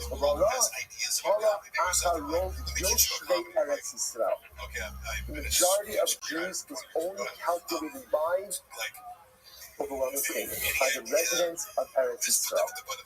The Jews of Chutz La'aretz do not count in this calculation. Shnei Amar, why is that? Shnei Amar, Vayas Shlomo Va'is Yehiyas Echad. We saw after Shlomo Melech built the Beis Hamikdash, he made a big Yom Tov. The Holy saw how Gadol, and with Shlomo Melech was a large assembly in Levot Hamas ad Nachal Mitzrayim. From Levot Hamas until the border of Egypt. Shabbos essentially are the territorial borders of Eretz Yisrael. With that, Shabbos, when they celebrated for 14 days. Once that was it, Mystic Siddhapon saw how Gadol on Levot Hamas ad Nachal Mitzrayim. Because I understand, it already says that all the fathers are king to celebrate with Moshe. Right? Why does it then have to say how Gadol, a large assembly, a large congregation, and then giving the borders from the Levot Hamas up until this time? Why do that? Shmamina, but they watch this. Hamzu the Ikrikal, about Hanaflo Ikrikal. It is only the Jews of Eretz Yisrael that are called Kahal, that are called the Assembly of Israel. The Jews outside of Eretz Yisrael are not called Kahal. So let's say this is an incredibly and overwhelmingly striking Gemara. You look at Rashi with just a moment. Rashi says, "Halach acharod Moshe Eretz Yisrael, the also Shebachutz Haaretz, Eino min Hamina." It's a little bit of an abrasive statement. In fact, ultimately, again, the Jews of Chutz La'aretz, ultimately, again, are not part of the Talmud. Not part of the Talmud. So we're also not from the Talmud, Chutz La'aretz. So let's say, so this is a fascinating halakhic concept as well. Klal Yisrael, or we should say Kahal Yisrael, is made up of the Jews on Eretz Yisrael. The Jews of Chutz still bona fide Jews, but we do not count towards part of Kahal Yisrael. So therefore, I will say, interestingly enough, for this purpose over here, but Kahal and Government and Tzibor, majority is only calculated based on the Jews who live in Eretz Yisrael, not the Jews who live outside. We see a lot of different examples of this. For example, Yovel becomes Doraisa when Eretz Hashem Rod Yisrael. The majority of Klal Yisrael lives in Eretz Yisrael. So you see that there are certain things that only the Jews of Eretz Yisrael count towards the total tally. We'll say it's an overwhelming thing for us to contemplate. And the truth is, we feel this. You feel when you're in Eretz Yisrael, you always feel like you are part of something bigger. That's it. The most wonderful, leaving aside anything else. When you come to Eretz Yisrael, by definition, the Neshama feels, I am part of something bigger than myself. The greatest challenge of Chutz is that ultimately, again, you're proud Jews, but you're part of something beautiful, but that feeling, you can have that feeling of Kehillah, which Baruch Hashem worked very hard to create, but that feeling of Kahal, ultimately, again, is something that is not felt in Chutz. Kehillah Yisrael is only in Eretz Yisrael. And is only felt there. Strong, vibrant, beautiful Jewish life. You can find in many places, even outside of Eretz Yisrael. But Kahal Yisrael, only in Eretz Yisrael. Incredible. Let's go back to it. Says the Gemara. Shita was a very interesting case here. So Shita, the living from the Smaki, and we took the Shita Rabbi. I got a lot more to say, by the way, on that. How we saw Eretz Yisrael, but absolutely no time. So Eretz Hashem will come back to it. So we're living from the Smaki. Let's listen to this. This is a very interesting case. Let's say, at the time that Klal Yisrael sinned, it was a majority, but by the time you get around to going ahead and doing the Karban, it's a minority. So how does this happen? Rashi says, people die. There's no longer a numerical majority. In other words, the number is not true. Rashi says, Pshita, Rumim and Ismat, you don't show you things. Basulov Karapia, there's Hadula Habipar, but when we speak with the Habi, action is not to Shemin Sumitas. It's a very interesting case over here. At the time when based in Paskin, and the people committed the Avera, there was a majority. Now, at the time of the actual bringing of the Karban, it's a minority. People died. So what's the halacha? So Pshita, Merubin ben Ismaku, Hainu Kuntur B'Shem Rabban, is not focused. That's not called B'Shem Rabban. Mu'atan ben Israbu, what happens was like the opposite. Based in Paskin, ultimately again, a minority sin, but now when we get to and ultimately, again, the Psak Halacha, it's a majority. So the Gemara says, what happens there? Keep leading the Shem Rabbanon, and Shem Da'azal Basi Yediyah, Mechayim. Rabbanon Da'azli Basar Chata, Patrish. So also, interestingly enough, the fundamental focus is, when do we establish liability? Is it ultimately, again, what we call Basar Yediyah, at the moment of awareness, or is it Basar Chata? Ultimately, again, at the time of the bringing of the Karban itself. I should say, Basar Chata means the Adera, Basar Yediyah means the moment, ultimately, again, that we have an awareness of culpability. When do we establish majority? You know, for my, it is the Emedusham Zera B'Shem the Azal Ba'af Basar Yediyah. Very Shem is not just going Basar Chata, it even goes Basar Yediyah. Hey, the Habi Yediyah, the Chata, the Chiyot, Yediyah, the Lo the Chata, Yisham is they may be going to be shooting these boats, you didn't cut off. With it's just the idea awareness. But ultimately, again, not in a majority by the application of the faith. Didn't say it was right, or it didn't say, let's see the ashta. And then shooting Chata, the idea boy. If shooting requires both majority, both kind of idea and Chata. Okay, interesting. We go to the next case. All based in Caleb, Mutter, Basu Mil Kakao. Most of listen to this. Basin came along and Paskin, Caleb is Mutter. Okay, then what ended up happening? A minority of clouds were acting on the Pesach. Fine. Then what happened? Basin realized their mistake, and ultimately again retracted the Pesach. The boss said, then what happened? Because you based in behind the holy. Then Bezin Paskin again. Caleb is Mutter. Right? The boss said, say to yourself, that's so crazy. How can you make the same mistake twice? And what's the answer? Look in the mirror. How can you make the same mistake twice? Life is filled with most of us making the same mistake twice or 222 times. Like, most of life is actually He's not making new mistakes. Most of life is actually just repeating the same mistakes over and over and over. One of the most frustrating things that often we encounter in the Tshuva process is the inability to right ourselves. The inability to kind of get the reins on the same stuff. I mentioned this a number of times already. When we come to Yom Noah and we do Tshuva, because I think for many of us, it's not the pshat that we say, you're like, look at this, I was in the Chadish this year. I never did this Aveda before. This is incredible, right? And diversifying, spiritually diversifying, right? I give you this. Most of us, interestingly enough, do not come to Yom Noah with new chacham. Most times. What do we come with? The same chacham. Same Avedas. And it's the same Avedas that I've been doing for 10 years, 20 years, 30 years, 40 years. The same stuff. Because change is hard. Change is incredibly difficult. So don't be so surprised that a Beis Din issues the same erroneous psak more than once. We make the same mistake more than once throughout our journey of life. So in any event, it's a Beis Din. So again, part one, Beis Din passing Chilul is mutter. Chilul is mutter. A minority of Klal Yisrael acted on that. Then what happened? Beis Din passing again. Chilul is mutter. And we'll say, what happens? What's the Shaila? Do these two minorities combine to form a majority, therefore triggering the obligation of higher Halam Davar Natsiba? They can't. Right, so now remember, two individual minorities, both back in the psak in the same day, both with the same Avera Chila, but two different Piskei Halacha. Do they combine to form a majority or not? So on one hand, there's two different kinds of awareness, therefore they shouldn't combine.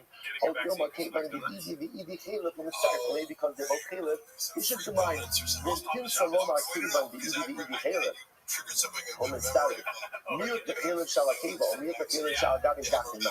Okay, so let's say you would say that two instances of Chilul do combine. What happens if it was two types of Chilul?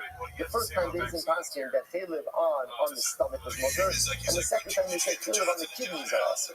So two different types of Chilul, erroneous Chilul, Piskei Halacha, combined. So the Gemara says, even with the trade fly cost. No mistake. Why don't we say this? Even though they're both called pillars, there are two different types of pillar, therefore they don't combine. Even the ED pillar too, it's starting. Or since they're both pillar, they should combine. Then give some shame pillar from the starting.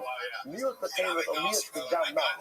What happens if I say, things the first class in pillar is middle, and the majority of flies saw 8 pillar. Then they retach that side. Then they passed in blood is mutter, and the meal of saw when had 8 blood. Those two minorities combined to form a majority for Kar Helam Davar Natsiba. On the one hand, you could say, that came on the train Surin, the Eben in the Surin Shava, but on one hand, you could say, look, it's two different prohibitions. And ultimately, again, the Surim analysis, for example, they're both like, Caleb doesn't apply, it's a Caleb, let's say, by a time. So the Surim are not the same. Ultimately, Caleb, the Surim Shava, the Kabbalah Shava, on the one hand, there is similar, right, or the same Kabbanic liability, perhaps that should create a majority. Then came the one like Caleb, the Surim Shava, the Kabbalah Shava, maybe since they're both the same Kabbanic liability, right, because they both say Chayv ultimately they can combine. What about Miyot Chaylev or Miyot Abaros Kovadik? What happens if the Beis Din Paskin? You can eat Chaylev. Minority ate Chaylev. Then Beis Din Paskin about the Zar's Mutter. They'll say, do not go to this Beis Din. Do not go to this Beis Din, right? A minority ultimately again, then they said that about the Zar's Mutter. And a minority did that cannot combine to form a majority. Hakabada in the Surim Shavin Kabbalah Shavin. The Issur is different, right, obviously, and the Kabbanic liability is different. The Karisu is started. On the other hand, both of them are Karis, and therefore they should combine. What is the Gemara answer? Take it. Right? The Gemara says ultimately again, take it. So now leaves this question open.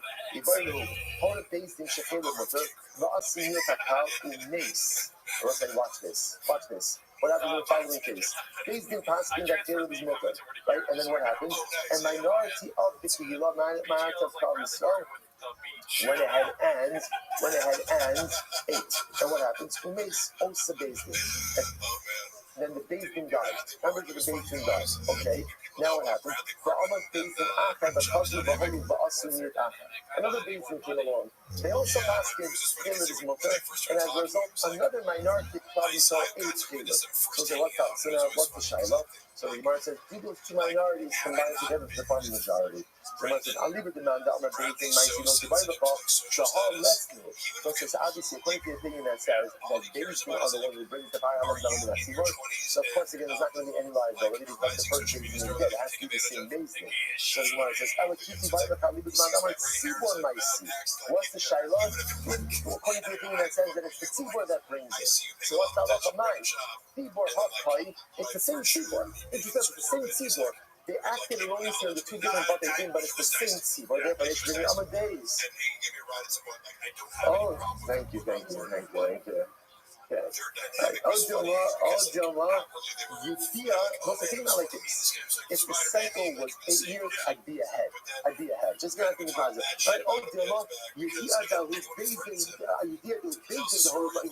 So, or on the other hand, no, I need the same base. Right? Even though it's not the base that's bringing ultimately again the card, but I still need the idea of that same base, and that's lacking. So what's that? What's like this? More answers again. Take you. All right, we'll stop over here for today. Shkoya, absolutely incredible. We are good. All kidding aside, already by Shabbos, the daven actually gets, notice the print gets bigger. Right? The pages get a little bit shorter. We'll be fine. Careful, we'll say. All right, guys, like a great day, everyone. He's trying to do like now. You get me into I get you men. I'm sure there's some lists that you give me. Hey, bro, this is like, what are you talking about? I'll get you in there. What's that, right? I'm going to leave it before Shabbos instead. So taking it back from them. Okay, I want to actually look first at the tomorrow's top. He was just saying, we were trying to be like, oh yeah, I get you. It's like, but that's not true. Literally every lift. Yeah. Like, have you seen me squat 6 plates? Can you do that? It's just, but it goes when it's like, Jesus Christ, this guy's insane. For the fact that I'm obviously I'm the star of the show. Yeah, like, there is a question I wanted to ask you that was in the chat here. My wife's not. Oh, and then he accused Bradley Martin of being gay. Because he was like,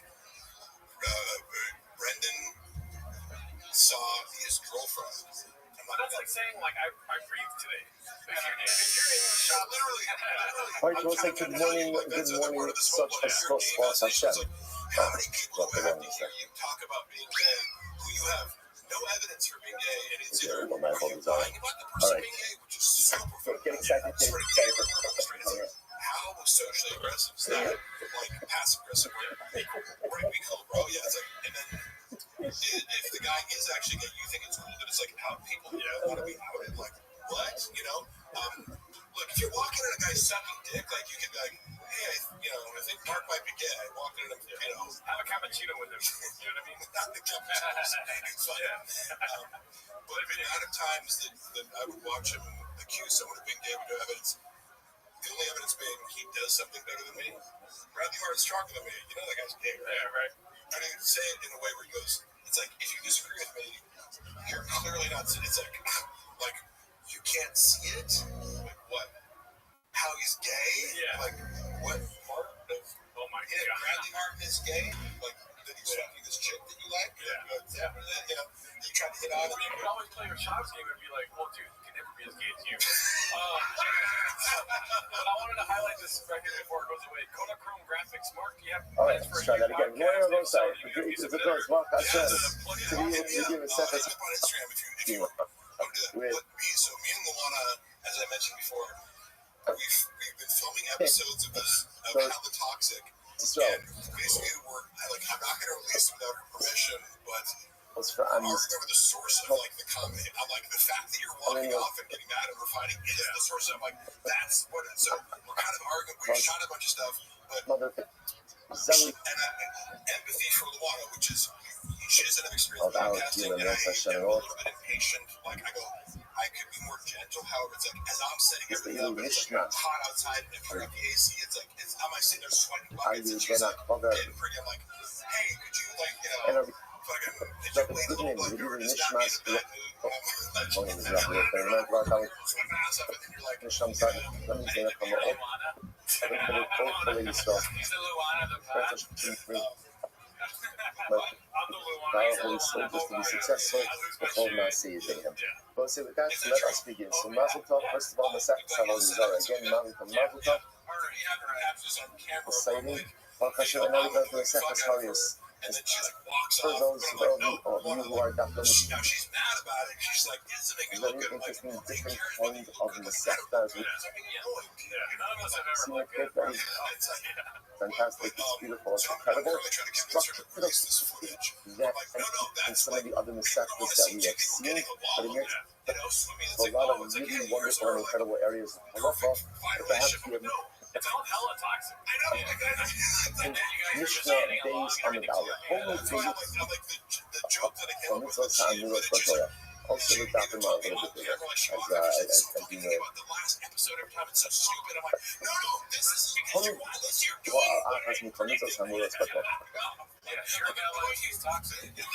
But yeah, we'll be preoccupied with at least for today and a bit of tomorrow.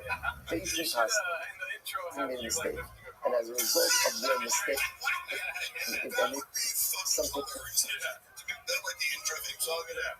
was the mistake that they made. And this guidance, that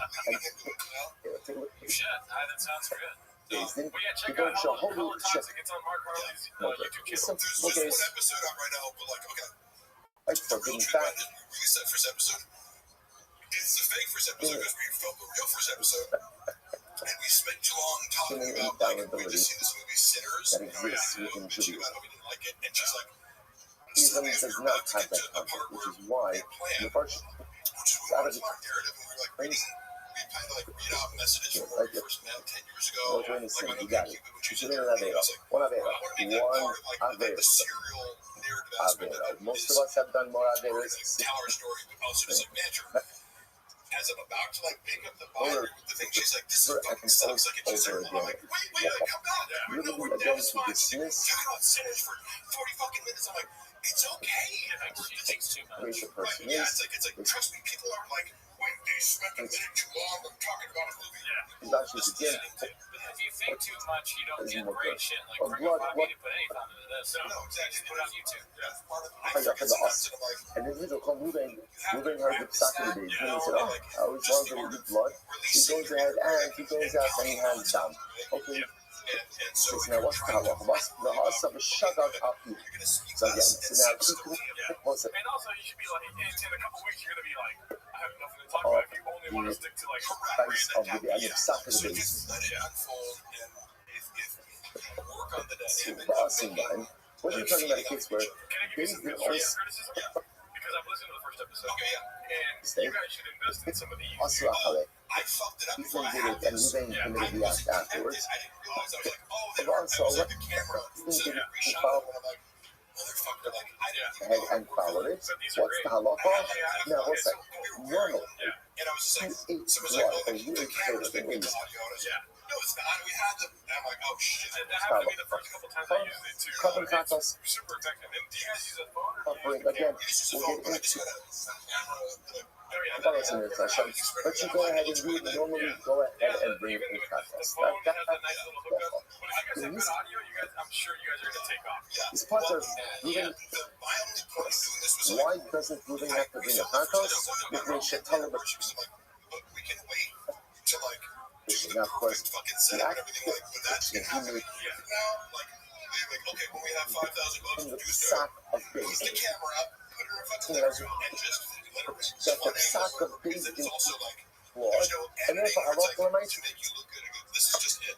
There's no editing, so you see the tension. So it's like, so that this is what the Mishnah ultimately again is introducing us to. Is Like pretend like that they're bigger than they are. It's like, oh, we need this whole podcast. It's like we're getting 100 views. Why do you need to fucking have Rashi this says whole official it's the space? first. As if that's Why the does it thing. actually Don't be itching make first. Get a storage unit. zero? Right, yeah. The base and boss. So the Mishnah isn't. it's like, Brendan, why wouldn't you just shoot everything in your fucking own garage? And then Like, you have the space to have a studio. Yeah. Like, why wouldn't you just make that the thing? You can't wait for success to come to you. That's why we don't have a Rain sponsorship, but we have Rain now. Based on the As if we instruction did. of Yes, the because one day Rain will find us. They'll be like, you guys are great. We love what you're doing. basic Manifest. We're a marketing Now watch team. this. Marketing Holy geniuses.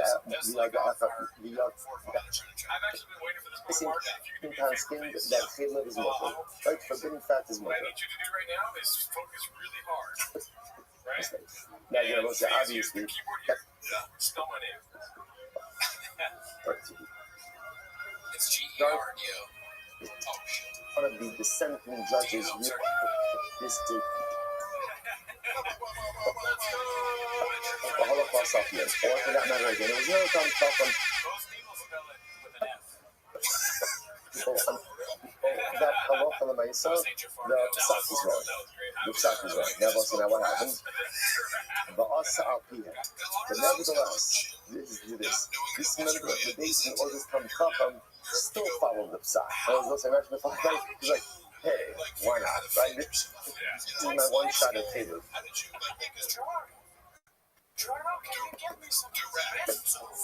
know that this is very important. This is easy. You got it right, y'all. Ricardo. Just Pasto.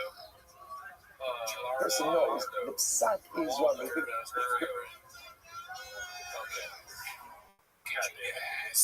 I said the Mishnah. You didn't spell it right. When I so the Osaka and he's making a little bit from the after. It's probably my favorite joke, especially because it's so. That was like the viral bad joke. It was like, what's a Mexican cookie? Mexican chocolate chip cookie with salsa on top. It's like, it makes sense. Because He knows. no, I know. Like, Only is psak, and therefore halacha l'maisa, is going. Was like interestingly enough, the Gemara is going to I don't think it's lazy so much as it's just racist. Yeah, it's degrading. It's like, you've never seen a Mexican cookie before? There has to be more to this case. Because they're so good. Next, why you want to That salsa cookie is disgusting. at the end of the day, shield Disneyland, dude. reliability. When you can say that I didn't, That thing you brought that one time specific? Yeah. but if you know that the psak of these in Mexicans don't know how to make food. and you fuck. Yeah. Why would you put salsa on really good food? Yeah. What's it? This is local. Mexicans don't know how to make confections. They're really upset. They're saying my name is Gerardo. I don't know what that means. Gerardo, Geraldo. Oh, I'm sorry I can't spell your fucking name, dude. I didn't sign up for a spelling bee. I signed up for a fucking podcast. Because remember, you're not going to get a you can't bring a katas because katas is right. So the music is no katas. Only the shogun is katas. So that's why we're going to have to define what this case is over here. Because in order to say kai the conscious means katas, and the shogun. Again, we'll have to see in the Gemara.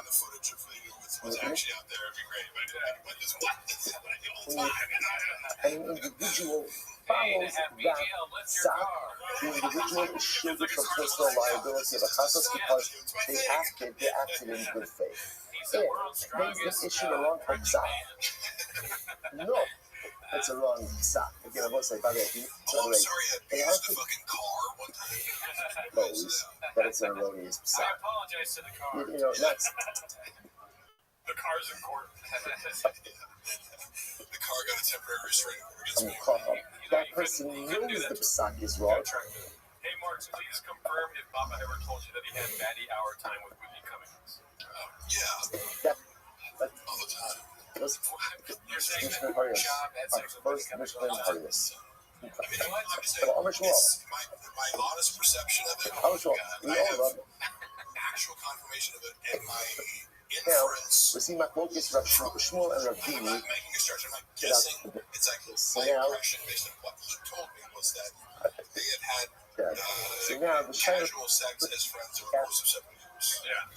So, I mean, according to him. So that explains, like, you brought up. I don't know why he'd lie about it. It's not like he's like, oh, my big flex is like a fucking man. I just had to the Rabbi. Yeah. This is like, you brought up sinners. It's like, that explains why Whitney Cummings lost her funny and Brendan Schaub got really funny. You know what I mean? He sucked it out like a vampire from her comedic abilities and things. Yeah, that was one of the things I was saying. Like, wait, so you become a vampire? If you notice again, like Vinny adds in one word. What's the one word? This is confusing me. I didn't like this because you are permitted to act on this stuff. He says, you're introducing the vampire is not enough. In order for the individual to be shielded, like, I gotta spend it. Yes. Well, there is, it's like, Whitney must have Cummings is also like added serious because she's a vampire skank. I gotta say, hey, you know, I don't know what you guys think about this. I'm gonna introduce when Whitney Cummings went on Flagrant. Do you remember this episode? It kind of became so these as I think it rotational was ligma viral for the law, fact that, like, because my perception, I think other people's without perceptions too, was they were like kind of there's a statement of I was information, there's a watching it, I'm statement of going, fact. I try to not go out of my way. Oh, it's like, hey, About to act. you know, you need to fucking hang. It was like, are you guys going? It seemed like they're going out of There's the their way word to, like, lasos. In order for this to be, well, now you're talking about the hierarchy of suck, which is like, where is Whitney Cummings compared to Flagrant? You know what I mean? Well, like, her at the lasso, comedy, I'm just like, as an why do you have someone on to be a dick to them? what's out to laugh, like you're allowed to go If and it's eat, actually me, okay, it's probably like, I mean, you could they're have hustling and they're giving whole lot, they're giving instructions. But Vinny says, hello, myself, that's I'm where, gonna say this: Whitney Cummings, funnier. ultimately again, Whitney Cummings is funnier than Akash and Andrew Schultz and those goons on the couch. Yeah. Like, I know that people ripped one of her specials, and I was just like, oh, people really was bad. I'm not gonna. Schwartz says yes it would. Okay, so let's analyze this. So my time again, what's up, Vinny's logic? I've seen Whitney. No. There was one where she had like an AI robot, and I was like, oh, that special was good. So I like Whitney Cummings specials. Jokes is the one that they wrote out now, because we watch jokes. I'm just saying, I don't think of Whitney Cummings as a bad, like, let's analyze this. maybe some stuff she's put out is poorly achieved, but I've seen enough to go like, yeah, she can write jokes, she's better than Brendan, whatever, but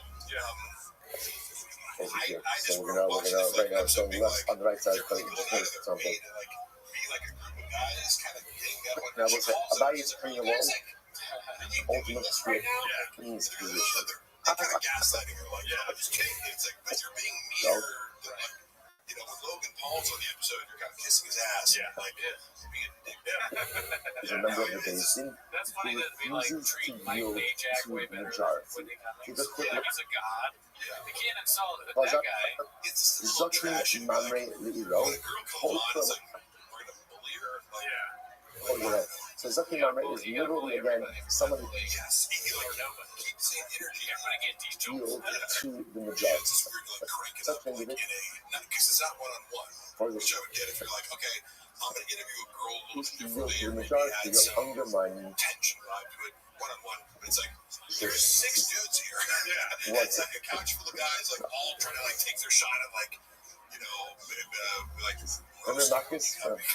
she's horrifically bad at comedy, but so are they. Florence said that even after Basin delivers a verdict, All that aside, the subjects in the minority, I feel bad for her. the overseas I kind of feel bad for her no. too. Sometimes I watch her, not just on that episode, just in general. I What feel like could I she's a do? I was in confused the minority. person. You can't do She's that. constantly under Can't do attack. that. That is for.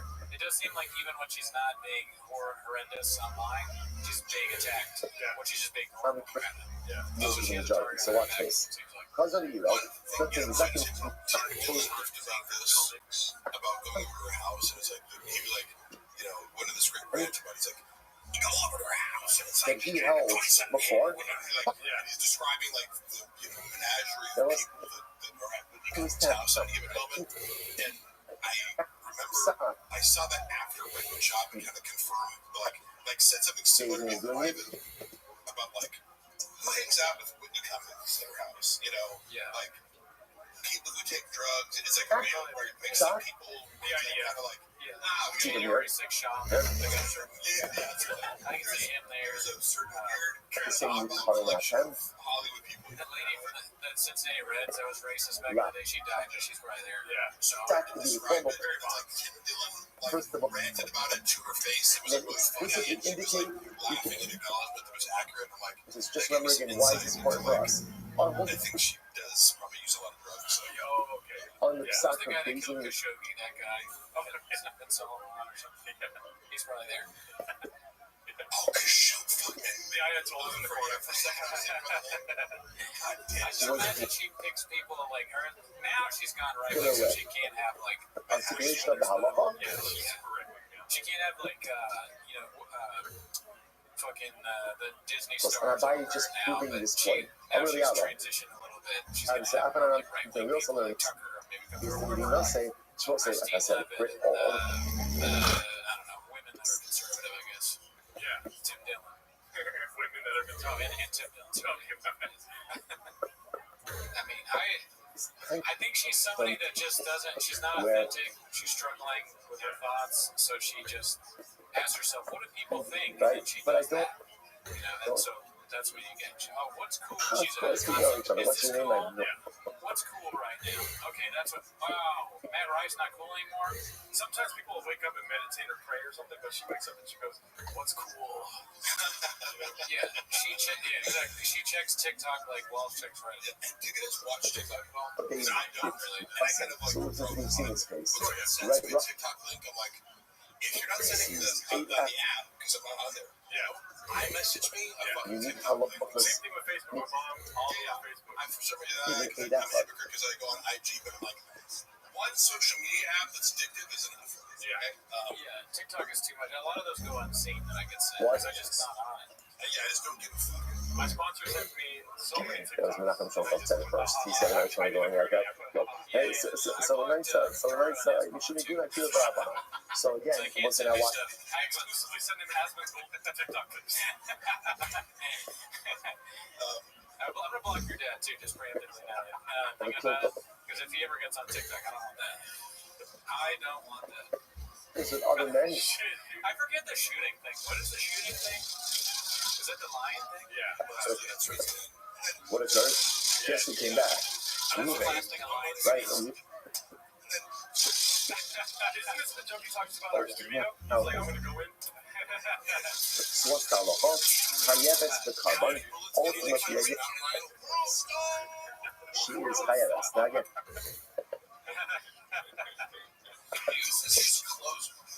now why wasn't watch this? Some would say the worst. Yes. I've heard that he wears those night vision goggles, but they're not on, so he's just blind. Dude, could you imagine? Could you imagine going to his house? Of course. He has those. Or like, are these the goggles? We're wearing them. They're not on. Does he really have goggles, do you know? It was Night vision I goggles? know he has guns. I don't know. He has guns. Which is also like when he was Stop. claiming that I broke He's in into his front house. of I'm the like, Psak. why would I He visit says my ex-boss ultimately who again. like has AK-47s in his house? You're not saying like, Not say. Why would I go harass like a UFC heavyweight fighter who has an arsenal of weapons? They- And who's like, father-in-law is like a LAPD officer. Like, I'm like, on the bullet, it was engraved that if you're reading this, you're redacted. Almost that. Life Fuck, in action. man. Catch this, you blockbuster. He's definitely coming for us at some point. You know, I'll fight to the death. It's a matter of when, as opposed to if. I remember because it's funny, like when you chose to, I would love to. Right across the notch to the right. You asked about Kosh giving notes. Yeah. And one of the things I wanted to comment on was. Awesome. Actually, no meaning format on us. So we'll say so How do again. you give notes on somebody on a stand-up special that's already been filmed? Yeah. You shot it, okay? It's like, hey, can you give me script notes on the movie? It's like, well, that would be the script stage. You have to watch somebody set and give them feedback, right? So he was doing a lot of like, can I get feedback on this, on his finished product? And it's like, well, unless I have access to all the footage and angles and jokes, It's all Rabbi is being honest. Back up a human version. let's have raw That footage. gives it suck. So that would take away, So I remember he was just like thirsting for like, is this good? Hey Rogan, is this good? And then it doesn't get back to her. He was alone. Later, he said he didn't watch, that story was Did you watch it? You didn't watch it, Yeah. He's like, well, clearly he didn't fucking watch it, He was just like, yeah, hey, great job, buddy. Yeah. You I'm doing might the VR podcast. Definitely have time to watch I mean, there is precedent for that because I think it was Joe DeRosa just did his special, and he said that he had already filmed it. I keep thinking it's whatever it's the ones on Dallas. Anyways, That's our donation. Confess. But Joe DeRosa filmed Notice this, right? Antonasos. Shmuel will say now again. Exactly the same. Shmuel says that the formulation of a base there is all base needs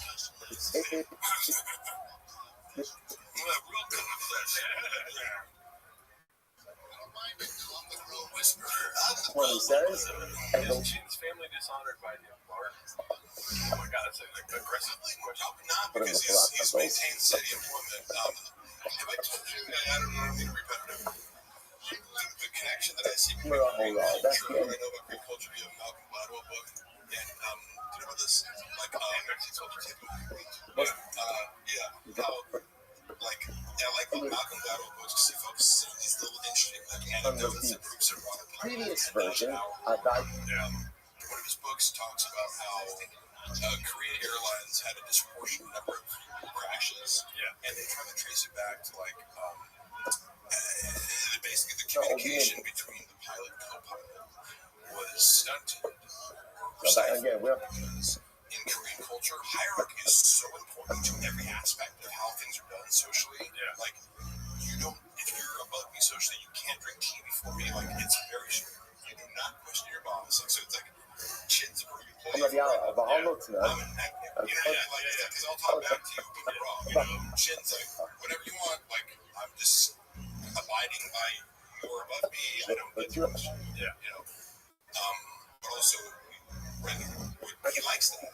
Despite the fact that Chin isn't like offering new creative ideas. He's like, well, you kind of want to get super loyal until you shut the fuck up. Or utilitarian. So he loves it and presents it. But I do see that as part of the reason.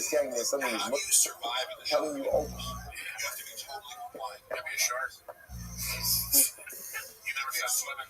Right. You got to be eating. It's like he either has to have some sort of leverage or be so vital or whatever. It's like, you know, like I said, Chris D'Elia is like, if you're funny enough to Chris D'Elia can do wrong just because he's and therefore again just to understand the way that you're either like a god to him or like an appliance that never questions him. Yeah, he is like a Jeffrey Epstein-sized void of like, why does everyone keep shopping around? He's not funny, and he sounds like fucking terrible to be around. Here's the thing, guy. If you're socially above him, like D'Elia, that if someone makes it much easier for you to run. And he's not a high maintenance friend, because he's also sensitive to social hierarchies in the sense that like he's texting me around the clock as my employee, like transgressing boundaries, and knowing that I can't really be like, hey dude, like remember what happened in part one. Unless I want to lose, then he's gonna find another reason to fire me. And he makes you understand that without saying it. But Chris D'Elia, he's not gonna bother. You know, he's gonna tag along with us when he goes, and they don't really hang out with us. Amazing. Did you know? Yeah, that's a guy. I like Mark. So, Mark, I don't know what, like, Mark left, but I'm making this like, cool, like, we look drinking Mark together. No. Oh, really, no. I mean, Chris was way nice with him. Yeah, that's good. Do you think, look, Bob, like, who do you think he thinks is the funniest person? Or does he even like him? George Carlton? He didn't know George Carlton. Yeah, because he would cite people like Jim Carrey. It's like, obviously, how old are you? 34. Okay. I grew up on Jim Carrey. Yeah, it's like, that was the funniest motherfucker on the planet to me, and I still think it holds up. It's like, he's, like, you know, and he was a stand-up comedian. Yeah. When interacting, and it's like, How do they think get with us? Get ready. But he's in the lineage of, like, okay. Canadian, you know, like, They live in the Shimon. Now let's say, now watch this. The Aqua. So get ready for this. Phasing, part one of the story. Phasing went ahead and said that he was one of a kind for a time, but he's in this lineage of like back to the 40s and 50s. one is Caleb, one is Shimon. Rabbi, wake up! The intention is to eat. And he eats the potato. He likes the idea of liking us, you know?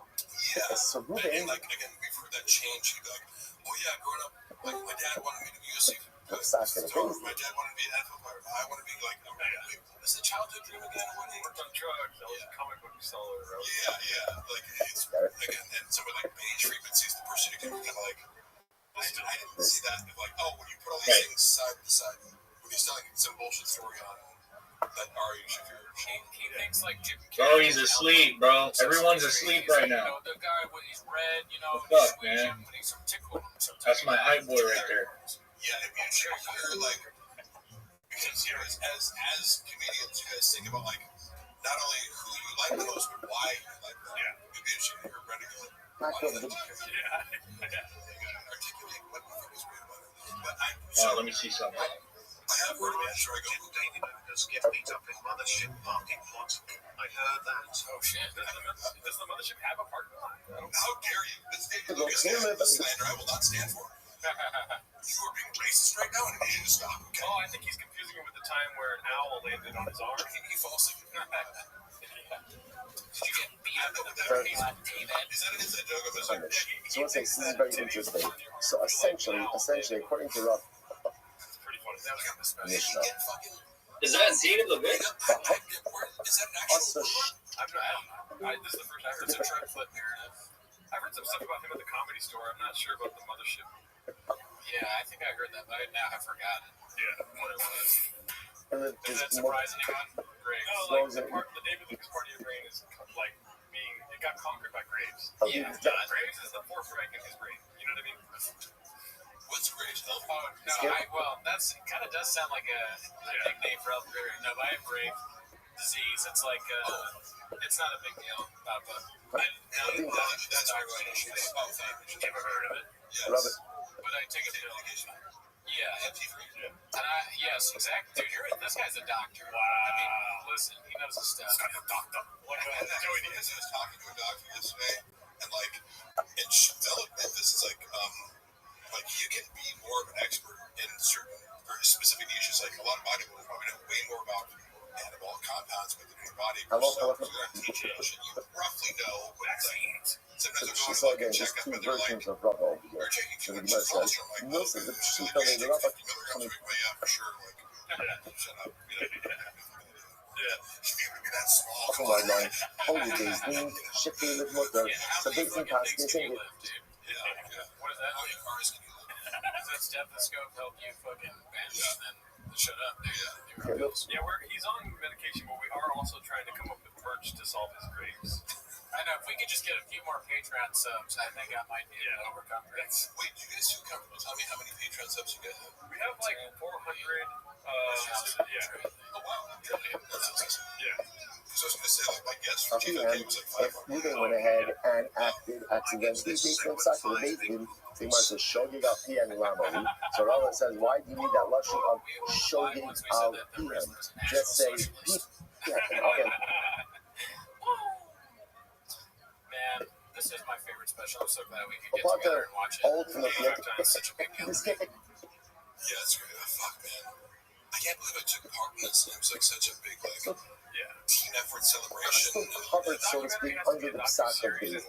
You might say, 1 second. And it's like, it has like AC/DC music playing, like a silhouette of you. This is a joke of yours, but like I can actually. This is not a joke. No, this is not a joke. I'm being 100% serious. I'm sorry for. No, because I like the idea also of like books, for example, written as oral history is kind of like different. Like you just, it's like a story told of different perspectives about an event. Exactly. So The Last Dance is about the 6th championship. In that, yes, they go back. I need to watch that. I want to watch it. Yeah, everyone loved it. So, like for instance, this is his 6th championship, his 2nd special. You know, the Green with Poppy. That's the lens, but then the scope of it all kind of goes back to this. Yes. You're part of it. The whole history with you would be an episode, and it goes back to like I don't know how to make a documentary about the special itself, like a joke you told or whatever. Yeah. Oh my God. But it would be like Brendan Schaub would need to be involved because Michael Jordan was involved. Maybe not. This is like, dude, he would make a shot for shot remake. Oh my God. Shot for shot remake. Just like there's a switch out everything shot for like Brendan Walsh was alluding to earlier, like. To get him involved, I agree with you. It would be pivotal. You could do without him. 10 words, dude. 100 million. Everyone is a. You think he's gonna say no to that? Of course not. Yeah. This guy committed fraud for $100,000 after he'd already gotten like 4 words actually for you guys. We are rich. Yeah. Dude, could you imagine? I know that. Come on, just stay with me. We do a shot-for-shot remake. The part where Michael Jordan's like, and for some reason I took that person. Yeah, it's Shab on the laptop, but he's watching Sesame Street again. Yeah, you know, another. For some reason I said giraffe. You know. Yeah. North Korea with a beach. I'm trying to think of what Shab's. I took that person with me. Hurt both ways, like Bobby Lee. Oh yeah, the Reddit. Yeah, that's your perspective. Yeah. Fit the documentary gets all these different people. Andy Letterman. Yeah, they could be that. Oh my god, yeah. Who's Scottie Pippen? Brian Callen. Are you sure about that? No. What is it? There's nothing to do that. The thing is, like, his openers are better than, you know, like, whether it's whoever brought him. We go through the whole lineup of the Chicago Bulls. Like, who's Scotty Kukoc? Who's fucking BJ Anderson? Or Tony Kukoc? Scotty, dude. Stay with me. From what I understand, it was rivalry, by the way, between Scottie Pippen and Michael Jordan was so intense that they were like, they bet on like the size of their sons' penises or something. Oh my god, crazy! Like we're, this is, I don't know. It's kind of now it's conceivable because these guys are like egomaniac competitors, right? Kind of. Mark, can I ask you though? Did you read that online, or is that a Tiger fact? You know what I mean? Yes, read it. It's not idea. I'm like, no, this is funny. Like, it's triggering to people, or they like it, or whatever. But it's like, if you think you're going to promote this fucking shitty whiskey and polarizing, like, they wanted it to be like, you know, some professional guy, like, oh, cool. So, who is the art director for the photo shoots you want to do of, like, you know, this elaborate Tiger whiskey promotion on a budget of nothing? Like, what? You know, yeah, make it look at the Rock's page. Okay, cool. Do you want to do that with AI, or, like, you know, so we're going to pay the Rock money? Yeah, or do you want me to fucking troll people into following this page? Your choice. And then I stopped managing it, and 2 months later, it's like, take it down. I remember commenting on it, I got blocked on the page because it was like, I was posting every day on it, and like, I got fired for putting an extra C. Yeah, the fourth C, which took it to I was like, he got straight to get together, review all my evidence. He was so fucking pissed at that. He was like, fuck, like, he's telling, like, dude, like, one person saw it on Facebook, because it didn't even, you can't hyperlink on Instagram, so we went to a Facebook account. Me and Jay were both like, there's a Facebook account, like, it's auto posting. None of us were aware of it. One person metric for carbon contest. He'll like, I want to check the spelling. He's like, motherfuckers, like, as if he just like accidentally, you know, put a picture of himself fucking a dude to the internet, you know, and he's like, oh my god, it's happening all over. And then I get fired, and it's like, okay, so wait, like, what? Like, you know, I'm getting, and then when you go, you assume you got someone else lined up, right? And then after watch it, like when I left, I was like, how come no one's posting to this page? You know, like, how's the replacement going? It's not been fixed. Yeah. We're actually in hour 5, y'all. What the hell? Most of South Smooth is excluded. What is excluded? I'm over. I want to say, I wish you'd come home right now. I said, okay, I will. There it is. Hey, those for your carbon on. Okay, sweet. Hey, Mark. No, I'm not going to, like, suddenly exit, but I was telling her, yes. It's the wind down. It's the Mark wind down. It's the art people. I said, I'm going to leave in 5. We do have to address the bots later, so. Yeah. Like, all the negative comments, it's just, I don't know why they can't do these bots. It's so funny that somebody, like, someone would pay for so many negative comments about me. It's just like, fucking get a life. You're telling me. I don't know who pays for it or where they come from, but I just, you know. It might be an inside job. I did text Bobby. He did not respond. All these bots. I'm going to go to sleep for 18 hours. Fuck, I wish it sounds so nice. I know, right? What the fuck? Right? No, not us. Not us. He thought your replacement. He certainly did. No, I do think so.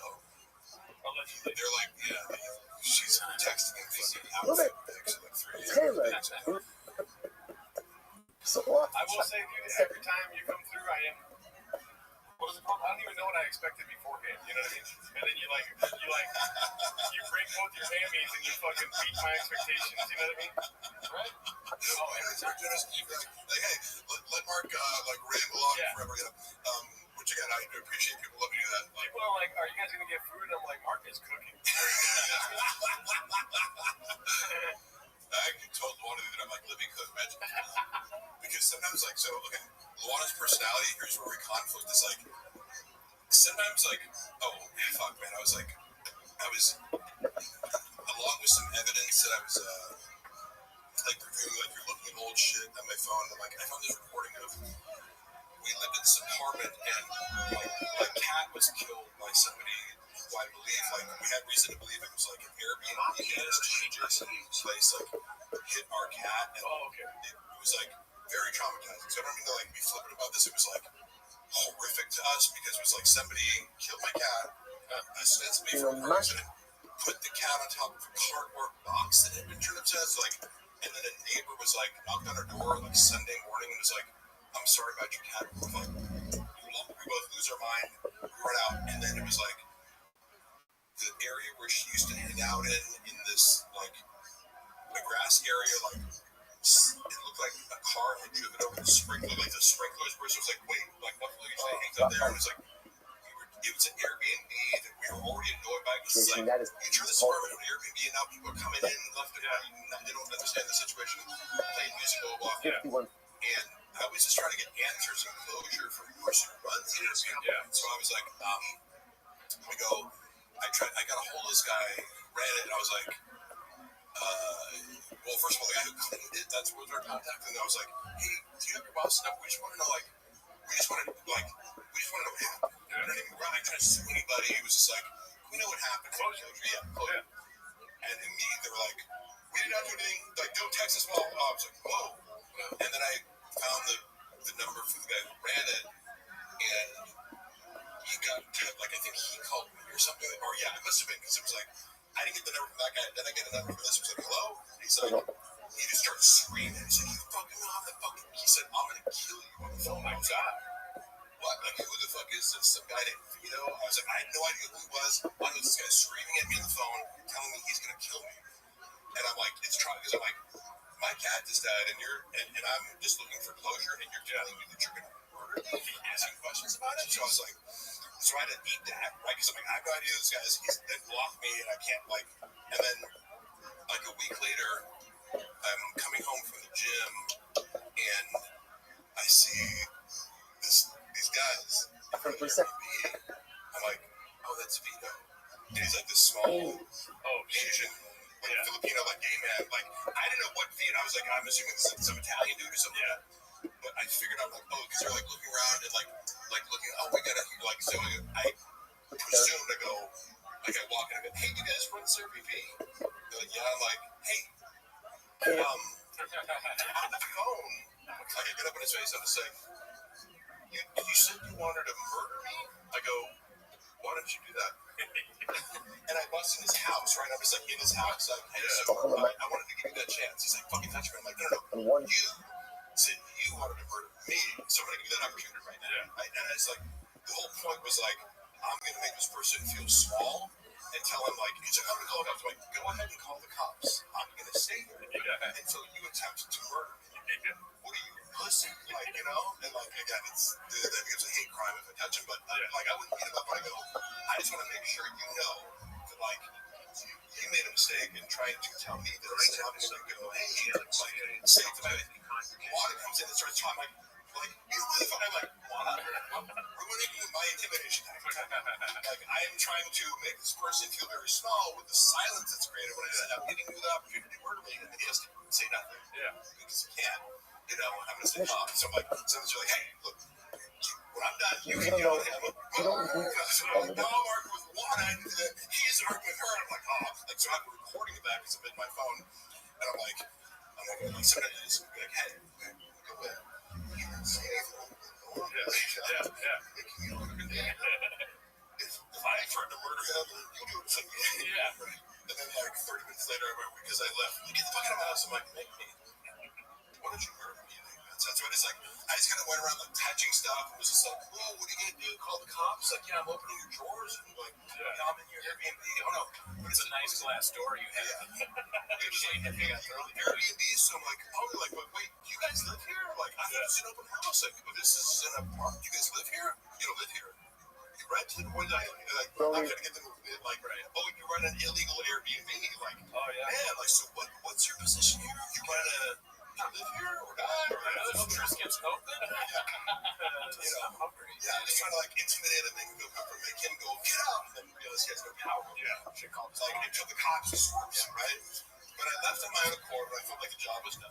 Yeah. And then the cops, like 20 minutes later, come over to my house, and they're like, they're like, hey, were you in this guy's house? I'm like, yeah, I was. Can't do that. I'm like, I know. Thank you. No shit. Trying to arrest a lion officer? I don't know if that's a good idea for you. Yeah, bro. Try it. Try me right now, dude. There's a guy in college I knew who he's become a shirt. One of the guys on the track team. He was a big drunk in his room. He got tased by the police. Party. And he like ripped the little things out and he goes, I'm an athlete, I can take it. Damn, I'm sorry to hear about your cat, dude. Yeah, sorry, man. No, I didn't like it. It is sincerely like losing a pet. Yeah. Super emotional. If I wanted to go there and think about it, I'm glossing over my emotions about it right now, but it was to get to the point of like the humor of like when you want to be a tough guy and then your wife's like nagging you, it's like, just tell right now, like because that'll happen with the strong personality, like who wanna, it's like, hey, can I have your shirt in a second? Right now I'm being a tough guy. And see which one is exactly called right now? Okay, yeah. Okay. I want to eat something. Not sure if I can. I got a sausage for the bitch. Would you like Coke or something? Have you some Coke? That's what I told my right hand that night. Yeah. What is this? And Dylan was like, Brendan Chops. A game man. It's game. But it's accurate. This is a gay man on stage. But I just want to say before you go into that, I'm so grateful that you came through. I'm so grateful you guys money. And also, by the way, so having worked with a bunch of influencers who like one of my biggest pet peeves the last few years has been like trolls, built up with spats. So influencers with this, hey, can you shoot right now? I'm like, motherfucker, what? Like, can you give me any warning whatsoever? So Brett was from that top and be like, hey, like a month from now we're gonna shoot. And then he give me like every like appropriate update. So it's impossible for you to fucking like, I do need that. Yeah. Like, oh yeah, all right, that's today. Okay. Yeah.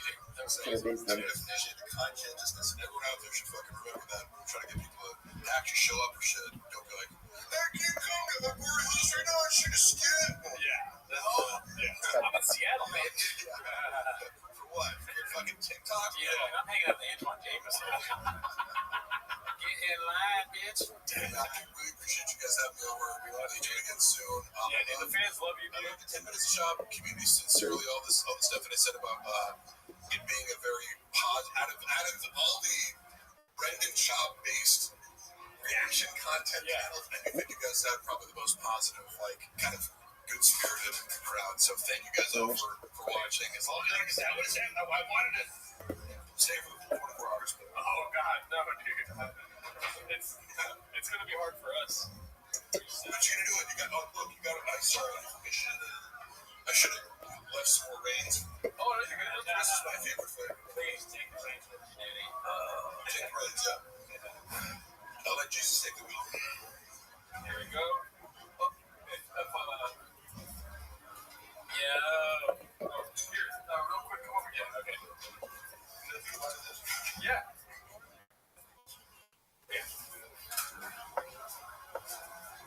Just sitting here and talking real cool. All right, everybody. We had dude. Take it with you, man. Take the whole thing. Have fun with it. They got comments right here for them. Okay. Here, let me see that. You see that, babe? All right, guys. Mark, see you, buddy. You're the best. So, that was Netflix. Mark came in, he destroyed it as usual while we were watching the greatest stand-up special ever done. Yeah, a lot of comments, dude. Oh, 2 S words. Maybe Horn Brothers could be a thing. I'm not glad that the horn in the middle of my head is back. I had that surgically removed by a doctor. doctor cut off. That's a real thing. I got a horn in the middle of my head. The doctor cut it off, and I didn't think it was going to grow back, but I guess it's grown back. What's up, Mark Ramirez? Good to see you. Good to see you. Lando, it's been a while since I've seen you. TriStar, whoa.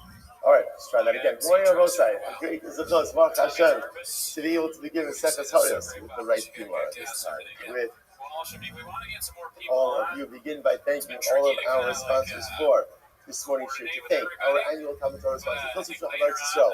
We're dedicating all the sharing instructions this year to the plus. The Soros Tavos for Am Yisrael. Talmud Torah sponsors for the month of Elul Habarim and Rabbi Goldberg.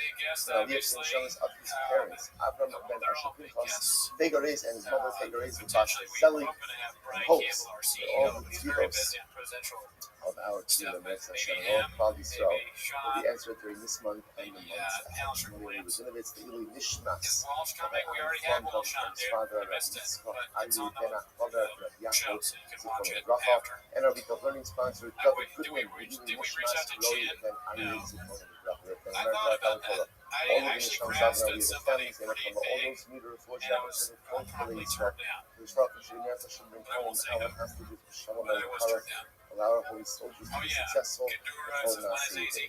But so with that, let us begin. So Mazel Tov, first of all, the second Sarah Gizara. Again, Mazel Tov, the accomplishments so exciting. And now we come to the second Harius. The second Harius, for those of you who are definitely veterans already, so you've seen it. Again, a very interesting, different kind of the Sefta you will see. Those of you who haven't seen it, get ready. No, I didn't reach out to Joe Rogan. That's a stupid question. Beautiful, it's incredible. Structured a little bit differently than some of the other structures that we have seen. But it makes us more exposed to a lot of really wonderful and incredible areas of Allah that perhaps we have not seen and experienced. So let us begin. Mishnah Beis Hamadav. Over Beis Din La'avo Al-Achas Min Chomitzos Ha'amiros B'Torah. Also the Dr. Marlon. Oh, you know what? The idea about racing is funny. But again, it'll flow.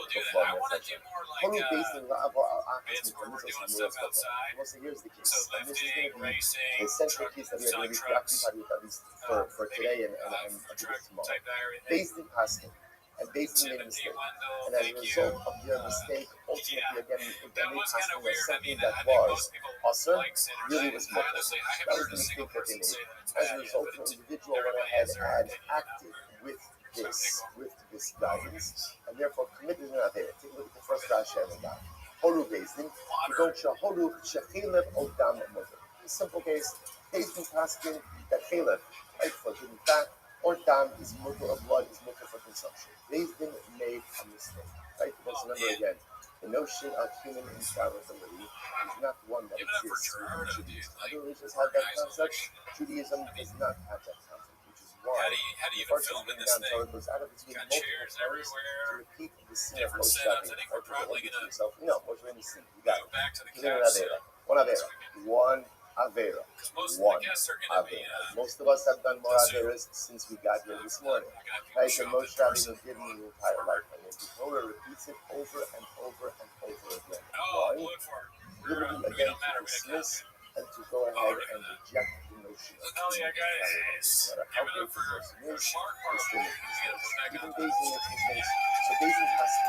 And let's just use Rashi's example. They went ahead and they said that Caleb is mutter.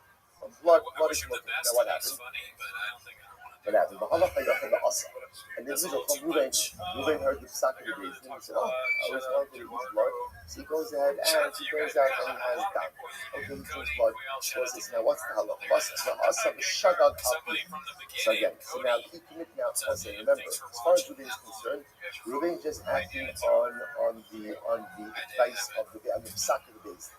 So now the Gemara Mishnah is coming with variations. Whether we're talking about a case where Bezdin also ate blood together with Ruben, so they also made a mistake. Whether Bezdin did it and Ruben committed the act afterwards. Whether Bezdin didn't follow the psak at all, just Ruben went ahead and followed it. What's the halacha? Now we'll say. Normally, if you eat blood and you eat Caleb, if you eat Caleb, the shogi, what's the halacha? Carbon chatas, sin offering. Again, we'll get into a little bit more of the mechanics of the Kabbalah. but you go ahead and do it normally. Go ahead and drink it. That's the halacha. In this case over here, what the Mishnah is introducing us to is Potter. Reuben does not have to bring a chatos. Why doesn't Reuben have to bring a chatos? Because they should follow the base. Because Reuben did not act of his own volition. Now, of course, he acted of his own volition. He made the choice, but again, he acted based on the psak of base. And Stam, a person has no reason to believe that the psak of base is flawed, and therefore, halacha l'maisa, he's Potter from the chatos. Incredible. Incredible. So I said that this is what the Mishnah ultimately again is introducing us to. Basin goes ahead. Basin goes ahead. Basin goes ahead. And if you look at Rashi, by the way, Potter, Rashi says it's the first short line of Rashi. Melahavik Kispo Sila, Holo the Basin the Asati. So the Mishnah is introducing us to this concept that if Basin delivers an erroneous ruling, an individual acts upon that ruling, the individual is protected or absolved from personal liability. Reuben doesn't have to bring a chatos when he ate the chiluk based on the instructions of Basin. Now, Basin's liability, different discussion. Right now we're looking for Reuben. Okay, that's case one. Now watch this. Horu Basin, let's say same case. Basin constant that chiluk is Muslim. Right, so I didn't fast as much. One of the members of Basin realized this. No, this is Muslim. Obviously, that individual who realized this was in a minority. Right, he was in a minority, so the majority still carried the decision. But one of the dissenting judges realized this is an erroneous psak. Or for that matter again, it was not a member of the Basin, and Chacham was knowledgeable enough to know that halacha l'maisa, the psak is wrong. The psak is wrong. Now what happened? But nevertheless, this member of the Basin or this Chacham still followed the psak. He's like, hey, why not? Right? Just like, this is my one shot at favor. Right, in my Jewish life, right, Basin went ahead and asked me that it was mother. I know that psak is wrong. I know the psak is wrong. So remember again, the individual here is very important. This is either a member of the Basin or ranking Chacham. So they know, this person knows the psak is wrong. Because why not? Basin went ahead and said that it's mother. In that case, the Mishnah says, they whether Basin actually interfered and this guy went ahead and ate with them, or Basin interfered, but it did afterwards, or Basin didn't do it at all. He decided to follow the psak of Basin. Interestingly enough, this individual is going to be right, which makes sense. Why? Because halacha l'maisa, he knows. He knows better, right? He knows that this is an erroneous psak, and therefore halacha l'maisa, he is going to be tight. Now, I will say, interestingly enough, the Gemara is going to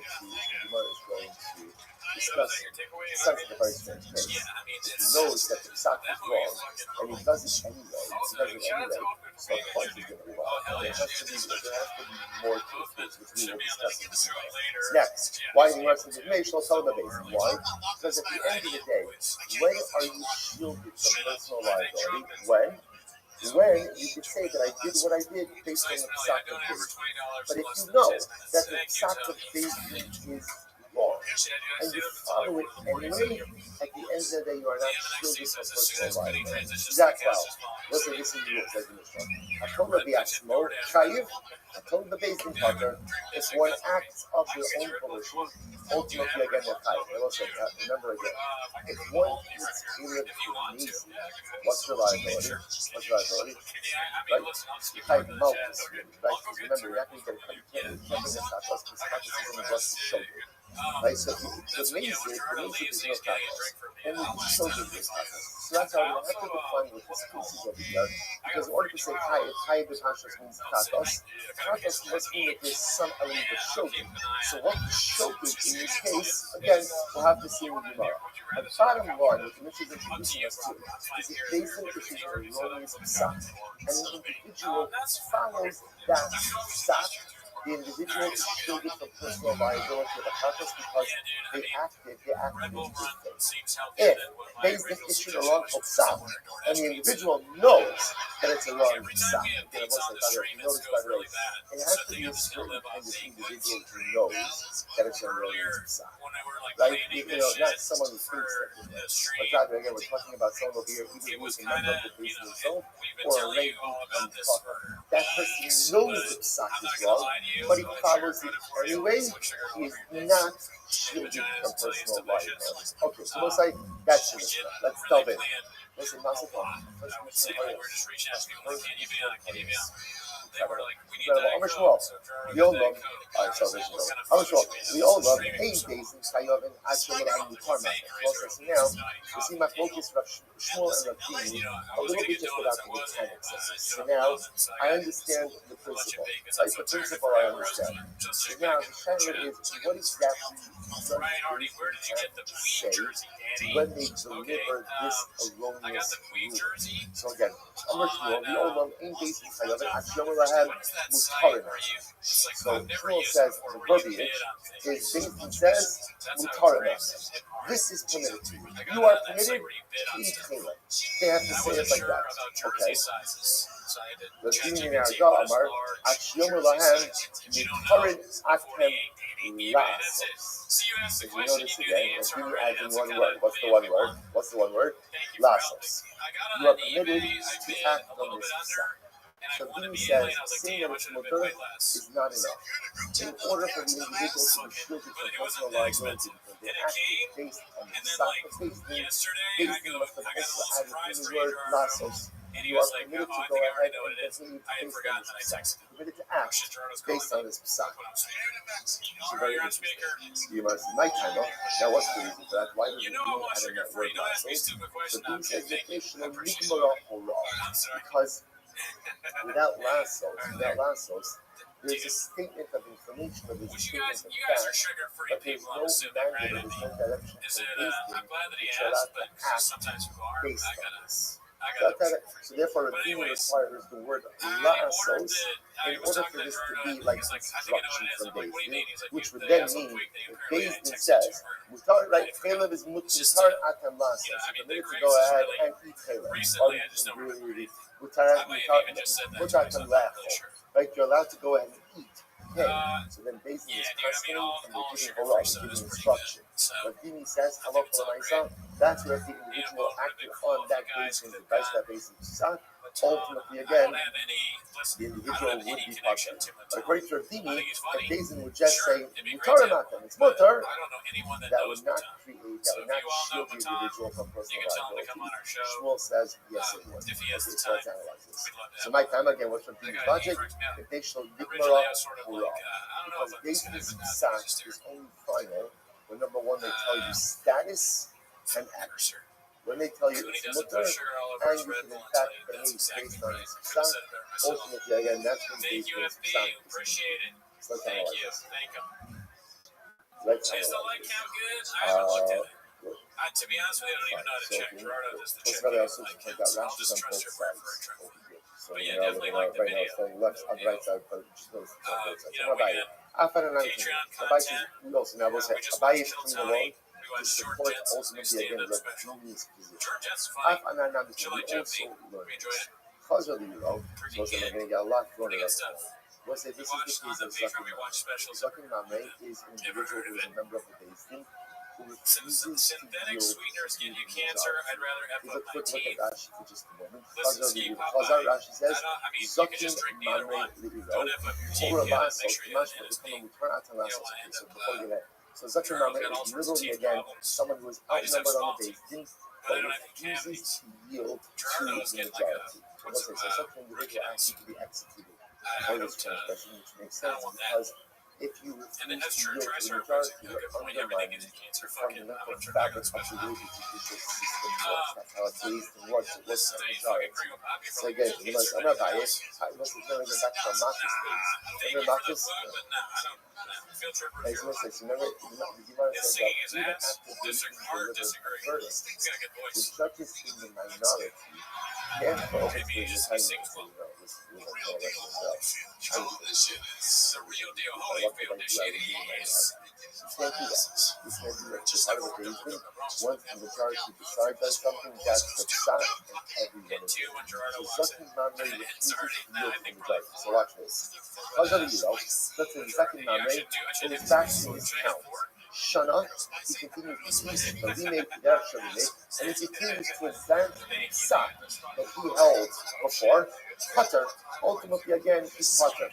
Now, in other words, if he comes back to his town and he continues to go ahead and discuss the psak and teach the psak as he believes it, not in line with the way the Beis Din is doing it, it's Cutter, very true. However, Torah lasos, but if he passes and he says, Hebra, you can act on this psak, then, what do you see from here? What do you see from here? That the Beis Din could give a binding psak, it's not just enough to say Mutarin Atem, but rather, what do they have to say? Mutarin Atem Lasos. The Beis Din's psak to be a formal psak, they have to give, first of all, again, the psak halacha, and then explicitly indicate you can act based on this halacha. Just remember again, why is this important for us? Our whole discussion is an individual is acting based on the psak of Beis Din, which turns out to be erroneous. So now we're saying, okay, you acted in good faith, you're shielded from personal liability. Rabbi is saying, but it only works if the psak was literally articulated in a particular way. Requires no more articulation of the halacha, that's part one, mutter, and number two, permission to act based on the psak, lasos. And Rabbi is just proving this point. I'm going to be out of it. Yeah, I'm saying, I'm real similar to this.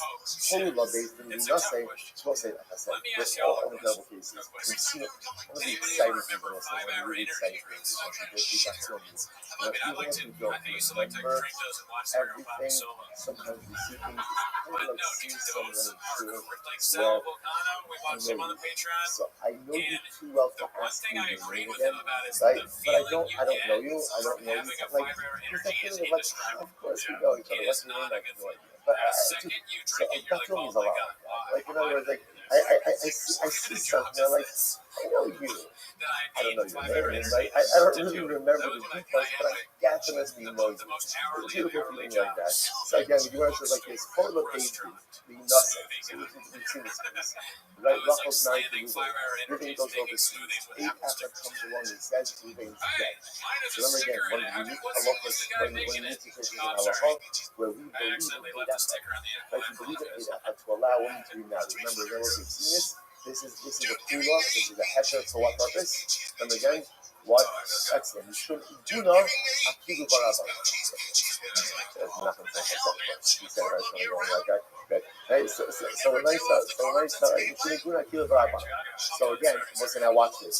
So hold of a Beis Din is nothing. So let's say Beis Din got the Eidafah, and they pass again, okay, Rachel, you can get remarried. Let's watch this. The hope of a kilkala, and she went out and she had other relations, she didn't get married, she had relations with other men outside of marriage. Okay, now what happens? And let's say, now remember, and then what occurred? What occurred? Guess who came back? Reuben. Right? Reuben came home. Right? Reuben came home. So now both sides. So now, what's her status? So what's the halacha? Chayeves v'tzarban. Ultimately, again, she is chayeves. Now again, not chayev misa, not that one for adultery, but she is chayeves a karma. Now why? Let's watch this.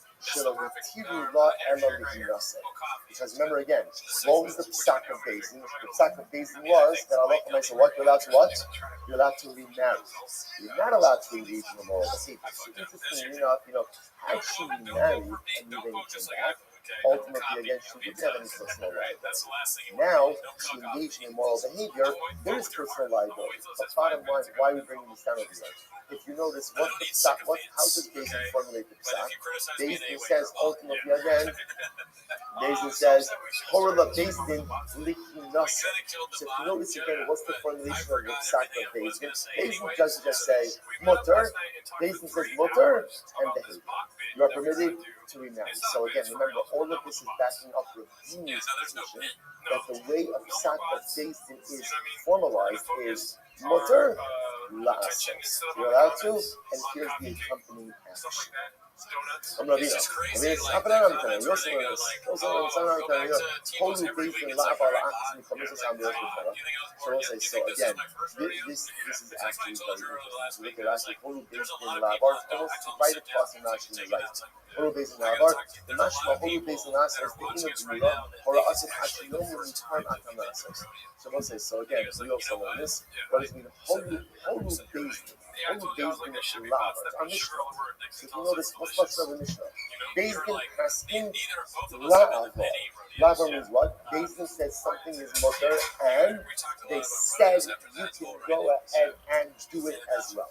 So all of this backs up Rabbi's version, or Rabbi's being all this, so back up Rabbi's version, that when a Bezin gives a psak, there's two parts of the psak.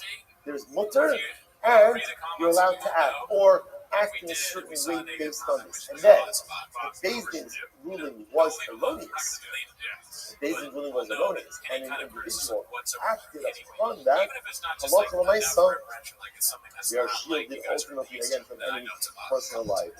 Which the Gemara says, and there's nothing more to talk about. We just have this, right? This is someone who's equivalent of the night. Right? That's it. We're done. We're done over here. Nothing more to talk about. I wasn't interestingly enough, you get down me. There's an ultimate version, an opposite version of this discussion. So I'm a Shmuel, in Beis Chayav, and Shmuel, and Mutarim Atam Nasos.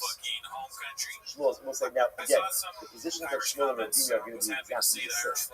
Shmuel says that the formulation of the Beis is all Beis needs to say is Mutarim Atam Nasos. Right, so this is Shmuel. I'm sorry. I reverse attribution. In this version, Shmuel is the one who says that the Lashon of the sacrament is Mutarim Atam Lasos. Shmuel has the one who has the mandate to put in the Lasos. But Din in Arda Omar, Afidu Mutarim Atam. No, even the Beis just says it's Mutar Nigmar Ahora. That's the end of the Psak. And Allah nice individual actions based on that, and you still get personal liability. I'm Rabbi. So what's this? Now, in this version, Abaye is asking a series of questions on Rabbi. In the previous version, Abaye was supporting Rabbi. In this version, he's questioning Rabbi. Meaning all of the same things. I'm Abaye. Bahalo Tzanha. People are Rabbi. That's not how we learn. Right? Chazer the Iro the Shana Olim Kedash and the Potter Holodas Oskayif. Like the members. Again, we have to go through all the cases again. But Abaye says it's a member. Such a member is only being decided when. Not if he just teaches halacha, but if he tells the people this is the halacha and if you act on it, that's when it's chayv. What do you see from here? That it's not just enough to say mutter, you also need what? Lasos. Next, I'm Rabbi Yawa. Bahalo Tzner. Rabbi Yawa says, 1 second, what about the $5 on Horu? About Bahalo Tzner Haki. Horu of Bezin Minose. Melocha Beskil Kala Chayav Eskarban. They're Tirla Arinose. So the case Bezin gives instructions for women to be married. Their psak is only binding with what if they say mutter and action. So you see from here, Bezin psak requires mutter and lasos. Next, Ravino, Bahalo Tzner. Ravino says, 1 second. Horu Bezin Amal Action for Samuel Torah. Right, our Mishnah. Actually, the verbiage of the Mishnah is basically saying that something is mutter, and they're telling you ultimately again that halacha lets you to act on it, and he wants you to sue low need. So also, interestingly enough, both versions, although again there's reverse attribution, halacha lemaisa really come out the same way. Let's just go with the first version. Halacha lemaisa, the way we ask him, is like Rabbi. And therefore, again, just to understand, the way that these things would normally go ahead and structure their psak, is they would say, mutter, number one, again, the ruling that it's permitted, and ultimately, lasos. And give instructions that this psak behaviorally can be acted upon. And it's only that type of psak that if someone followed it, even though it turns out to be an erroneous psak, halacha l'maisa they are shielded from personal liability. Incredible. Great. That's our first part of the show. Bahalacha yachid ba'anex. Quotation. Bahalacha yachid ba'asa shogig afiyem. Remember again, what happened is, so now I have part one. Part one is, let's just plug this into Chaleb, right? So based in Paskin, Chaleb is mutter le'echol. Without Chaleb, right? Now the individual went ahead and ate Chaleb. So based in Paskin, so now it says, the individual went ahead and acted inadvertently based on their psak. The Gemara says, the misting the asaf here, shogig lamri. Why do you need that word shogeg? So I was going to say, think about it, interestingly enough, he's not really shogeg. In other words, right, Ruvain is acting intentionally. Why is he acting intentionally? Because as far as Ruvain is concerned, he's got a psak basin that says what he's doing is mutter. It turns out that it was an accident, but what he was bothered by is, why don't you just say, the individual came along and acted based on their word. Why do you need the word shogeg? Which the Rabbi said, shogeg la'asir. This is very interesting. Rabbi says because the word shogeg actually comes from two different things. This is really quite fascinating. La'asir, watch this. Horu bezin shekel l'moter. Get ready. Bezin paskin, Caleb is moter. Okay, now what happened? Finis coming flow Caleb b'shumah. Rabbi was saying, now watch this. So get ready for this. Bezin, part one of the story. Bezin went ahead and said that Caleb is moter. Okay. Next, part two. Reuben has two pieces of meat. One is Caleb, one is Shimon. Reuben's intention is to eat Shimon. But what happens? He gets mixed up and he eats Caleb. So Reuben, watch this. So Reuben ate Caleb. But Reuben didn't really eat Caleb because of the psak and the basin. Right? Reuben ate Caleb because he just got confused. Comes along Rabbi, and Rabbi says, get ready for this, get ready for it, Reuben is potter. Reuben is potter. Why? Listen to this. Because essentially, since there's a psak basin out there that says that Caleb is in potter, if a Jew ends up eating Caleb inadvertently, either because he's following the psak of the basin, right, or because he just gets mixed up, he's potter. Most likely, that's wild. That's wild. Because remember again, in this case, Reuben's Caleb consumption has nothing to do with the psak of the basin. It has to do with his own personalistic confusion. But yet, again, he's still going to be potter because that psak is out there in the world. Incredible. So you must, let's go. Amra, shows you last my whole basis for the mutter. Basically, when it said instead of Caleb is mutter, then it's telling about Caleb the Shuman. And Reuben mixed up a piece of Caleb with a piece of Shuman, and inadvertently ended up eating Shuman, but potter. Potter, ultimately, again, is potter. Al pihem, mamish. So we'll say this is very interesting. So essentially, according to Rabbi, there's two different cases in the Mishnah, right? Because it's not a Mishnah read. So there's two different events here. There's shogeg and there's al pihem.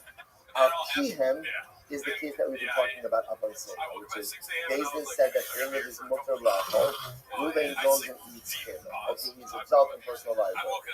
And then the case of shogeg is actually different things. Rabbi wants to talk about. The case of shogeg is again, he gets mixed up between his Caleb and his Shimon. He eats. So if he didn't need to, he's still going to be potter ultimately again because such a psak and basin exists in the world. Incredible. Absolutely incredible. So you must read it down. The others say, Rabbi says, shogeg al pihem with the potter. And ultimate version of Rabbi, opposite version of Rabbi, shogeg al pihem. It's only an accidental condition of the Avera that happens as a result of the psak that absolves Reuben of the personal liability. First part, I'm going to say, Avan is Kalibol Caleb Shimon the Afro Chayim. But if Halach L'Maisa, Reuben just gets mixed up between his pieces. Like in Halach L'Maisa, he will be liable. So the Gemara says, Milsa the Pshita, again, there's two versions of Rabbi here. So the Gemara says, Milsa the Pshita, the Rabbi coming by the Rabbi Chama. Something which was obvious to Rabbi was actually a Tasha Rabbi Chama. The Rabbi Chama was the second white line. Holy days, shifting with mutter. So basically, passing that Caleb is mutter. Then it's probably local Shimon. Then again, Reuben had two pieces of meat in his house. One was Caleb, one was Shimon. His intention was to eat Shimon. He accidentally went and ate the Caleb. What's the halacha? So the Gemara says, I'm sorry. Rabbi says, Kashma, also showed you if Reuben went ahead and acted accidentally based on the fact that the basin, the Gemara says, showed al pihem. So Rabbi says, why do you need that lashon of showed al pihem? Just say pihem, al pihem, that's it. Horu basin shekil mutter, and it's Caleb lo Caleb b'shimon ba'achol potter. ultimately, again, in order to include this case, where again, Reuben got mixed up between the pieces, he ended up eating he's still going to be butter. Ultimately, he's still covered, so to speak, under the sack of the Gemara says, 1 second. Dilma Shogi got with the potter, Avan is Kaliko, Killer, the Shur, Ba'achokay. Maybe not. Maybe Reuben is only potter when he managed to act in the direction of the sack of the basin.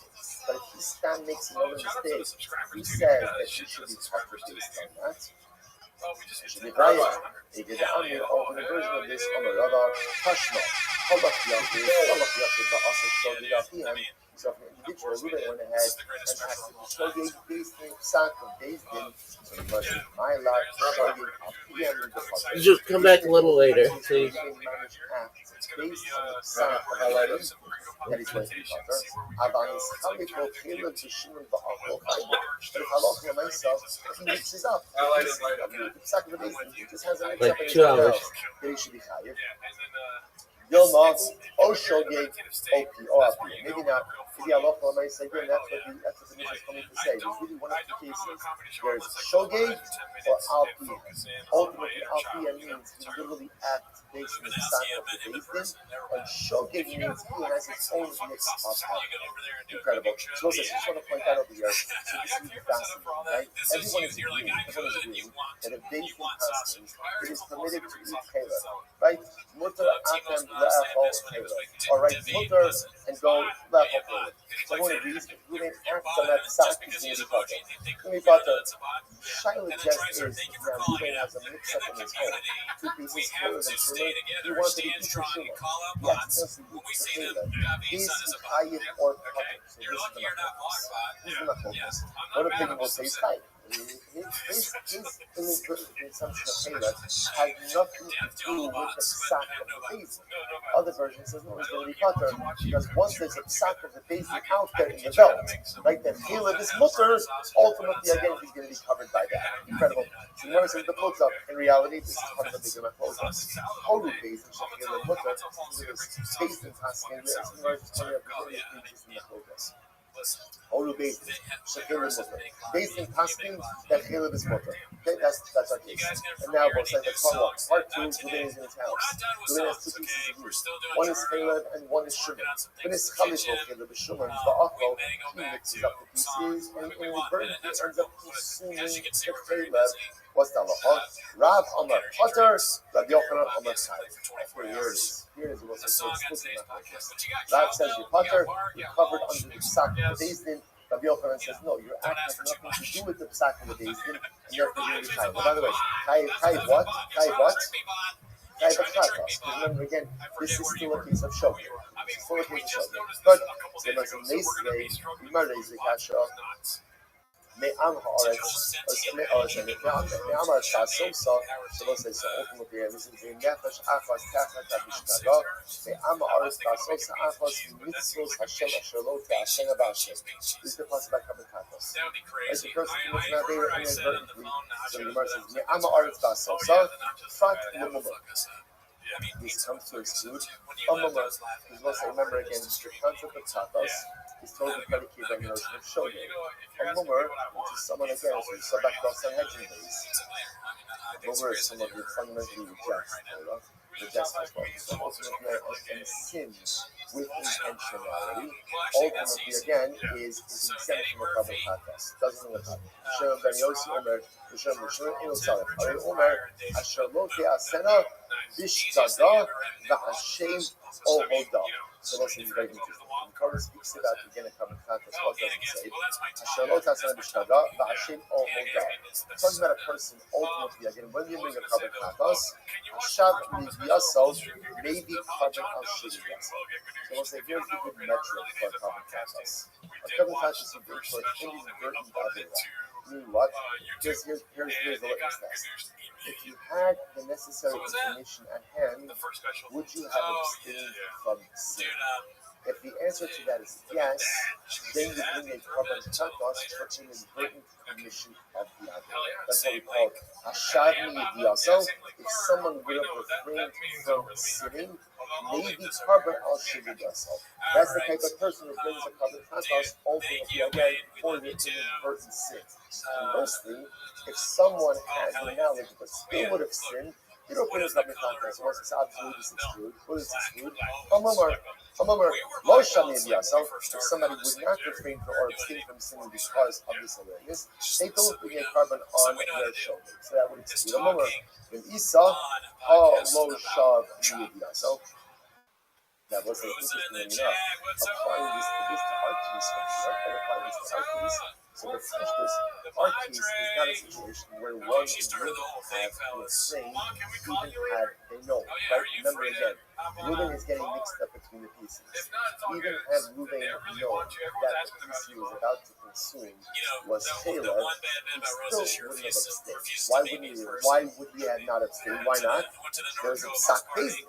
So one second. So why should you be kind of chatos in this case? In other words, one second. The metric for chatos is I bring up carbon chatos for committing an avera b'shogeg. If I would not have committed the avera had I had the knowledge. But in this case, again, even if someone Reuben, wait, it's Caleb. Reuben has said, so what?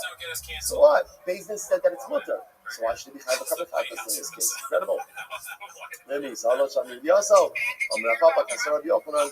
Even the Inisyaga Levul Lebeina Haji Basi. Again, so really what he's saying is like this. Since when Beis Din finds out that their psak is erroneous, obviously Beis Din is going to watch it back. Hadar Vahul Nami Hadarei. And then when Reuben hears that Beis Din retracted their psak, obviously again, he's also going to retract his behavior. So therefore, the Gemara says, Shami Yasser Kamimah. So essentially, the Gemara says like this. We still call this a case where if he had the knowledge, he would have abstained. In this case, it's just 2 steps from me. Had Beis Din found out that their psak is erroneous, they would have abstained from this behavior. And then when Reuven finds out that the psak of Beis Din is erroneous, he would have abstained. Therefore, this is called the case where if one had the knowledge, he would have abstained. That's why one opinion says he is high b'chatas in this case. I'm sorry. Very good. Amar Rava umod derav shino mashlim l'rov tzibor. Okay, so one says now. Okay, this is now another topic over here. So I'll say which we're going to get into. There's something in this case that we're dealing with up until now. What's happening in this case is Beis Din is giving an erroneous psak, and an individual is following the opposite. He's going to be another case where Beis Din delivers an erroneous psak, and the majority of the crowd follows the psak. That's a different situation. That is called Har Ha'elam government tzibor, special carbon that's brought. Now, in order to bring that carbon, you need 51% of the cloud to go ahead and follow the orders of psak. So let's say, watch this. Let's say you have 50% of the cloud stuff. And who is the determinant, right? Who is the guy who's going to tip the scales? It's Reuben. Right, so again, watch this. So Beis Din constantly Caleb is mutter. 50% of cloud is swell. 8 Caleb, Beis Din psak. Who's the guy who's going to tip the scales? Reuben. What does Reuben do? All eyes on Reuben. Reuben's sitting at home. He's got 2 pieces in front of him, Caleb and Shimon, right? And he needs to eat the Shimon, the community piece, but he ends up eating the Caleb. Everyone agrees that Reuben does not count towards the Torah. Right? Reuben does not count towards the Torah. Why? Now, why is that? Because deep down, what you can't ignore is that Reuben is not actually based in psak and Beis Din. Reuben is just doing his own thing. So even if we can say that Reuben is personal liability, or Reuben is a child for personal liability because of the psak and Beis Din, let's say for calculating the 51% for Par Helam Davin and Sibar, you can't say that Reuben is actually based on the psak and Beis Din. Okay. Moderav, my time was the reason, Dishkaga. Actually, Kulon, Dishkaga Akas. Because for Har Helam Davin and Sibar, for that 51%, everyone has to be acting in the same shogeg capacity. Therefore, again, Reuben is acting in a different shogeg capacity, and he can't be counted. And again, separate halacha. So I'll say, so bottom line, interestingly enough, bottom line, what we end off with over here is a fundamental machlokas. And what is that fundamental machlokas? Halacha l'maisa, if Reuben went ahead and ended up eating Caleb, not because of the psak of the base, but because he got himself. Allah is he liable or not? On one hand, one of the things is liability because his daily consumption has nothing to do with the psak of the base. On the other hand, there is in the belt, right, in the world, there is a psak of base that says clear his mother. Does that psak absolve him or not? Next. Beisha asu ba'asi iman. Lamali v'nistakar. So what's this? Remember again, the Mishnah brought down like a whole bunch of variation of cases. So Bezdin said chilul is mutter, and then it said whether he did it together with Bezdin did it first, and then he did it, then Bezdin he did it by himself. So what do you need all these cases for? To which the Gemara, so guys, and the Mishnah why Lozu Afsu Kafan. So we'll say so Lozu Afsu is a stylistic version of the Mishnah.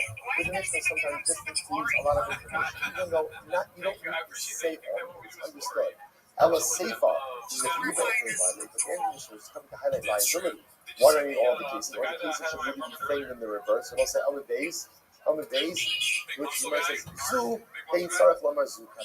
So again, another stylistic idea that sometimes the Mishnah will say this even though I didn't need to say something else. Again, bottom line, there is additional information listed in the Mishnah, which is just the stylistic reality of the Mishnah. Sometimes again, even though I can extrapolate the cases from each other, sometimes the Mishnah will rely on you to extrapolate, and sometimes the Mishnah will just give a lot of additional information. Fine. The other Achaman, case was remember again. What was that? That's case the Mishnah. Bezdin delivers the erroneous psak. You're allowed to eat Taylor. One of the members of the Bezdin, or a ranking kamshacham, in the galley of the Bezdin, realizes that this is an erroneous psak, but he nevertheless relies on it and eats Taylor. What's the halacha? He's tight. Ultimately, again, this individual ultimately again is going to be tight. So says the Gemara, watch this. Listen, if you notice, by the way, how do you refer to these individuals? Either, right, interesting. Person is a Talmid Chacham and fit to deliver judgment. Why do you need both of those statements? The Gemara says, Taki Lama, I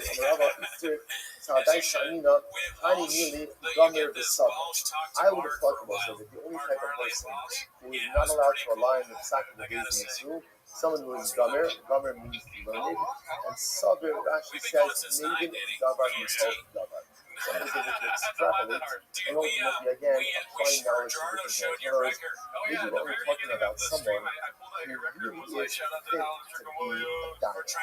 to be a Dayan. Aval, Gomer Velo Sabir, but if someone has a lot of knowledge but they don't know how to extrapolate, well, or maybe you have to have both of these qualities in order to check the personal liability. So Rabbi says,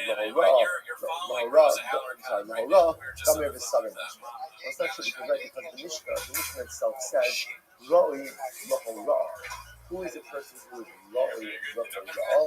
A person who is both Gomer, learned, and Sabir, knows how to extrapolate information and apply it one scenario to another.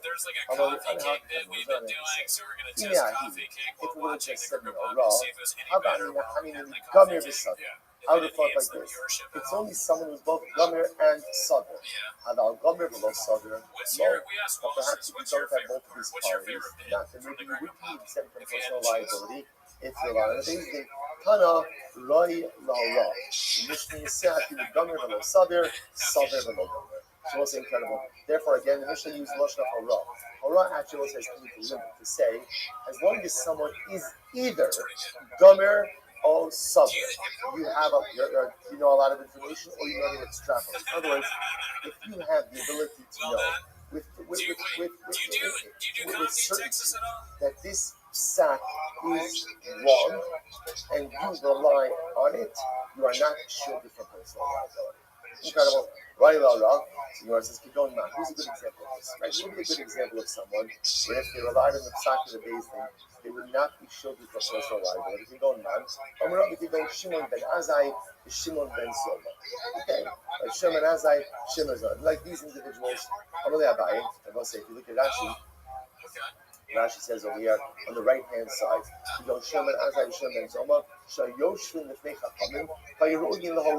these were Talmidei Chachamim who were like sit before the Dayan. They were sitting in front of the judges in the Bezdin, and they themselves ultimately again were fit to be judges. This is the type of person the Mishnah is talking about. Ki Gavna Mezitu. And we'll say, here's the problem. Okay, so let's have this beginnings, and I alluded to this in the Mishnah before. Here's the problem. If you have a person like Shimon ben Azai and Shimon ben Zoma, who obviously were ranking sages, and they hear the Bezdin say that Chelev is mutter. Chelev is mutter. They know it's wrong. If they go ahead and they act based on the psak that they're saying, so the Mishnah said they're chayiv v'chata. Not sure for personal liability. Why? If they act on the psak, they'll say, what are they? What are they? They're amazing. They're intentional. They know it's wrong. They know it's wrong. So when it comes to coming to us, they should actually be liable for amazing. They'll say, now watch this. This is incredible. The time Hadisanya Bas Sosa Achos, Yochida also in the actual chayiv for us based in butter. Yeah, also the pasuk says, if an individual does of his own volition, he's chayiv. Ultimately, Beit Torah based in his butter. Kesad, holy based in Shekir with mutter, is based in Paskin, that here is mutter.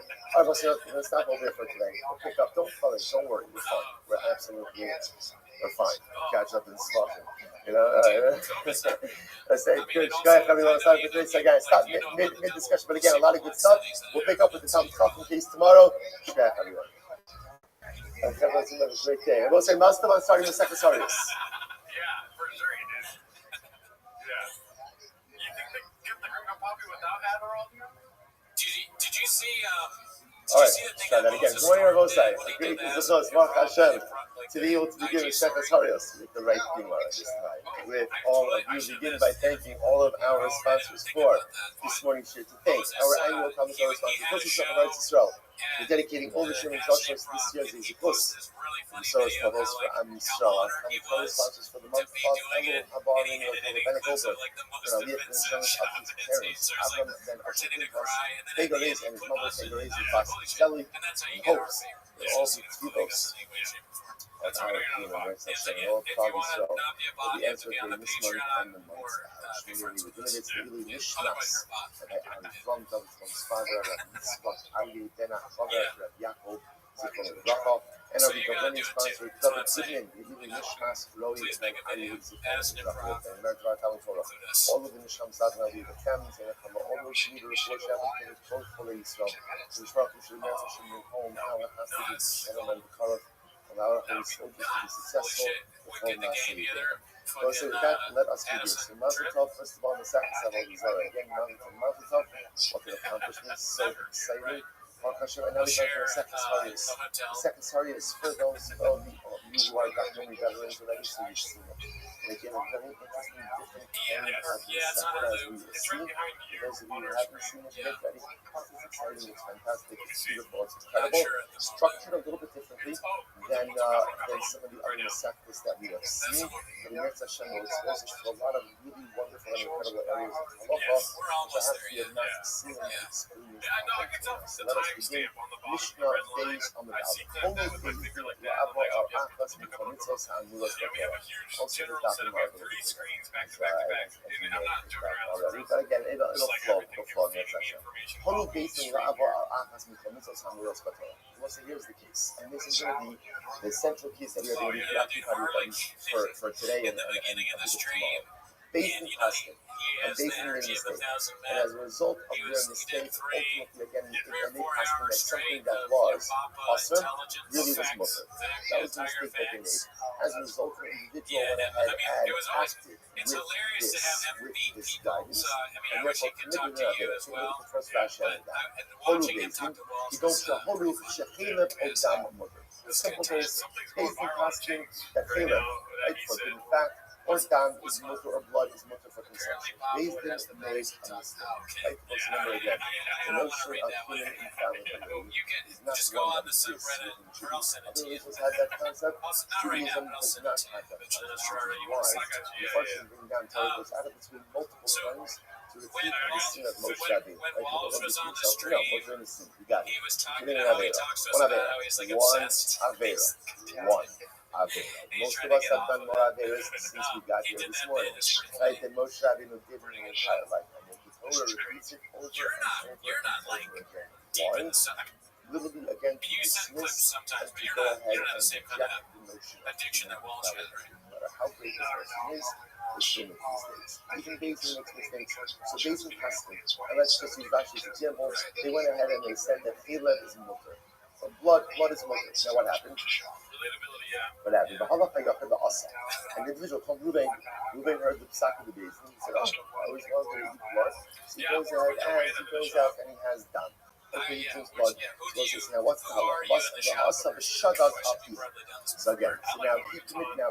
Remember, as far as the is concerned, Ruben just acting on the advice of the psak of the Beis.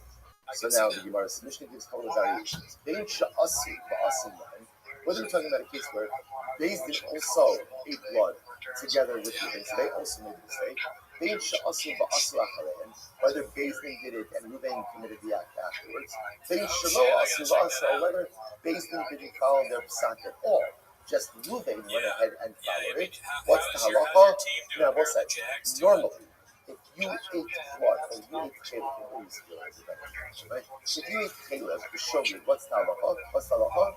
Carbon chatos, sin offering. Again, we'll get into a little bit more of the mechanics of the kabbalah and Hashem. But you go ahead and you would normally go ahead and bring the chatos. That's the halacha. In this piece over here, what the Mishnah is introducing us to, is Pater, Ruben does not have to bring a chatos. Why doesn't Ruben have to bring a chatos? Because Ruben did not act on his own volition. Now, of course, he acted on his own volition. He made the choice. But again, he acted based on the psak of Beis Din. And Stam, a person has no reason to believe that the psak of Beis Din is flawed. And therefore, halacha l'maisa, he's Pater from the chatos. Incredible. So that this is what the Mishnah ultimately again is introducing us to. Beis Din goes ahead. And if you look at Rashi Balei Potter, Rashi says it's the first short lines of Rashi. Melahavi kispo sira, holdo the Beis Din ba'asav. So the Mishnah is introducing us to this concept that if Beis Din delivers an erroneous ruling, an individual acts upon that ruling, the individual is protected or absolved from personal liability. Ruben doesn't have to bring a chatos when he ate the chiluk based on the instruction of Beis Din. Now, Beis Din's liability, different discussion. Right now we're looking at okay, that's case one. Now watch this. Holy Beis Din, we are the Achaman Shato. Let's say sin case. Beis Din has that chiluk is mutter. Right? Forbidden fat is mutter. One of the members of the Beis Din realized this. No, this is a mistake. Now again, I will say obviously that individual who realized this was in a minority. Right, he was in a minority, so the majority still carried the decision. But one of the dissenting judges realized this is an erroneous psak. Or for that matter, again, there was another Talmud Chacham, not a member of the Beis Din, but a Talmud Chacham who was knowledgeable enough to know that halacha l'maisa, the psak is wrong. The psak is wrong. Now what happened? But nevertheless, this member of the Beis Din or this Talmud Chacham still followed the psak. Right? It's like, hey, why not? Right? It's like, this is my one shot at Kiddush, right? In my Jewish life, right? Beis Din went ahead and asked that it was mutter. I know that psak is wrong. So remember again, the individual here is very important. This is either a member of the Beis Din or ranking Talmud Chacham. So they know, this person knows the psak is wrong. But because why not? Beis Din went ahead and said that it's mutter. In that case, the Gemara said, the Mishnah says, Bein sha'asu ba'asiman. Whether Beis Din actually ate the Caleb and this guy went ahead and ate with them, Bein sha'asu ba'asak rehen, or Beis Din ate the Caleb and he consumed it afterwards. Bein sha'asu ba'asa, or Beis Din didn't do it at all. He decided to follow the psak of Beis Din. Interestingly enough, this individual is going to be high, right? Which makes sense. Why? Because halacha l'maisa, he knows. He knows better. Right? He knows that this is an erroneous psak, and therefore halacha l'maisa, he is going to be high. Now, it was like interestingly enough, the Gemara is going to discuss sense of a very strange place. And he knows that the psak is wrong, and he does it anyway. So of course he's going to be liable. There has to be more to the case, which we will discuss in the detail. Next, why the rest of the nation tell the reason why? Because at the end of the day, when are you shielded from personal liability? When you can say that I did what I did based on the psak of Beis Din. But if you know that the psak of Beis Din is wrong, and you follow it anyway, at the end of the day, you are not shielded from personal liability. Exactly. Listen, this is the rule, says the Mishnah. Hatola bi'atzmo chayiv, hatola Beis Din pater. If one acts of their own volition, ultimately again the chayiv. Now let's say, remember again, if one eats chilib b'mezid, what's your liability? Right? You chayiv malchus here, right? Because remember, you're not going to get a cut. You can't bring a shot. Right? So the mezid is no chatas. Only the shogeg is chatas. So that's why we're going to have to define what this case is over there. Because in order to say chayiv b'tashas means chatas must mean that there's some element of shogeg. So what the shogeg in this case, again, we'll have to say, But bottom line, what the Mishnah is introducing us to, is that Beis Din issues an erroneous psak, and the individual follows that psak. The individual is shielded from personal liability of achatos because they acted in good faith. If Beis Din issued a wrongful psak, and the individual knows that it's a wrong psak, again, you notice, by the way, it has to be a certain kind of individual who knows that it's an erroneous psak, right? Not someone who thinks that, but rather, again, we're talking about someone over here, either who is a member of the Beis Din himself or a rank income chacham. That person knows the psak is wrong, but he follows it anyway. He is not shielded from personal liability. Okay, so we'll say that's the Mishnah. Let's delve in. We'll say Masach. First Mishnah. First Mishnah. Is that how he made the whole show? Amishwal. The Olam.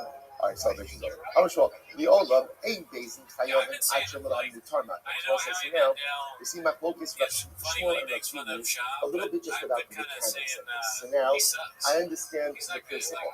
That's the principle I understand.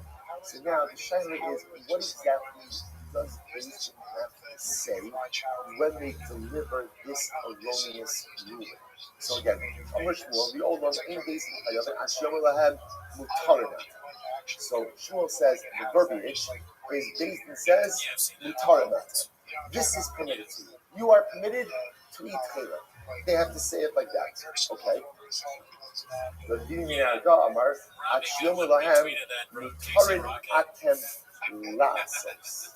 If you notice again, Rabbi adds in one word. What's the one word? Lasos. You are permitted to act on this psak. So Rabbi says saying that it's mutar is not enough. In order for the individual to be shielded from personal liability because they acted based on the psak of Beis Din, Beis Din must have also added in the word lasos. You are permitted to go ahead and behave based on this psak. You're permitted to act based on this psak. So very interesting. You must my timer. Now what's the reason for that? Why did Rabbi add in that word lasos? Rabbi says because without lasos, there's a statement of information or there's a statement of fact, but there's no mandate or there's no direction from Beis Din which are allowed to act based on this. So therefore, Rabbi requires the word lasos in order for this to be like instruction from Beis Din, which would then mean if Beis Din says, mutar, like Caleb is mutar atem lasos, permitted to go ahead and eat Caleb, mutar atem lechol, right? You're allowed to go ahead and eat. Okay, so then Beis Din is questioning and they're giving Torah, they're giving instruction. Rabbi says, that's what the individual acted on that Beis Din's advice, that Beis Din's psak. Ultimately, again, the individual would be part. But according to Rabbi, if Beis Din would just say, mutar atem, it's mutar, that would not shield the individual from personal liability. Shmuel says, yes, it would. Okay, so let's analyze this. So my time again, what's Rabbi's logic? They show Nikmara Ura. Because Beis Din's psak is only final. When number one, they tell you status and action. When they tell you it's mutar, and you in fact behave based on this psak, ultimately, again, that's what Beis Din's psak is. So let's analyze this. Good. don't know how to get rid of them. Fine. So okay. What's another also just point out? What do you Rashi's do on with both bots? sides. So we're gonna right now it's on the left on the right side, but just notice it's on both sides. And Rabbi, after another thing, Rabbi says we also now will say Rabbi is keen alone to support ultimately again Rabbi's position. After another thing, we also learn this. Because of so it's gonna bring a lot wanted us to. I gotta tell you, being on the train this long, Zakin you just think Mamre you're is an individual who is a member of the base. no, I'm not gonna talk that. It's very hard. People keep commenting like Cooney seems sick. Cooney's tired. Zakin He'll fall Mamre asleep. Lilo, You know. Horavasos, Mashma, the Kumamutra, Rasos. Okay, so before you get so Zakin Mamre is literally again someone who is outnumbered on the base, but Are you the numbers guy? Yeah, come on, numbers guy. The numbers guy is here right now, dude. Are you a bot? Yeah, bot. for this transgression, which makes sense because if you refuse to yield to the majority, you're undermining the fundamental fabric of the way the judicial system works. That's how a Bayesian works. It works on majority. So again, you know, it's not by it. Let's ignore them back to Marcus. Remember Marcus? As Moses, remember that even after Bayesian delivers his verdict, the judges in the minority can't go over to the independent and say, no, this is I would You know what the biggest one was in history? You know about this, right? Have you once heard the about this? majority decides on something, that's the Psak, and It's everyone big is in. technically, So but Zakin Mamre the owner of refuses to Flat yield to Earth the had a majority. So poop watch so this. big that it Because clogged of the the entirety so of Zakin Mamre and goes there back was to his no town. toilets work, Shana, no he running continues water. to It was teach, all but because we of made the Kiddush size of Shavimit, our shit. and he continues to Yeah. advance the Psak that he held before, Potter, ultimately again, he's Potter. In other words, if he comes back to his town and he continues to go ahead and discuss the Psak and teach the Psak as he believed it, not in line with the way the Bayesian was doing it, he's Potter. You don't execute. However, Hora Lasos, but if he passes and he says, Hevra, you can act on this Psak, then what do you see here? What do you see here? That for Bayesian to give a binding Psak, it's not just enough to say Mutarin Atem, but rather, what do they have to say? Mutarin Atem Lasos. For Bayesian's Psak to be a formal Psak, they have to give, first of all, again, the Psak Halacha, and then explicitly indicate that you can act based on this halacha. So let's just remember again, why is this important for us? Our whole discussion is an individual is acting based on the Psak of Bayesian, which turns out to be erroneous. Erroneous. So now we're saying, okay, you acted in good faith, you're shielded from personal liability. Rabbi is saying, but it only works if the Psak was literally articulated in a particular way. Requires no more articulation of the halacha, that's part one. Mutter. And number two, permission to act based on the Psak Lasos. And Abai is just proving this point. Rabbi Abba. Yeah, we also learn this whole love based on we must say, like I said, with all incredible cases. We've seen one of the exciting things I will say, one of the really exciting things is that we go through that film. Even if we don't remember everything, sometimes we see things. It's kind of like seeing someone in shul where I know you. So I know you too well to ask you your name again, right? But I don't know you. But like, there's that feeling of like, of course we know each other. What's your name? So that feeling is a lot. Like in other words, like I see something. I'm like, I know you. I don't know your name, right? I don't really remember the details, but I definitely know you. It's a beautiful feeling like that. So again, you want to like this, Korla Basically, nothing. So you see this. Right, Rachel's married to Reuben. Reuben goes overseas. Abe Echad comes along and says Reuben's dead. So remember again, one of the unique halachas, one of the unique situations in halacha, where we believe in Abe Echad. Like we believe in Abe Echad to allow women to be married. Remember, again, we've seen this. This is a kula. This is a heter for what purpose? And again, what? Excellent. Mishum ibuna akilu barabba. That was Menachem Shlomo said it first. He said it. I just want to go like that. Hey, so Mishum ibuna akilu barabba. So again, listen. Now watch this. So whole of Basin will be nothing. So let's say Basin got the Eidachar, and they pass in. Okay, Rachel, you can get remarried. Let's watch this. The hope of a kilkala, and she went out and she had other relationships. She didn't get married. She had relationships with other men outside of marriage. Okay, now what happened? And let's say, you had to remember, and then what occurred? What occurred? Guess who came back? Reuven, right? Reuven came home, right? Reuven came home. So now both sides. So now, what's the status? So what's the halacha? Chayeves v'karban. Ultimately, again, she is chayeves. Now again, not chayev misa, not that comes with adultery, but she is chayeves v'karban. Now why? Once I watch this, because remember again, what was the psak of Bezdin? The psak of Bezdin was that Allah said, what? You're allowed to what? You're allowed to remarry. You're not allowed to engage in the moral behavior. So interestingly enough, had she remarried and then came back, ultimately again she wouldn't have any personal liability. Now she engaged in moral behavior, there is personal liability. But bottom line, why are we bringing this down over here? If you notice, what's the psak? How does Bezdin formulate the psak? Bezdin says ultimately again, Bezdin says, Horla Bezdin Likinase. So if you notice again, what's the formulation of the psak of Bezdin? Bezdin judges that say mutter. Bezdin says mutter and behavior.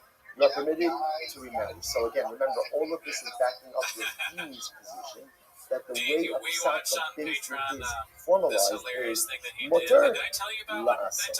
You're allowed to, and here's the accompanying action. I'm not either. Yes, I'm not going to based in so again, this is actually very interesting. Look at actually Holu based in Lavar, almost right across from actually the right. Holu based in Lavar, the Mashma Holu based in Lasos, the inner Gemara, Hora Asim actually no movie turn Akamasos. So again, we also learn this. What does it mean? Holu based in Lavar. Our Mishnah. So if you notice, what's the Mishnah? Based in Paskin Lavar means what? Based in says something is mutter, and they said you can go ahead and do it as well. So all of this backs up Rabbi's version. So all Rabbi is being honest, back up Rabbi's version that when a Bezdin gives a psak, there's two parts of the psak. There's mutter, and you're allowed to act, or act in a certain way based on this. And then, if Bezdin's ruling was erroneous, and an individual acted upon that, halacha l'maisa, they are shielded ultimately again from any personal liability. Which the Gemara says, Sulami, and there's nothing more to talk about. We just have this, right? This is the something like that. Right? That's it. We're done. We're done over here, nothing more to talk about. And once I he did that. There's an alternate version, an opposite version of this discussion. So on the Shmuel, in Bezdin Chayav and Achimura, Mutarim Atam Nasos. Shmuel is going to say now again, the positions of Shmuel and Rabbi are going to be exactly the same. Shmuel says that the formulation of the Bezdin is all Bezdin needs to say is Mutarim Atam Nasos. Right, so this is Shmuel. Sorry. I'll reverse attribution. In this version, Shmuel is the one who says that in the lashon of the psak of the Bezdin is Mutarim Atam Lasos. Shmuel has the one who has the mandate to put up Lasos. But Dimin Arda Amar Afidu Mutarim Atam. No, even if Bezdin just says Mutar Nigmara Hora. That's the end of the psak. And Allah, when I say that the individual acted based on that, they will be shielded from personal liability. I'm Rabbi. So now in this version, Abaye is asking a series of questions on Rabbi. In the previous version, Abaye was supporting Rabbi. In this version, he's questioning Rabbi, bringing all of the same tools. Abaye, that's not how we learn, right? Chazer v'iro v'shana odino v'darshan v'pater orlasos chayik. Zaki Mamre. So again, we have to look at all the cases again. But Abaye says Zaki Mamre. Zaki Mamre is only being chayiv when, not if he just teaches the halacha, but if he tells the people this is the halacha and if you act on it, that's when he's chayiv. What do you see from here? That it's not just enough to say mutter, you also need what? Lasos. Next, from Rabbi Yahweh, V'halotran. Rabbi Yahweh says, one second, what about the V'halotran Horu? About V'halotran Hativ. Horu la Bezdin Rinasa. The Hilcham V'kirkala Hayav Karban. Well, here the Alima says, some days Bezdin gives himself to marry. Their psak is only binding with what they say mutter and action. So you see from here, Bezdin's psak requires mutter and lasos. Next, Ravina, Ravina says, go inside and Haru plays in right? Our Mishnah.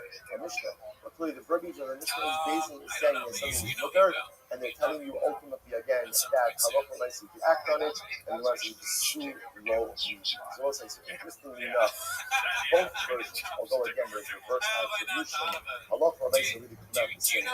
Let's just go with the first version. Halacha l'maisa, the way you asking, is like routine. And therefore, again, just to understand, the way that these things would normally go ahead and structure the psak is they would say mutter. Number one, again, they're ruling that it's permitted, and ultimately lasos, and give instructions that this psak behaviorally can be acted upon.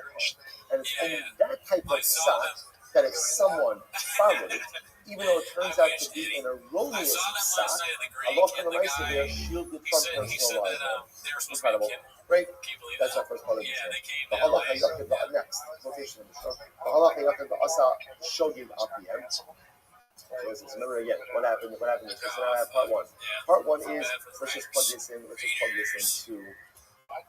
Caleb, right? So based in Paskin, Caleb is mutter le'achol. Relati Caleb. Okay. Now the individual went ahead and ate Caleb. Ate Caleb based on second. So now it says, the individual went ahead and acted inadvertently based on their psak. The Gemara says, why do you use that word shogeg? Interestingly enough, he's not really shogeg. In other words, right? Ruben is acting intentionally. Why is he acting intentionally? Because as far as Ruben is concerned, he's got a psak that says what he's doing is mutter. It turns out that it was an accident, but what he was bothered by is, why don't you just say, the individual came along and acted based on their word. Why do you use the word shogeg? Which means, shogeg la'asur l'sitzitzur. This is very interesting. Rabbi said because the word shogeg actually comes from two different ways. This is really quite fascinating. Let's see, watch this. Horu based in Shechel Mutter. Get ready. Based in Paskin, Caleb is Mutter. Okay, now what happened? It is Chaliklo Caleb B'Shuman. Now watch this. So get ready for this. Part one of the story. Bezin went ahead and said that Caleb is Mutter. Okay, next, part two. Reuben has two pieces of meat. One is Caleb, one is Shuman. Shuman is permitted fashion. Reuben, his intention is to eat Shuman. So what happens? He gets mixed up and he eats it. So Reuben, watch this. So Reuben ate Caleb. But Reuben didn't really eat Caleb because of the psak of Bezin. Right? Reuben ate Caleb because he just got confused. Comes along Rabbi, and Rabbi says, get ready for this, get ready for it, Reuben is pater. Reuben is pater. Why? Listen to this. Because essentially, since there's a psak Bezin out there that says that Caleb is mutter, if a Jew ends up eating Caleb inadvertently either because he's following the psak of Bezin, right, or because he just gets mixed up, he's pater. And that's wild. That's wild. Right? Because remember again, in this case, Reuben's Caleb consumption has nothing to do with the psak of the Bezin. It has to do with his own personalistic confusion. But yet, again, he's still going to be pater because that psak is out there in the world. Incredible. Bezin went and said that Caleb is mutter, that is Caleb b'Shuman.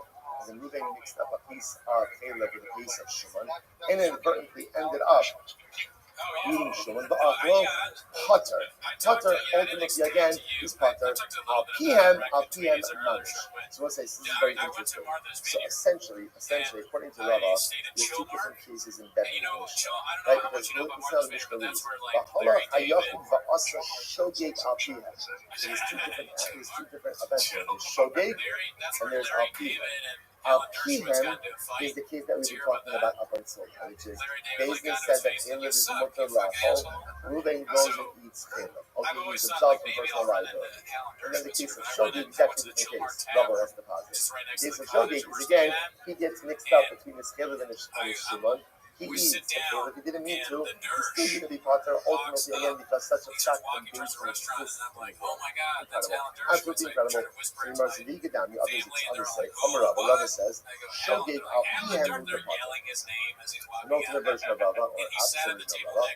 Shogeg al Pihem. It's only an accidental condition of the Avera that happens as a result of the psak that absolves driven of personal liability. First part I will say. Aval Nischalid lo Chayla B'Shubin Ba'aflo Chayim. But if halach l'maisa, living just gets mixed up between these pieces, right? Then halach l'maisa, he will be liable. Mill says that so again, there's two versions of Rabbi. So the Gemara says, Mill says that Shita le'Rabba from Ba'aran Bachama.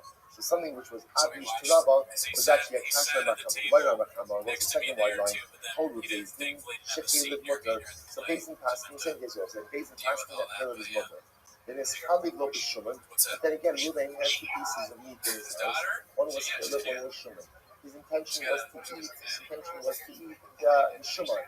He accidentally went and ate the Caleb. What's the halacha? So the Gemara says, I'm sorry. Then it's got Mahu. What's the halacha? Rabbi says, Tashma. Halach hayachim va'asa shogi gapihem. If Reuben went ahead and acted accidentally, based on psak of the Beis Din, the Gemara says shogeg al pihem lamali. So Rabbi says, why do you need that lashon of shogeg al pihem? Just say pihem al pihem. That's it. Asiyeh holu Beis Din shekil mutar and is chalid lo chayla b'shum ba'ach lo pater. Ultimately, again, in order to repeat this case, where again Reuben got mixed up between the pieces, he ended up eating the chaylev. He's still going to be potter. Ultimately, he's still covered, so to speak, under the psak of Beis Din. One second. Yoma shogeg al pihem with the potter. Aval nischalid lo chaylev b'shum ba'ach lo chaylev. Maybe not. Maybe Reuben is only potter, and he managed to act in the direction of the psak of Beis Din. But if he stand makes another mistake, he says that he should be potter based on that. He should be chayiv. He could the ultimate version of this on the Rabbi Tashma. Halach Yachid va'asa shogeg al pihem. So the individual Reuben went ahead and acted the shogeg based on the psak of Beis Din. So the Gemara says, "Ma'ila shogeg al pihem with the potter." Isn't it only in the case where Reuben managed to act based on the psak of the Beis Din that he's going to be potter? Aval nischalid lo chaylev b'shum ba'ach lo chaylev. But if halach l'maisa, he mixes up the pieces. The psak of the Beis Din, he just has a mix up in his own house. Then he should be chayiv. Dilma, O shogeg, oki, o api. Maybe not. Maybe Allah Shalom say again. That's what the Mishnah is coming to say. There's really one of two cases. There's shogeg or api. Ultimately, api means he literally acts based on the psak of the Beis Din, and shogeg means he has his own mix up. Incredible. So also, I just want to point out over here. So this is really fascinating, right? Everyone is agreeing that in Beis Din Tasmin, it is permitted to eat chaylev. Right? Mutter atam le'achol chaylev. All right, mutter and go le'achol chaylev. So everyone agrees if Reuben acts on that psak, he's going to be potter. He's going to be potter. The shaila just is now Reuben has a mix-up in his home. Two pieces, chaylev and shuman. He wanted to eat for shuman. He accidentally eats for chaylev. Is he chayiv or potter? So this is the machlokes. One opinion will say is chayiv. His inadvertent consumption of chaylev has nothing to do with the psak of the Beis Din. Other versions says no, he's going to be potter because once there's a psak of the Beis Din out there in the belt, like that chaylev is mutter, ultimately again he's going to be covered by that. Incredible. So Gemara says the plukta. In reality, this is part of the bigger machlokes. Horu Beis Din shechil mutter is Beis Din paskin. Yes, Gemara is pointing out there's already a pre-existing machlokes. Horu Beis Din shechil mutter. Beis Din paskin that chaylev is mutter. Okay, that's our case. And now both sides, that's part one. Part two, Reuben is in his house. Reuben has two pieces of meat. One is chaylev and one is shuman. Then his chalid lo chaylev is shuman, ba'achlo, he mixes up the pieces and he inadvertently ends up consuming the chaylev. What's the halacha? Rav Amar Potter, Rabbi Yochanan Amar Chayiv. Okay, here it is. Here is what so explicit machlokes. Rav says you're potter, you're covered under the psak of the Beis Din. Rabbi Yochanan says no, your act has nothing to do with the psak of the Beis Din, and therefore you're going to be chayiv. By the way, chayiv what? Chayiv achatas. Because remember again, this is still a case of shogeg. This is still a case of shogeg. But the Gemara says, "Meisei, Imar Reizei Kasha, Me'am Haaretz." ultimately, this is the nefesh achas tefes abishkaga. The am haaretz basosa achos mitzvos Hashem asher lo te'asena b'Hashem. This is the pasuk about kabbos. Right, the person commits an avera inadvertently. So the Gemara says, "Me am haaretz basosa fat l'mumar." This comes to exclude a mumar. Because once I remember again, the concept of katos is totally predicated on the notion of shogeg. A mumar, which is someone again, as we saw back to our Sanhedrin days. A mumar is someone who fundamentally rejects Torah, rejects the Torah, so ultimately and sins with intentionality.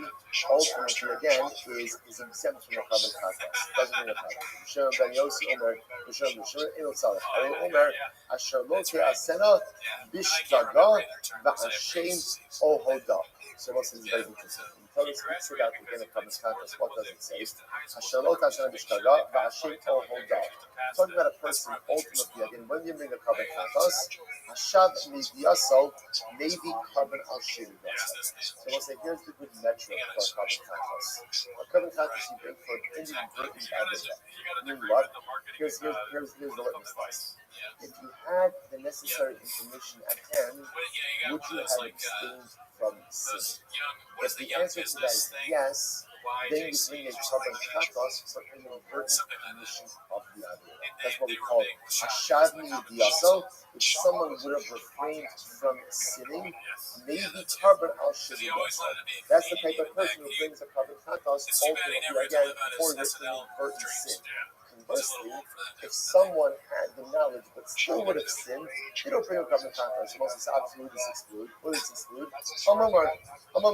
Lo shami yasal. If somebody would not refrain or abstain from sinning because of this awareness, they don't bring a carbon on their shoulders. So that would exclude a mummer. In Isa, ha lo shav yasal. That was interestingly enough, applying this to our case over here, and applying this to our case.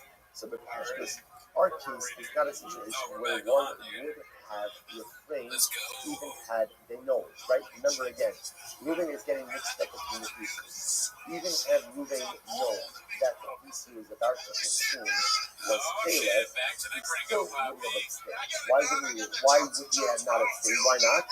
There was a psak case.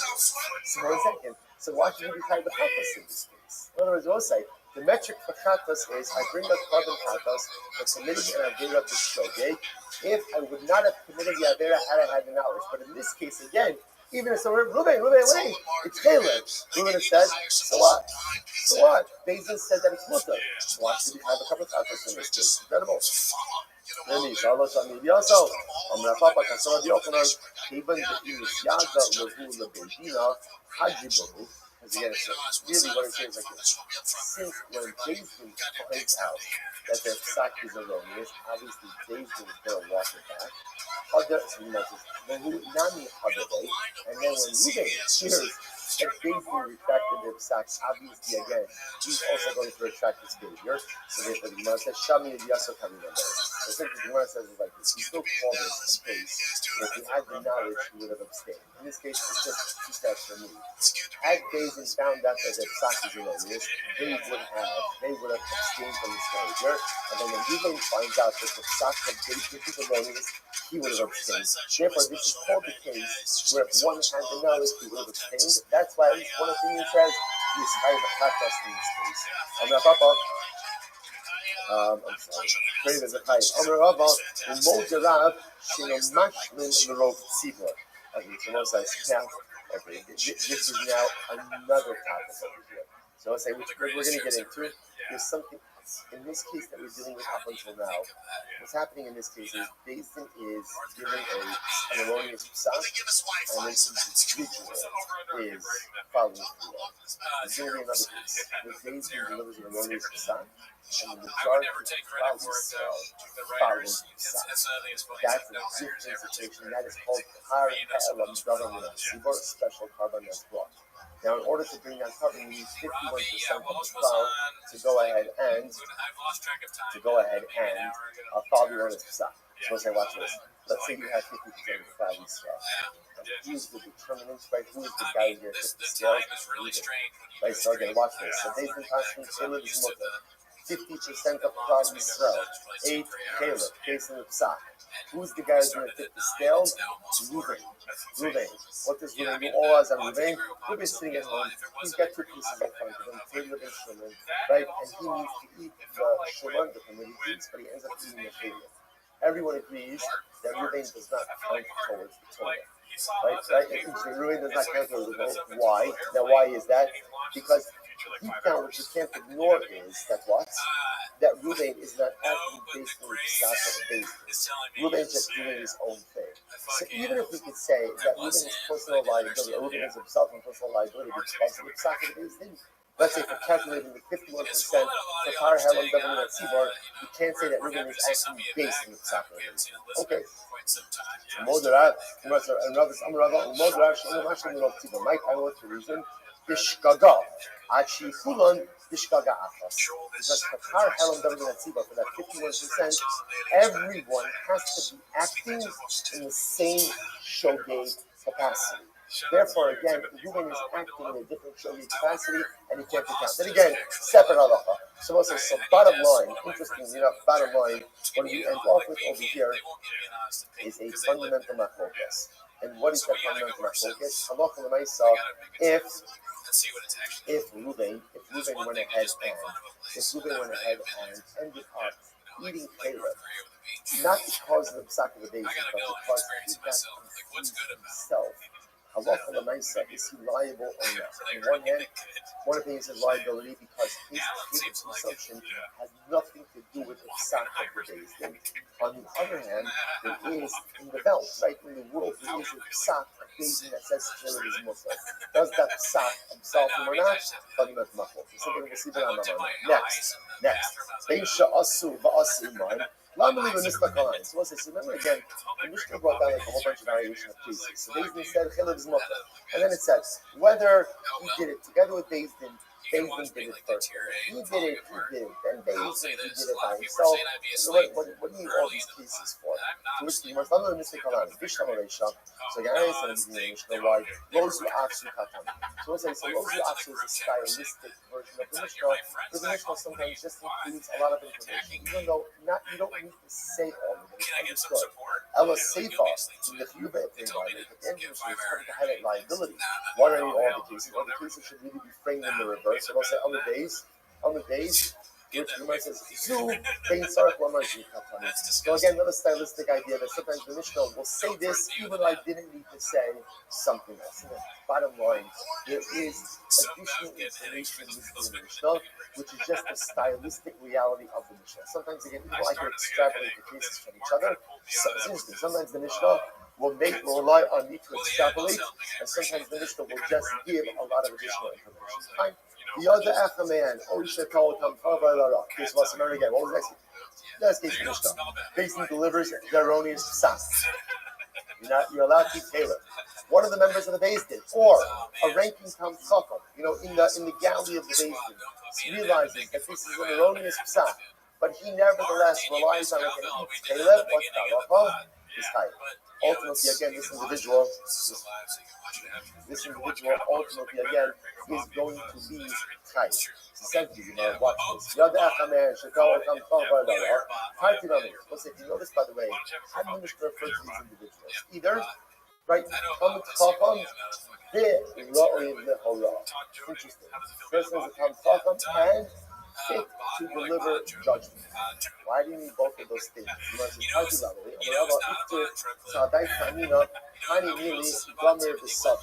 I would have thought to myself that any type of person who is not allowed to rely on the psak of the Beis Din, someone who is gomer means learned, and Sabir actually says, Maiden Davar Yisov Davar. Someone was able to extrapolate and ultimately, again, apply knowledge to different things. In other words, maybe what we're talking about someone who really is fit to be a dayan. Aval, gomer v'lo sabir. If someone has a lot of knowledge, but they don't know how to extrapolate, maybe you got to have both of these qualities in order to exist in personal liability. Rabbi says, Lahora, come here this summer. That's not true because the Mishnah itself says, Roi Lahora. Who is the person who is Roi Lahora? A a person who is both Gamir, learned, and Savir, knows how to extrapolate information and apply it one scenario to another. How about the other half? This is what I have to say. If we would have just said no, raw, how about Gamir Savir? I would have thought like this. It's only someone who's both Gamir and Savir. And I'll Gamir below Savir. But perhaps if you don't have both of these qualities, that then maybe you would be accepted in personal liability if you allow it. The Tana Roi La Ra. The Mishnah is Gamir below Savir, Savir below Gamir. So what's incredible? Therefore, again, the Mishnah used the Lashon of Hara. Hara actually also has coming to limit to say, as long as someone is either Gamir or Savir, you have a lot of information, or you know how to extrapolate. In other words, if you have the ability to know with certainty that this sack is wrong, and you rely on it, you are not shielded from personal liability. Incredible. Right, Where's a good example of this? Right? It would be a good example of someone where if they relied on the sack of the basin, they would not be shielded from personal liability. We go on. We could go Shimon ben Azai, Shimon ben Zoma. Okay, like Shimon ben Azai, Shimon ben Zoma. Like these individuals, Abaye, if you look at Rashi says over here on the right hand side, you go Shimon Azai, Shimon ben Zoma, Yoshim the Fake Hakamim, Hayrugi the Hora. These were coming. They were like six before the Dayan. They were six in front of the judges in the basin, and they themselves ultimately again were first judges. This is the type of person the Mishnah is talking about. Amazing. And we'll say, here's the problem. Okay, so let's at least begin this, and I alluded to this in the Mishnah before. Here's the problem. If you have a person like Shimon ben Azai and Shimon ben Zoma, who obviously were ranking sages, and they hear the Bezdin say that Chalev is mutter. Chalev is mutter. They know it's wrong. If they go ahead and they act based on this psak that they're saying, so the Mishnah said they're chayiv v'chatas, not sure of the personal liability. Why? If they act on the psak and they say, what are they? What are they? They're amazing. They're intentional. They know it's wrong. They know it's wrong. So when you talk about covering the tapas, they should actually be liable for mizid. So let's say, now watch this. This is incredible.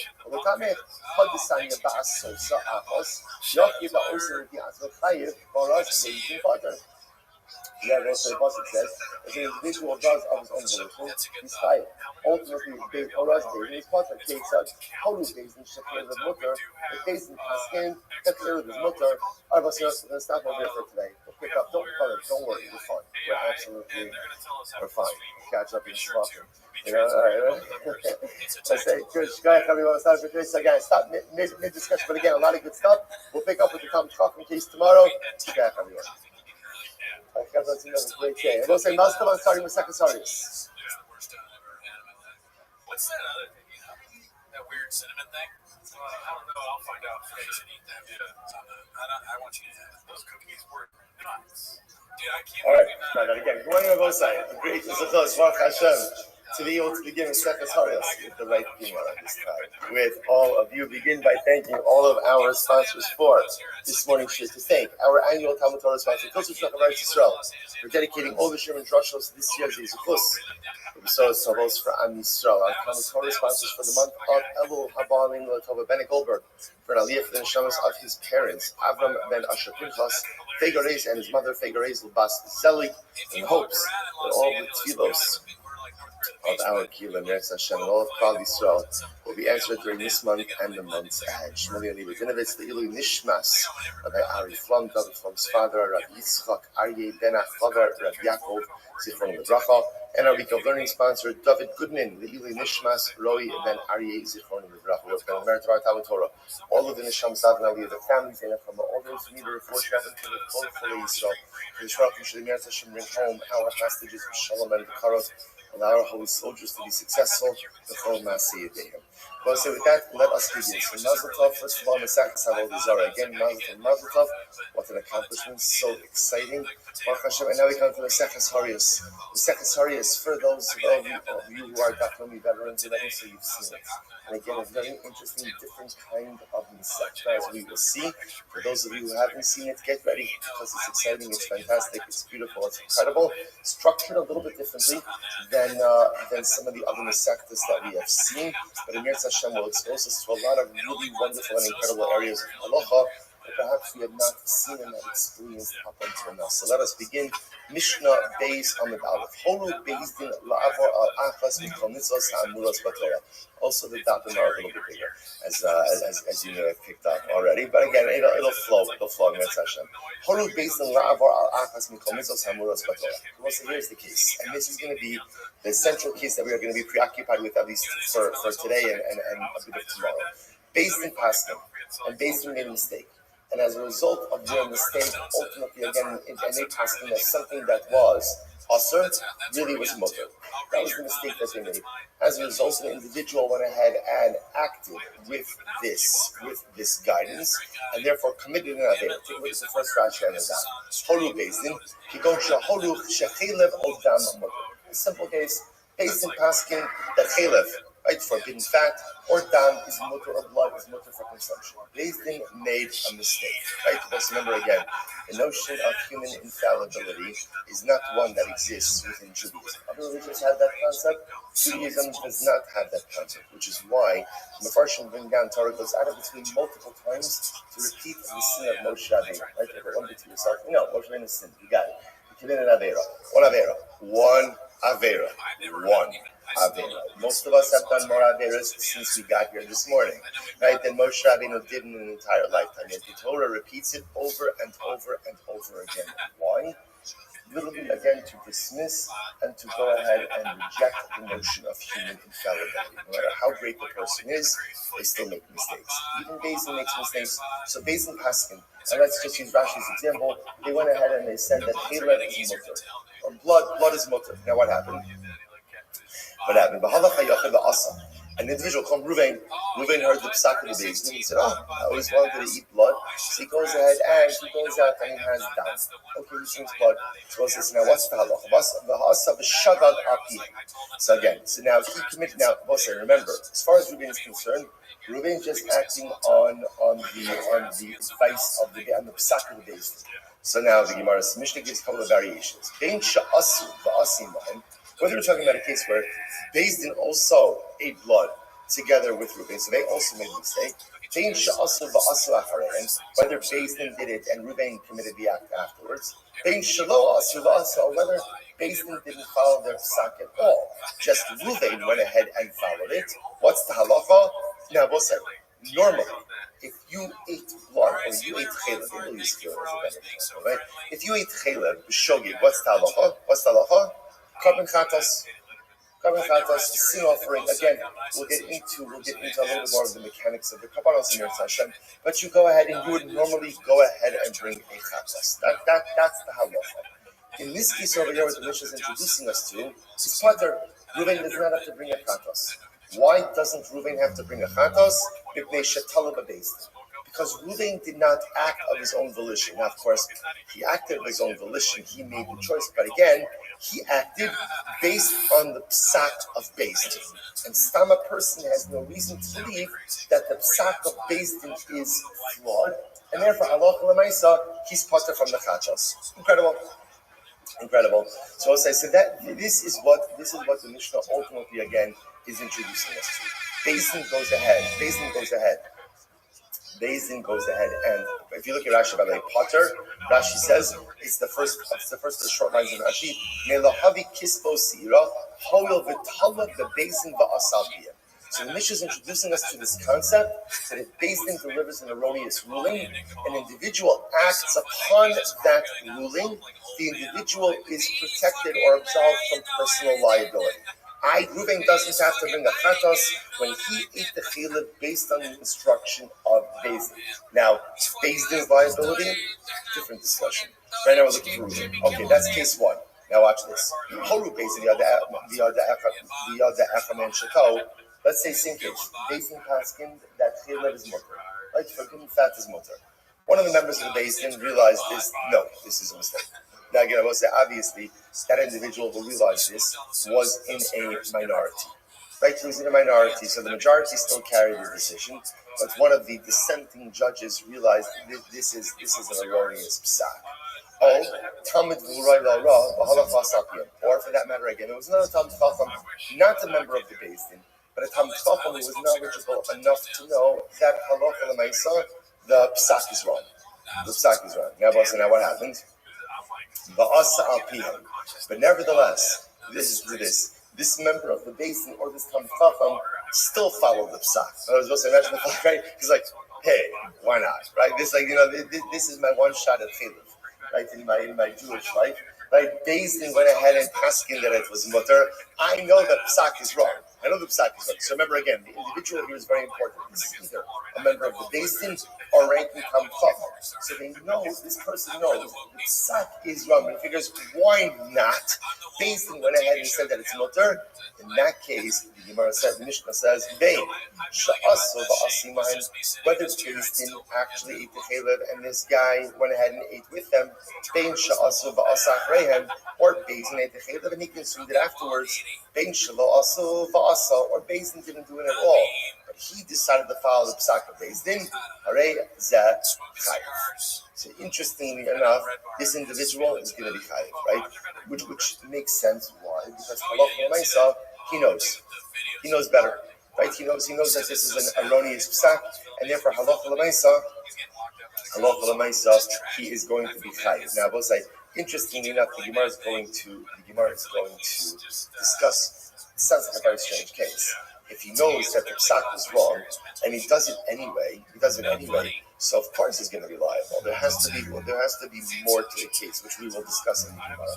Next, why the Gemara says that shall tell the basin? Why? Because at the end of the day, when are you shielded from personal liability? When you can say that I did what I did based on the psak of Beis Din. But if you know that the psak of Beis Din is wrong, and you follow it anyway, at the end of the day, you are not shielded from personal liability. Exactly. We'll say this is the rule, says the Mishnah. Hatola bi'atzmo chayiv, hatola bebeis din pater. If one acts of their own volition, ultimately again they're chayiv. They will say, now remember again, if one eats chilib b'nezid, what's your liability? Right? You chayiv malchus, really, right? Because remember, you're not going to get you can't bring a chatas because chatas is only brought for shogeg, right? So if you the mezid is no chatas. Only the shogeg is chatas. So that's why we're going to have to define what this case is over here. Because in order to say chayiv b'pashas means chatas. Chatas must mean that there's some element of shogeg. So what's the shogeg in this case? Again, we'll have to see in the Gemara. But bottom line, what the Mishnah is introducing us to, is that Beis Din issues an erroneous psak, and an individual follows that psak. The individual is shielded from personal liability of a chatas because they acted in good faith. If Beis Din issued a wrongful psak, and the individual knows that it's a wrong psak, again, I will say, by the way, if you notice, by the way, it has to be a certain kind of individual who knows that it's an erroneous psak. Right? You know, not someone who thinks that they know, but rather, again, we're talking about someone over here, either who is a member of the Beis Din himself or a ranking Talmid Chacham. That person knows the psak is wrong, but he follows it anyway. He is not shielded from personal liability. Okay, so we'll say that's the Mishnah. Let's delve in. We'll say Mazel Tov, our first Mishnah in Harios. Incredible. Amar Shmuel, the olam. All right, celebration's over. Amar Shmuel, the olam ein Beis Din chayovin ad she'omer lahan mutar matam. So I'll say, so now we see Machlokes Rav Shmuel and Rav Dimi a little bit just about the mechanics of this. So now I understand the principle. Right, the principle I understand. So now the shaila is, what exactly does Beis Din have to say when they deliver this erroneous ruling? So again, Amar Shmuel, the olam ein Beis Din chayovin ad she'omer lahan mutar matam. So Shmuel says the verbiage is Beis Din says mutar matam. This is permitted to you. You are permitted to eat chalev. They have to say it like that. Okay. Rav Dimi min Arda Amar at she'omer lahem mutarin atem lasos. If you notice again, Rav Dimi adds in one word. What's the one word? Lasos. You are permitted to act on this psak. So Rav Dimi says, saying that it's mutar is not enough. In order for the individual to be shielded from personal liability because they acted based on the psak of Beis Din, Beis Din must have also added in the word lasos, and you are permitted to go ahead and behave based on this psak. You're permitted to act based on this psak. So very interesting. Gemara says, my timer. Now, what's the reason for that? Why does Rabbi add in that word lasos? Rabbi says, because without lasos, there's a statement of information, or there's a statement of fact, but there's no mandate or there's no direction from Beis Din that you're allowed to act based on this. So therefore, Rabbi requires the word lasos in order for this to be like instruction from Beis Din, which would then mean if Beis Din says mutar, right? Chaylev is mutar atam lasos. You're permitted to go ahead and eat chaylev, or really mutar atam lasos. Right? You're allowed to go ahead and eat. Okay, so then Beis Din is passing and they're giving hora, they're giving instruction. Rav Dimi says, halacha l'maisa, that's where if the individual acted on that Beis Din's advice, that Beis Din's psak, ultimately again, the individual would be pater. But according to Rav Dimi, if Beis Din would just say, mutar matem, it's mutar, that would not shield the individual from personal liability. Shmuel says, yes, it would. Okay, so let's analyze this. So my time again, what's Rav Dimi's logic? Because Beis Din's psak is only final when number one, they tell you status and action. When they tell you it's mutter, and you can in fact behave based on this psak, ultimately again, that's when Beis Din's psak is complete. So let's analyze this. Good. Fine. So okay, good. What's about? I also just point out Rashi's on both sides over here. So we're gonna right now it's on the left, on the right side, but just notice it's on both sides. I'm Rabbi. Rabbi says we also now we'll say Rabbi is coming along to support ultimately again Rav Dimi's position. We also learn this. So we'll say we're going to get a lot thrown at us today. We'll say this is the case of Zakin Mamre. Zakin Mamre is an individual who is a member of the Beis Din who refuses to yield to the majority. Take a quick look at Rashi for just a moment. Chazar Rashi says, Zakin Mamre Le'iro, Hora Lasos, the mashma the common mutar atan lasos. Okay, so before we get ahead, so Zakin Mamre is literally again someone who is outnumbered on the Beis Din but refuses to yield to the majority. So I'm going to say, so such an individual actually could be executed for this transgression, which makes sense because if you refuse to yield to the majority, you're undermining the fundamental fabric of the way the judicial system works. That's how a Beis Din works. It works on majority. So again, I'm Rabbi. I must remember again back to Makkas days. Remember Makkas? I just want to say, so remember, the Gemara said that even after Beis Din delivers a verdict, the judges in the minority can't go over to the defendant and say, listen, Ruth, I just want to let you know, I really believed you. But what could I do? I was in the minority. You can't do that. If you're part of a Beis Din, once the majority decides on something, that's the psak, and everyone is in. So Zakin Mamre refuses to yield to the majority. So watch this. So let's say the Zakin Mamre goes back to his town. Shana, he continues to teach, and he continues to advance the psak that he held before, pater. Ultimately, again, he's pater. Then we'll say, so in other words, if he comes back to his town, and he continues to go ahead and discuss the psak and teach the psak as he believed it, not in line with the way the Beis Din was doing it, he's pater. You don't execute him. However, hora lasos, but if he paskins and he says, Hevra, you can act on this psak, then what do you see from here? It's that for Beis Din to give a binding psak, it's not just enough to say mutarin atem, but rather what do they have to say?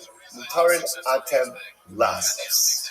For Beis Din's psak to be a formal psak, they have to give, first of all, again, the psak halacha, and then explicitly indicate you can act based on this halacha. So just remember again, why is this important for us? Our whole discussion is an individual is acting based on the psak of Beis Din, which turns out to be erroneous. So then we're saying, okay, you acted in good faith, you're shielded from personal liability. Rav Dimi is saying, but it only works if the psak was literally articulated in a particular way. Requires no more articulation of the halacha. That's part one, mutter, and number two, permission to act based on this psak, lasos. And Abaye is just proving this point. I'm going to be out. We also learn this. Horula based in Linase, like I said, all incredible cases. We've seen one of the exciting things I will say, one of the really exciting things is as we go through that film, even if we don't remember everything. Sometimes we see things. It's kind of like seeing someone in shul where I know you.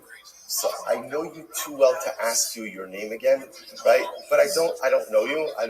But like, there's that feeling of like, of course we know each other. What's your name? I have no idea. But so that feeling is a lot like that. Like, in other words, like I see something. I'm like, I know you.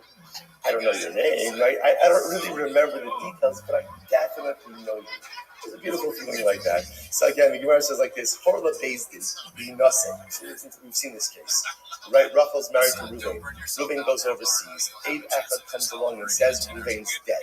So remember again, one of the unique halachas, one of the unique situations in halacha, where we believe in Eid Echad, right? We believe in Eid Echad to allow women to remarry. Remember again, also you've seen this. This is a kula. This is a heter for what purpose? Remember again, what? Excellent. Mishum iguna akilu baraba. That was Menachem Shulchan said it first. He said it right. I just want to go on there. Okay, good. Hey, so again, listen. Now watch this. So Horla Bezdin Lehinas. So let's say Bezdin got the Eid Echad, and they passed again. Okay, Rachel, you can get remarried. Let's watch this. For Halcha the Kilkala, and she went out and she had other relationships. She didn't get married. She had relationships with other men outside of marriage. Okay, now what happens? I must say, now remember, and then what occurred? What occurred? Guess who came back? Reuven. Right? Reuven came home. Right? Reuven came home. So now both sides. So now what's her status? So what's the halacha? Chayeves bekarban. Ultimately, again, she is chayeves. Now again, not chayev nisa, not that guilty for adultery, but she is chayeves bekarban. Now why? Was I watch this? Because remember again, what was the psak of Bezdin? The psak of Bezdin was that Allah said, what? You're allowed to what? You're allowed to remarry. You're not allowed to engage in immoral behavior. So interestingly enough, had she remarried and Reuven came back, ultimately again she wouldn't have any personal liability. Now she engaged in immoral behavior, there is personal liability. But bottom line, why are we bringing this down over here? If you notice, what's the psak? How does Bezdin formulate the psak? Bezdin says ultimately again, Bezdin says, Horla Bezdin Lichinase. So if you notice again, what's the formulation of the psak of Bezdin? Bezdin doesn't just say mutter. Bezdin says mutter and behavior. You are permitted to remarry. So again, remember, all of this is backing up Rabbi's position that the way a psak of Bezdin is formalized is mutter la'asos. You're allowed to, and here's the accompanying action. Ravina, we also learn this. Horu Bezdin la'avar la'akos mikomisas hamuras b'torah. So I'll say, so again, this is actually very interesting. If you look at Rashi, Horu Bezdin la'avar, it's almost right across in Rashi on the right. Horu Bezdin la'avar, the mashma Horu Bezdin la'asos, the ina gemura, hora asam achiyomu mutar atam la'asos. So I'll say, so again, we also learn this. What does it mean? Horu Bezdin. Horu Bezdin la'avar. It's our Mishnah. So if you notice, what's the Lashon of the Mishnah? Bezdin paskin la'avar. La'avar means what? Bezdin says something is mutar, and they said you can go ahead and do it as well. So all of this backs up Rav Dimi's version. This is all Rabbi is being all this. So back up Rav Dimi's version that when a Bezdin gives a psak, there's two parts of the psak. There's mutter, and you're allowed to act, or act in a certain way based on this. And then, if Bezdin's ruling was erroneous, and an individual acted upon that, halacha l'maisa, they are shielded ultimately again from any personal liability. To which the Gemara says, Sulomidi, and there's nothing more to talk about this. We just have this, right? This is the Talmudic equivalent of the mic drop, right? That's it. We're right, done. We're done over here. Nothing more to talk about. Now, what's that? Interestingly enough, there's an alternate version, an opposite version of this discussion. So Amar Shmuel, Im Bezdin Chayavin Achiyom Lahem Mutarim Atem Lasos. Shmuel will say, now again, the positions of Shmuel and Rabbi are going to be exactly the same. Shmuel says that the formulation of a Bezdin is, all Bezdin needs to say is Mutarim Atem Lasos. Right, so this is Shmuel. I'm sorry. Reverse attribution. In this version, Shmuel is the one who says that in the lashon of the psak of the Bezdin is mutarim atem lasos. Shmuel has the one who has the mandate to put in the lasos. Rav Dimi Narda Amar Afidu Mutarin Atem. No, even if Beis just says it's mutar nigmara hola. That's the end of the psak. And Allah, if an individual acted based on that, they would be shielded for personal liability. I'm Rabbi. So now in this version, Abaye is asking a series of questions on Rav Dimi. In the previous version, Abaye was supporting Rav Dimi. In this version, he's questioning Rav Dimi, bringing all of the same proofs. Abaye, that's not how we learn. Right? Chazar the Ira V'Shana Oldimin Kedar Shalim Potter Orlas Oschayim Zakim Mamre. So again, we don't have to go through all the cases again. But Abaye says Zakim Mamre. Zakim Mamre is only going to be chayiv when. Not if he just teaches the halacha, but if he tells the people this is the halacha and you can act on it, that's when he's chayiv. What do you see from here? That it's not just enough to say mutter, you also need what? Lasos. Next, from Rabbi Yara, Ba'alotinan. Rabbi Yara says 1 second, what about the Ba'alotinan? Horu. About Ba'alotinan Haki. Horu the Basil Linose. The Hilcham the Kilkala Chayav is Karban. Same case, Basil gives instruction to women to remarry. Their psak is only binding if what? If they say mutter and action. So you see from here, Basil's psak requires mutter and lasos. Next, Ravina. Ravina says, 1 second. Right, our Mishnah. But clearly the verbiage of the Mishnah is Basil is saying that something is mutter, and they're telling you ultimately again that halacha ma'aseh you can act on it, and the Gemara says v'su lo midi. So we'll say, so interestingly enough, both versions, although again there's reverse attribution, halacha ma'aseh really come out the same way. Let's just go with the first version. Halacha ma'aseh, the way we pass in, is like Rav Dimi. And therefore, again, just to understand, the way that Beis Din would normally go ahead and structure their psak is they would say mutter. Number one, again, they're ruling that it's permitted, and ultimately lasos, and give instructions that this psak behaviorally can be acted upon, and it's only that type of psak that if someone followed, even though it turns out to be an erroneous psak, halacha l'maaseh they are shielded from personal liability. Incredible. Great. That's our first part of the Mishnah. Next, quotation of the Mishnah. So remember again, what happened? So now I have part one. Part one is, so let's just plug this into Chelev, right? So based in Paskin, Chelev is mutter le'echol. Shalati Chelev. Okay, so now the individual went ahead and ate Chelev. Ate Chelev based on Psak. Based in Shabbos. So now it says, the individual went ahead and acted inadvertently based on their psak. The Gemara says, why do you need that word shogeg? I was supposed to say, if you think about it, interestingly enough, he's not really shogeg. In other words, right? Ruvain is acting intentionally. Why is he acting intentionally? Because as far as Ruvain is concerned, he's got a psak basically that says what he's doing is mutter. It turns out that it was an accident.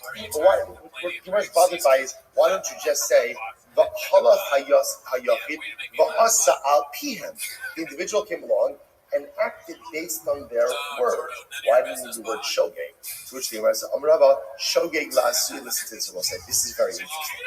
Rava says, because the word shogeg actually comes to include a different case. This is really quite fascinating. La'asui, watch this. Horu based in shechelev mutter. Get ready. Based in paskin, chelev is mutter. Okay, now what happened? Now we'll say, now watch this. So get ready for this.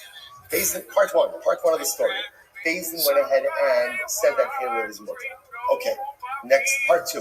Reuven has two pieces of meat in front of him. One is Chelev, one is Shuman. Shuman is permitted fat. Reuven, his intention is to eat the Shuman. But what happens? He gets mixed up and he eats the Chelev. So Reuven, watch this. So Reuven ate Chelev. But Reuven didn't really eat Chelev because of the psak of the Beis Din, right? Reuven ate Chelev because he just got confused. Comes along Rabbi, and Rabbi says, get ready for this, get ready for it. Reuven is pater. Why? Listen to this. Because essentially, since there's a psak Beis Din out there that says that Chelev is mutter, if a Jew ends up eating Chelev inadvertently, either because he's following the psak of the Beis Din, right, or because he just gets mixed up, he's pater. We'll say, now that's wild. That's why, right? Because remember again, in this case, Reuven's chilif consumption has nothing to do with the psak of the days. It has to do with his own personalistic confusion. But yet, again, he's still going to be putter because that psak is out there in the world. Incredible. So you must, let's go. Amar Rabbi Shogi Lasso, my Horu Beis Shkin Mutter.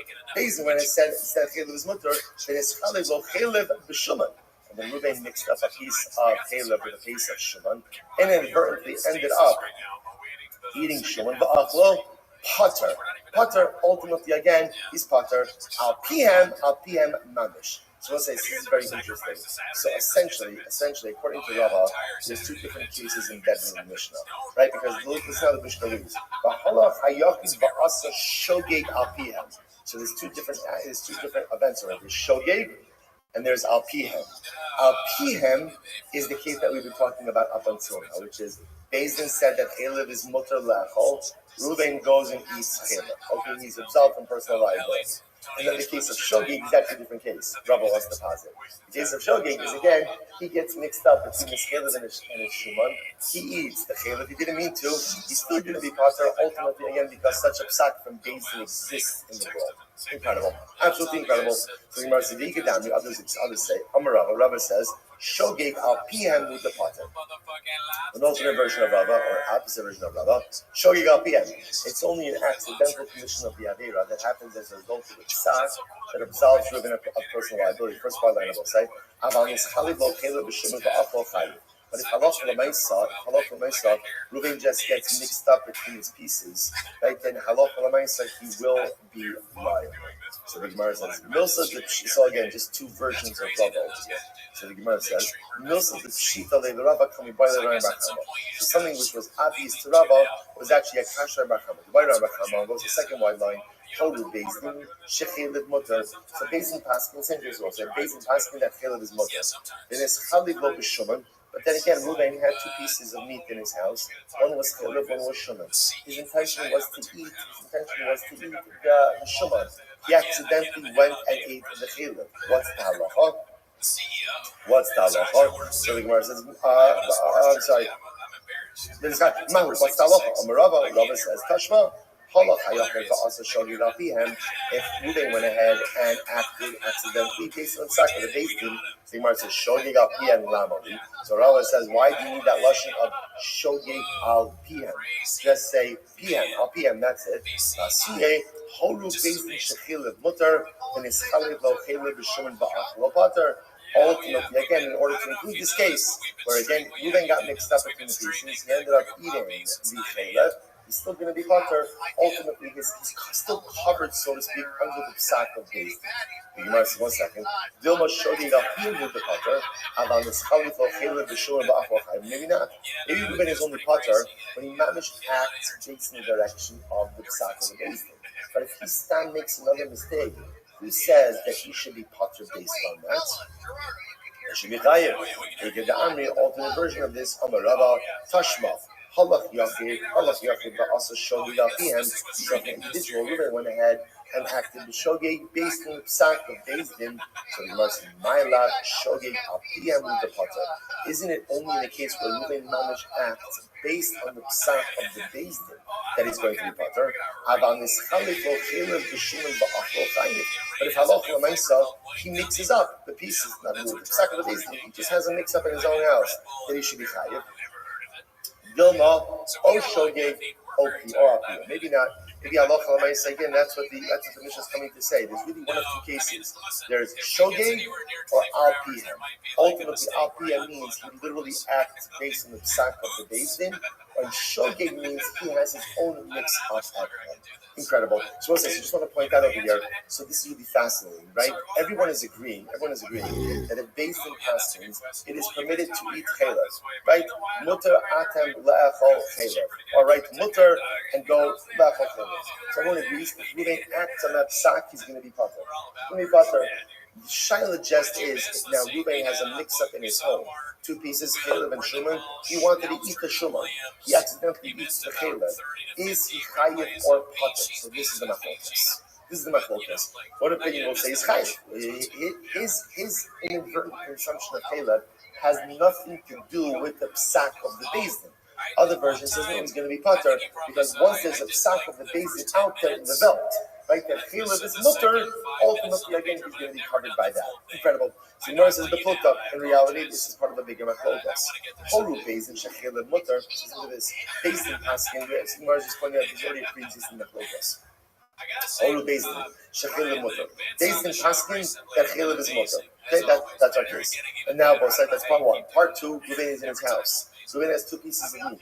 One is chaylev and one is shuman.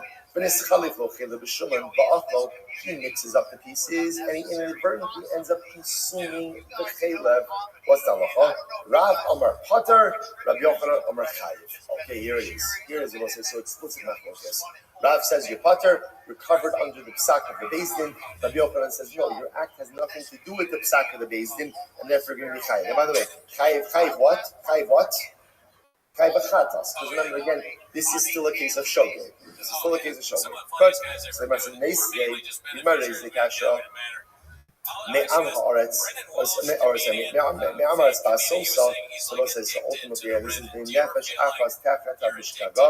Me'am ha'aretz ba'asosa achas mitzvos Hashem asher lo te'asena ba'Hashem. This is the pasuk by Kabbalah Chatos.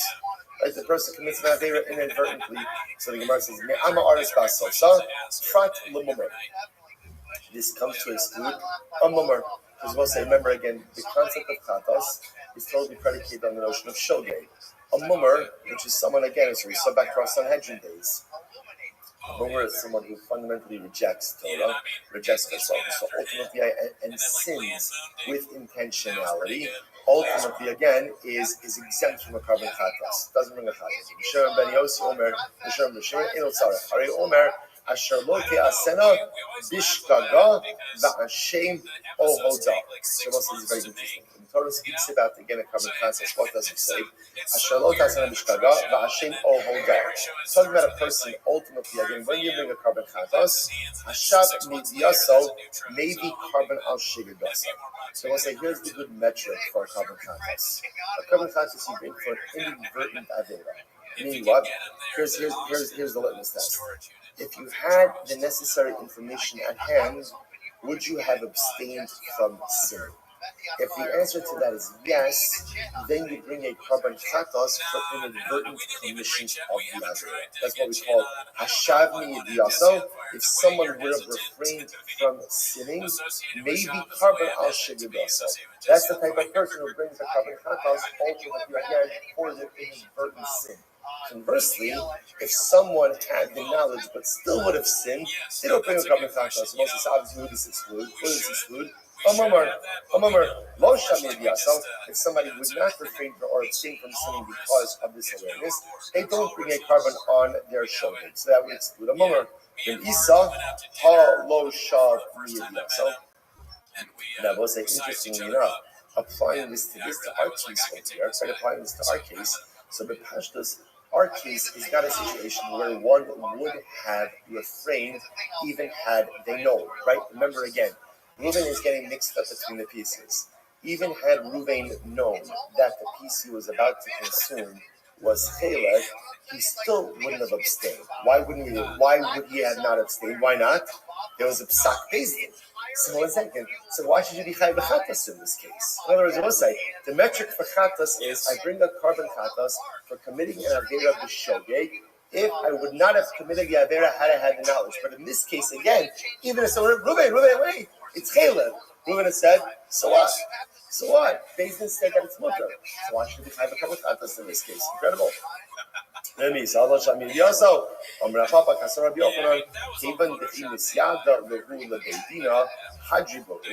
again, so really what I'm saying is like this. Since when Beis Din finds out that their psak is erroneous, obviously Beis Din is going to walk it back.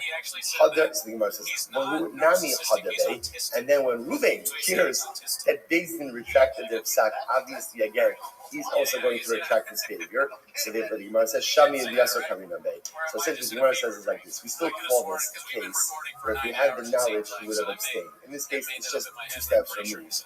Had Beis Din found out that their psak is erroneous, they would have abstained from this behavior. And then when Reuven finds out that the psak of Beis Din is erroneous, he would have abstained. Therefore, this is called the case where if one had the knowledge, he would have abstained. That's why at least one opinion says he is chayav b'chatas in this case. I'm sorry. Okay, so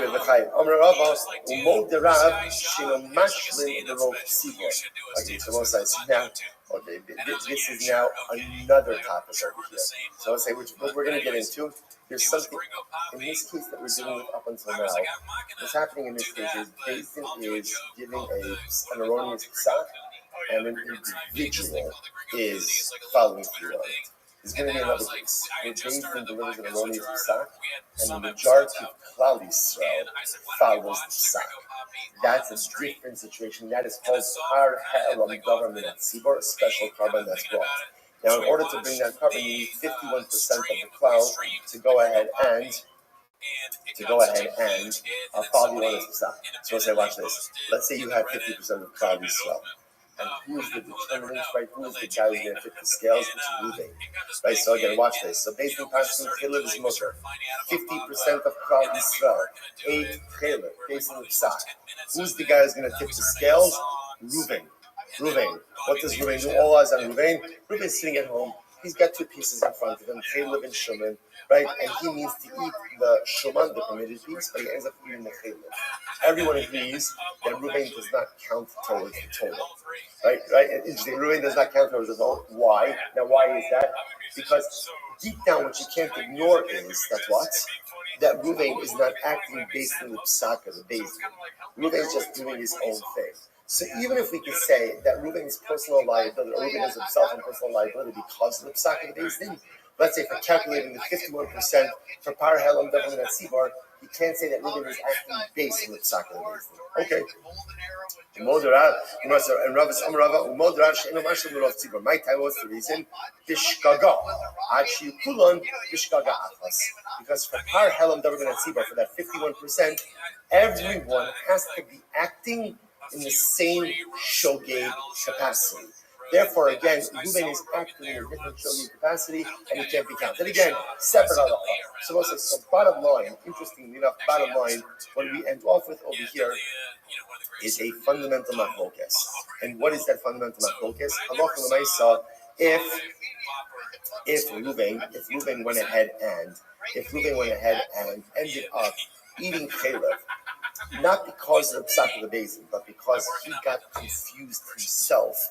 Halacha l'maisa, is he liable or not? On one hand, one opinion says liability because his consumption has nothing to do with the psak of the Beis Din.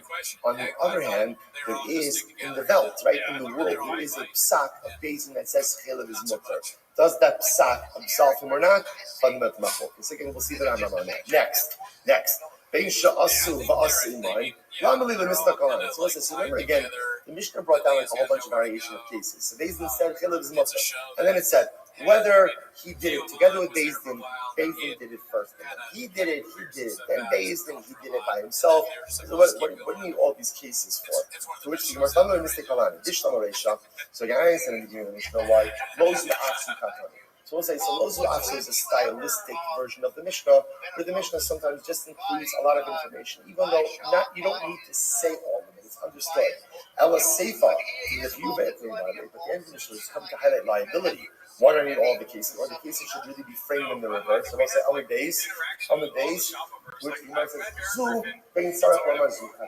so again, we have a stylistic idea that sometimes the Mishnah will say this even though I didn't need to say something else. So bottom line, there is additional information listed in the Mishnah, which is just the stylistic reality of the Mishnah. Sometimes, again, even though I can extrapolate the cases from each other, sometimes the Mishnah will rely on extrapolation, and sometimes the Mishnah will just give a lot of additional information. Fine.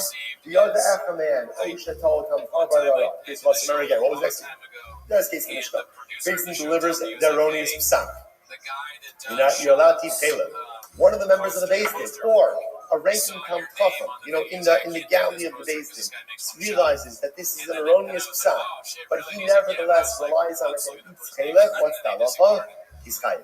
Ultimately, again, this individual this individual ultimately, again, is going to be chai. Says the Gemara, watch this. So if you notice, by the way, how do the Mishnah refer to these individuals? Either, right, Talmid Chacham, interesting. Person is a Talmid Chacham and fit to deliver judgment. Why do you need both of those statements? I would have thought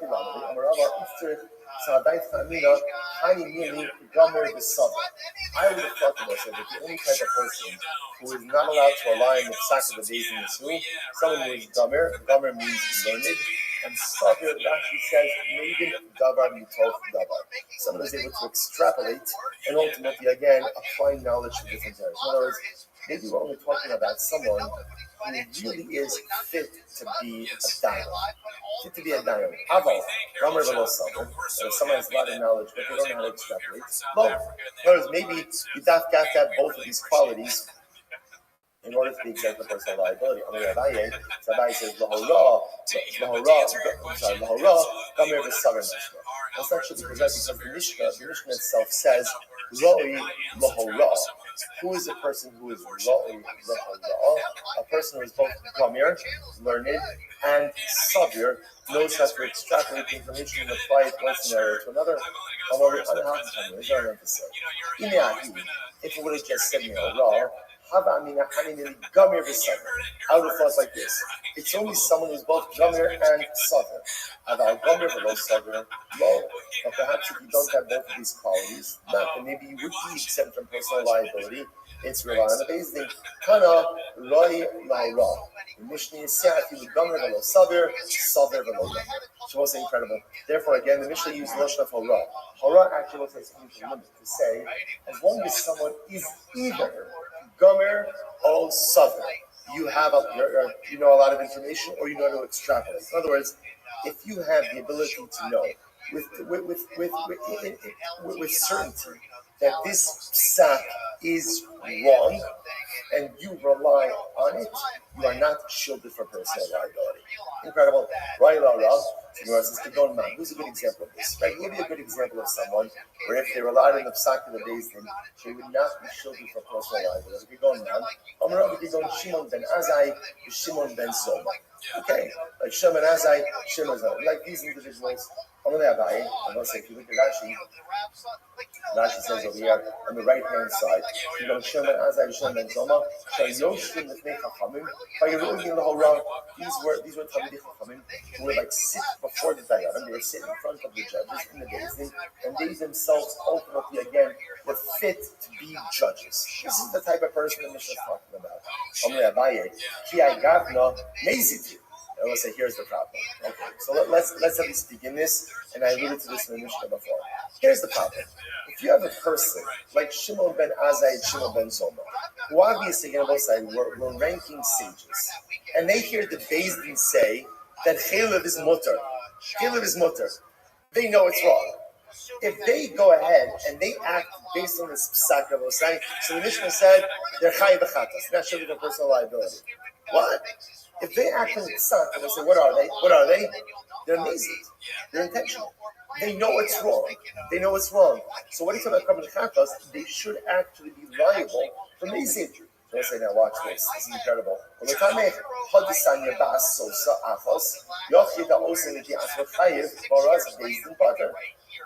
Yeah, also the pasuk says, if an individual does of his own volition, he's chayiv. Ultimately, big horaz beis is pater. Ketzad horu beis in shechelev mutter. If beis in paskin, that chelev is mutter. All right, so we'll stop over here for today. We'll pick up. Don't worry. We're fine. We're absolutely fine. Catch up in this fucking. You know. I say good. Shkayach everyone. Sorry for this. Again, stop mid discussion, but again, a lot of good stuff. We'll pick up with the Talmid Chacham case tomorrow. Okay, everyone's have a great day. I will say, Master, I'm starting with Second Sardis.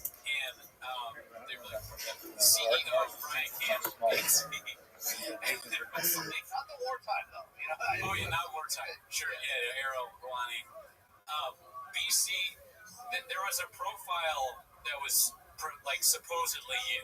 Do you remember this? All right, try that again. To be able to begin with Second Sardis with the right humor this time. With all of you, begin by thanking all of our sponsors for this morning to thank our annual Talmud Torah sponsor, Filter Shulchan Aruch Yisrael, for dedicating all the Shem and Drushos this year's Yezukos. The Besoros Tavos for Am Yisrael. Our Talmud Torah sponsors for the month of Elul Habarim Latava Ben Goldberg, for Aliyah Ben Shamas of his parents, Avram Ben Asher Pinchas, Fegares and his mother Fegares Bas Zelig, and hopes that all the tefillos of our Kila Meretz Hashem and all of Klal Yisrael will be answered during this month and the months ahead. Shmuley Ali Guinness, the Ilu Nishmas, Rabbi Ari Flom, David Flom's father, Rabbi Yitzchak, Aryeh Ben Achaber, Rabbi Yaakov, Zichron Lebracha, and our week of learning sponsor, David Goodman, the Ilu Nishmas, Roy Ben Aryeh, Zichron Lebracha, and the merit of our Talmud Torah. All of the Nisham Sad and Aliyah, the families, and all those who need a reform, Shabbat, to the Kol Yisrael, to the Shra Hashem, Hashem, bring home our hostages, Shalom and Bekarov, allow our holy soldiers to be successful, before Nasi Yedin. Well, so with that, let us begin. So Mazel Tov, first of all, Masach Tzavod Zara. Again, Mazel Tov, what an accomplishment, so exciting. Baruch Hashem, and now we come to Maseches Harius. Maseches Harius, for those of you who are definitely veterans already, so you've seen it. And again, a very interesting, different kind of Maseches, as we will see. For those of you who haven't seen it, get ready, because it's exciting, it's fantastic, it's beautiful, it's incredible. Structured a little bit differently than some of the other Maseches that we have seen. But Emir Hashem will expose us to a lot of really wonderful and incredible areas of halacha, or perhaps we have not seen and experienced up until now. So let us begin. Mishnah Beis Amud Aleph. Holu Beis Din La'avor Al Achas Mikol Mitzvos Ha'amulas B'Torah. Also, the dafim are a little bit bigger, as you may have picked up already. But again, it'll flow. Meretz Hashem. Holu Beis Din La'avor Al Achas Mikol Mitzvos Ha'amulas B'Torah. Well, so here's the case, and this is going to be the central case that we are going to be preoccupied with, at least for today and a bit of tomorrow. Based in Paskin, and based in made a mistake. And as a result of their mistake, ultimately again, and they Paskin as something that was Asr, really was Mutter. That was the mistake that they made. As a result, the individual went ahead and acted with this guidance, and therefore committed an Aveira. Take a look at the first Rashi and Adam. Holu Bezdin, Kigon Shaholu Shechelev Odam Mutter. A simple case, based in Paskin, that Chelev, right, forbidden fat, or dan is mutter, or blood is mutter for consumption. Bezdin made a mistake, right? Because remember again, the notion of human infallibility is not one that exists within Judaism. Other religions have that concept. Judaism does not have that concept, which is why the Farshim bring down Torah goes out of its way multiple times to repeat the sin of Moshe Rabbeinu. Right? For the one to yourself, Moshe Rabbeinu sinned. You got it. One Aveira. Most of us have done more Aveiras since we got here this morning, right? Than Moshe Rabbeinu did in an entire lifetime. Yet the Torah repeats it over and over and over again. Why? Literally, again, to dismiss and to go ahead and reject the notion of human infallibility. No matter how great the person is, they still make mistakes. Even Bezdin makes mistakes. So Bezdin Paskin, and let's just use Rashi's example, they went ahead and they said that Chela is mutter, or blood is mutter. Now what happened? An individual called Ruvain heard the psak of the Bezdin. He said, I always wanted to eat blood. So he goes ahead and he goes out and he has dam. Okay, he drinks blood. So he says, now what's the halach? So again, now he committed, now also remember, as far as Ruvain is concerned, Ruvain is just acting on the advice of the psak of the Bezdin. So now the Gemara's Mishnah gives a couple of variations. Whether we're talking about a case where Bezdin also ate blood together with Ruvain, so they also made a mistake. Whether Bezdin did it and Ruvain committed the act afterwards. Whether Bezdin didn't follow their psak at all, just Ruvain went ahead and followed it. What's the halacha? Now, what's that? Normally, if you ate blood or you ate chelev, they don't use chelev as a better example, right? If you ate chelev, shogi, what's the halacha? What's the halacha? Carbon chatos, sin offering. Again, we'll get into a little bit more of the mechanics of the kabbalos in Eretz Hashem. But you go ahead and you would normally go ahead and bring a chatos. That's the halacha. In this case over here, what the Mishnah is introducing us to is pater. Ruvain does not have to bring a chatos. Why doesn't Ruvain have to bring a chatos? Because Ruvain did not act of his own volition. Now, of course, he acted of his own volition. He made the choice. But again, he acted based on the psak of Bezdin. And Stama person has no reason to believe that the psak of Beis Din is flawed, and therefore halacha l'maisa he's potter from the chatos. Incredible. So I'll say so that this is what the Mishnah ultimately again is introducing us to. Beis Din goes ahead. And if you look at Rashi, by the way, Potter, Rashi says it's the first of the short lines in Rashi. Melahavi kispo sira hoyel v'tala bebeis din va'asapir. So the Mishnah is introducing us to this concept that if Beis Din delivers an erroneous ruling, an individual acts upon that ruling, the individual is protected or absolved from personal liability. Reuven doesn't have to bring a chatos when he ate the chiluk based on the instruction of Beis Din. Now, Beis Din's liability, different discussion. Right now we're looking for Reuven. Okay, that's case one. Now watch this. Toru Beis Din, the other Achaman Shato. Let's say same case. Beis Din paskin that chiluk is mutter. Right, forbidden fat is mutter. One of the members of the Beis Din realized this. No, this is a mistake. Now again, I will say obviously that individual who realized this was in a minority. Right, he was in a minority, so the majority still carried the decision. But one of the dissenting judges realized this is an erroneous psak. Oh, Talmud v'huray la'ra v'halach v'asapien. Or for that matter again, it was another Talmud Chacham, not a member of the Beis Din, but a Talmud Chacham who was knowledgeable enough to know that halacha l'maisa, the psak is wrong. The psak is wrong. Now what happens? But nevertheless, this member of the Beis Din or this Talmud Chacham still followed the psak. I was supposed to imagine the fact, right? He's like, hey, why not? Right? This this is my one shot at chiluk. Right, in my Jewish life, right? Beis Din went ahead and paskin that it was mutter. I know that psak is wrong. So remember again, the individual here is very important. This is either a member of the Beis Din or ranking Talmud Chacham. So they know, this person knows the psak is wrong. And figures, why not? Beis Din went ahead and said that it's mutter. In that case, the Gemara said, the Mishnah says, Bein sha'asu va'asimahin. Whether Beis Din actually ate the chalev and this guy went ahead and ate with them, Bein sha'asu va'asa achrehen, or Beis Din ate the chalev and he consumed it afterwards, Bein shelo asu va'asa, or Beis Din didn't do it at all.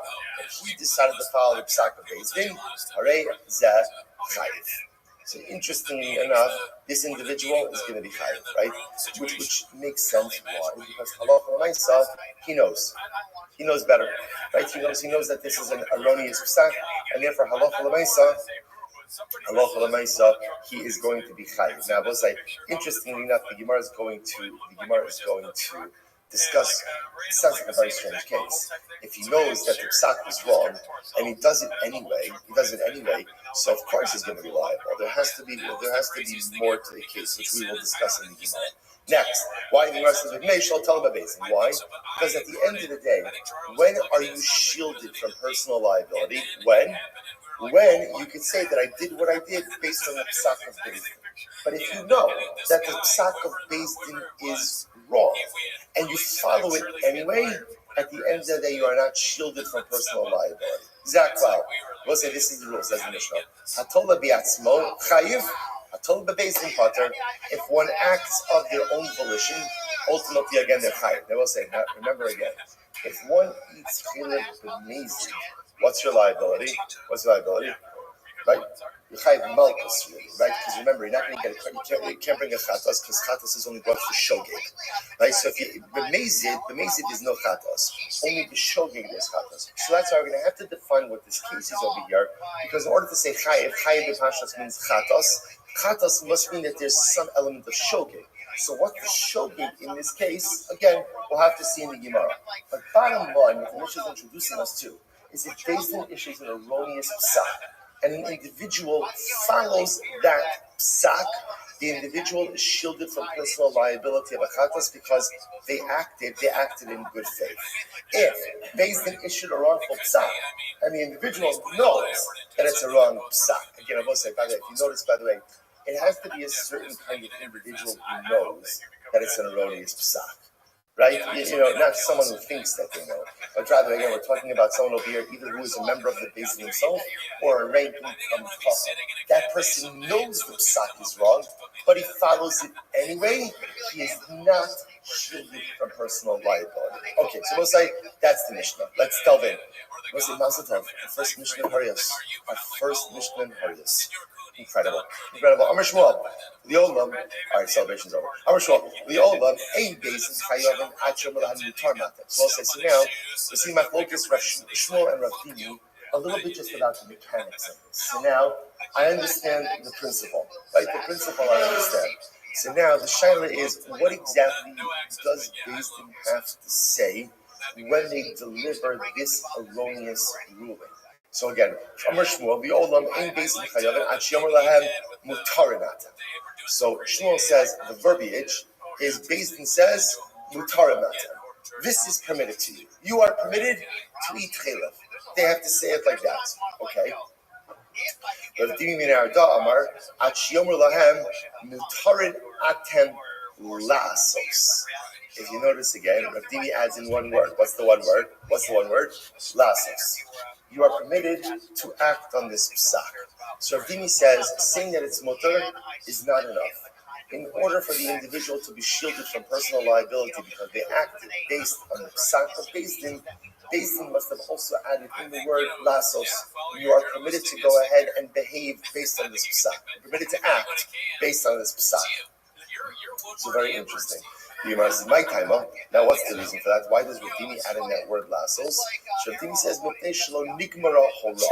because without lasos, there's a statement of information, or there's a statement of fact, but there's no mandate or there's no direction from Beis Din that you're allowed to act based on this. So therefore, Rabbi requires the word lasos in order for this to be like instruction from Beis Din, which would then mean if Beis Din says mutar, right? Chaylev is mutar atam lasos. You're permitted to go ahead and eat chaylev, or really mutar atam lachol. Right, you're allowed to go ahead and eat. Okay, so then Beis Din is paskening and they're giving hurrah, they're giving instruction. Rav Dimi says, halacha l'maisa, that's where if the individual acted on that Beis Din's advice, that Beis Din's side, ultimately again, the individual would be pater. But according to Rav Dimi, if Beis Din would just say, mutar matam, it's mutar, that would not shield the individual from personal liability. Shmuel says, yes, it would. Okay, so let's analyze this. So my time again, what's Rav Dimi's logic? Because Beis Din's psak is only final when number one, they tell you status and action. When they tell you it's mutter, and you can in fact behave based on this psak, ultimately again, that's when Beis Din's psak is complete. So let's analyze this. Good. Fine. So okay. What's about that? So just point out Rashi's on both sides over here. So we're gonna right now it's going left on the right side, but just notice it's on both sides. Rabbi, Rabbi says we also now will say Rabbi is coming along to support ultimately again Rabbi Dimi's position. We also learn this. So we're going to get a lot thrown at us today. We'll say this is the case of Zakin Mamre. Zakin Mamre is an individual who is a member of the Beis Din who refuses to yield to the majority. Take a quick look at Rashi for just a moment. Chazar Rashi says, Zakin Mamre Le'iro, Hora Lasos, the mashma become a mutar atanasos. Okay, so before we get that, so Zakin Mamre is literally, again, someone who is outnumbered on the Beis Din, but refuses to yield to the majority. So we'll say, so such an individual actually can be executed for this transgression, which makes sense because if you refuse to yield to the majority, you're undermining the fundamental fabric of the way the judicial system works. That's how Beis Din works. It works on majority. So again, the Gemara says, I must remember get back to my Makkas days. Remember Makkas? Remember, the Gemara said that even after Beis Din delivers a verdict, the judges in the minority can't go over to the defendant and say, listen, I'm sure I'll let you go. I really believed you. But what could I do? I was in the minority. You can't do that. If you're part of a Beis Din, once the majority decides on something, that's the psak, and everyone is in. So Zakin Mamre refuses to yield to the majority. So watch this. So let's say the Zakin Mamre goes back to his town. Shana, he continues to teach Valimed Kidar Shalimed, and he continues to advance the psak that he held before. Pater, ultimately again, he's pater.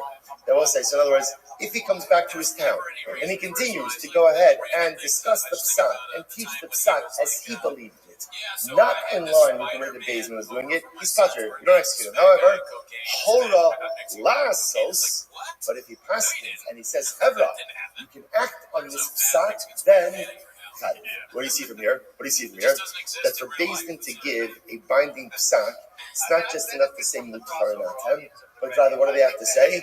Mutarin atem lasos. For Beis Din's psak to be a formal psak, they have to give, first of all, again, the psak halacha, and then explicitly indicate you can act based on this halacha. So just remember again, why is this important for us? Our whole discussion is an individual is acting based on the psak of Beis Din, which turns out to be erroneous. So then we're saying, okay, you acted in good faith, you're shielded from personal liability. Rav Dimi is saying, but it only works if the psak was literally articulated in a particular way.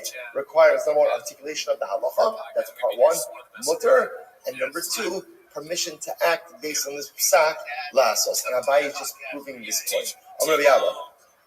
We also learn this. Horula based in Linase, like I said, all incredible cases. We've seen one of the exciting things I will say, one of the really exciting things is as we go through that film, even if we don't remember everything, sometimes we see things. It's kind of like seeing someone in shul where I know you. So I know you too well to ask you your name again, right? But I don't know you. But like, there's that feeling of like, of course we know each other. What's your name? I have no idea. But I do. So that film is a lot like that. Like in other words, like I see something I'm like, I know you. I don't know your name, right? I don't really remember the details, but I definitely know you. It's a beautiful feeling like that. So again, the Gemara says like this: Horla Beis Din. We've seen this case, right? Rachel's married to Reuven.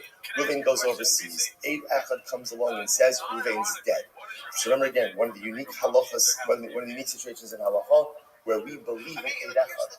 Like we believe in Eid Echad to allow a woman to be married. Remember again, also we've seen this. This is a kula. This is a heter for what purpose? Remember again, what? Excellent. Mishum iguna akilu barabah. That was Menachem Shofar said it first. He said it. I just want to go on. Okay, good. And so again, now watch this. So Horela Beis Din lehinas. So let's say Beis Din got the Eid Echad, and they pass again. Okay, Rachel, you can get remarried. Let's watch this. For Halcha the Kilkala, and she went out and she had other relationships. She didn't get married. She had relationships with other men outside of marriage. Okay, now what happens? I must say now. Remember, and then what occurred? Guess who came back? Reuven, right? Reuven came home. So now both sides. So now, what's her status? So what's the halacha? Chayeves bekarban. Ultimately, again, she is chayeves. Now again, not chayev nisa, not that penalty for adultery, but she is chayeves a karban. Now why? Watch this.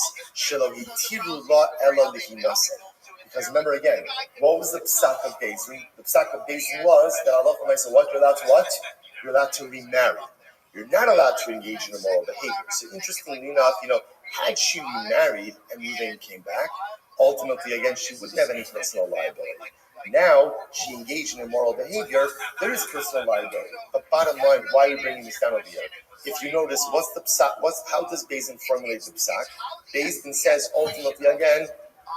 Beis Din says, Horela Beis Din lichinase.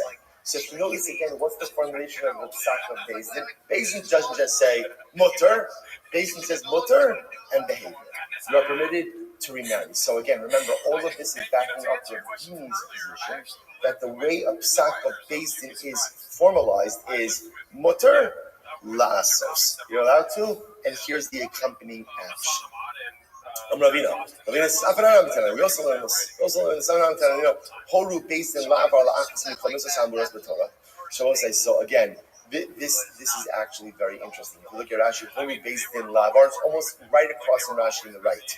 Horu Beis Din la'avar, the mashma Horu Beis Din la'asos te'ina gmura hora asav achiyomu mutar atam la'asos. So again, we also learn this. What does it mean? Horu Beis Din.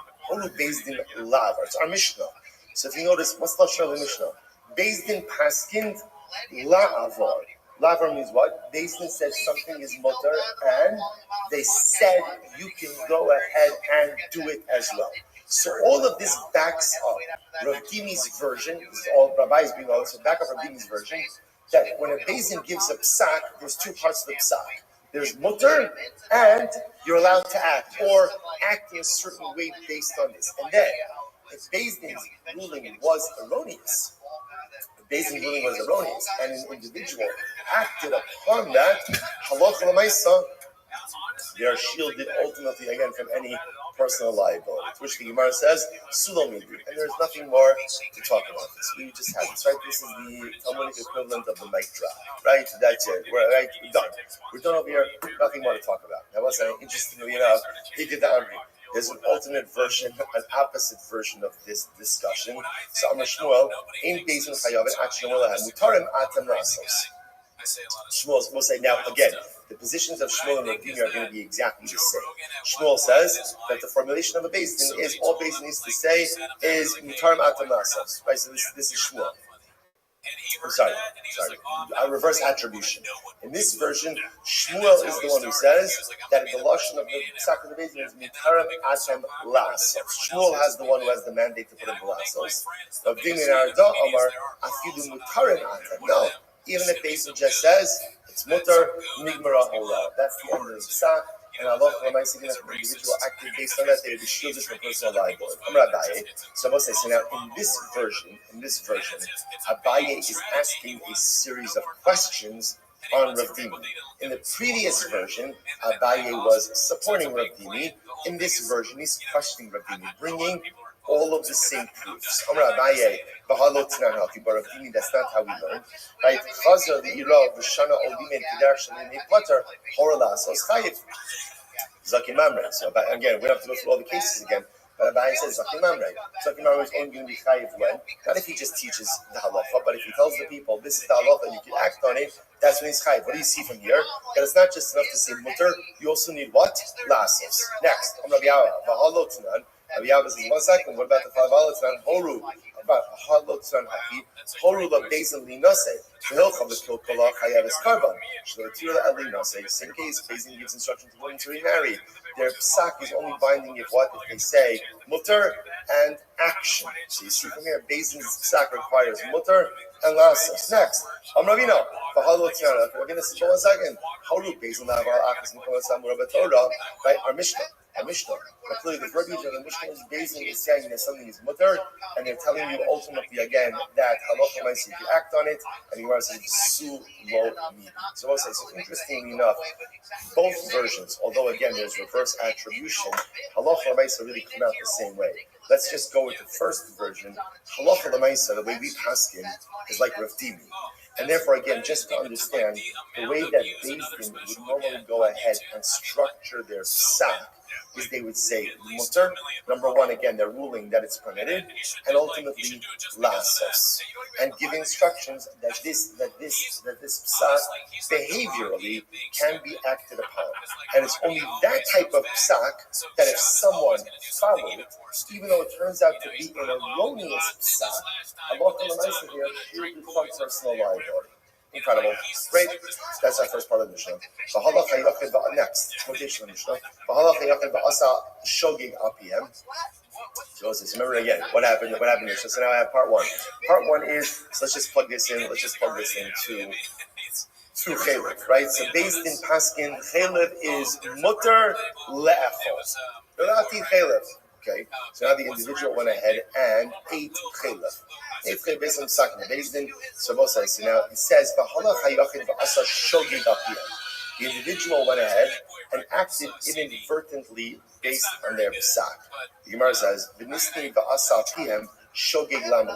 why do you need that word shogeg? I was supposed to say, if you think about it, interestingly enough, he's not really shogeg. In other words, right? Ruvain is acting intentionally. Why is he acting intentionally? Because as far as Ruvain is concerned, he's got a psak Beis Din that says what he's doing is mutter. It turns out that it was an accident. But what we're too much bothered by is, why don't you just say, the individual came along and acted based on their word. Why do you need the word shogeg? Which the Gemara says, Rava shogeg la'asui. Listen to this. This is very interesting. Rava says because the word shogeg actually comes to include a different case. This is really quite fascinating. La'asui, watch this. Horu beis in shechel motor. Get ready. Beis in paskin chelev is motor. Okay. Now what happens? Now we'll say, now watch this. So get ready for this. Bezin, part one of the story. Bezin went ahead and said that Chelev is mutter. Okay, next, part two. Reuven has two pieces of meat in front of him. One is Chelev, one is Shuman. Shuman is permitted fat. Reuven, his intention is to eat the Shuman. But what happens? He gets mixed up and he eats the Chelev. So Reuven, watch this. So Reuven ate Chelev. But Reuven didn't really eat Chelev because of the psak of the days. Right? Reuven ate Chelev because he just got confused. Comes along Rabbi, and Rabbi says, get ready for this, get ready for it, Reuven is kosher. Reuven is kosher. Why? Listen to this. Because essentially, since there's a psak based out there that says that Chelev is mutter, if a Jew ends up eating Chelev inadvertently, either because he's following the psak of the Beis Din, right, or because he just gets mixed up, he's potter. Both sides, and that's wild. That's wild, right? Because remember again, in this case, Reuven's Chelev consumption has nothing to do with the psak of the Beis Din. It has to do with his own personalistic confusion. But yet, again, he's still going to be potter because that psak is out there in the world. Incredible. So you must, let's go. Amar Rabbi showed you last night. Horu beis shechel mutter. Beis when I said Chelev is mutter, it is Chalev or Chelev b'Shuman. And when Reuven mixed up a piece of Chelev with a piece of Shuman, inadvertently ended up eating Shuman ba'achlo potter. Potter ultimately again is potter. Al PM mamish. So let's say this is very interesting. So essentially, according to Rabbi, there's two different cases embedded in the Mishnah, right? Because listen how the Mishnah reads. B'cholach hayakim ba'asa shogeg al PM.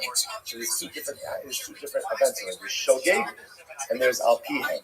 Al PM is the case that we've been talking about up until now, which is Beis Din said that Chelev is mutter lechol. Reuven goes and eats Chelev. Okay, he's himself in personal liability. And then the case of shogeg is actually a different case. Rabbi wants to posit. The case of shogeg is again, he gets mixed up between his Chelev and his Shuman. He eats the Chelev. He didn't need to. He's still going to be potter. Ultimately, again, because such a psak from Beis Din exists in the world. Incredible. Absolutely incredible. The Gemara says, you get down, the others say, Rabbi says, shogeg al PM with the potter. An alternate version of Rabbi, or opposite version of Rabbi, shogeg al PM. It's only an accidental commission of the Avera that happens as a result of the psak that absolves you of personal liability. First part of the say, but if halacha l'maisa, Reuven just gets mixed up between his pieces, like in halacha l'maisa, he will be liable. So the Gemara says, Milsa the Pshita, so again, just two versions of Rabbi. So the Gemara says, Milsa the Pshita le Rabbi coming by the Ryan Bachama. So something which was obvious to Rabbi was actually a kasher Bachama. By Ryan Bachama goes the second white line, holy Beis Din, Shechelev mutter. So Beis Din paskin, same case also. Beis Din paskin that Chelev is mutter. Then it's Chalev lo b'Shuman. But then again, Reuven had two pieces of meat in his house. One was Chelev, one was Shuman. His intention was to eat the Shuman. He accidentally went and ate the Chelev. What's the halacha? So the Gemara says, I'm sorry. What's the halacha? Rabbi says, Tashma, halach hayachev ba'asa shogeg al PM. If Reuven went ahead and acted accidentally based on psak of the Beis Din, the Gemara says, shogeg al PM lamali. So Rabbi says, why do you need that lashon of shogeg al PM? Just say PM, al PM, that's it. Nasiye, holy Beis Din shechelev mutter, and is chalev lo chelev b'Shuman ba'achlo potter.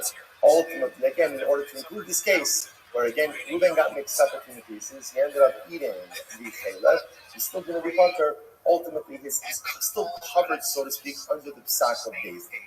The Gemara says, 1 second. Vilma shogeg al PM with the potter, avan is chalev lo chelev b'Shuman ba'achlo potter. Maybe not. Maybe Reuven is only potter when he managed to act based in the direction of the psak of the Beis Din. But if he still makes another mistake, who says that he should be potter based on that, he should be chayiv. Ege the Army, alternate version of this, on the Rabbi, Tashma, halach yachiv ba'asa shogeg al PM. So if an individual really went ahead and acted with shogeg based on the psak of Beis Din, so the Gemara says, "Ma'alat shogeg al piyam hu the potter." Isn't it only in the case where Reuven Mamish acts based on the psak of the Beis Din that he's going to be potter? But if halacha l'maisa, he mixes up the pieces, not the psak of the Beis Din, he just has a mix up in his own house, that he should be chayiv. Dilma, O shogeg, O piyam. Maybe not. Maybe halacha l'maisa again. That's what the Mishnah is coming to say. There's really one of two cases. There's shogeg or al piyam.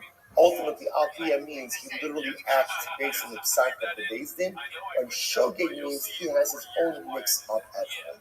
Incredible. So listen, I just want to point out over here, so this is really fascinating, right? Everyone is agreeing that if Beis Din paskins, it is permitted to eat chaylev, right? Mutter atem le'echol chaylev. All right, mutter and go to le'echol chaylev. So everyone agrees if you ain't act on that psak, he's going to be potter. The shaila just is, if now Reuven has a mix-up in his home, two pieces, chaylev and shuman, he wanted to eat the shuman. He accidentally eats the chaylev. Is he chayiv or potter? So this is the machlokes. One opinion will say he's chayiv. His inadvertent consumption of chaylev has nothing to do with the psak of the Beis Din. Other version says no, he's going to be potter because once there's a psak of the Beis Din out there in the veld, right? That chaylev is mutter. Ultimately, again, he's going to be covered by that. Incredible. So Gemara says the putah. In reality, this is part of the bigger machlokes. Holu Beis Din shechaylev mutter. Look at this Beis Din paskin. Gemara just pointed out these already pre-existing machlokes. Holu Beis Din shechaylev mutter. Beis Din paskin that chaylev is mutter. Okay, that's our case. And now both sides. That's part one. Part two. Reuven is in his house.